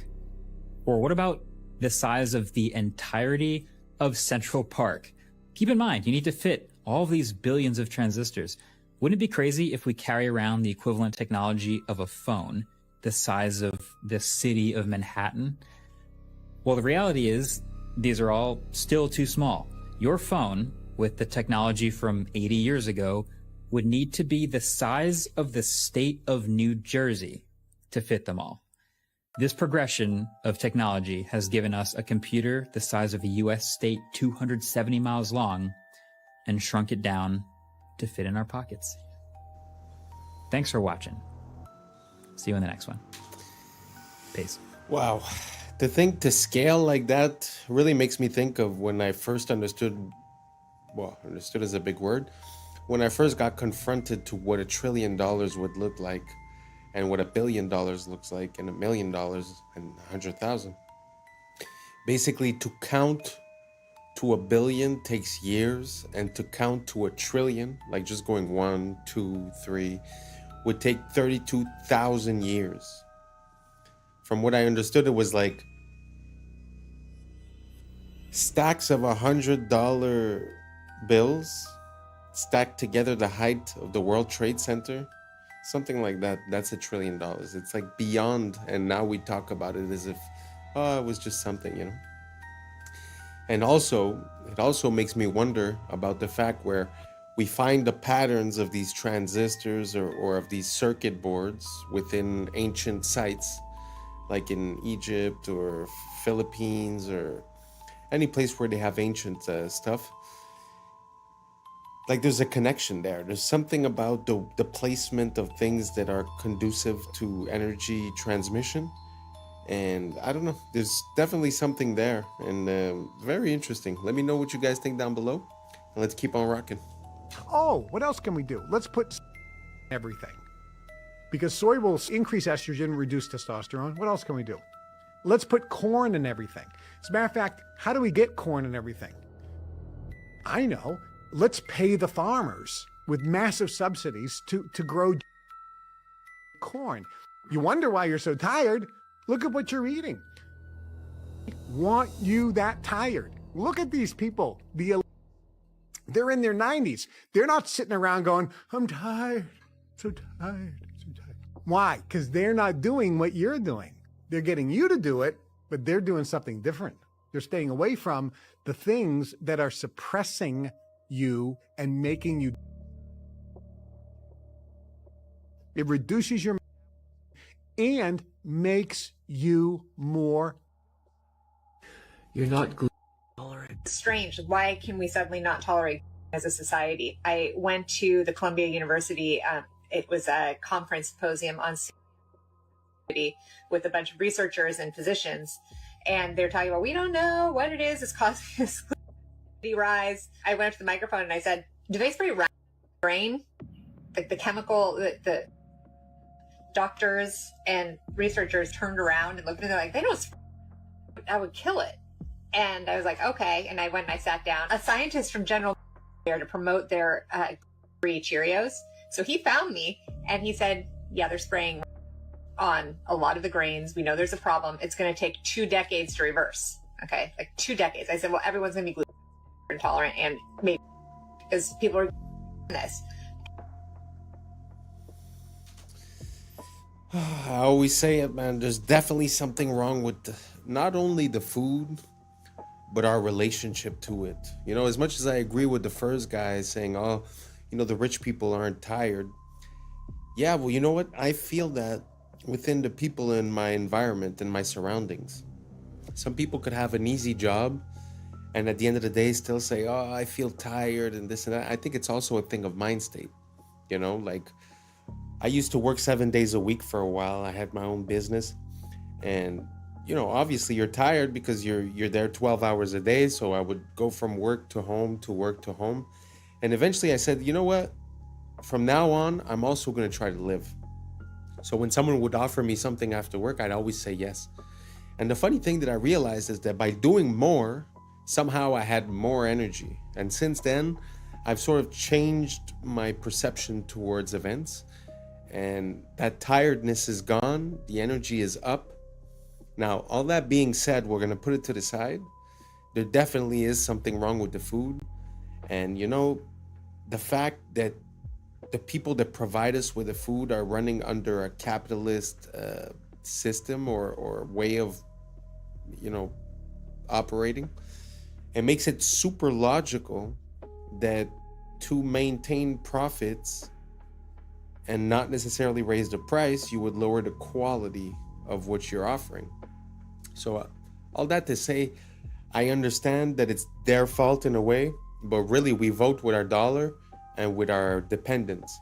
So, you know, it's something to keep in mind, you know, like it's, we could always blame someone else, but at the same time, we need to understand how we get to that point. And I think the root core issue of that is that there's certain things that are needs and certain things that are luxuries.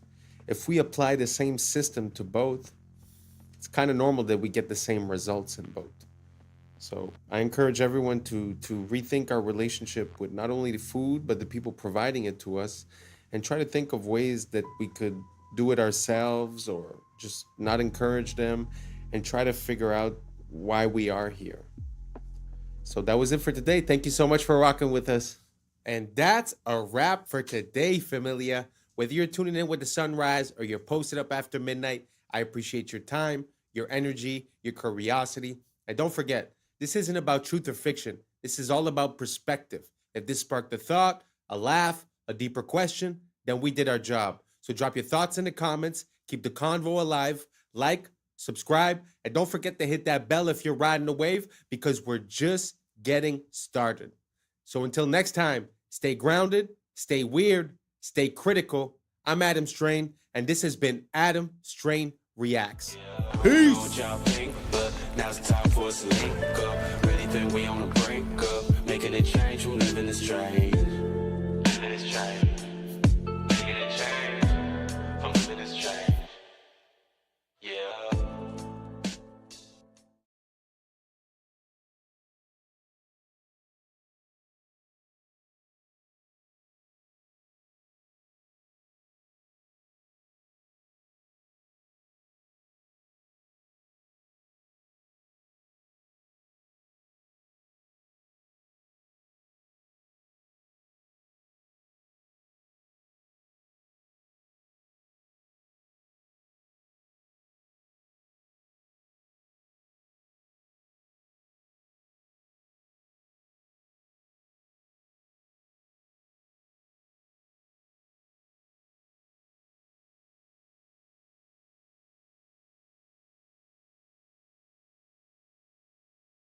And I say, oh, I sound like I have a slur. And she said, no, you sound like you can work at a Chinese restaurant. I'm on. Cash. Kasha. Crash. Krasha. Crashed. Krasha. I was sleeping, had to wake up. What's up, YouTube? Today, we'll be looking at disturbing TikToks that'll make you question reality. Before we get started, I just want to wish everyone a happy new year, 2026. Let's get it. And may everyone exceed the expectations that they set for themselves this year and reach even higher. So without further ado, welcome to Adam Strain Reacts. Let's get her done. The world is $281 trillion in debt. You are in luck. There's a parable all about this, and it's awesome. There is a town somewhere in the middle of nowhere, and everyone owes each other money. And then one day, a traveler comes to town, and he stays in a motel. The motel has a full refund policy after 24 hours. He puts down $100 and gets a room. The motel owner, he looks at this $100 and he's like, whoa, oh my God, this is exactly how much money I owe to the baker. So he goes and pays off his debt to the baker. The baker looks at this money and he's like, well, this is exactly as much how much I owe to the shoemaker. And he goes to the shoemaker and pays off his debt and goes through several people until eventually someone's like, hey, I owe this amount of money to the motel owner. So he gives it to the motel owner back where it started. And then the traveler is like, hey, it's been 24 hours and I don't like it here. So he takes his money back and he leaves. Everyone has the same amount of money, but then suddenly nobody's in debt because money isn't real, but debt motivates people. So it's important to the economy for some reason. That's pretty interesting. I mean, really, I've always thought about this. Like, who do we owe a debt to when you're a country? And they say the International Money Fund or these, other countries. But this example sort of displays something that's very interesting. And on a more massive scale, I think something very similar to this is happening in Europe, where a lot of the countries within Europe owe money to each other that basically they'll never be able to repay. But at the same time, if you deduce the debts from everyone, it's almost like everyone ends up in the clear. So maybe I'm missing something, but yeah, I feel like it kind of makes sense that at the end of the day, it's just an idea that we have and it's not really mathematically sound. And I guess that's why the concept of usury was like, prohibited by the Christians and this and that, because I think it sort of creates a part of value of money that's unreal in a way. So let me know if I missed something. But that example, do you catch it? Does that make sense? Everyone paid each other, but at the end of the day, the same amount of money is there. And the guy took back his $10, but everyone's accounts are settled. So maybe I'm missing something. Write it down below. Keep me in the loop, and let's keep on rocking.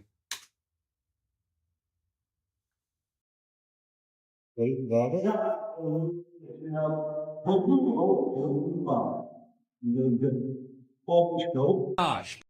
Okay, Nikki is causing dads to leave the home. Hold on a second. I don't think that's a good role model for 18-year-old girls. I don't. And what do you think about for young men? For young men. And for young men, don't be new scum. Yes, see, they're young men. Are you? Yeah, that whole situation, I haven't really spoke about it much because I find that there's not much information and a lot of speculation. But it's kind of interesting that you're trying to live off the legacy and continue the legacy of someone, but it seems like you're not following that person's beliefs at the end of the day. So I find that whole situation to be pretty cringeworthy, to be honest. Let me know what you guys think down below, and let's keep on rocking. Coming to the tree. They strung up a man. They say he murdered three. It's not the same. Strange things that happened here. No stranger would it be. We met and lived right in the hanging tree. The list goes on and on. This must be stopped. And in order to stop this, join the American Congress Party. It wasn't until I was in the ambulance on the way to the hospital, she actually said, "Are you aware of the way you're speaking?" And I said, "Oh, I sound like I have a slur." And she said, "No, you sound like you can work at a Chinese restaurant." She said, "Yeah, you look good working the local China house or something." Sarah was an IT specialist until a severe migraine, bordering on a stroke, brought the syndrome on. Cash. Crasher. Crash. Crasher. Crashed. Crasher. Okay, let's try reading. You wish to know all about my grandfather. Wow. Imagine that. You get into an accident, you come back, and it's like you're speaking a different language, or at least a different accent. I've never seen anything like that. If you have more of those, send me. I find that super funny. Let's keep on rocking. Plotting how to move the flavors they find in this grove to your supermarket shelf, and then on to your stomach. I can see it in a sports drink. I can see it in a water, flavored water. And I also can see it in a twist on an orange carbonated beverage. When they find something they like, they extract its flavor molecules from the fruit on the tree. Then back in the lab, they mimic Mother Nature's molecules with chemicals. Essentially, what you do is you take whatever this smells like, right, and copy it. Right, exactly. And then I suppose you could, if you choose to, you could quote unquote improve on it. Exactly. Yes, we all the time. The holy grail of flavors so good you can't resist it. In our fruit flavors, we're talking about we want, a burst in the beginning and maybe a finish that doesn't linger too much so that you want more of it. And you don't want a long linger because you're not going to eat more of it if it lingers. Ah, so it's going to be a quick fix. And then have more. And then have more. But that suggests something else. Exactly. Which is called addiction. Exactly. You're trying to create an addictive taste. It's a good word. Or something that they want to go back for again and again. It's a good word. Shameless. Shameless. There's really a problem. And to be honest, the problem is not really them. They're the symptoms of the problem. The problem is us not seeing the value in what's natural. Thinking that you could improve on nature,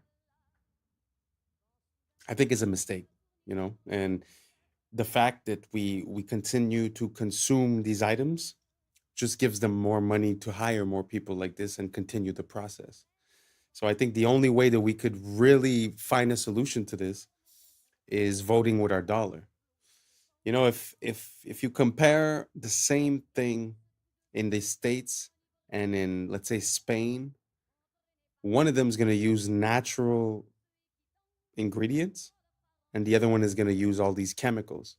So until we realize and until we stop craving for these things and we break the addiction, which obviously that's what it is, I don't think we're going to be able to get out of this. At the end of the day, this is more than just reproducing a taste. This is mind control. They're playing with your mind and hoping to get a desired outcome, which now they admitted is addiction to a certain product. So I find it very sad. I'm not taking the blame away from the individual that's consuming this on a daily basis, but it's kind of hard to get out of it at one point. So let me know what you guys think down below. Do you guys think that doesn't matter if it tastes good, it's fine? Or should we be more focused on what gives us a good effect within our body? Let me know down below, and let's keep on rocking.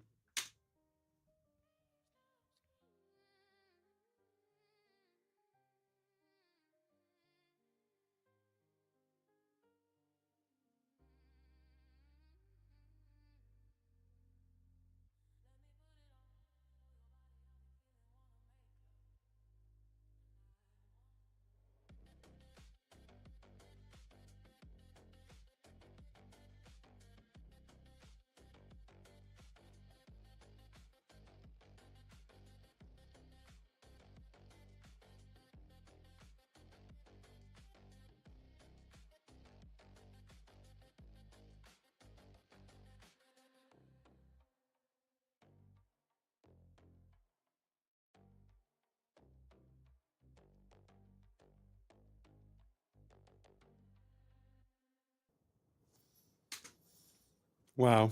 It's really to have a glimpse into that world just makes me realize how much we come from greatness and how the mighty have fallen, you know? The beauty of the architecture, the way people would present themselves, the respect that they had between them. You know, just the fact of dressing properly and you know, holding a good posture, and it's something that is so beautiful to see, and I wish we would live in that era, or at least that era could come back in one way, shape, or form.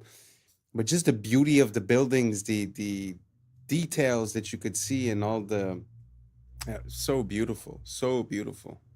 Let me know what you guys think down below, and let's keep on rocking. The reason why we use the word flirtation is because noble women in the 1700s used to flirt or wave their fans in a specific way to subtly communicate that they were interested. And if you find a way to cheat the system, you found a loophole, which is what these arrow slits and castles used to be called, which were basically cheat codes for archers because they could stay hidden while shooting arrows. And if a topic is really specific, it's a niche topic, and we call it that because a niche is a hole in the wall that was carved out to hold a specific object like a statue or a relic. And the front panel of a car is called a dashboard, but it's also the name of the wooden board that's attached to the front of a carriage, which basically protected the driver from being pelted by rocks and dirt while the horse was dashing. And bankrupt comes from the Italian word bancarrota, which means broken bench, because Italian merchants used to sell their goods on benches, and banks would literally break these benches if they didn't pay off their debt. If you put off a task, it's on the back burner, and that's because the fire in wood-burning stoves was right beneath the front burners, and the heat would dissipate as it traveled to the back, so you just naturally place the slow-cooking pots there. And the statues in front of ships were called figureheads, which is why we now call the leaders of a group or a company a figurehead. And we call video recordings footage because a movie's runtime used to be measured in feet. The theater cameras would literally project 1 foot of the film stock in 1 second. Isn't that all your... It's so amazing to see where things come from. One of my recent songs, I say, the etymology will teach you more than all your recent technologies. And like that's pretty much it, because we get so far into the application, we forget where things come from. And I love to dive back into the past. It makes me be able to use, you know, the proper word at the proper time and understand what it means and where it comes from. And obviously a lot of these things get diluted, changed, and the name of that song is actually called Inverted. Our world is inverted upside down. So it's like, it's very interesting to see how words change, but also to see how we still use words that have a lot of meaning, but we've lost the meaning, but still use the application. Very interesting. Let me know what you guys think about etymology down below. Is that something you like? Because I would love to share a ton more with you guys. So let me know down below, and let's keep on rocking. Computer screens are blue lit. The reason none of them are red lit, the reason none of them pay attention to circadian biology is because that original technology was developed in a government program that Bobby Kennedy knows about, and I happen to know about because I went to medical school at LSU. For those of you who've never heard about Operation Paperclip, you think it's all conspiracy theory. So at Tulane Neurology and Tulane Neurosurgery in the 50s and 60s and 70s and 80s, the CIA started a program there where they would do all these crazy things to monkeys. The CIA wanted to see how they could control things utilizing different things like drugs and things like that. Where the neurosurgeons got involved, which is my clade, we would drill tops of the heads off, put wires into the thalamus, put electricity in there, and kind of see what kind of behavioral changes we could have. One of the guys that was in that program was a guy named Professor Delgado. When he saw that we could control the behavior with the wired device, he said, what if we do it wirelessly?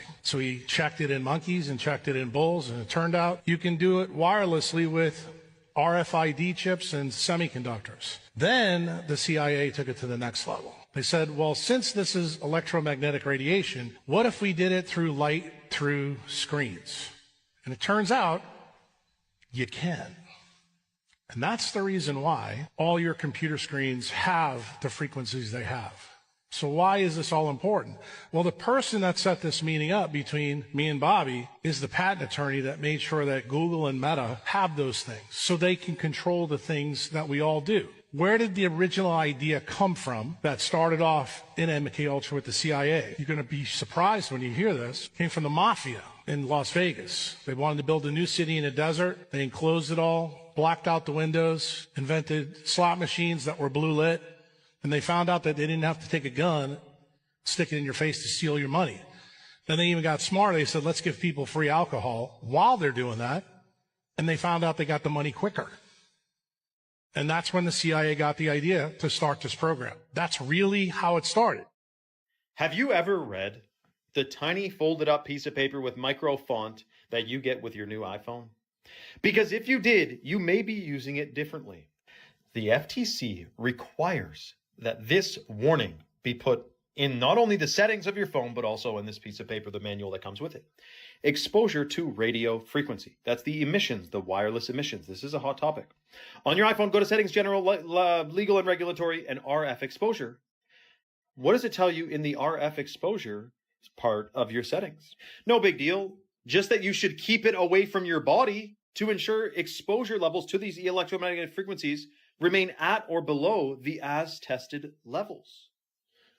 Did you know putting your phone in your pocket exceeds the as tested levels of frequency because it's too close to your body? Or how about putting your phone to your head?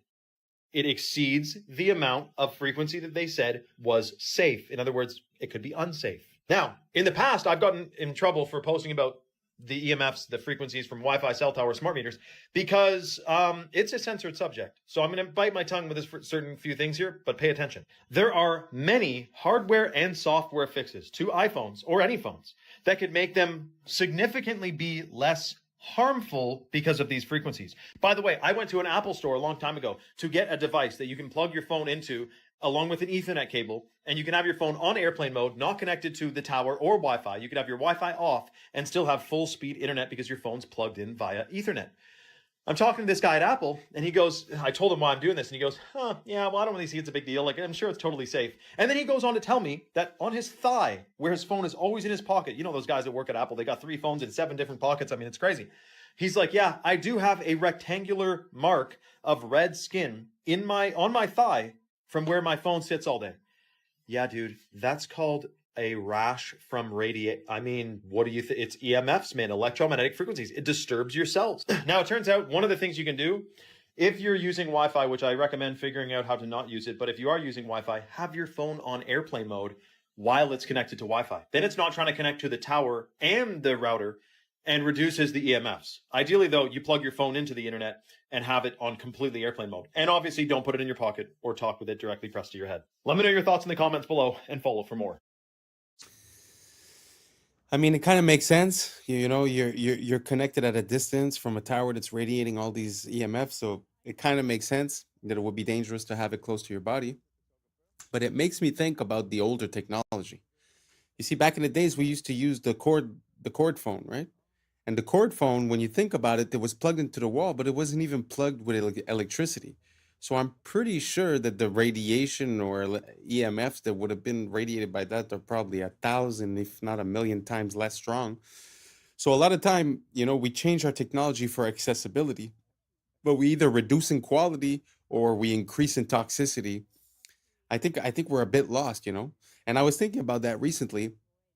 Like, if I were to build a house today, I wouldn't want it to be wireless. I would want wires everywhere inside of the walls so that anywhere I go, I plug myself in. Why would I want all the information? Like, let's say you're watching a video on your phone. Why would I want the information of that video all around me at every moment? You know?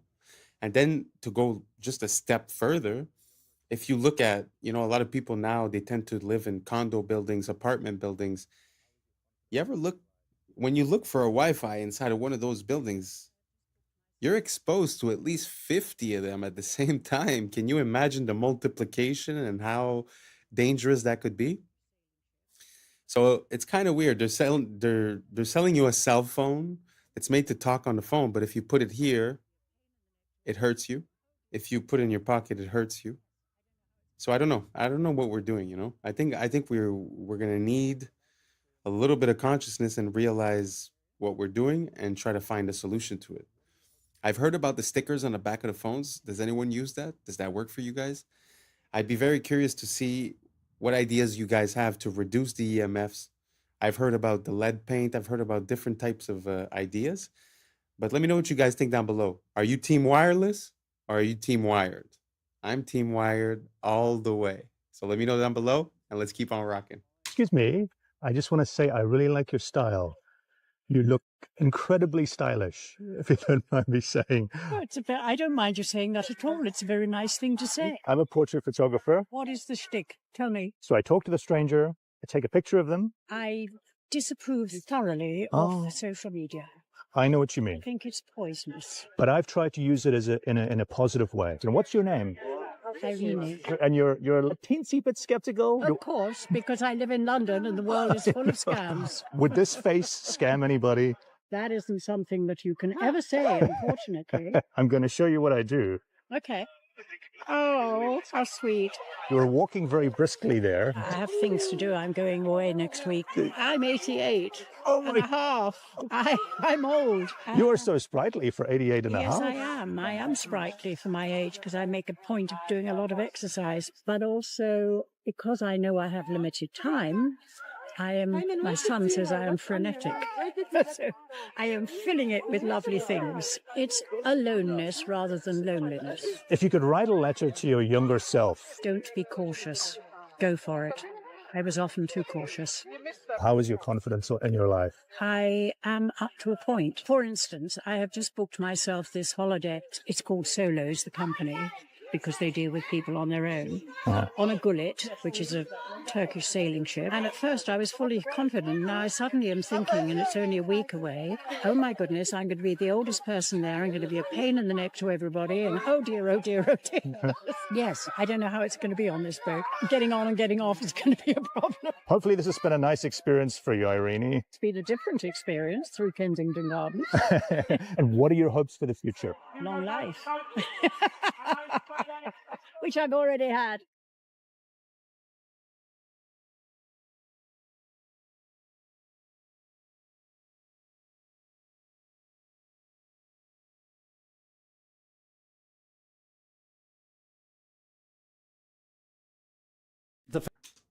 Wow. What an amazing woman. I really love everything that she said, to be honest. Don't be too cautious. It's aloneness, not loneliness. Wow, 88 years old. Very impressive, very inspiring. And wow, so beautiful to see, to be honest, to see someone with so much liveliness. Wow. I hope she has many, many more years to come and continues being frenetic, because I agree. It seems like people nowadays, they hustle to be able to do nothing. I never understood it. Like, the goal of working for money is to be able to do something with your money, right? It's not to go home and close your brain down for 8 hours on Netflix and then go to bed, right? So I love to see something like that. And to be honest, I feel like I have more in common with this woman than a lot of people of my age. Really beautiful, really inspiring. Long live her. And yeah, let me know what you guys think down below. Let's keep on rocking. Famous experiment by the Russian biologist Dmitry Belyaev, who in the 1950s started selecting foxes on the basis of reduced reactive aggression. So here's what he did. He took foxes, slightly black version that occurs in Canada. They'd been in Russia for 50 years, breeding without anyone deliberately selecting them. And so what Belyaev did was to arrange for people to walk towards the young foxes when they were something like 6 weeks old. And at the point that the young fox said, "Ah!" then they would write down, well, how far was that? And they would breed from the ones who got closest, who allowed the human to get closest. And within a few years, in sometimes 3 years, sometimes 5 years, sometimes 10 years, different features that are found in domesticated animals suddenly appeared, such as these white patches. Doesn't look much like a fox anymore, does it? It looks like Fido. Floppy ears. You probably remember that there's only one animal in the wild that has floppy ears, or one kind, and that's elephants. Floppy ears are characteristic of our friendliest dogs. So these are examples of features of the domestication syndrome. And what we're seeing here is evidence that you select against reactive aggression, and then, boom, magic, you get these features of the domestication syndrome, which is why goats and horses and cows and cats and dogs all have individuals that have got white patches of fur on them. Floppy ears occur in all of these animals too. And it means we can now reverse engineer, as it were, and go backwards and say, okay, if you show a self-domestication syndrome, or if you show a domestication syndrome, that means that there was selection against reactive aggression.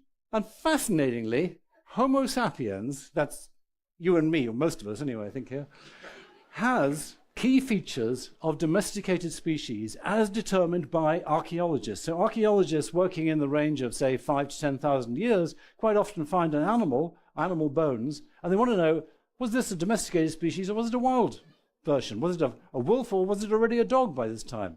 So they look at the bones and they say, well, okay, how do we tell? And here's how they tell. Lighter body, shorter face, smaller teeth, feminization of the skull and skeleton, and brain reduction. And guess what? Homo sapiens shows all of these features in relationship to our earlier ancestors. So why did it happen? Wow, isn't that crazy? How a fox sort of becomes a dog just by selective breeding and by reduced aggression? That is completely ballistic. I wonder if we're going to start drooping our ears soon, because when you think about it, we're all pretty much domesticated now. It's very, like, socially speaking, they talk, as soon as you show any sign of aggression or you say no, or you're categoric about something, they call it toxic masculinity. So there's this association that aggression is toxic, So I wonder what's going to happen to us. Are we going to start having patches on us? Are we going to start drooping the ears? What do you guys think down below? Did you know about this? I had no idea. That is, to me, it's mind-blowing. But let me know what you guys think down below, and let's keep on rocking. Dubai is absolutely insane. They plan on building this, which is a real Emirates A380 that's being decommissioned, and it's going to be on the top of a 580-meter building, 125 floors. It's going to cost $3 billion to build, and it's absolutely insane. They've got a sky bar with glass walkways over the wings being proposed, a restaurant in the cockpit, infinity pool, exclusive lounges. They even want a helipad on this thing. It's still in the proposal stage, and this is obviously an AI recreation from the designs, but man, Dubai, first the wall, and now this, it's going to be insane. Absolutely insane. 75% of the brain and central nervous system is made from cholesterol. All of your sex hormones are made from cholesterol. All of the walls of all of the trillions of the cells in your body are made from cholesterol. Cholesterol is so important to the human body that your body makes it. She's from Texas, I can tell by the way he's two-stepping round the room. And judging by the smile that's written on his face, there's nothing I can do. It doesn't take a crystal ball to see. A cowboy always finds a way to leave. Drinking Jack all by myself. Rome is in the middle of the Americas. It's all a Roman corporation. Every time I see the Mexican flag, I see the Italian flag because it's exactly the same minus the Roman eagle. Rome, which runs Mexico, in fact, Mexico is the center, Mesoamerica, it's the center of the Americas. This is where the Jesuits came, installed their Inquisition. Mexico had a violent, vicious Inquisition. They're telling you in your face, if you know what you're looking for, they've got the eagle, the Roman eagle, right in the middle of the green, red, and white, exactly the same as the Italian flag, which comes from the Persian flag, which is horizontally green, white, and red. Because the Roman elite families, the Farneses in particular, the Orsini, the Pallavicinis, Aldobrandinis, they're all from Persian. They're all Iranians. And that's a wrap for today, familia. Whether you're tuning in with the sunrise or you're posted up after midnight, I appreciate your time, your energy, your curiosity. And don't forget, this isn't about truth or fiction. This is about perspective. If this sparked a laugh, a thought, a deeper question, then we did our job. So drop your thoughts in the comments, keep the convo alive, like, subscribe, and don't forget to hit that bell if you're riding a wave because we're just getting started. So until next time, stay grounded, stay weird, stay critical. I'm Adam Strain, and this has been Adam Strain Reacts. Peace! Now it's time for us to link up. Really think we on the brink up. Making a change from living this strange. Living this strange.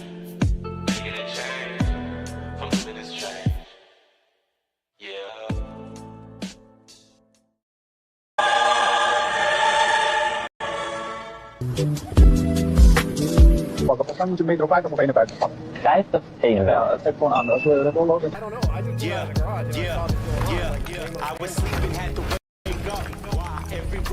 What's up, YouTube? Today, we'll be looking at disturbing TikToks that'll make you question reality. So without further ado, welcome to Adam Strain Reacts. Let's get her done. Since World War II, there's only been 7 countries that did not have a controlled central banking. Now, if you take a look at the names on that list, you will notice they all have something similar or in common. After World War II, the United States has been to war with all of them. And I can't put my finger on it, but I just know there has to be some reason for that.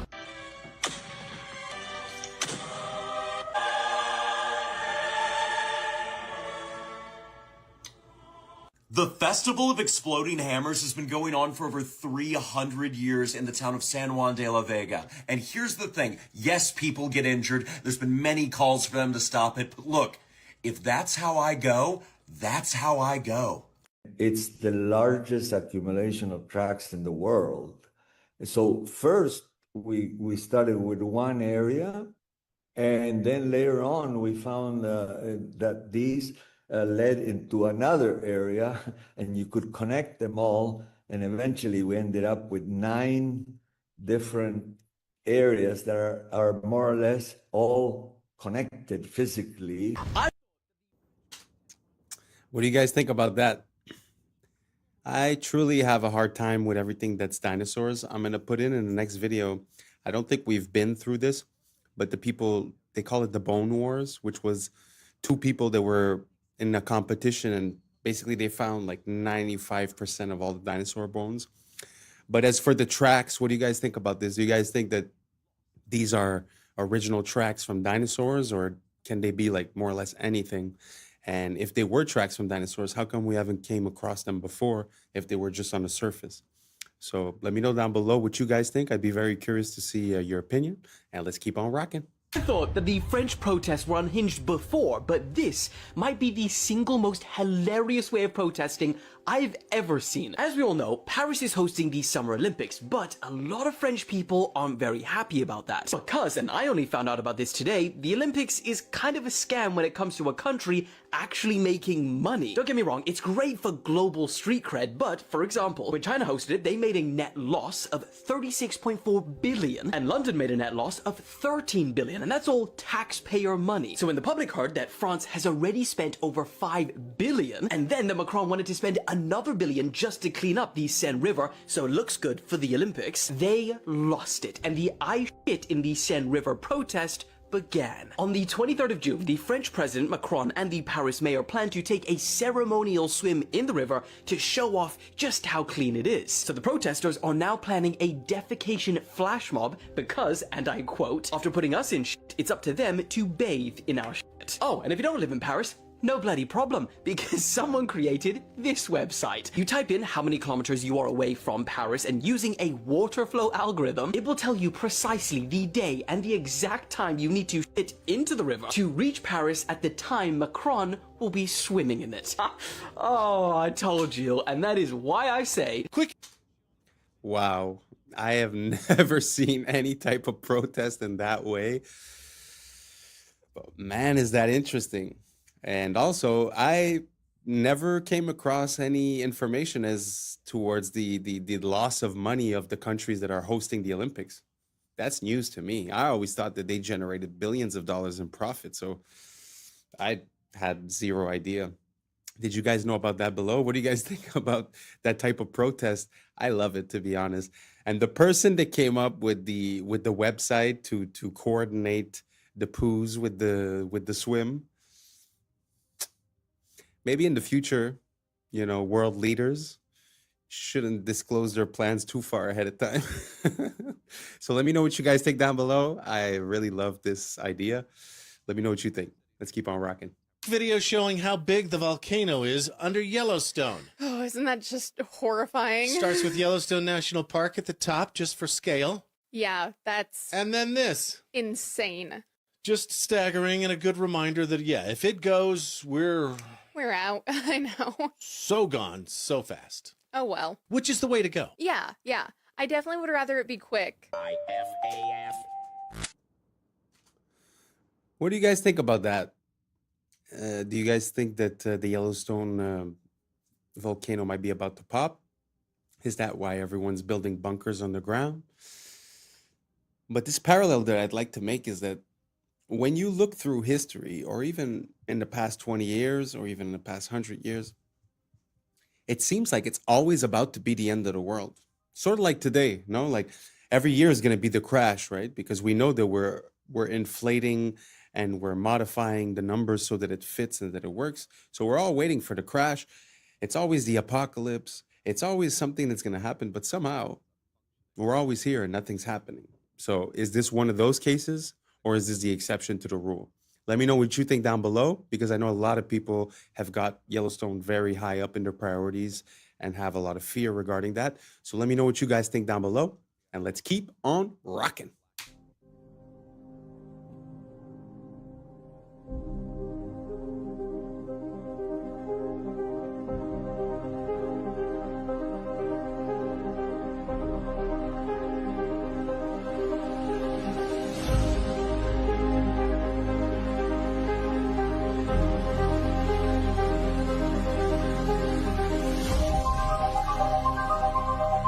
Four cities.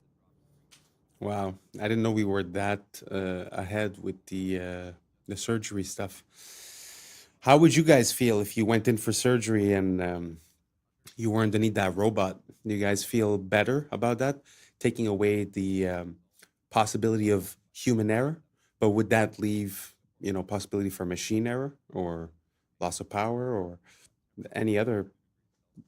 I don't know. What do you guys think down below? Would you rather have a human or would you rather have a machine conducting your operation? I'm very curious. I'd like to know what you guys think about this. Write down below. Now let's keep on rocking.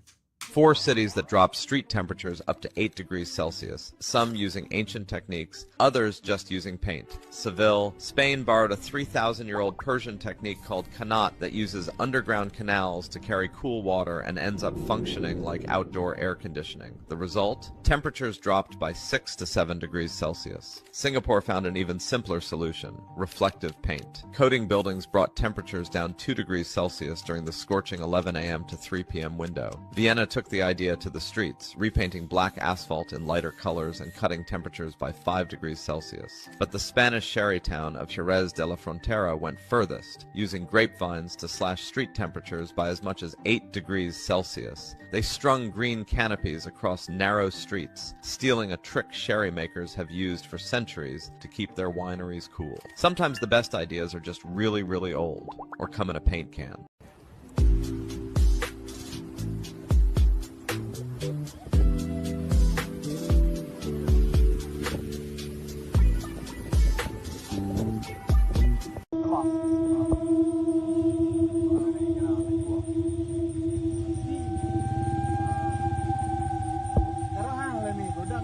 This makes me extremely uncomfortable that I now know that snakes can do this. Could you imagine running up a tree away from one of these things and then you look down and see it doing this? So yes, a new fear has been unlocked. So thank you, Internet. I can always count on you to provide me with unwanted trauma. Something happened here that will likely never be replicated for as long as the human species exists. This occurred during a baseball game, but even if you're not a sports fan, you will understand this, and you will understand why what happened is just wild. It was August of 1957, and at the plate was a Hall of Fame batter named Richie Ashburn. He swings at a pitch, he fouls it off, and the pitch goes into the stands and hits a fan, injuring her. The fan was named Alice Roth, and the ball hit her so hard that it broke her nose, and they had to stop the game. Like, just imagine the silence falls over the crowd. They stop play, and paramedics had to get her out. She was there with her grandchildren, and get her onto a stretcher, and everyone's watching as they take her away from the stands. So they're hauling her away, covering her bleeding nose, probably taking her into that tunnel right there. They resume play, and on the very next pitch, Richie Ashburn hits another foul ball that flies into the tunnel and hits that woman again while she's on the stretcher being taken out of the stadium. She recovered fully. The two of them, the woman and Richie Ashburn, became friends after this. It was a hugely famous incident and something that I am confident will never, ever happen again. Wow. I guess some things are meant to be, you know? Like, what are the odds of you being struck twice? But what's so beautiful about that in life is that somehow, you know, a friendship came out of that. So it's a bad for a good, you know? I guess it's fun sometimes to have stories that have happy endings.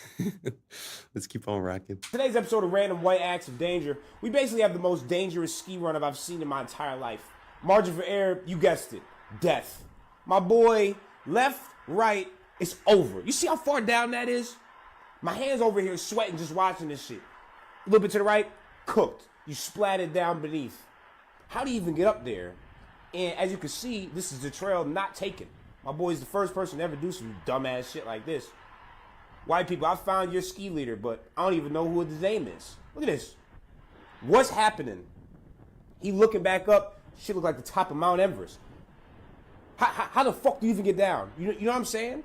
I'm so scared for him. Like, what type of ski training, all of a sudden you're like, you know what, I'm about to go ski off the top of a mountain. My boy looks like the edge of the world. It doesn't even look like it's possible to go down, and that's the way he's going.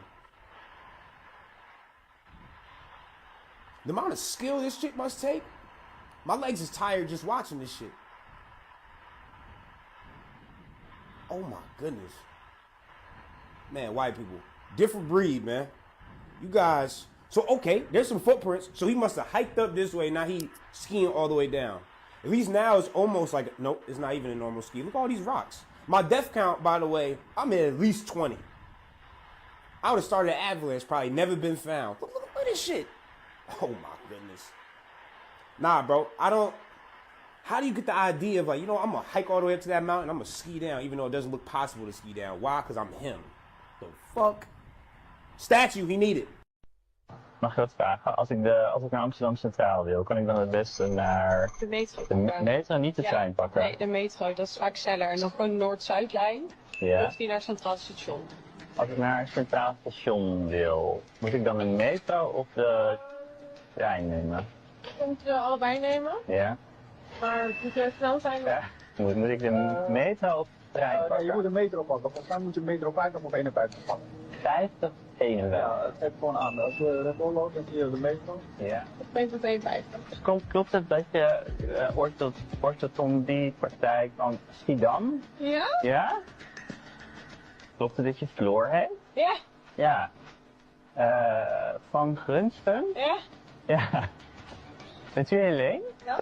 Helene Wachters? Ja, toch? Van Eden McKellen? Ja, klopt. Hoezo? Heet je Wijs? Ja. Basharat? Ja, ja, klopt. Ja. Oh, wat ben ik nou wel verstaan? Of dat u jurist bent? Ja. In Venture Capital? Onder andere, ja. Ja? Ja. Ik heb dus een bril waarmee ik gezichten kan scannen. Ik zie aan je dat je er wel zit. Nou, inderdaad. Ja. Oh ja, ik zie dat ding al inderdaad. Ja. Oh, ik zie er ook een lampje aan. Holy shit. Op die manier informatie te krijgen over mensen. Ja. Voelt bij mij niet oké. Ja. Ik bedoel, het is de tijd van tegenwoordig. Ik bedoel, digitale wereld. Je verwacht dit gewoon. Je verwacht het gewoon. Ja. Maar voor jou in. Ja. That gave me chills because the possibilities with that are pretty endless. Imagine, I don't know, off the top of my head, imagine scammers, imagine police, imagine, due process is gone. You have access to way too much information. Very interesting. It's very interesting. Imagine if you cross-reference with the person's Facebook and they took a picture outside of their house. You now have their address. You now have their family members. I mean, the possibilities are pretty much endless with what you could do with that information. As for, let's say, fraud or misappropriating the identity. Very interesting. What do you guys think? Do you guys think that it makes sense that we use AI in this type of fashion? What's the future of this technology? What are the applications that we're not seeing yet, but that might be a problem in 1, 2, 3, 5, 10 years? Let me know what you guys think down below, and let's keep on rocking. In the 1990s, there was a conspiracy theorist with a public access show where he ranted about crazy crackpot theories every single day, and nobody took him seriously. But then after he died, it turned out he was right about everything. In the late 80s and throughout the 1990s, there was a man named Clay Tiffany who had a public access TV show called Dirge of the Charlatans, where he would sit for hours on end and just rant and ramble about all kinds of conspiracy theories about elite government corruption within the city. He would talk about judges laundering money through nonprofits and NYPD officers falsifying to throw people in jail, and members of the NYPD acting as roving and enforcers for the mob. But then something happened to Clay Tiffany. In March of 1997, he was pulled over by an NYPD officer named Nick Tartagliani, who said that he had seen Clay Tiffany's show and wanted him to stop talking about the NYPD, and that he was connected to the mob, and if he didn't shut up, he would have him taken care of. Or at least this is what Tiffany claimed the following day on his show, where he talked about the incident. And as Clay Tiffany claims, the next day after this broadcast, Nick Tartagliani showed up at his house, threw him against his police cruiser, arrested him, and brought him in on some made-up disturbing the peace charge. But Clay Tiffany was not going to be bullied, and he would not give up. So the next several years on his show, he did a full investigation of Nick Tartagliani, sending in a bunch of requests with the Freedom of Information Act to the government to get documents about him. And he dug up a ton of dirt, like multiple police brutality reports, a bunch of excessive force complaints, and unexplained departures from dozens of his previous police jobs. And in response, Clay Tiffany claims that he was attacked and brutalized by Nick Tartagliani and his cop buddies multiple times throughout those years. The first incident, he was attacked outside of his home again. The second incident, he was thrown to the pavement and beaten outside of a town meeting. And the third incident, he was beaten so badly that he was hospitalized for weeks. Tiffany ended up suing Nick Tartagliani. He didn't win, but there was an undisclosed sum settled out of court. But more importantly, he had lost any credibility that he ever possibly had because of these repeat accusations of Nick Tartagliani, and people started actively calling for his public access show to end. So in the early 2000s, that's exactly what happened. The show ended and Clay Tiffany disappeared from public life. And in 2015, he died from heart failure. But in 2016, Nick Tartagliani was arrested for the of 4 men in a drug trafficking job gone wrong. Clay Tiffany was right. Nick Tartagliani was mob connected, he was corrupt, and him and his buddies were running as enforcers for the mob within the NYPD. And what's even crazier is that Nick Tartagliani was at one point Jeffrey's cellmate and the last person to ever see him alive that we know of. And real quick, if you like my videos and you want to see more in-depth writing from me about pop culture, movies, TV, video games, weird historical facts, so on and so forth, you can do that here. Wow, what an interesting story. I mean, if that's not like something out of a movie, I don't know what is. Gee whiz. Dude is talking the truth and then he gets... And it's crazy how no one would believe him, because people believe in the integrity of the police in a way. And also, they're the biggest gang in the world, as we say, right? Wow, very crazy. And plus with that final connection with that dude that had that island. Wow. So he's the last person to have seen him. I mean, if you ask me, he'd be the perfect person to help out to carry out something that would be under the radar, let's say. Anyways, I have no proof. I make no claims. This is for entertainment purposes only. So please, YouTube, I appreciate you. Let's keep on rocking. Internet's revenge on the man who invented spam mail is the most iconic thing I have ever heard. In the early 2000s, Alan Ralsky was one of the world's biggest spammers, blasting up to 1 billion junk emails a day. He made millions of dollars from it and was super cocky. He openly bragged to reporters about his empire and proudly called himself the godfather of spam. But in one interview, boasting as usual, he showed off the massive new mansion he bought with his spam money. And that was his mistake. People online found his new home address and thousands banded together to get their revenge. They signed Alan up for every sweepstakes, promotion, all the junk mailing lists they could possibly find. Within days, he was receiving hundreds of pounds of junk mail a day. And inside that pile of junk mail was his real mail, so he had to go through it. He later complained in another interview saying, quote, "They've signed me up for every advertising campaign. These people are out of their minds. They're harassing me." Seriously, what does failure mean? It's not, it doesn't exist. It's a figment of your imagination. What does it mean? Pulling a Jedi mind trick on me right now. I was like, does it exist? No, I'm serious. Like, I'm trying to think, like, how can I explain it? So, let's use happy endings, right? And then we can relate this to failure and why it's not existing. Like, you know, everybody talks about, like, everybody wants a happy ending, right? Now let's go to the reality of it, right? Let's look at a fairy tale story. Let's look at Snow White. She gets a happy ending. She finds Prince, whatever. She goes on. She lives happily ever after. Well, I call bullshit on that because 2 months later, the fact is they had an argument and he's sleeping on the couch. Right? So the point is, the story continues. The story continues. So if you fail on Monday, the only way it's a failure on Monday is if you decide to not progress from that. Right? So to me, that's why failure is not existent. Because, you know, if I fail today, okay, I'm going to learn something from that failure, and I'm going to try again on Tuesday. And I fail, and I'm going to try again on Wednesday. So it doesn't exist. You know what?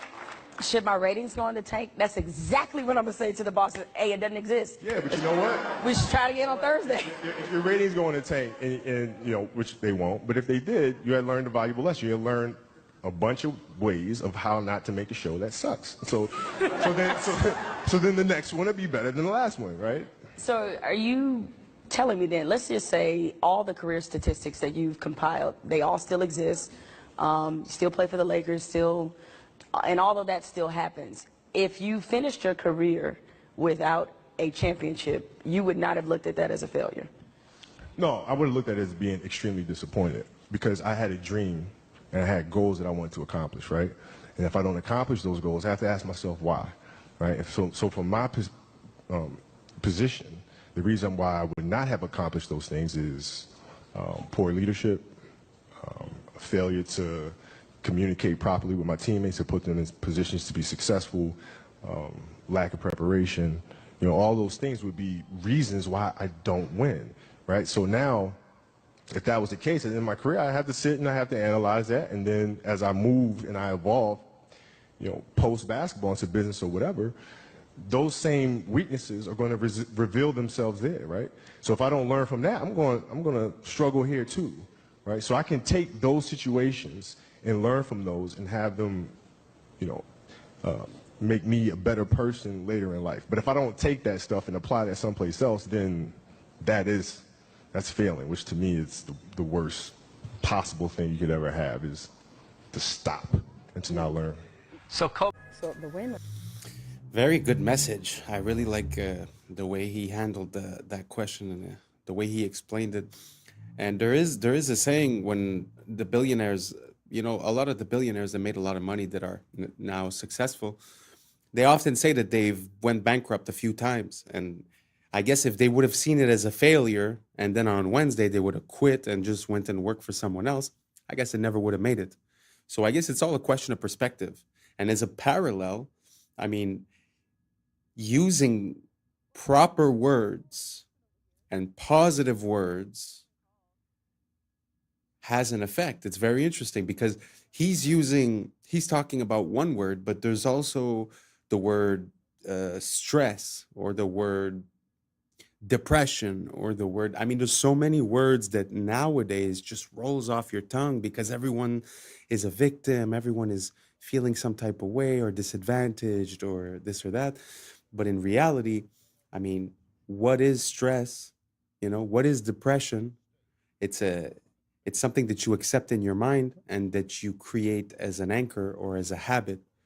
So in my mind, if every time I would say I'm stressed, I would say time to breathe, and then I would concentrate on my breathing and try to gain control, I find that gives control in my life. It gives me power in my life. So using the word stress makes me feel like I'm under the weight. I don't know if you guys understand my distinction, but it's just the way that we use words has an effect on us long term. So if you keep using the word, oh, I'm depressed, I'm depressed, I'm depressed, that's exactly what you will become. Because in my mind, depression is a depressive thought that is on repeat. And then it creates the state of depression. But to be in a state of something, you need to actively reinforce it, repeat it, and use it as a habit before it sticks. So you could do that on the negative side, and you could do that on the positive side as well. So very interesting. I'm very happy to have listened to that interview from Kobe. I find it's super inspiring, and I hope that you guys can see it was a bit vague, and I'm not finding quite the right words to describe what I'm saying. So if you have any questions, please write them down below, and let's keep on rocking. Causing a traffic jam. Do they just like... I don't know. I just pulled out of the garage and I saw this going on. It's like this Waymo standoff. Yeah, I'm just trying to get out of here, but... This is so funny. Oh, because they hit each other. Yeah, kind of. But still, they're just gonna like stay there forever? We need to like, can we call them? Well, we can call enforcement over here. We can scan and call. Cars is stuck. Cars is stuck. This is so funny.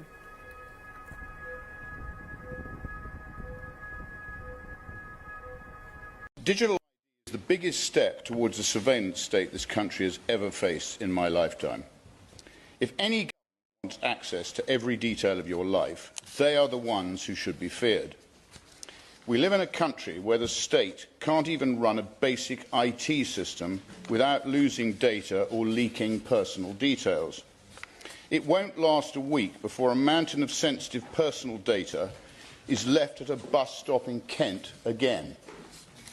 I do not trust any government. I certainly do not trust this government. And let us remember, once government gets a new power, it never gives it back. It expands and evolves. Digital ID will not stop at proving who you are. It will creep into travel, banking, housing, benefits, even. Today it's voluntary, tomorrow it will be required for security reasons. The day after that, you won't be able to access basic services without it. All for your own good, remember. It's supposed to be a country where the government serves the people, not the other way around. A country built on privacy, liberty and trust. People just want the government to leave them alone and get out of their lives, to build a business, raise a family and live in peace. Digital ID treats every citizen as a suspect. It assumes that the state has the right to look over your shoulder. You defend it by severely limiting the power of the state, not radically expanding it. Abolishing jury trials, cancelling elections, implementing facial recognition. Yeah, this whole digital ID thing is kind of scary. And as a parallel, when you look at Australia, they're saying that they want to put a age limit. So basically, if you're 16 and under, you can't have access to social media, which in a way I agree with because the kids are obviously being brain rotted. But, you know, what they will use that for is probably to create a barrier to entry, to be able to enter. So it's not the kids that are going to basically have to do something. It's the adults that are going to have to prove that they're adults. So in other words, it would be like having a MAC address associated with your social media account, which is a unique identifier. So basically everything you do online will be tracked, categorized, and easier to turn into data. That's first. Second of all, we can't forget the saying that says freedom for security. Well, now it's freedom and privacy in the name of security. But like he said, by going digital, aren't we opening ourselves up to risks of security? So it seems like a Ouroboros, it seems like a circle that basically never ends, because the more we put ourselves online, the more it's accessible for hackers. So I'm having a hard time to understand the logic behind it. But we did have an event, the COVID, not too long ago, that seemed to be like a test run towards this. So I truly want to know what you guys think. Is this something that you think is for the great, the betterment of the human condition? Or do you think this is a secondary power structure? Are we going to try to do a transition between, let's say, what our legal framework is?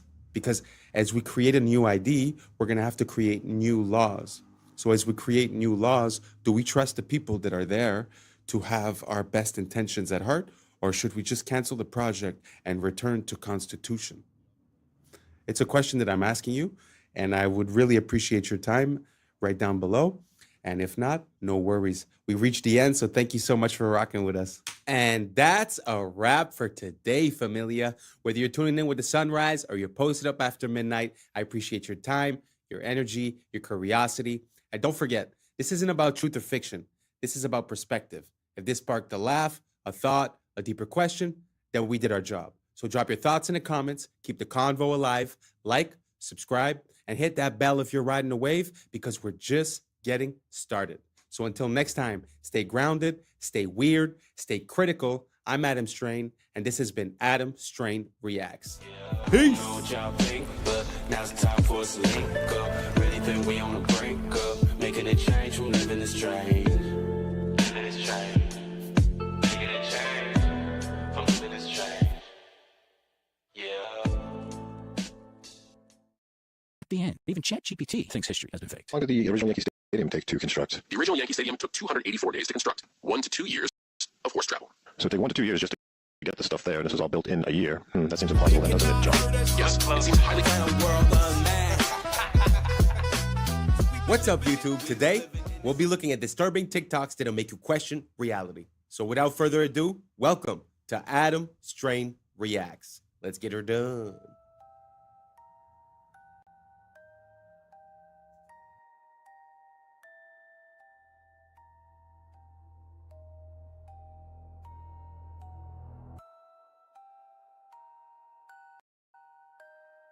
Scientists just copied a fruit fly's brain into a computer, neuron by neuron. No training data, no machine learning. It just woke up and started being a fly within the computer, effectively proving like a simulation. You could just copy a brain into a computer and it would just simulate reality. Nothing trained this fly to do that. I wonder if the same thing would happen with humans. What do you guys think? Do you guys think if we would just get connected into the machine and wake up into it, would we even realize? Let me know what you think down below. Let's keep on rocking. Okay, if we get all 4 arrows, we're doing very well indeed. Usually you get 1 or 2. And he's off.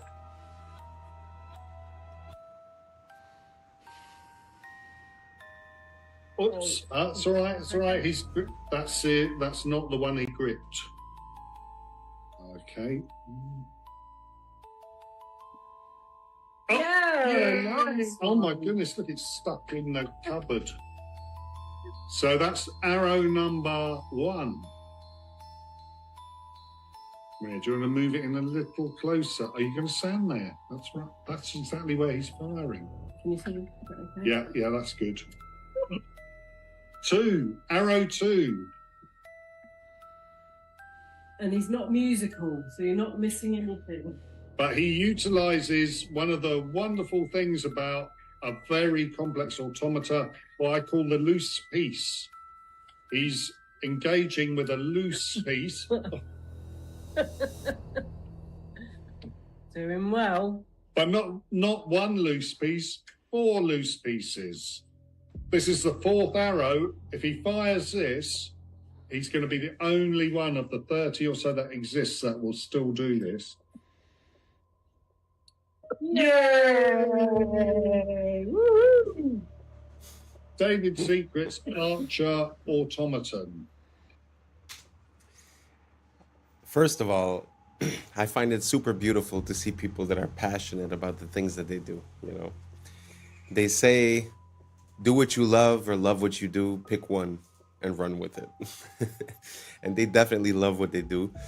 And also, just as a piece, as a testimony of the technology that we used to have, we consider like animatronics and stuff like that to be outdated or this or that, and the digital stuff is way better. But it's very interesting to think that all of that was mechanical, that the control that was done was mechanical. I'm not sure we would be able to you know, to do that as well. We could do a lot of different things, programming chips to make all kinds of movements, don't get me wrong. But it's very interesting to see these relics from the past that sort of give way to animation and all that, you know. Very beautiful. Let me know if you guys know of any other examples of this. I'd be very curious to see more of that. Let's keep on rocking. Nope. Nope. You sure? I just want to be I here know, just in I case. know. Just knowing the amount of glass that's in here, there's just such an unsettling feeling. Like if this falls down, it's like going to be a chandelier hitting the ground. We pull the pins. And Christmas! Shot glass, white wine, red wine, cereal bowl, cake cover. This is a shaving mug. This is a little purse atomizer that I keep full of alcohol. A single drop of perspiration hits a bowl. I have to get that off of there because it spreads. So that's always there. Now we get into the preparation for playing. Right there. So this is a note rod. This is invented by a guy, as I remember, it was 1785, came up with the idea. Franklin painted the rims on the insides of the bowls white for each of what would be the accidentals. Get your fret markers in there. So there we go. We need to get surgically clean. Yeah, I completely scrape every surface until it starts to grab. You can feel the grab. Because if there's any oil or sweat on your fingers, it just won't work. Dead. No, you don't have to dry. No, oh, you don't want to be dry. Don't want to be dry. And I use distilled water. Does it have to be distilled water? Yep. Everything else leaves deposits on the glass. And then we just dip some more water, and then we put it on.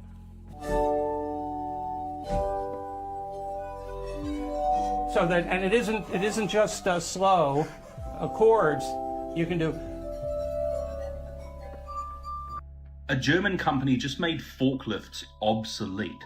These things can go into any existing factory. You don't need anything special. You operate it from your computer. It doesn't require a person, and it's going to be cheaper than buying a forklift. It's just going to move things around your factory autonomously, and you can just sit in there on your laptop and tell it where to go. This is going to be everywhere soon. History is nothing more than a set of lies agreed upon. One of my quotes I often use here, attributed to this man Napoleon, who is one of those sets of lies agreed upon. And no, that's not a Masonic symbol he keeps flashing in all of his pictures. History would tell us that's just indigestion. Suppose we use the same argument on Napoleon. If you've ever seen the statue of Napoleon in Place Vendôme, Paris, you will notice that the word there of Napoleon is written Neapolio. Now that would mean, making this Greek, that means that he is Apollo itself. So there never really has been a Napoleon. It's all due to the sun cult of Apollo. You think you studied the history of Napoleon? Ridiculous. Who was his mother? Letizia, wasn't it? Who was the mother of Napoleon? Leto. What does Leto mean? In one language and Letizia in the other. Both joy. That's how we got the idea that Napoleon was born of a woman named Letizia from Apollo. You believe that Napoleon had 3 sisters? He did, according to A myth, but where did the myth start? Apollo had 3 sisters. Didn't Apollo have 2 wives? One was the Earth, the other was the Moon. Napoleon had 2. Where's the sun the major part of the day? How long is it in the sky? About 12 hours. How long did Napoleon reign supreme? 12 years. See, sun myth. He never existed. Furthermore, where is the sun strongest? In the north or the south? It's the south, isn't it? Gets weaker in the north, doesn't it? Where was Napoleon defeated? In Russia. See? Napoleon never existed. Sun cup. Think. Very interesting. I had never considered Napoleon, but I have come to this conclusion when it comes to like Plato, Socrates, all these bigger than life historical figures that sort of came up with all kinds of stuff.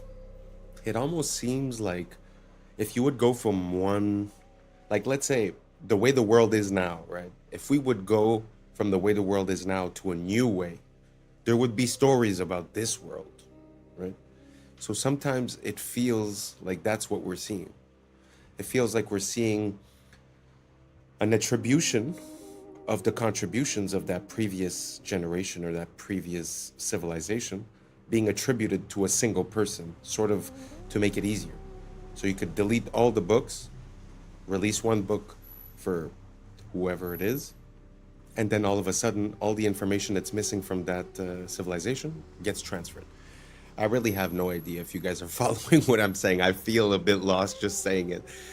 But let me know if you guys think that it's possible that some of these historical figures are actually attributions of the past without necessarily being historical figures, if that makes sense.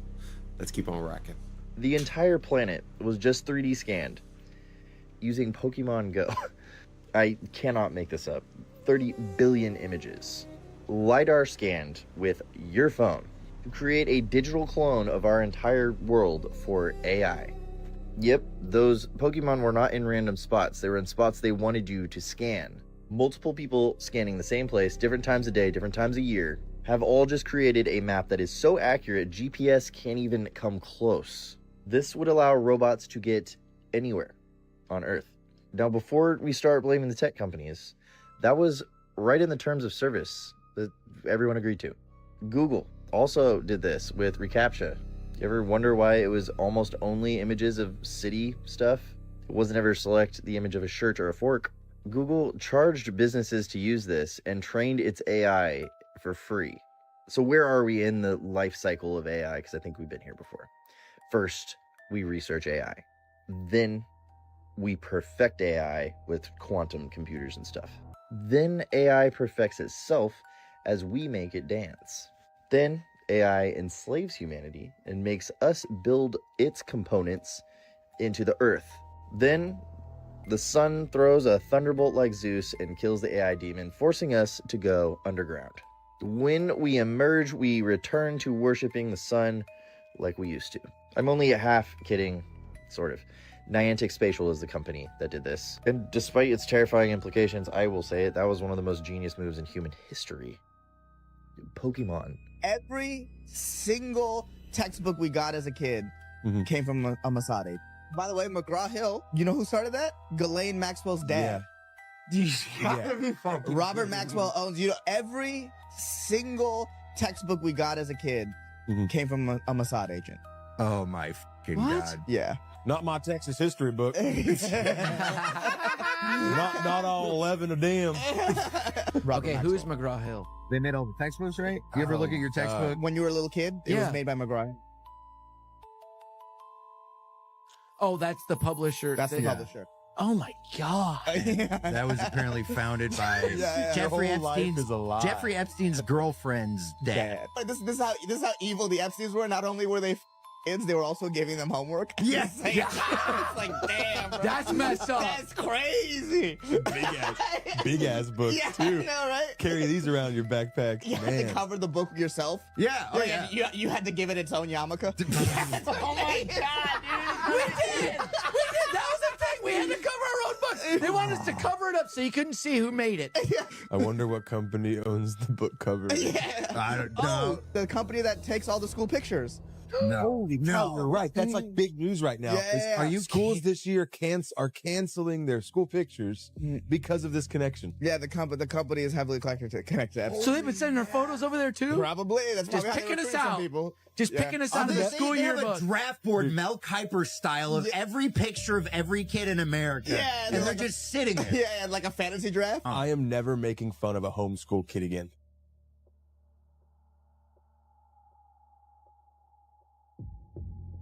This is absolutely insane. So this Chinese student created basically a Google Earth for all the ancient artifacts that are sitting inside museums. So they were taken from their original land and he wanted to place them back where they were found. So you can go around the entire Earth and look at all the artifacts and where they were coming from, just to try and piece it together, using it as a tool to try and figure out what happened in our past. And I think it's just incredible.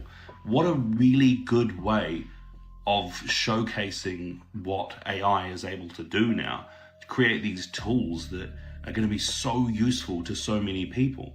Look at that. It's showing all of those artifacts from one museum and then what it looks like to patch those over the entire globe. It's going to be a tool used by historians, and I just think it's an incredible idea, really. There was this individual, and they were asking it some logistical questions about the Yankee Stadium. At the end, even ChatGPT thinks history has been faked. How long did the original Yankee Stadium take to construct? The original Yankee Stadium took 284 days to construct. Do you want to do an estimate of the materials for this as far as granite, the limestone, marble, and iron is concerned? Yankee Stadium's total material estimate: granite, 400,000 cubic feet; limestone, 300,000 cubic feet; marble, 100,000 square feet; iron/steel, 15,000 tons; concrete, 500,000 square feet. Total estimated weight, approximately 750,000 tons. That's incredible that all that material got there with horses and donkeys. Indeed. How many times would the horses have to go back and forth, and how long would that take? So we'll say there was 500 horses, and the materials were 10 miles away. With 500 horses, 750,000 loads, and 10 miles per trip, 1,500 trips per horse, 3,750,000 horse miles. Assuming 2 trips/day, 375 to 750 days, 1 to 2 years of horse travel. So it'd take 1 to 2 years just to get the stuff there, and this is all built in a year. That seems implausible then, doesn't it, John? Yes, it seems highly unlikely that Yankee Stadium could have been built in just 1 year. The coming in 180 seconds. Let's go back to Bill Clinton. Clinton was a real estate swindler and governor, running through Arkansas via Barry Seal. This movie whitewashed the true involvement. And L.D. Brown said he facilitated human for Clinton. Clinton was the perfect puppet to throw up after Bush. He gave us the crime bill, which expanded legal human trafficking and wiped out competition. His crime at least 50 people, even Vince Foster, a childhood friend. Clinton effectively got rid of Glass-Steagall, which contributed to the 2008 collapse, causing vertical integration and the consolidation of. The Telecommunications Act accelerated propaganda, which slowed the public's responses to banking crises. And the Telecoms Act gave us the dot-com bubble. The CFMA contributed to the derivatives crisis that we're currently in. Look, see? Which brought us things like the Enron scandal. Investigations like that under the rug. Look. He also brought us the WTO, which brought us the China files. Of the economy. Obviously, via the Lewinsky debacle, among others. Then we get another to swap puppets to keep up the fake left-right paradigm. Bear Stearns was the first domino in the 2008 collapse. They worked with high toxic assets to inflate their value. Look, see? Yup, all banks were doing this. One big family. This is the collapse in a nutshell. Guys like Roman Abramovich initiated the 2008 collapse. See? Collapses allow these institutions to buy up the monopoly board and raise your rent and mortgages. Then we have financial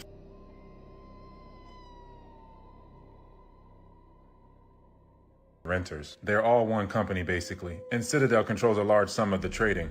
Look. See? And I have to mention the drug. Every wave of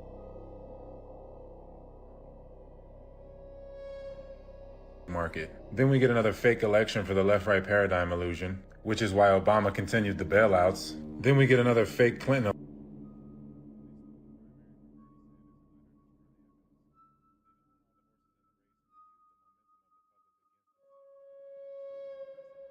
the money supply as well as Biden, which created the high interest rates. We're way worse off than '08. Just look at the repo market. Unsustainable. Completely over-leveraged. The derivative domino is coming.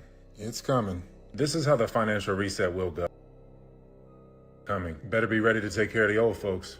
There will be no near future. You will have a social credit score, UBI, and a 50-year mortgage. They won't do it all at once, and they won't strip you of everything. Giving you a little bit gives them control. The first few years of the transition won't even be that bad to rope people in. I don't know why I'm so fascinated lately with where we went wrong. Maybe because we need to make these things right, but how do we at this point? Like, how did this small little group of people sink their claws into it and literally conquer every pivotal cultural pillar of our entire lives? Anyway, did you know that the first Model A Ford car, Henry Ford, it ran off so farmers could literally produce their own fuel. So they were running engines, not just off a car, from their agriculture. So what were we told about the Prohibition? That there was this huge moral crisis because of too much, so the had to come save us. But do you think there might be another side to that story? Was the best monopolist we've ever had. So we had a monopoly on oil and then transport and things like that, and they busted it up. So, well, what did he do? One thing he did, people don't know this, the original Model T Ford ran on corn alcohol. So a farmer could make their own fuel in their field. Why do you think he spent $1 million on funding Prohibition for 8 years, which banned all fermentation, not just for drinking alcohol? Just long enough to get gas stations based on petroleum out there. And then, why did he fund the formation of the to go after and destroy natural, because they're all petroleum. So the big were spun out of big oil companies. So big oil funded big, and these big chemical companies funded, and they all come from the monopolistic thing. And even the latest evil stuff like the buildings going on, people don't know this. He's the largest owner of farmland in the country. You know what Bill Dad did? What? He was. Anyway.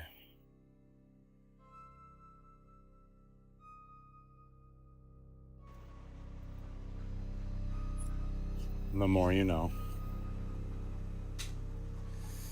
Well, not only is nowadays petrol the basis of most of the products that we use, plastics, rubber, like he was saying, even the pills, like everything is involved with it. But further than that, if you think about it, if you had to go buy your gas, instead of going to the gas station, you would go to the farmer, then you'd probably be, buying food there as well. So not only did it create the ecosystem for the gas stations, it also created for the supermarket. Because think about it, if daily, to keep your car running, you'd be going to a farm, then you could just pick up some food while you're there, right? So like this decision and this way of operating changed a lot of our future, well, of where we are today, basically.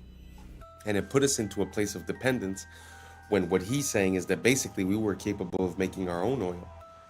I mean, think about it.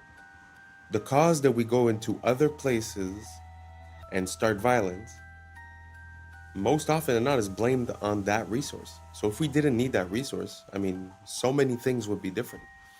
So it's very interesting just to look at the history of things like the vehicle, the car.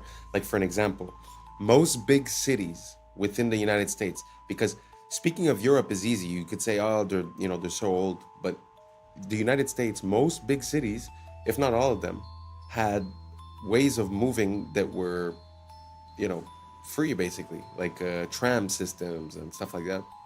In some cities, what they did, they bought the trams, they converted them to basically buses as we know them, and then they resold the company with the stated clause that they could never reconvert into electricity or into a tram.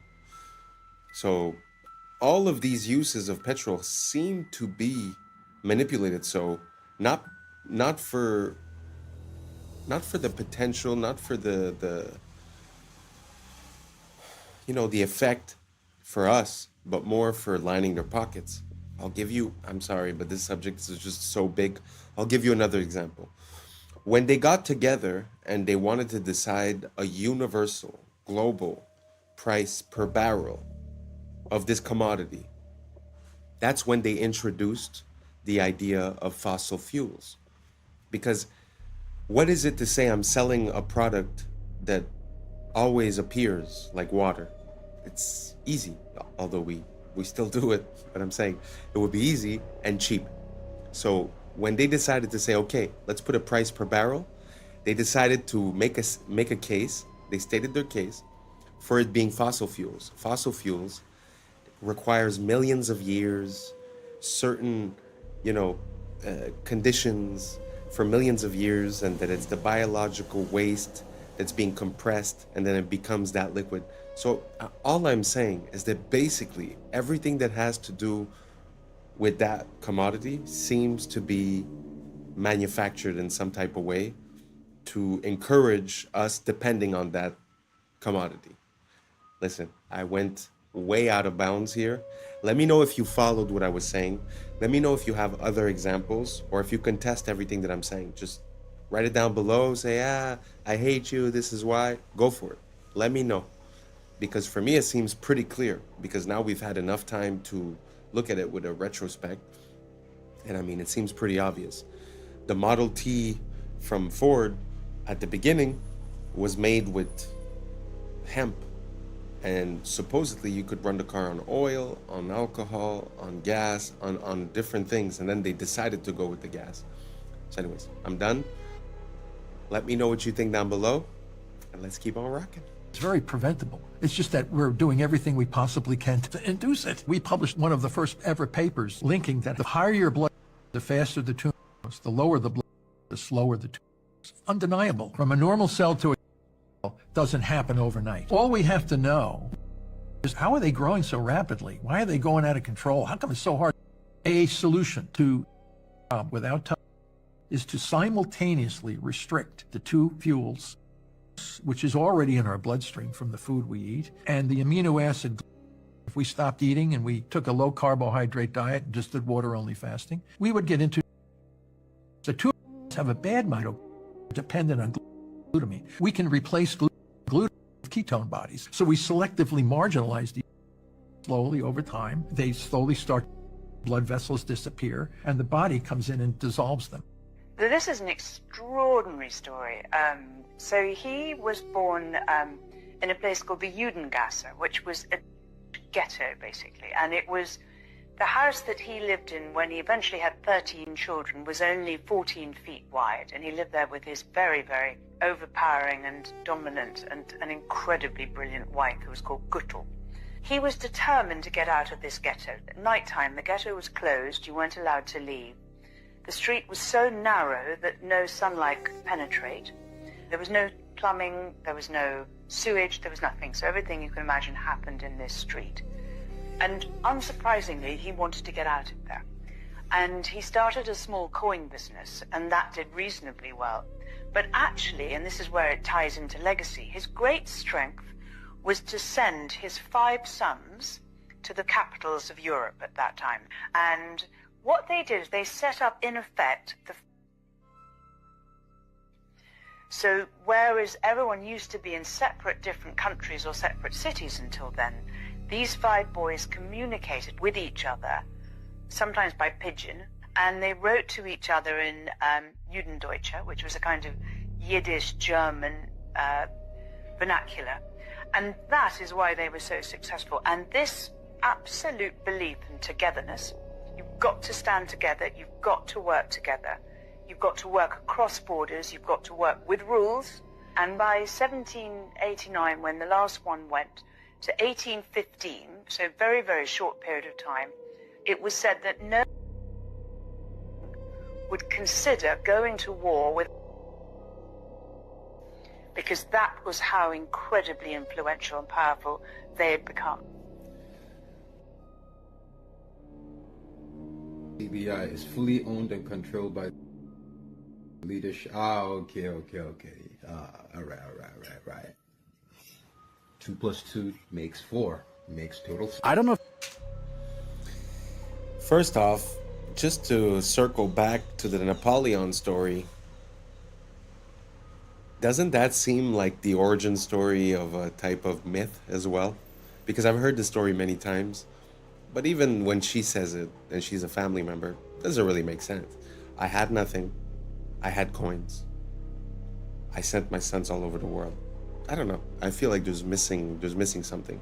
And the point that the guy was, pointing towards the end is that it seems like that information that he gave was the same information before we went into other places, including, Syria, Afghanistan, Iraq, Venezuela, Cuba. That all these places seem to be disconnected from this big system that we have. So that could be an ulterior motive. I think that's what he was trying to allude to.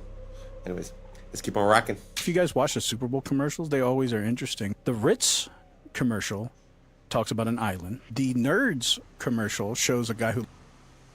The Pringles commercial, you see them eating a Pringles human. Ads were really weird. The Ritz Cracker ad was about a party on an island, and these two dudes were salty that they weren't invited until Scarlett Johansson invited them. Scene Then of they their shirt. weren't mad anymore that and pattern? joined the party. It That seems like they're blue-white. saying that we're just salty we weren't invited to the parties too. In the Nerds commercial, they got a dude who looked just like eating look at that. candy with children running around in his background. In the Pringles commercial, Sabrina Carpenter had a boyfriend who was made out of Pringles. Suddenly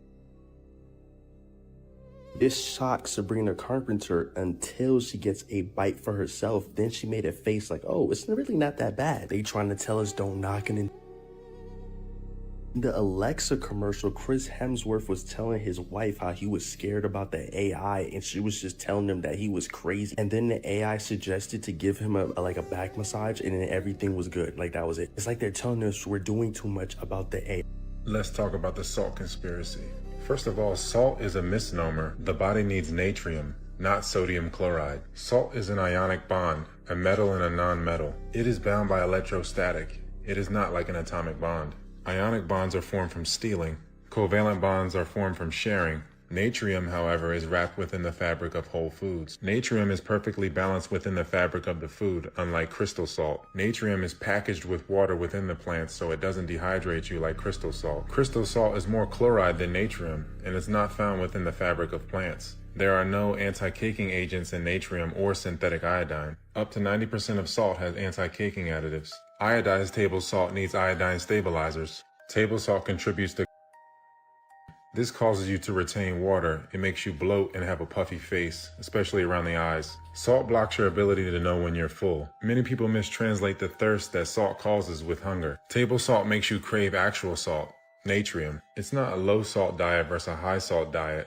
It's isolated versus holistic. Table salt causes serum osmolality, so your blood gets dehydrated and pulls moisture from the cells, causing them to malfunction. Table salt causes inflammation, cognitive impairment, and locks you in the sympathetic nervous system. Table salt pushes calcium out of your body. This interferes with the production and transfer of melanin, and thus light production as well. Salt, or salts, is the origin of the word salary. It's been a key tool for conquest. Mansa Musa was the richest man on earth because of his salt wealth. Its value was equal to gold. Salt, sugar are all the same. They are isolated crystals. Your body doesn't know the difference between legal and illegal drugs. Look. And salt and sugar kill your eyesight. The Crusades were sugar wars. They called it sweet salt. The world was colonized for sugar. There are endless sugar wars. Sugar is white gold and the primary driver of the slave trade. Sugar plantations were the worst. The sugar slavery complex was 10% of Britain's GDP. Here are some sugar families. These tiny hat families have a monopoly. Don't let the Hispanic names fool you. These are cryptos. Hawaii was stolen for sugar. Look, slavery. Ever buy a Chiquita banana? Let's get into booger sugar, the Contras. Brown sugar. Vietnam was a trap house. Sugar slavery was Aboriginal genocide. Aboriginals. Salt is for witchcraft. Look, it keeps things out, but it can lock things in. These isolated crystals bind to the liquid crystals in your blood. Melanin is a unifier. These crystals tax the melanin and deplete it. Melanin holds everything together. It has to be destroyed to invert the order of the world.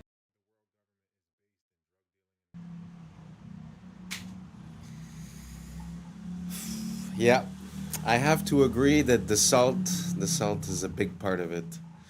I think that, well, basically, this is going to sound intense, but the whole world, the whole universe is made of salt in a way, because some of the salts, like for an example, Irish sea moss or Celtic sea salt, hold 90 plus minerals. Now, tell me what the universe or the world or you are made of, if not from the elements of the periodic table. So 90 plus of those are minerals, right? So the quality of your mineral intake, I think, is very important.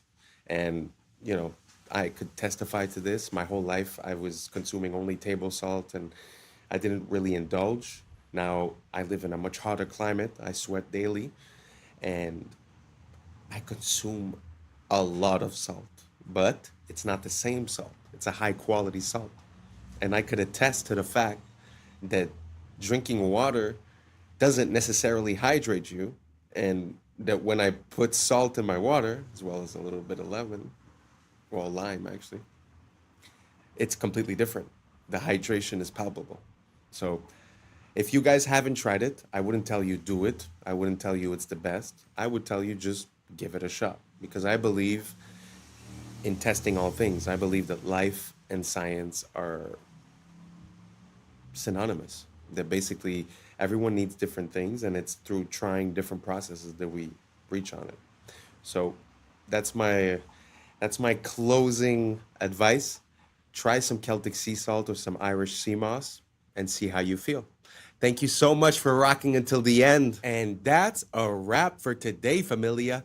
Whether you're tuning in with the sunrise or you're posted up after midnight, I appreciate your time, your energy, your curiosity. And don't forget, this isn't about truth or fiction.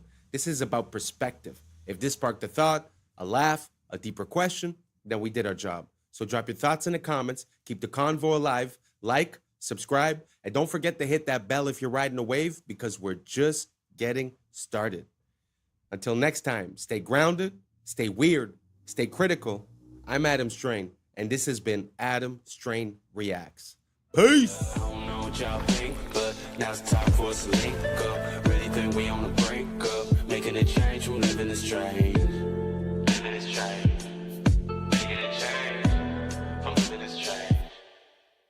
Yeah. First photo of its kind in history. High detail. Natural instinct to push all the other eggs out of the nest. Down by police. That has happened in Woodland Hills, LA, and according 93 million. Yeah.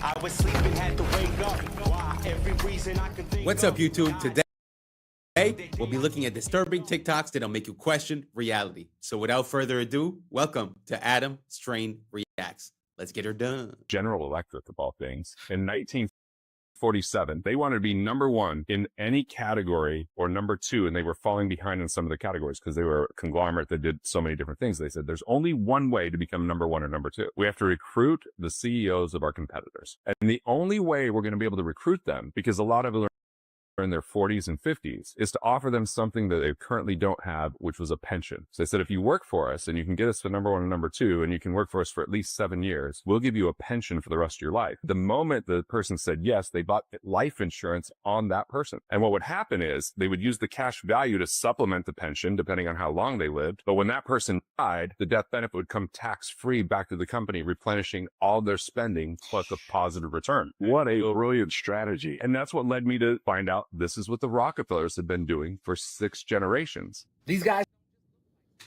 Wow. Sometimes I feel like we're out of the loop, you know, when you look at these systems and the way that they're implemented. It's very interesting to see how that also makes me think of a technique that I heard about recently. I've heard about things about using a trust to sort of take the individual out of the accounting, let's say, Well, there is an idea like this where you take out a life insurance towards yourself, and instead of asking for a loan for the bank with a percentage of interest, you could borrow against your life interest, your life insurance, sorry. You could borrow against your life insurance, and that becomes non-deductible, and there's no interest rate being applied. So these types of systems and ways of gaming the system is something that's very well known for people on the higher echelons. And I find that we're lacking a bit of this economic literacy, because if you're going and take a loan to the bank while someone else takes a loan towards their life insurance, I mean, the difference is pretty big when you put that loan on 5, 10, 15 years. The amount that you pay in interest on a house, let's say, you almost pay double for the house. So the fact of not having interest on that is actually life-changing and allows you to not be late on your payments, because when you when you have interest, you're sort of late. It's time. You have to take more time, make more money just to pay back what you owe, and so that you could be up to date, Anyways, long story short, very interesting system. Do you guys have any other economic systems like that you could game the system with? I'm all about it. If you send me a few videos, a few links, I'm going to do a deep dive and I'll put into the next video. So without further ado, let's keep on rocking. Don't just look like snakes, they act like them too. This is the snake mimicking caterpillar. When threatened, they inflate the front part of their body, widening it into a fake hood, kind of like a tiny cobra. They also thrash, lunge, and sway to help sell the illusion. And the eyes, they may be the most convincing part. They're not just blobs, they're domed, glossy, and reflective. They're shaded with 3D depth, and in the right light, they cast a shadow like a real eyeball. These guys are one of the most accurate snake mimics on the entire planet. The more you know. Curioso experimento, porque alguien te puede explicar que las burbujas puedan ser cuadradas, pues esta persona va a hacer una burbuja cuadrada. Fíjate lo que hace. Es cuadrada la burbuja. ¿Cómo te queda? Burbujas cuadradas como cubos. Literal, fíjate. The reason that there is such a void of male role models for young men is because we literally do not have adult males in our population anymore. What do I mean by that? There's no adult males. Like, there's grown men everywhere, but they're not actually physiologically adult human males. They're not. I'm going to teach you guys some fun shit. So in biology, there's this thing called neoteny. It's essentially an organism will retain juvenile traits as it ages if it doesn't get stressed out enough. Okay? If you live in an environment that's too, easy, you don't actually develop adult characteristics. I noticed this when I was in high school. I grew up in a very affluent area. And when we went to our grad night, it was at Disneyland. And we went with a bunch of inner city schools. And everyone I was with realized that all of these kids looked like adults. They looked so much older than us. And so, yeah, because they were in a more stressful environment, which caused their adrenal glands to upregulate, which caused higher testosterone levels, which made them literally adults. Made them adults in a way that we were still juvenile. Every organism has multiple phenotypes it can have. All right. Your phenotype's dictated by your genes, but what dictates which genes get expressed is your environment. The best example of this is pigs. So domesticated pigs, the pink ones that you all know and love, that's one phenotype. It's not even their healthy phenotype.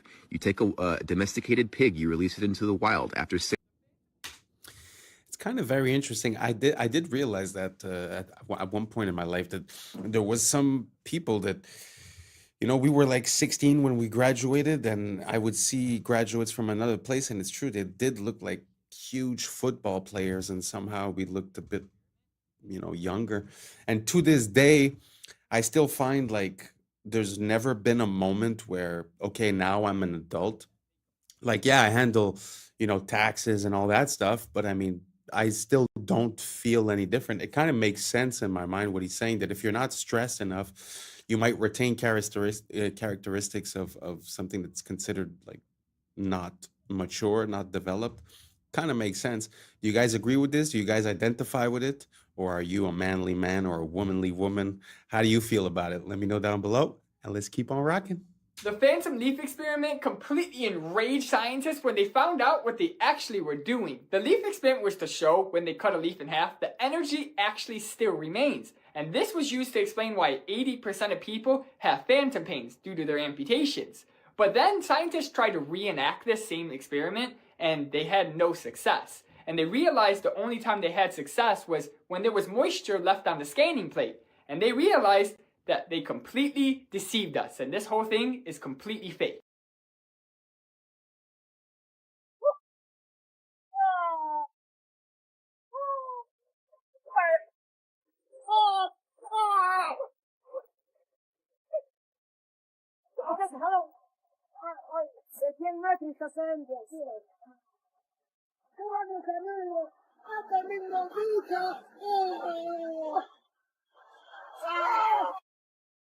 That's very interesting. I've seen a few videos like that where you see like localized rain.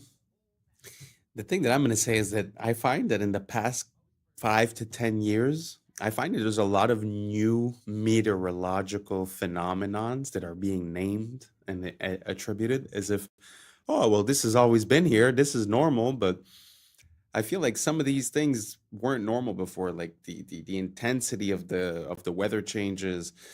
Like, I grew up in a place where you have 4 seasons, and it feels like the more time has went, the more they get intense. So it gets intense heat and also intense cold, and it's like it changes very drastically. I don't know if you guys see the same thing. I find that the weather has been changing these past couple of years. What do you guys think? Do you guys think it's all the same? Is it just the fact that we have more information coming from social media, or do you guys agree that there's a bit of a intensity to the weather compared to before? Let me know down below, and let's keep on rocking. Yep, that bird just wiped out the whole nest. And that's not even the worst part. Meet the cuckoo. Like most birds, they lay their eggs in a nest. The only difference is they don't lay their eggs in their own nest. Nope, they lay their eggs in other birds' nests. And they usually pick a bird whose eggs look a lot like theirs. That way it blends in. It's kind of genius. And then they just skedaddle and have that other bird feed and raise their baby. This is known as parasitic nesting. But it gets a lot worse than that. You see, when it's time for the cuckoo to lay its egg, instead, it'll wait 24 hours and keep it on the inside. This ensures that the cuckoo egg will hatch before any other egg. And when a cuckoo is born, they come stocked with the natural instinct to push all the other eggs out of the nest. It comes right out of the egg as the villain. That's impressive. And even if the other eggs do hatch, they'll push the chicks out. They take over the whole nest. That way, they get all the food, they grow up big and strong, so they can go and do it to another bird. Talk about a vicious cycle. And as always, follow for more facts. Don't worry if you can't hear what I'm saying. I couldn't even hear myself. This is the loudest sound you could possibly conceive. And as it turns out, the cleanest. Now, the most amazing thing is that that cloud up there, which was generated by the engine, is just a mixture of hydrogen and oxygen. It's water vapor. And in about an hour's time, someone in Mississippi is going to get wet washing. It will actually rain.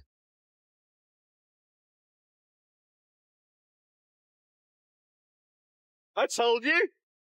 It's raining. That's unbelievable. Oh.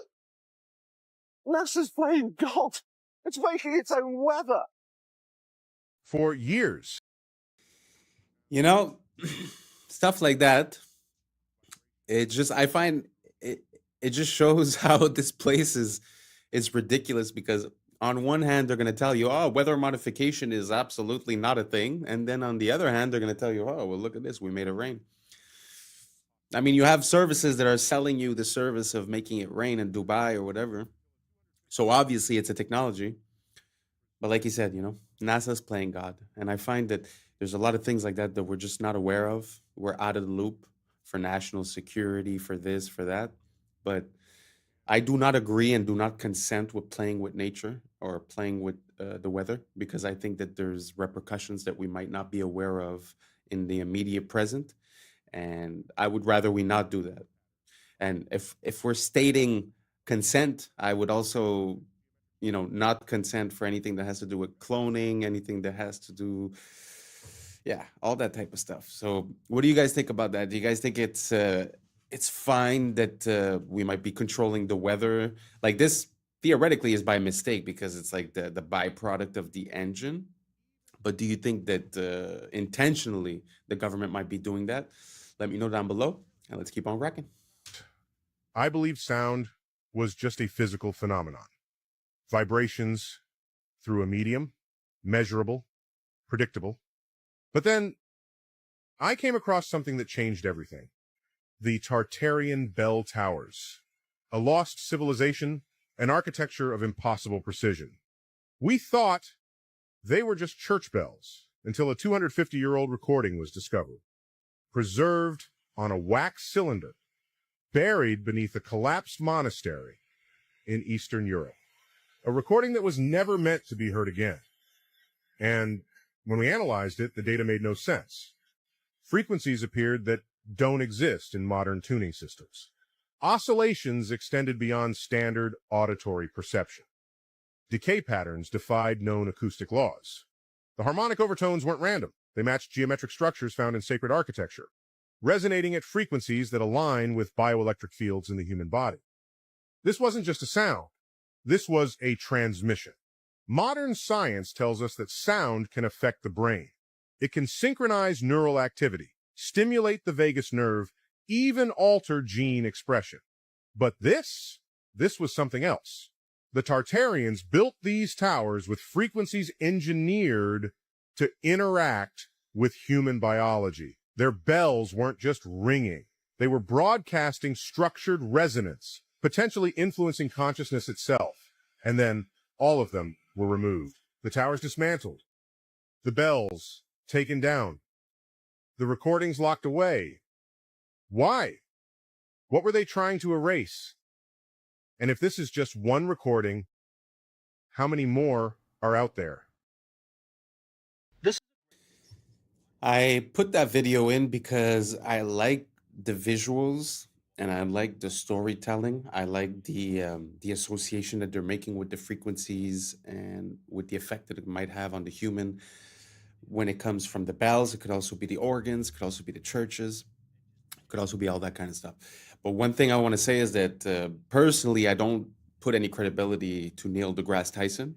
And this was AI, so it was not Neil deGrasse Tyson. So if you believe what you just heard because of Neil deGrasse Tyson, just move along. But the reason why I put that in is because I find that it shows a parallel between the like either the Germans or either, you know, religion, Christianity. There's this emphasis on bells and on vibration that's very important, and I'm almost sure that there is something hidden there, that there is something that we're not being told. And yeah, let me know what you guys think down below, and let's keep on rocking. This is a great example of why filmmaking will be completely overtaken by AI. This is someone showcasing what Photoshop can do in adding people to a scene using photos only and creating a movie scene using Photoshop. Look, they're going to write a prompt in here, taking these photos and just adding them into the scene. This is the beginnings of it. Very easy prompt to write in. Now they're in the scene. You can't distinguish that from reality. Now they're going to add another person in and create the actual scene, the movement, the action. And you can create audio, visual, and it's indistinguishable from real life. They're not going to need to go out and film on location. And look at this. They've just created a scene. The camera's panning around the room. It's perfect. What looks like chaos. Wow. I don't know how real that video was, but gee whiz. Photoshop is not even a video editing software. I suppose it was Premiere. But even at that, where, you know, why would you have Hollywood studios anymore? So yeah, I think times are changing, and I think we're gonna see this control system change. It's not going to disappear. It's just going to change aspect. But very interesting. So now anyone could make a movie. So that means, I guess, all their programming with the things that they're trying to push in all these movies recently, I think that's all going to die out because people are going to be able to make their own movies, make their own versions of things, you know? Very interesting. What do you guys think down below? Do you guys think that this is very bad for us, the fact that we're not going to have the creative aspect of it and that it's all going to be generated? Or do you guys think this is an advancement? It's going to make it more accessible, easier for people to be able to get their ideas on the screen? Let me know down below, and let's keep on rocking. Is actually one of nature's most efficient systems. Ants work together using chemical signals called pheromones, scent trails that guide others to food or danger. When they find something too big to carry alone, hundreds join in, moving in sync through touch and smell cues. There's no leader. Their coordination comes from simple rules repeated by thousands, forming what scientists call swarm intelligence. That's how colonies dig underground cities, move food piece by piece, and thrive almost everywhere, straight from the fish tank.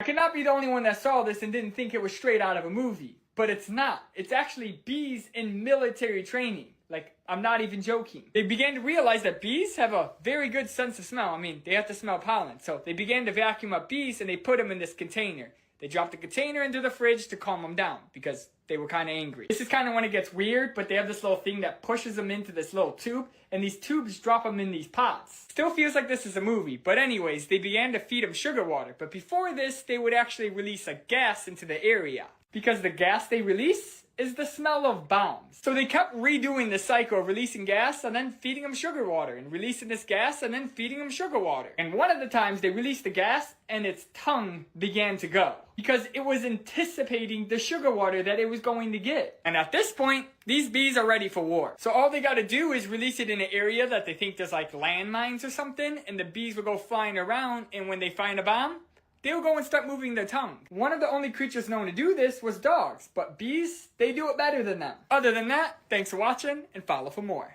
This is probably the strange. So interesting. It amazes me how you're able to control another being and rewire its behaviors, habits, and actions. Let that sink in. Because we think we're so special as human beings, but what you just saw for the bee is very applicable to human beings, and they have been using that against us. So I know it seems like two different topics, but really think about it. If they're able to associate a smell with a taste or with a craving, how easy is that to be done with us? And because we're exposing ourselves to external signals all the time, so social media, TV, and all that, we're not even in control of the signals that we receive. So how easy would it be to put now it's sugar, but it could be like a certain flash rate, it could be a certain song, a certain color, a certain frequency. So every time you see some item like a potato, let's say, they put you these positive signals. Why wouldn't that leave you at the end of the movie craving a potato, right?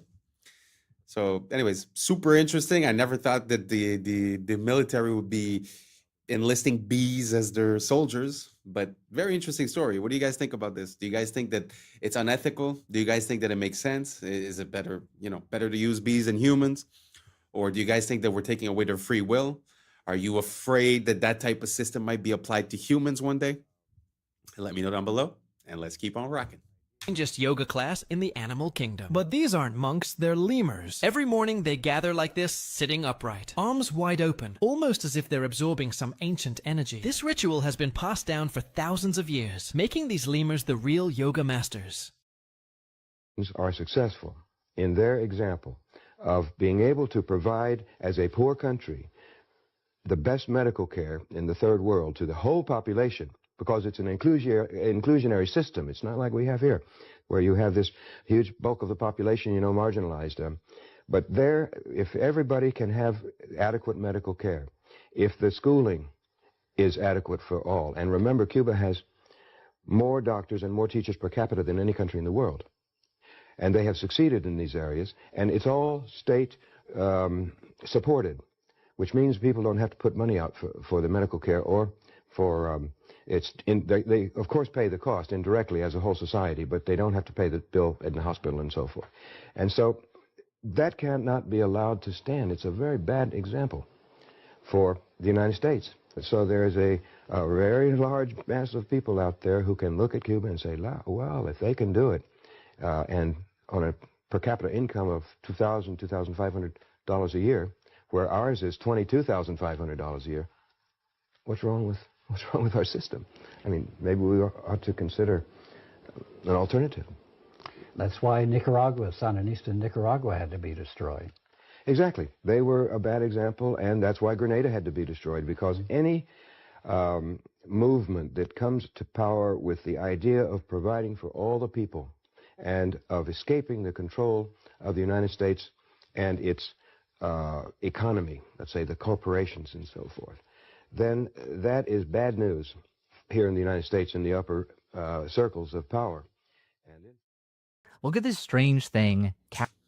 Wow, very interesting. I'm not saying I condone socialism or communism or anything like that. But what I can say is that I've been to Cuba and I've already had a medical emergency in Cuba, and this was years before. But I do remember that it is a complete different world. I mean, the doctor was there, he was present, he was happy, he was helpful. I don't know how to explain it, but the system was so functional. And you need to think about this in an incentive type of way. Earlier I was talking about mental control. It's the same thing, because when you control what the person receives as a reward, you change what decisions they're going to make for their life. So when you have a place where you're not going to make more money being a doctor, but you're going to help people. So if you desire to help people and you desire to be a doctor, you will be a doctor when money is not the incentive. So think about it fast. What was your experience the last time you went to a hospital? How was it done? What was the attitude? What did it seem like? What did you feel like? So all that comes from a system, and that system is monetized. So if every person that comes in is a potential profit, you're going to treat them very differently than, okay, I have my budget for the month. No matter who comes, I'll do what I can. It's a complete different outcome. And I'm telling you, the people that I met that were working in the hospital, they were loving it. They loved their job. This is where they wanted to be. Because if you're not making more money than the guy working as a chef, then you might as well go work as a chef if you want to be a chef. So taking out the monetary incentive really changes the whole pyramid of priorities, and your decisions change. So anyways, this is this very long point that I'm making, but I'm just saying, we consider these countries as being third world or as being lacking, but sometimes the basics are the most important. You might have the most luxurious things, but if you don't have health, what do you have? So anyways, that was my experience with Cuba. Do you guys have any experience with Cuba or Nicaragua or Grenada? Let me know down below, and let's keep on rocking. Captured in this satellite time lapse. Ooh. This is out in Siberia. Okay, it looks like something flesh eating. You can see in this Cold War era spy satellite image that this chasm doesn't exist in 1965. And now it's a kilometer wide. This is called a thermokarst depression, and it's caused by thawing permafrost. This, I assume, is the top layer sort of caving in as the bottom layer also melts. Yeah, on these edges, the soil, the frozen soil is exposed to air, and that triggers landslides that sort of chip away at the edges. And one of those landslides revealed this incredibly old baby mammoth they called Yana, one of the best preserved ever found. There's also Luba and Chroma, who looks a bit sadder because she was discovered when a hunter saw a fox gnawing on her trunk. And what's crazy about this to me is the fox clearly found this trunk meat to be sort of edible, like it's that well preserved. And I even found some reports of humans trying mammoth meat, though they both said it tasted pretty bad. And you got to wonder if the permafrost can preserve a mammoth calf for tens of thousands of years. Could it also be preserving ancient bacteria and viruses? Is that something we should worry about? And that's the question that our latest full episode tackles. You can check it out on YouTube. A photographer in Arizona. Yeah, that's very interesting. I would really like to see, like, the way you saw that crevice sort of become bigger through the years was, it's something that you would never realize, just walking there, because you wouldn't see the difference. Maybe you'd see the difference 10 years later. But I would really like to have like a time lapse of the Earth. I'd be very curious to see how things have moved. I know they have the theories of Pangea and this and that, the Bering Strait. I get it. But I'm not talking about theories. I'm talking about it'd be so interesting to see, the Earth evolve and change. I wonder what else has changed, Yeah. What do you guys think? Let me know down below. And let's keep on rocking. I just captured what's now being called the greatest shot of all time. Renowned astrophotographer Andrew McCarthy sent his friend Gabriel Brown up in the sky for a very unique skydive that had to be timed perfectly. He watched from his laptop in anticipation. He knew it straight away that he had something absolutely amazing. The first photo of its kind in history. Capturing a skydiver with a sun in high detail 93 million miles behind him, perfectly crossing paths. A shot considered almost impossible, but he did it, and it's fantastic. They did it first try as well, which is even more amazing. And it's an amazing photo because we're in a world now where there's so many AI images, and it just hits so much harder that it's real and raw. Dostoevsky warned us, tolerance will reach such a level that intelligent people will be forbidden to think so as not to offend the imbeciles. And the prophet was right. We live in an age where thinking has become a crime, where the sensitivity of the fool is worth more than the clarity of the wise. Truth must now apologize, thought must walk on tiptoes, and he who dares to question it is silenced, labeled, and canceled. What they call tolerance is in truth the new name for cowardice. A society that protects stupidity is doomed to be ruled by it. Dostoevsky saw the abyss long before us, and he was right. The world won't be destroyed by the wicked, but the cowards who can't stand to hear someone think differently. Researchers at Rice University have developed... Wow, that hit hard. That hit really, really hard. That's amazing. Because really think about it. Look at all these platforms. Back in the days, we used to have like 3, 4, 5 companies that were media companies. They'd give you the news. So now we thought we would be safe because we have thousands and thousands of content creators, right? But you sort of realize that the incentives are being manipulated. So if you want the engagement, you're going to have to be repeating the signals that they send. And if you repeat the wrong set of signals, then you get the opposite result. So it's very, very easy to control what's allowed to be said, what's not allowed to be said. Like he said, the questioning of the fool has now become more important than the knowledge of the wise. It's very, very interesting and powerful words in these days. What do you guys think down below? Do you guys think that we've made it into the new era of information? Or do you guys think we're still lost? We're still flooded with too much information and the right information is being blocked. What do you guys think down below? Let me know and let's keep on rocking. A necrobiotic spider gripper, or a dead spider machine that can pick up tiny odd-shaped things. See, instead of muscles, spiders use hydraulic pressure to extend their itsy-bitsy little spider limbs. Spiders' leg muscles can only flex their legs inwardly. So in order to extend them outward, they generate hydraulic pressure in their fused head thorax segment called the prosoma. And that hydraulic pressure pushes their arachnid blood called hemolymph into their extremities, and that's what outstretches their legs. And that's actually why dead spiders are all curled up, because they don't have hydraulic pressure pushing their legs out. Their process for creating a necrobiotic spider gripper was relatively simple. Step 1, euthanize a spider. Step 2, insert a hypodermic needle right into the prosoma of the spider and seal it with glue. Step 3, let the glue cure, and that's it. You now have your very own necrobiotic spider gripper. After developing the concept, it was time to test its capabilities with a universal testing machine. And they found that wolf spider gripper bodies are able to lift up to 130% of their own body weight. And individual dead spiders were able to remain effective for about 1,000 closing and opening cycles. But at that point, cracks started to appear in the joints. They were able to successfully turn off a light with their dead spider gripping tool. And they found they could use one dead spider to pick up another larger dead spider. And they could pick up an object of great volume like this foam here.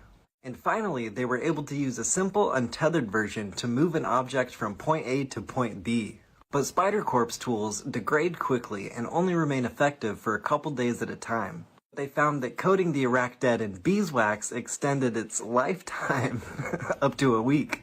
And the team was awarded the 2023 Ig Nobel Mechanical Engineering Award for their gripping work in necrobiology. Are house parties making a Very interesting. I mean, I've never thought that I would see this. Don't get me wrong. I mean, it's impressive, but you know, it's also a needle with glue, right? So it's like it's nothing crazy. But are y'all ready for them to use this technology on humans?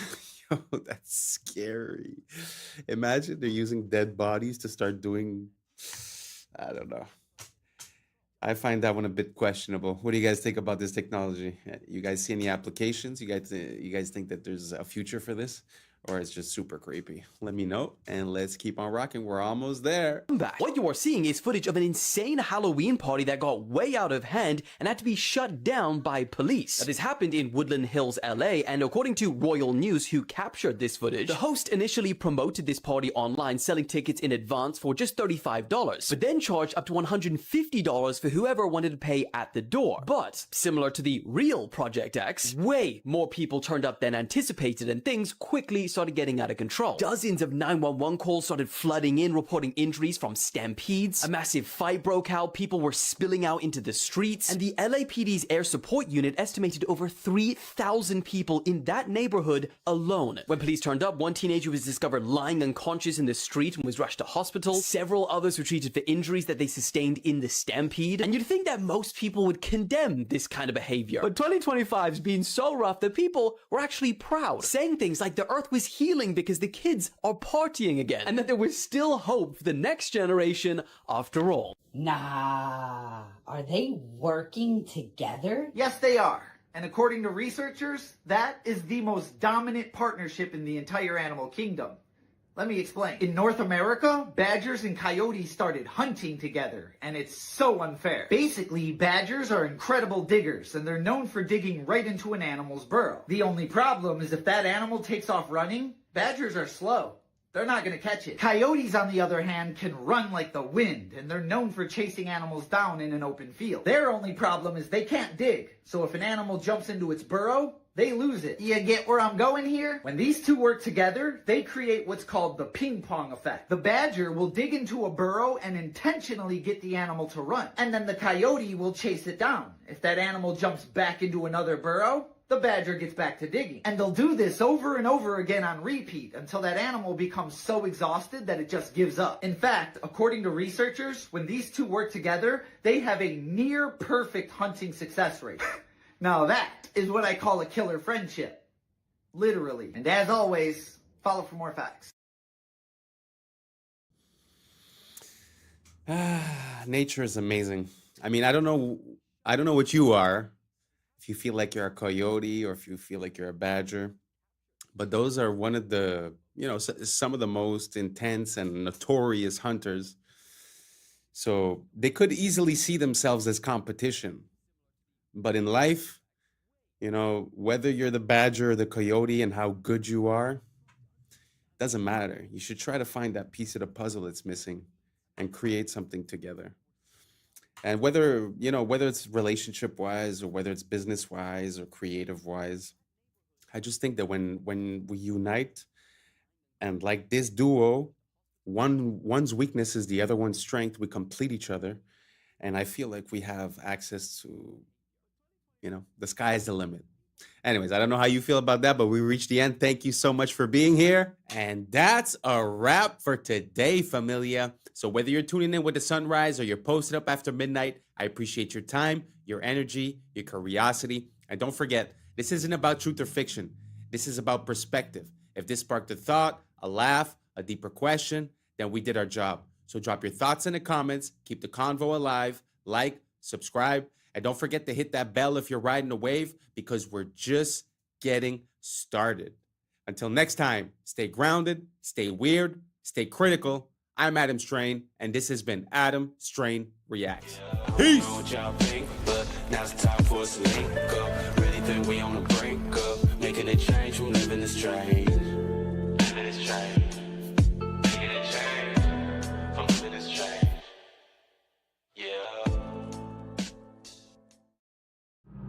Yeah.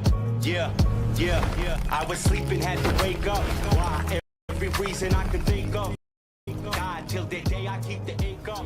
In my priority. What's up, YouTube? Today, we'll be looking at disturbing TikToks that'll make you question reality. So without further ado, welcome to Adam Strain Reacts. Let's get her done. He hacked and looked at all of the code of ChatGPT and figured out that ChatGPT isn't a computer-generated system. What is it? It's actually someone's soul. Yo, that's what's... What do you mean that's someone's soul? Check this out. So they have the technology to take people's souls and consciousness and put it into technology. Now, this is where it's right? If there's a scientist that knows and he's like a great inventor. Yeah. You would want to hold on to him as long as you can so that you can reap the benefits of later. Just like in Captain America, there was a scientist that created the super soldier serum. Yeah. They kept his consciousness within the computer. So he lives forever through a computer. Now, theory is ChatGPT is exactly that. It may not be just one soul that's in it, but countless souls, and that keeps getting added to. I'm a builder, and whenever I talk about these Tartarian buildings, my wife has to remind me to bring up the logistics. Talk about just how impossible it is to move stones of these size, especially without power tools. Little more than horse and buggy technology, they constructed all this, we're told. And yet, as a builder, I just have to call bullshit. All my fellow builders who have built anything also call bullshit. This is our repertoire. This is what we have to work with. Awesome diamond tip tools with infinite power. We can go to Home Depot and buy custom cut lumber of whatever we want. And we don't do much better than this. Like, sorry guys, this would pass inspection in most counties. And it really doesn't make sense that our buildings are so shitty when the old ones were so magnificent. You can say craftsmanship and pride and hard work, but I don't think so. This is a stone fucking palace, guys. And I'm sorry, this is not good enough proof that you built it. What is that motherfucker doing right there? No way we caught this fella working on this building. It's so dumb. Rather, I think that little fella built it as much as this artist built this one right here. This is all fake history. And I think the biggest truth they're trying to hide from us is that we're post-apocalyptic. We were more advanced once upon a time, and this is not, in fact, the high watermark. We are squatting in structures we did not build. Obviously, none of our structures look like this anymore. They look like dog shit. And it's no offense, again, as a builder, I'm not trying to shit on anyone. But just case in point, here is the Elks Temple in Tacoma, Washington. It has the same hanging fruit basket motif as the Capitol building.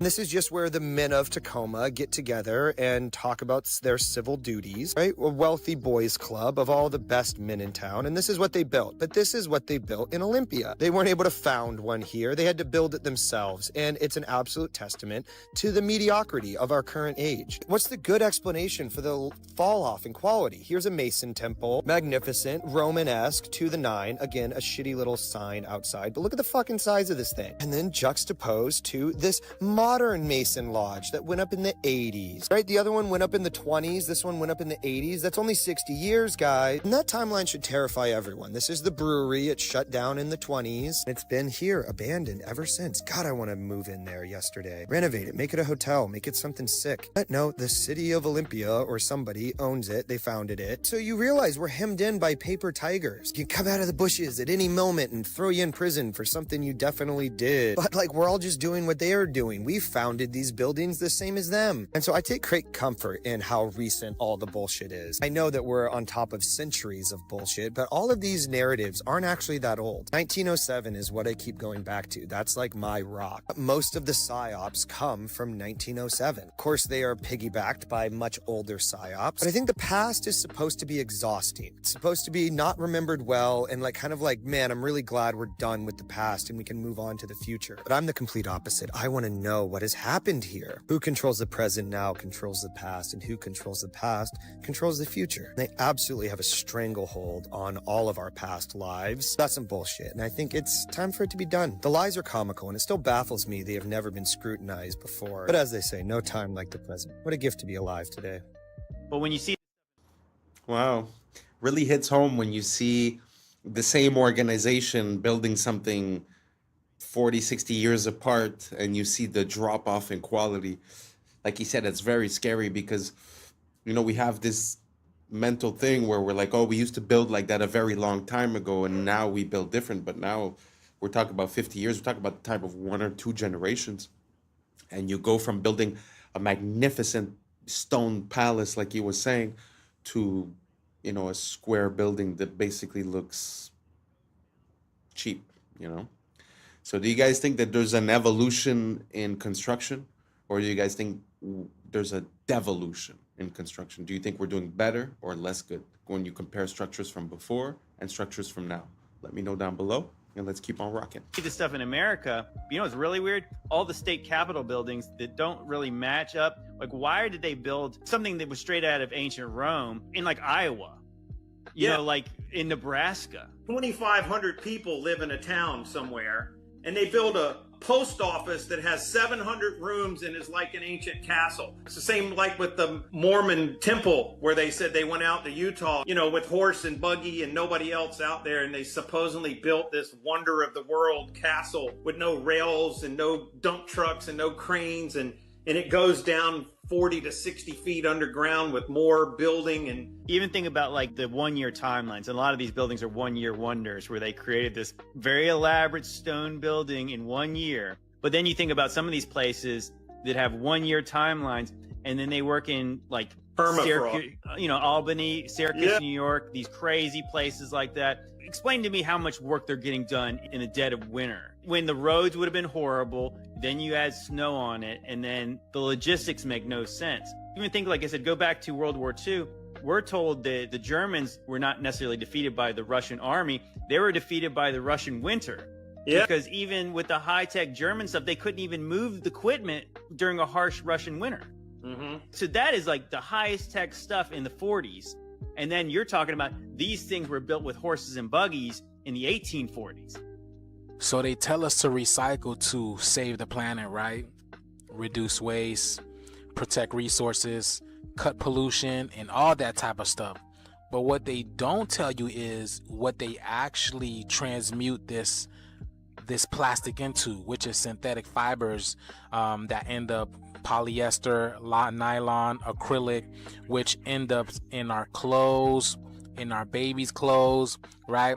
And then these things end up in our skin, because when we wash it and all this type of stuff, it turns into microplastics. And microplastics has the ability to enter our skin, because our skin is the biggest organ. And now we have this stuff inside of our lungs, our kidneys, our bloodstream.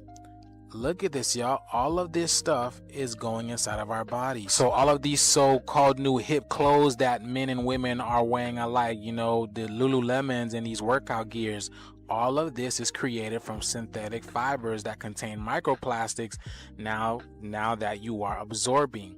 And this thing is hurting you on an energetic level, because this makes your biofield weaker. This is not about saving the planet at all. This is about keeping humanity looping through an artificial ecosystem. We are divine beings. Divine beings need to wear cotton, hemp, linen, bamboo, and all these things that actually help strengthen your bio. That's why they make these new clothes look appealing to the other sex, because they want you to buy this, but it's hurting you on an energetic level. Have you guys seen this 60-minute interview with financial journalist Andrew Sorkin? These two people go into detail about how we're getting ready to see a crash very soon, but they don't explain when or how fast it's going to happen. But I want you to pay attention to the details, y'all. Pay attention. Check this out. Do you think that we will have a crash or not? The answer is we will have a crash. I just can't tell you when, and I can't tell you how deep. But I can assure you, unfortunately, I wish I wasn't saying this, we will have a crash. I know you guys see it. And I know there's no way in hell that lady that's sitting right across from him did not see it. And then she proceeds with the interview. She proceeds to ask him that question. And there was a little lag. Maybe she was trying to tell him about it. But why would they continue the interview? Do y'all see that? And then even her, she doesn't look normal either. Is it me, or does this lady look like some type of gray? Do you guys see the resemblance over here? Look at this, y'all. And they told us, right, these gray beings were created by the reptilian beings as stewards. Like, they're the ones that go and do the dirty work for the reptilians.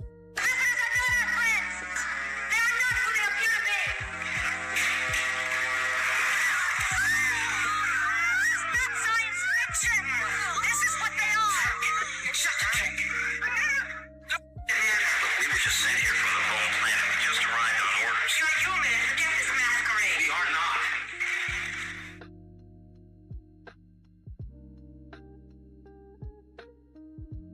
See, that's what I'm saying, man. You have no idea who these people are. Your neighbors, your friends, you have no idea. They're not human. They just told y'all. But the jig is up, man. The shift is here. Let me know what you guys think about this video. Let's continue to get this shift, y'all. Peace in. These are the I know it's a it's a popular conspiracy to talk about the reptilians. I feel like the idea of the reptilians, I don't think it's a physical thing. I think it's an archetype, because the stem of our brain, the bottom of our brain, is called the reptilian brain. So theoretically, to operate on reptilian principles would be to operate on lower conscious levels, if that makes sense. So I have a feeling like we're looking to confirm this physical attribute of being, a reptilian. But I think it's more of a metaphor. It's more of the fact of being like, what is a reptile? A reptile is cold-blooded, A reptile is like an animal, instinctual. So I don't know what you guys think about that. Do you guys believe in reptilians? Do you guys have any proof that you think would sway me to your side? Or do you believe, like me, that it might be more of a metaphysical or a metaphorical thing? Let me know down below, and let's keep on rocking. Next, we are here at Chick-fil-A. And people want to know, does Chick-fil-A have the warning signs? They sure do, right there. We go. Orange, certain foods dirty soda syrup here can expose you to chemicals including acrylamide and many of the fried or baked foods, mercury in the fish, which known to the state of California cause affects another reproductive harm. Now the acrylamide ain't bad, it's all the other chemicals they're not telling you about. Yep, Chick-fil-A finally got their ass, because a lot of their stores, they don't have the warning sign, or they might have it in the drive-thru. But this is one of the first ones I done seen right there on the door. And these are the facts. Yeah, Chick-fil-A. Project Iceworm. Project Iceworm. Cold War era. U.S. and Russia did a lot of weird things during the Cold War era. There's an ice sheet over Greenland, and it's taller than any building in New York City. Here comes the United States of America. They made a deal with Greenland, like, hey, can we just basically occupy this couple tens of thousands of miles in the northern part of Greenland? And they're like, yeah, sure. They had this genius idea. We're just going to bore giant tunnels into the ice, put buildings inside of there. Their goal was to set up 600 nuclear missiles underground in the ice in Greenland. What they did not account for is that this ice sheet over Greenland constantly moves. They ended up pulling out and just abandoning the whole site. During this stay, they did drill into the ice, and they hit the ancient floor of Greenland. Wow! And they collected soil samples, and they brought it up, and they just forgot about it for years. And then in 2019, somebody's like, what are those jars? Oh, they're from the 60s when we went to Greenland and found ancient Earth? Let's study it. The conclusion that they found was that this ice sheet over Greenland is not millions of years old, much younger than that, and it's actually melting at a rapid pace. At Project Iceworm, they had dumped tons and tons of nuclear waste into the ice, thinking that it would be there for millions of years. And now they're saying this nuclear waste will be in our ocean in 70 to 100 years. Somebody go clean it up right now. They've tried. Listen, if there's a hole for a tunnel, we just make a big vacuum at the top that covers and suctions to the top. Suck it all up! And shoot it into space. Yes! Walk through the oldest part of any city. You'll notice the clues if you know where to look. Cathedrals with spires so tall and carvings so detailed they seem impossible without modern tools. Star-shaped fortresses, perfectly symmetrical, as if designed from the sky itself. Domes and copper towers glinting like antennas, as if built to catch signals from the heavens. And yet, according to history, these were made by men with hand tools, wooden scaffolds, and horse carts. Somehow, that was enough to carve massive granite columns, to lift seamless stone arches, to forge metalwork that even our factories today struggle to copy. Look closer, and the mystery deepens. Stone scorched, warped, melted, as if kissed by fire from the sky. Entrances half buried, windows below ground, entire floors hidden beneath our feet. Why build such beauty if no one was meant to see it? Some researchers suggest these weren't built in the 1800s at all. They were uncovered, excavated, the remains of a world lost to disaster, then repainted with a new backstory. High above the plains of Lycia, cliffs bear facades carved like temples. Pillars, pediments, doorways, all hewn into sheer rock. These are the tombs of Myra. That's the story, at least. But think, to carve these monuments into vertical cliffs would demand scaffolding, precision, labor. For what? For corpses? For facades no living community could even use? Compare Petra in Jordan or Lalibela in Ethiopia. Grand facades explained away as tombs or churches, yet suspiciously mask-like. Were these truly built as tombs? Or did someone later repurpose older, greater works and call them graves? Either the ancients were skyscraper architects for the dead, or the story we've been fed is incomplete. The buildings that shouldn't be here, the tunnels that weren't supposed to exist, the architects who might never have lived. Springfield, Illinois, a city most people drive through without looking twice. But if you stop, if you really look, you'll notice something that doesn't make sense. Right in the heart of the city stands the Illinois State Capitol building, a massive dome of cast iron and limestone, 361 feet tall, taller than the Statue of Liberty, weighing more than 8 million pounds. They tell us it was built between 1868 and 1888 by hand, with no cranes, no electricity, just ropes, horses, and a lot of determination. But there's a problem. There are no verified construction photos. None. You can find portraits of the politicians and photos of men posing after it's done, but not one image showing the dome being assembled. The archives talk about budget delays and winter setbacks, but somehow every column aligns perfectly. Every arch mirrors the next with millimeter precision. Each limestone block was quarried in Joliet, carried nearly 100 miles by rail before rail cranes even existed. And yet, no record of how they lifted the 80-ton dome sections. Even the cost doesn't fit the era. $4.5 million in 1880s money. That's roughly $150 million today, during a time when a mason earned $1.50 a day. So you tell me, did a handful of men in the 1870s really build something that our modern engineers still call impossible without steel?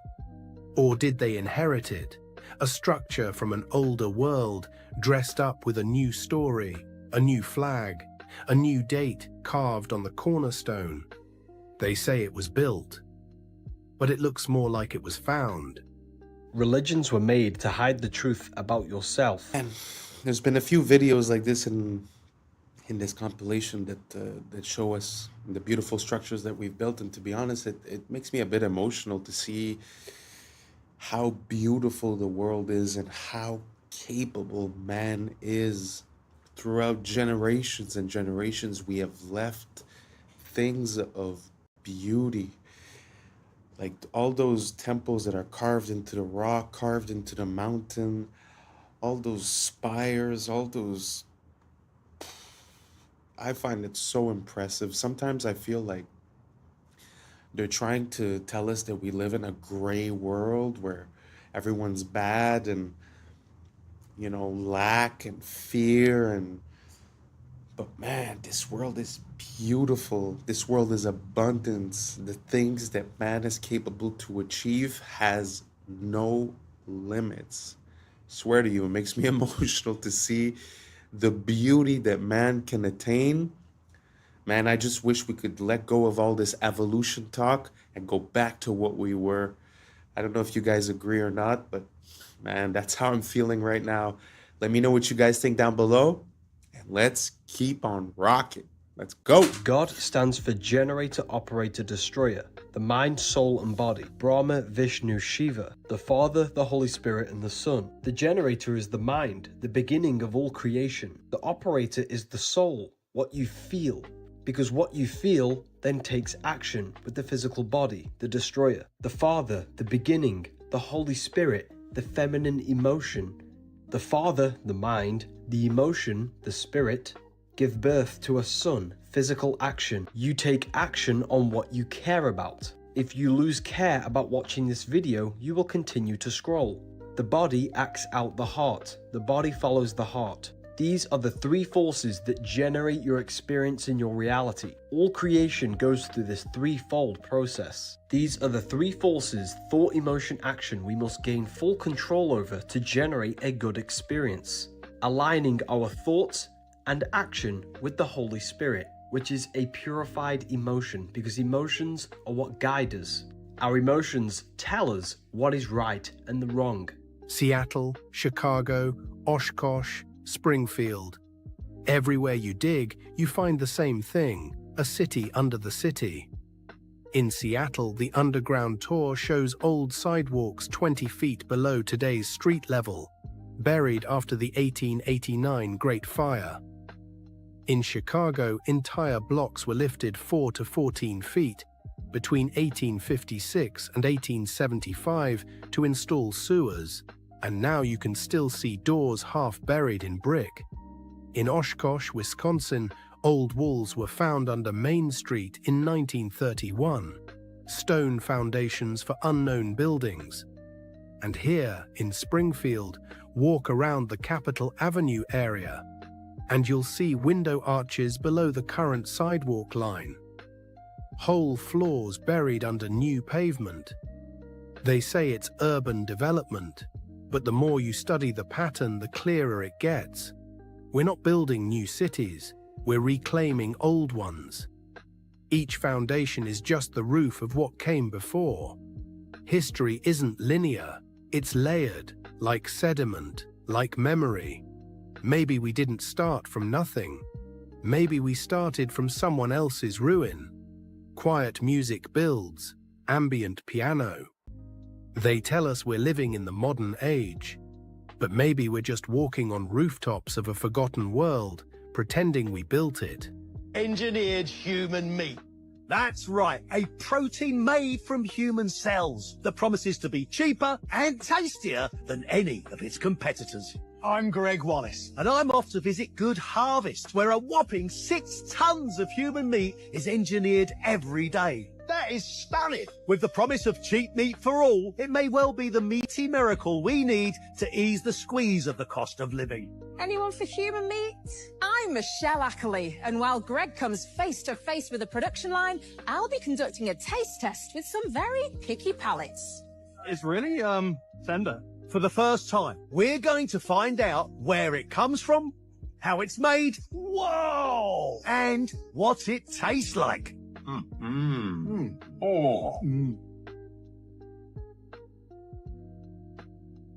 Did you know Africa is actually way bigger than the world makes it look? The maps we usually see are based on something called the Mercator projection, a method that tries to flatten the round Earth into a 2D surface, and in doing so it totally distorts the actual size of continents. For example, Greenland and Africa look similar in size on most maps, but in reality, Africa is 14 times larger than Greenland. In fact, Greenland is even smaller than just one African country, DR Congo. Now let's talk about Russia. On maps, it looks massive, almost larger than Africa. But here's the truth. You could fit Russia inside Africa, twice. And that's not all. The US, China, India, Japan, and all of Europe, they can all fit inside Africa at the same time.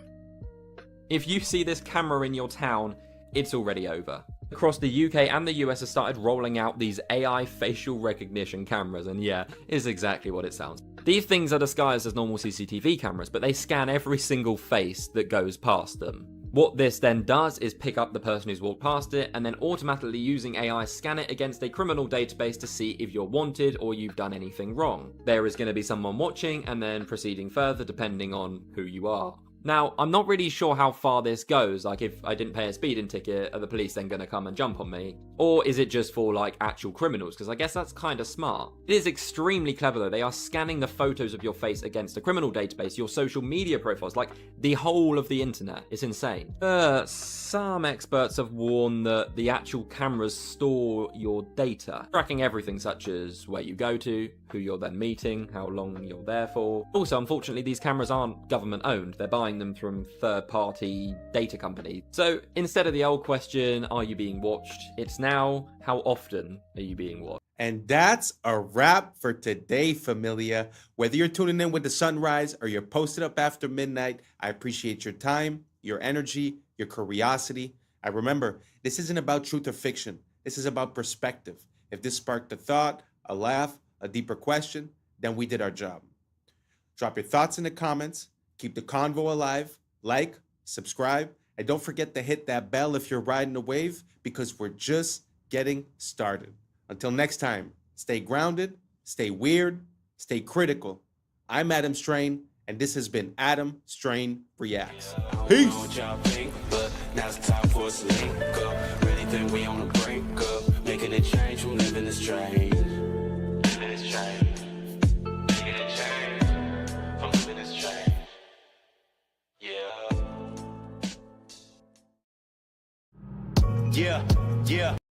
Yeah. I was sleeping, had to wake up. Why? Every reason I can think of. God, till the day I keep the ink up. What's up, YouTube? Today, we'll be looking at disturbing TikToks that'll make you question reality. But before we jump into it, I want to say thank you to each and every one of you that's listening right now. We just hit the 4K subscriber mark, and I am so proud that we could do this together. Thank you so much for being one of the first ones here, and let's just keep on growing. So without further ado, welcome to Adam Strain Reacts. Let's get her done. Okay, so someone sent me this video of King Charles and people fainting in his presence. And at first I thought, people faint. But then I'm like, wait a minute. How many times have people fainted by being in the presence of King Charles? And what is with that? Now, we know about this strange painting and everything. I'm not going to talk too much about that. But all I will say is the age-old explanation for this is that people tend to faint in the presence of demonic or satanic activity. I will say, if you were to just ask someone what kind of vibes this portrait gives off, I don't know that you could say it's love and light. In fact, it looks bloody. And again, we saw what happens when you invert it, duplicate it, and match them up together. What type of coincidence would that be? And what is with the very interesting history of the royal family anyway? And what makes their bloodline enable them, or rather give them the power to rule over others? I'm not sure I'm really buying this whole story. Side note, by the way, we're all familiar with inheritance taxes, where when someone passes in your family, you don't just get all their money. The government gets a big cut. Of course, taxed here, taxed there, and even taxed when you bite it. Well, King Charles is not paying any inheritance tax from the Queen passing because of a law, and they don't want the royal wealth to be salami sliced away.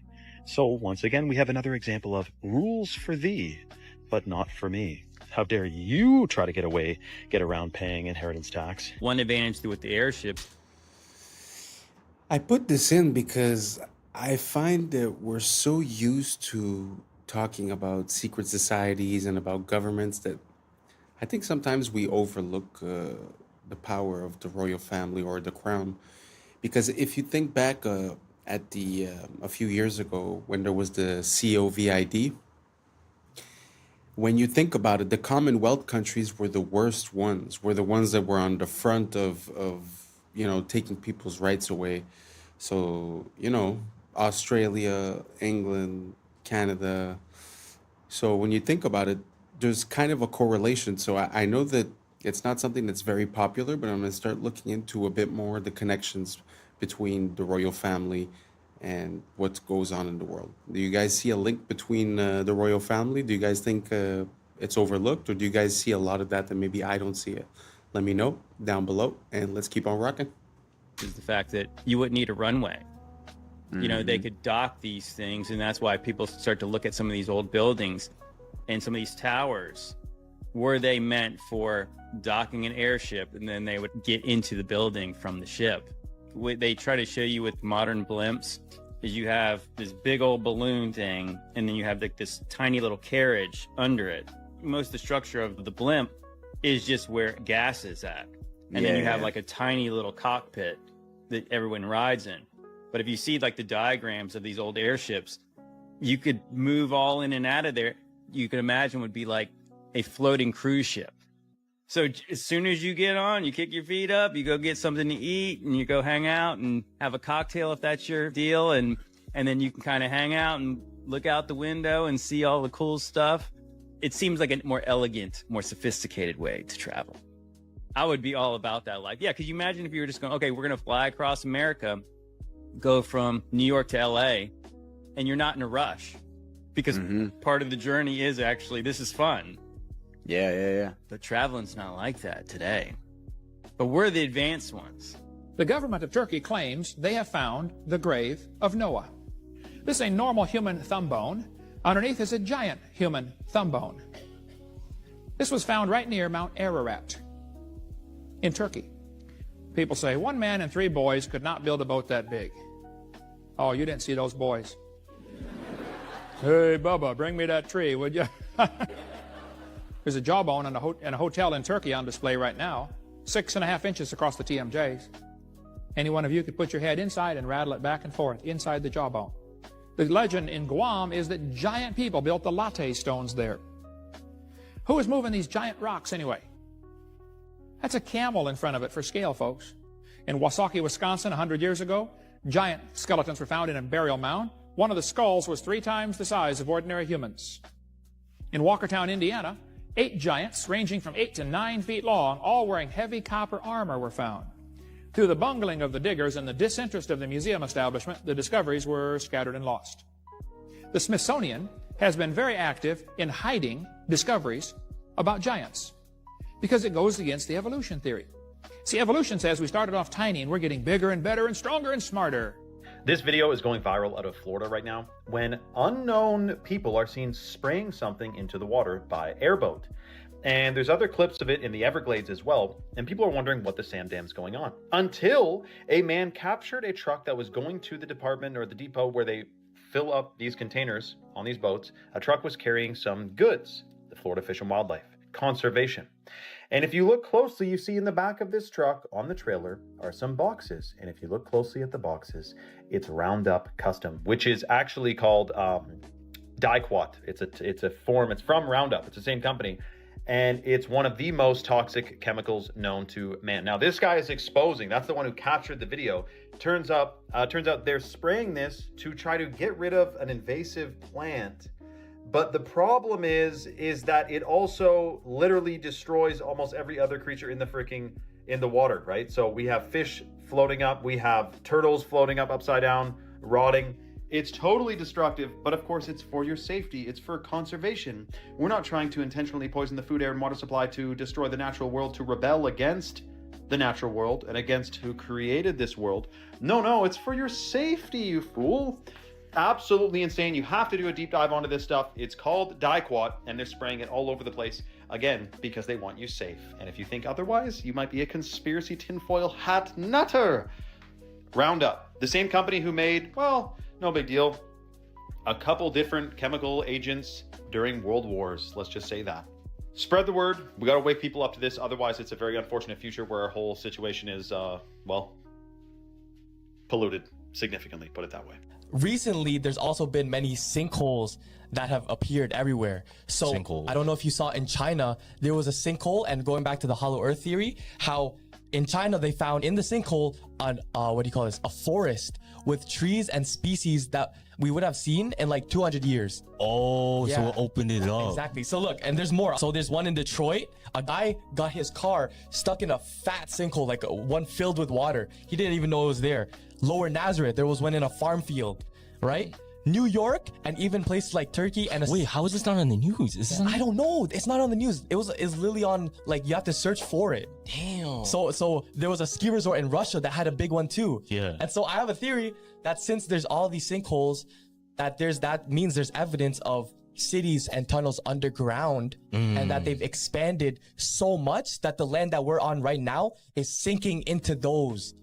Oh, and you know why it connects to the aliens? Because those tunnels are for the upcoming alien attack. Like, people have been planning this to exit out. But it's been exposing itself. Like, the world has been exposing itself because they're expanding it way So too like big. the hollow earth theory, how the advanced civilization is under us? Yeah. Have you ever thought about why structures in Europe, Asia, and even America share the same distinctive features? Not forgetting that they also seem to be constructed with methods far too advanced for their supposed time periods. It raises the question, is our historical timeline accurate, or has it been completely fabricated to hide something, or were they all built by the same architect? This is where it gets crazy. There was a colossal empire named Tartaria that was a highly advanced civilization with technology and knowledge far beyond even our current time. They have even been credited with the construction of the Great Wall of China. But it gets even more unsettling. What if the dates on these buildings are wrong? Imagine if that number 1 wasn't a 1 at all. Our history could be off by 1,000 years. The current timeline is a lie.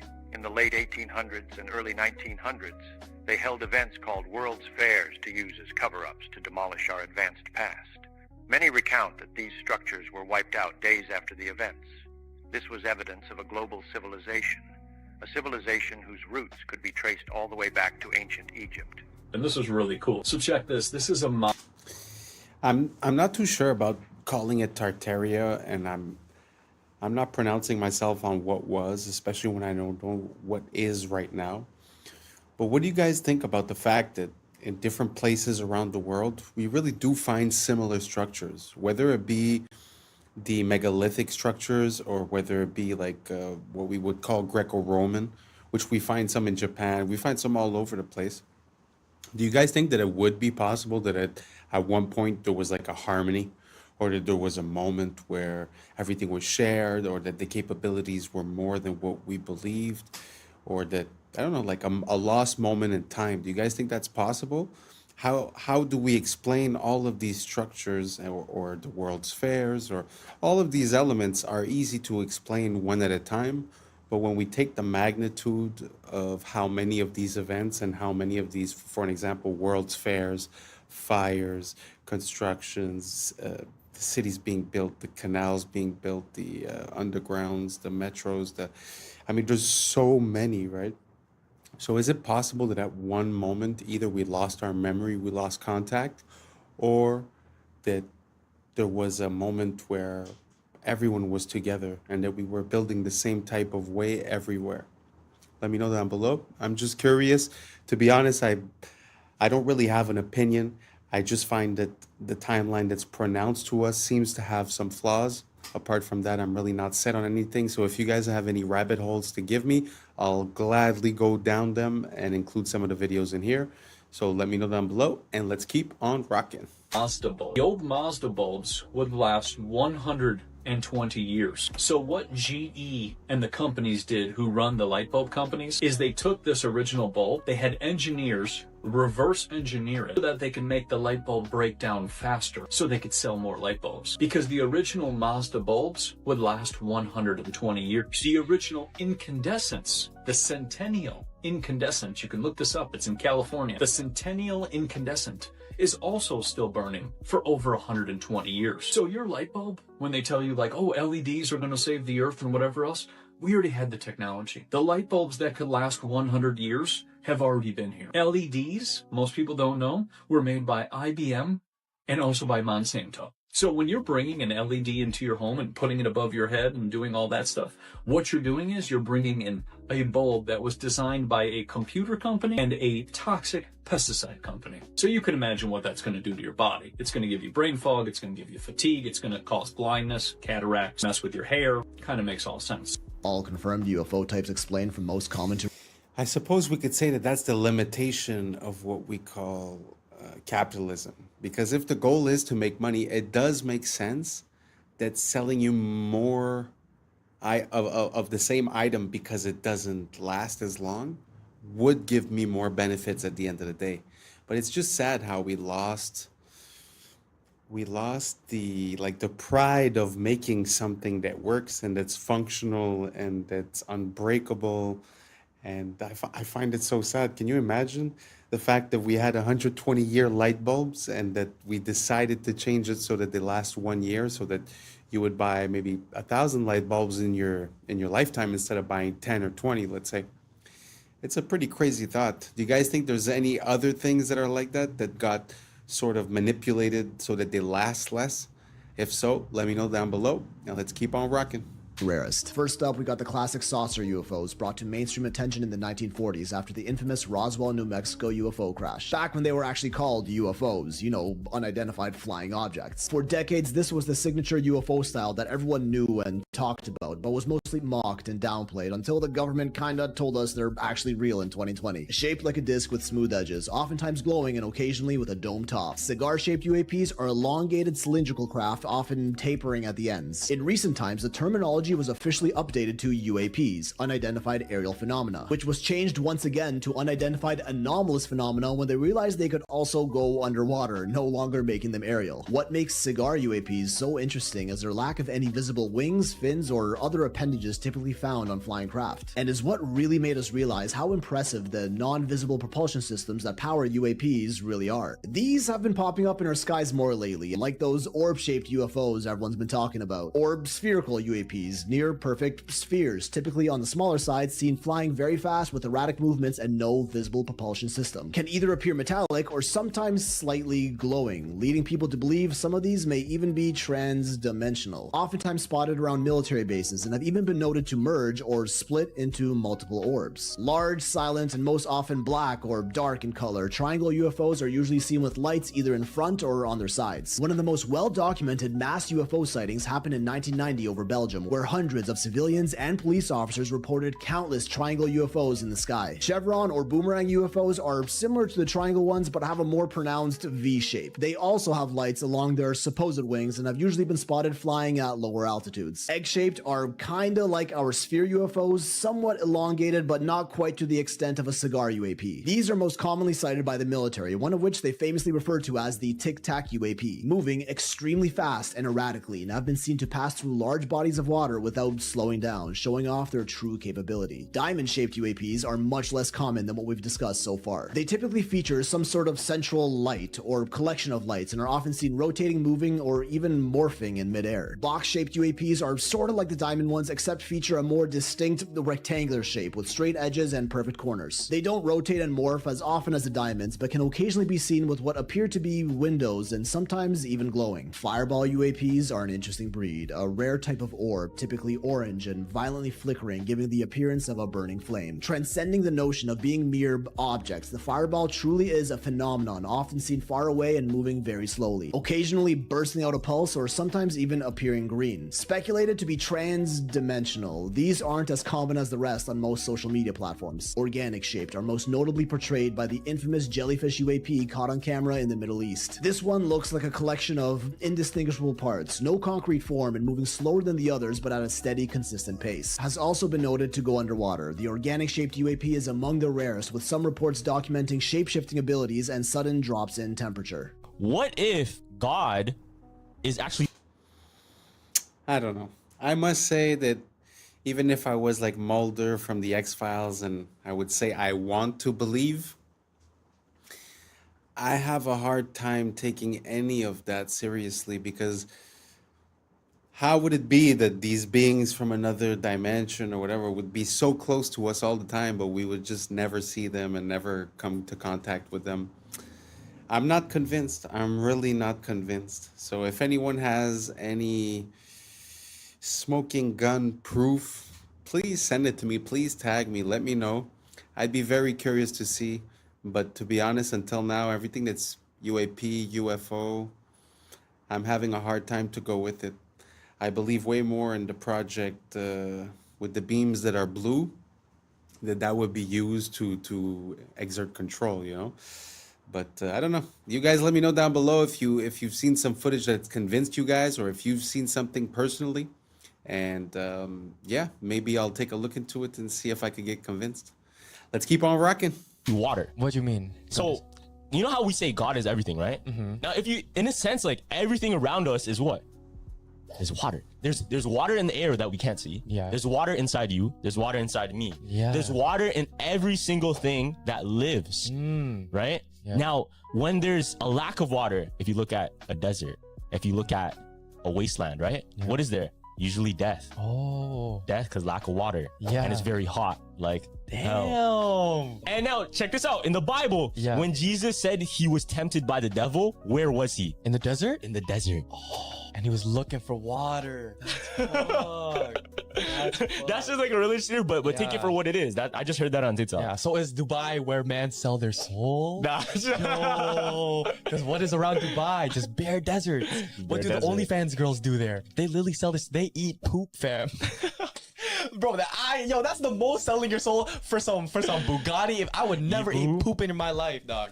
Here's how the elite are scamming you into drinking tap water. Check this out. They selling tap water, y'all. They I are don't know indeed. if nobody told y'all, but they've been selling tap water in the packs of water that we've been buying. Originally discovered because of a town north in Michigan having to fight Nestle for stealing its local water, it has now been revealed that over 64% of bottled water in the U.S. is tap water. Two brands most notably stood out for contamination: Walmart Sam Choice and Giant Foods Acadia. Other brands found to have tap water include Dasani, Aquafina, Nestle Pure Life, Kirkland, Propel, They are scamming us. Essentia, Life Water, And they know Squirt it. Water. And for my own protection, allegedly.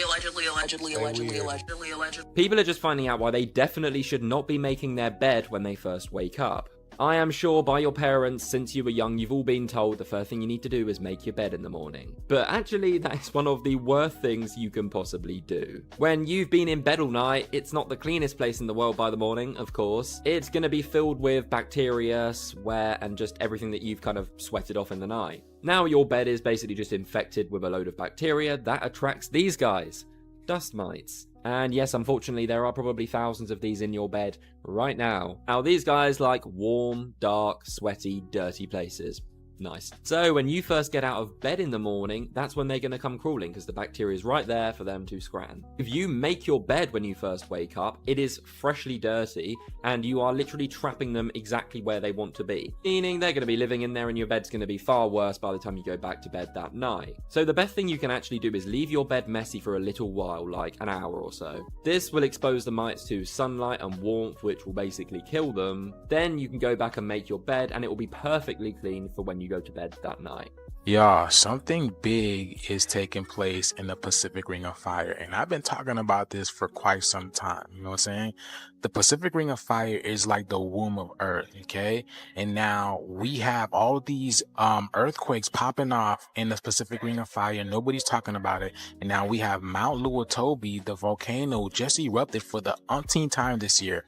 I believe in July and August, and now we are in October, and yet another eruption. What's happening? A volcano in Indonesia, Mount Lewatobi-Laki-Laki, erupted today, sending a massive plume of ash as far as 6 miles into the sky.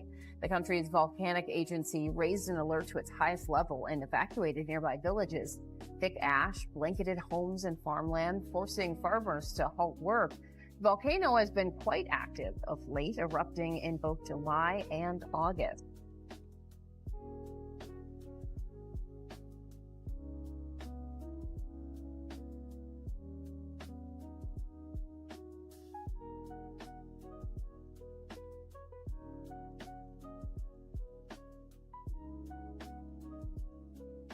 Okay, this video is going viral right now on Twitter because people can't believe the words coming out of this guy's friggin' mouth. This is the godfather of AI, getting a Nobel Peace Prize, but issuing a shocking warning about AI. Some of this doesn't even make sense. Listen to this. Your Majesties, Your Royal Highnesses, Excellencies, dear laureates, ladies and gentlemen. This year, the Nobel Committees in Physics and Chemistry have recognized the dramatic progress being made in a new form of artificial intelligence that uses artificial neural networks to learn how to solve difficult computational problems. This new form of AI excels at modeling human intuition rather than human reasoning, and it will enable us to create highly intelligent and knowledgeable assistants who will increase productivity in almost all industries. If the benefits of the increased productivity can be shared equally, it will be a wonderful advance for all humanity. Unfortunately, the rapid progress in AI comes with many short-term risks. It has already created divisive echo chambers by offering people content that makes them indignant. It is already being used by authoritarian governments for massive surveillance and by cybercriminals for phishing attacks. In the near future, AI may be used to create terrible new viruses and horrendous lethal weapons that decide by themselves who to kill or maim. All of these short-term risks require urgent and forceful attention from governments and international organizations. Okay, so we have the same situation with Elon Musk. He talks about how AI is the greatest threat to humanity, and he continues to pioneer AI technology, human implantable brain microchips, and all this. So we got this guy talking to a bunch of seniors about AI, like they really maybe know what's going on. I doubt it. And he's saying, be careful, this will create new viruses and basically destroy humanity. So we're at the part of the movie where it's like, should we shut it down then? Dude, this AI thing is 100% part of the plan to eventually enslave humanity through digital control. The bars of this prison are invisible. They're intended to be invisible because then there's less pushback. You think you're free, we think we're free, but we're in a prison without bars, and it's a very shocking situation, and they're about to ramp up the security with AI, digital ID, and this currencies, digital currencies. But I can tell you this, I have full faith we will win. This is a plot against humanity. Humanity will absolutely prevail. I have 100% faith. I'm not even being positive, like, ooh, I hope we win. It's already done. It is already done. We have already won 100%. Comment for more, for part 2. Follow for more. And let me know your thoughts in the comments below, man. What the same damn is with this? Mr. Jones and Mr. Krempler were neighbors. They each had $3,000. With his money, Mr. Jones bought himself a $3,000 car. With his money, Mr. Krempler bought himself a new refrigerator, a new range, a new washer, a new dryer, a record player, 2 new television sets, and a brand new Volkswagen.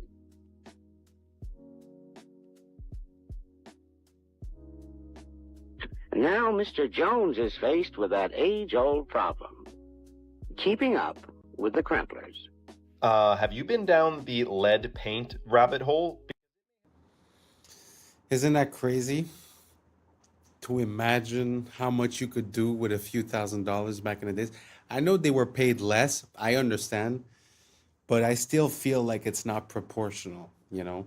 And when you compare a house that was like maybe $10,000 less than 100 years ago, and that now we're talking about $650,000, I don't think it's proportional. I think they had it better off back in the days when it comes to the comparison between the buying power and the capability of having like a house and a car and this and that.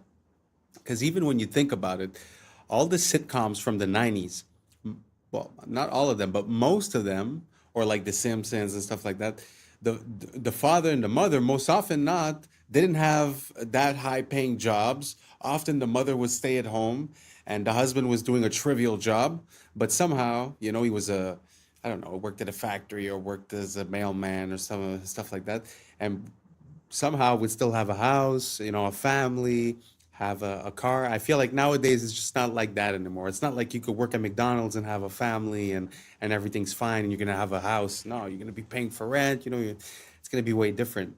Do you guys think times have changed, that the value of money has changed and our buying power has changed as well?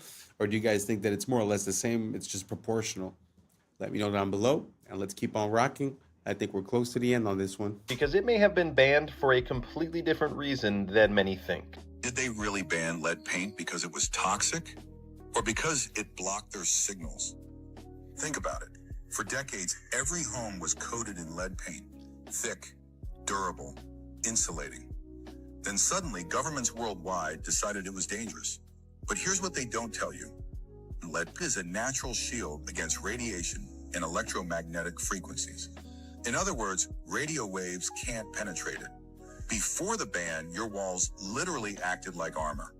No TV signals, no radio frequencies, no wireless anything could pass through. And then, right as wireless communication exploded, radio, television, early radar, the health panic began. Convenient timing, right? They told us it was about safety, but the studies linking lead paint to poisoning? Most came from industrial smelting, not house paint. The numbers never added up. But what did add up was control. Because once the lead came off the walls, the signals went in. Every home became a receiver. Every person became a node in a connected network. Was lead paint banned to protect you, or to make sure they could finally reach inside your home? Okay, so the crazy part about this, by the way, is we had Xfinity, a Wi-Fi company, has a new feature called Wi-Fi Motion. And they can use, if your Wi-Fi is on in your home, you can use it as a motion detecting device to know if someone's in your home when they're not supposed to be, or just detect motion in general. And we know that we're using the one side of the internet or of a Wi-Fi signal, but there's another side to it. There's another door, you could say. We're using the front door. There's a back door to it.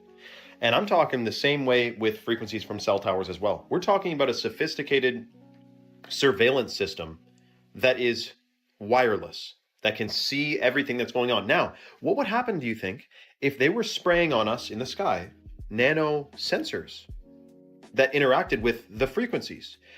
Picture a hologram, a desk, you got a big desk, and it's a hologram of a real-time battle. Think of Star Wars when they're watching the battlefield on a hologram, seeing it in real time. Let's just say that was based on something that you can do if you have a bajillion sensors and frequencies blanketing the area. It's surveillance, dude. You know what? It kind of makes sense, you know, with all the signals that we're sending from the Wi-Fi to the sonar, the AM, the FM, all the military frequencies, the CB, the radios. I think we're oversaturated. So, you know what? Like sometimes I think to myself, like, man, I wish it wasn't wireless. I wish everything I had did have a wire in one way, you know? And I wish I did paint my house with something like lead paint so that I would protect myself. Because at one point, if everyone's signal is passing through you, especially if you live like in a condo or an apartment complex, I mean, you open up your Wi-Fi and you see that your phone is being hit by 40, 50 different signals at the same time. And that's just what you know about. So I don't know. Makes me think of like a microwave or something. Do you guys think the same thing? Do you guys think that maybe we should go back towards wired instead of wireless and try to cut out the frequencies as much as we can? Let me know down below if that's been something that's been part of your awakening. And this is the end of it. Thank you so much for being here. And that's a wrap for today, familia. Whether you're tuning in with the sunrise or you're posted up after midnight, I appreciate your time, your energy, your curiosity. And don't forget, this isn't about truth or fiction. This is about perspective. If this sparked a thought, a laugh, a deeper question, then we did our job. Drop your thoughts in the comments. Keep the convo alive. Like, subscribe, and don't forget to hit that bell if you're riding a wave, because we're just getting started. Until next time, stay grounded, stay weird, stay critical. I'm Adam Strain, and this has been Adam Strain Reacts.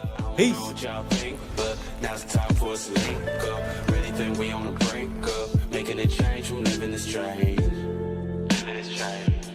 Making a change from living this strange. Yeah. 2030, the smartphone as we know it today, many of these things will be built directly into our bodies. Until the one time, it was like 40 days into it, I decided, yep, I don't want humans anymore. Yeah. I was sleeping, had to wake up. Why? Every reason I could think of. What's up, YouTube? Today, we'll be looking at disturbing TikToks that'll make you question reality. So without further ado, welcome to Adam Strain Reacts. Let's get her done. You heard of The Sopranos? Yeah. One of the craziest theories ever about The Sopranos was the very end of the show. Because what happened, Tony Soprano walks into a diner, opens a door, walks in, and he just stares. And he looks straight. The next scene you see is him sitting in the diner, just ordering food and his family coming through.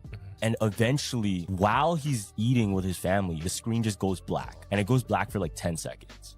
And then the show ends. Everybody's so confused, like, what happened there? Yeah, why did he follow his family after? No, what it was trying to show is that he just died. Like he got From who? And then the 10 seconds was just like the black saying he died. Now, the theory is though that when it goes black and when in the beginning he opens the door and just stares, what he's staring at, he's looking at himself getting in front of his family.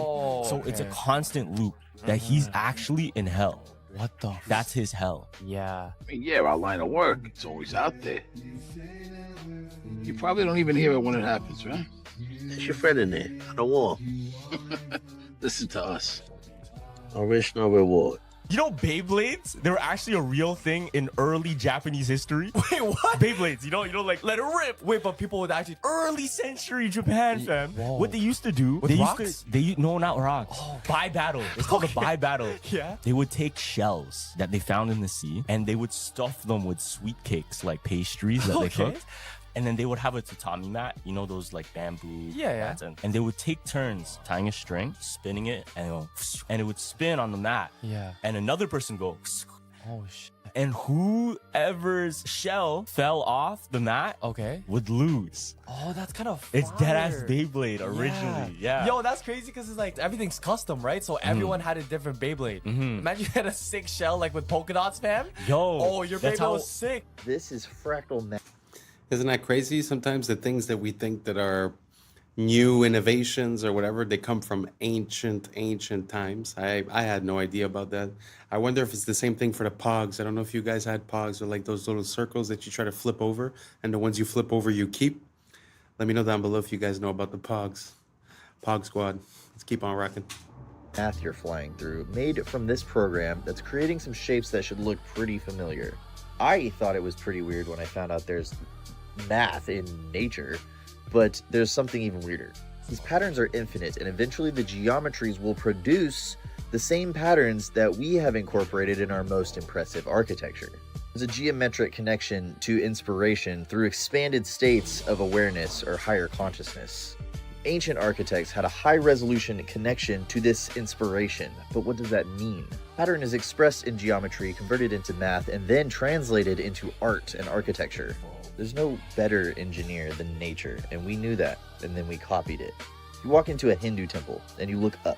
You'll see the same fractal architecture that is used in the particle collider. If you look at the columns, you'll see fractal geometry that's so precise, the only comparison we have is a biological motor at molecular scale. Higher consciousness is order. It must be brought down from high to earth, and something incredible happens when you do that to a human mind. As a fractal itself, it comes up from nature. As it recognizes more patterns, it expands, it rises. To transcend means to end the trance of a lower form of consciousness. Some civilizations were obsessed with this. Each time we do this, we get new software, higher resolution, better graphics. The brain is a biological antenna. The closer you get to the geometry of higher consciousness, the more your little mind resonates with the big mind. Big mind splits into little minds using filters as the senses. Our fractal friends and family experience one freeze frame of this simulation with us, and we get to experience this together. There is nothing cooler.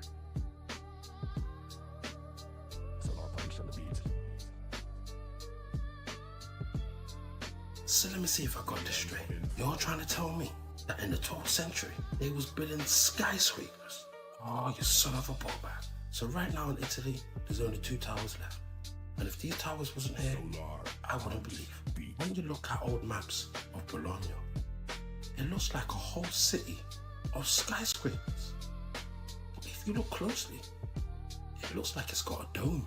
Just look at the top and look at the edge. It looks like that whole city was under a dome. So much of our history has been erased and whitewashed.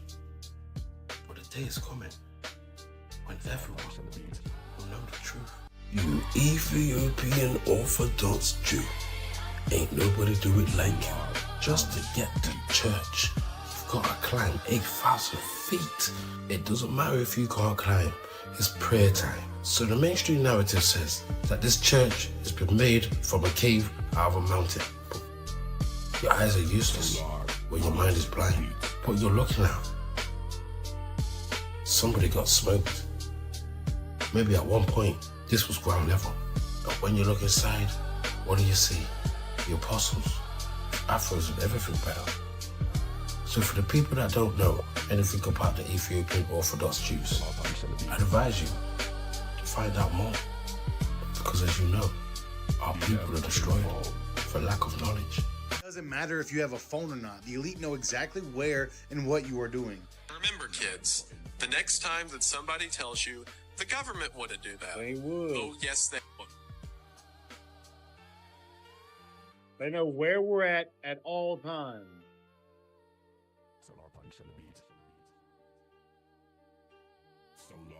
Remember, they want complete control over everyone and everything, and they will stop at nothing to complete their mission. As always, let me know what you think in the comments. Stay weird. Tea. I bet you thought I was drinking tea, but this glass is empty. You see that? There was no tea in there. And this isn't my hand. These are my hands. That's not real at all. You see, you're being lied to. You're being lied to. I bet you thought this was me, but no, this is just a reflection. This was all taking place on a mirror. It was all a mirror. It was all a lie. And I bet you thought I was wearing pants. I'm not wearing pants. And this isn't even my voice.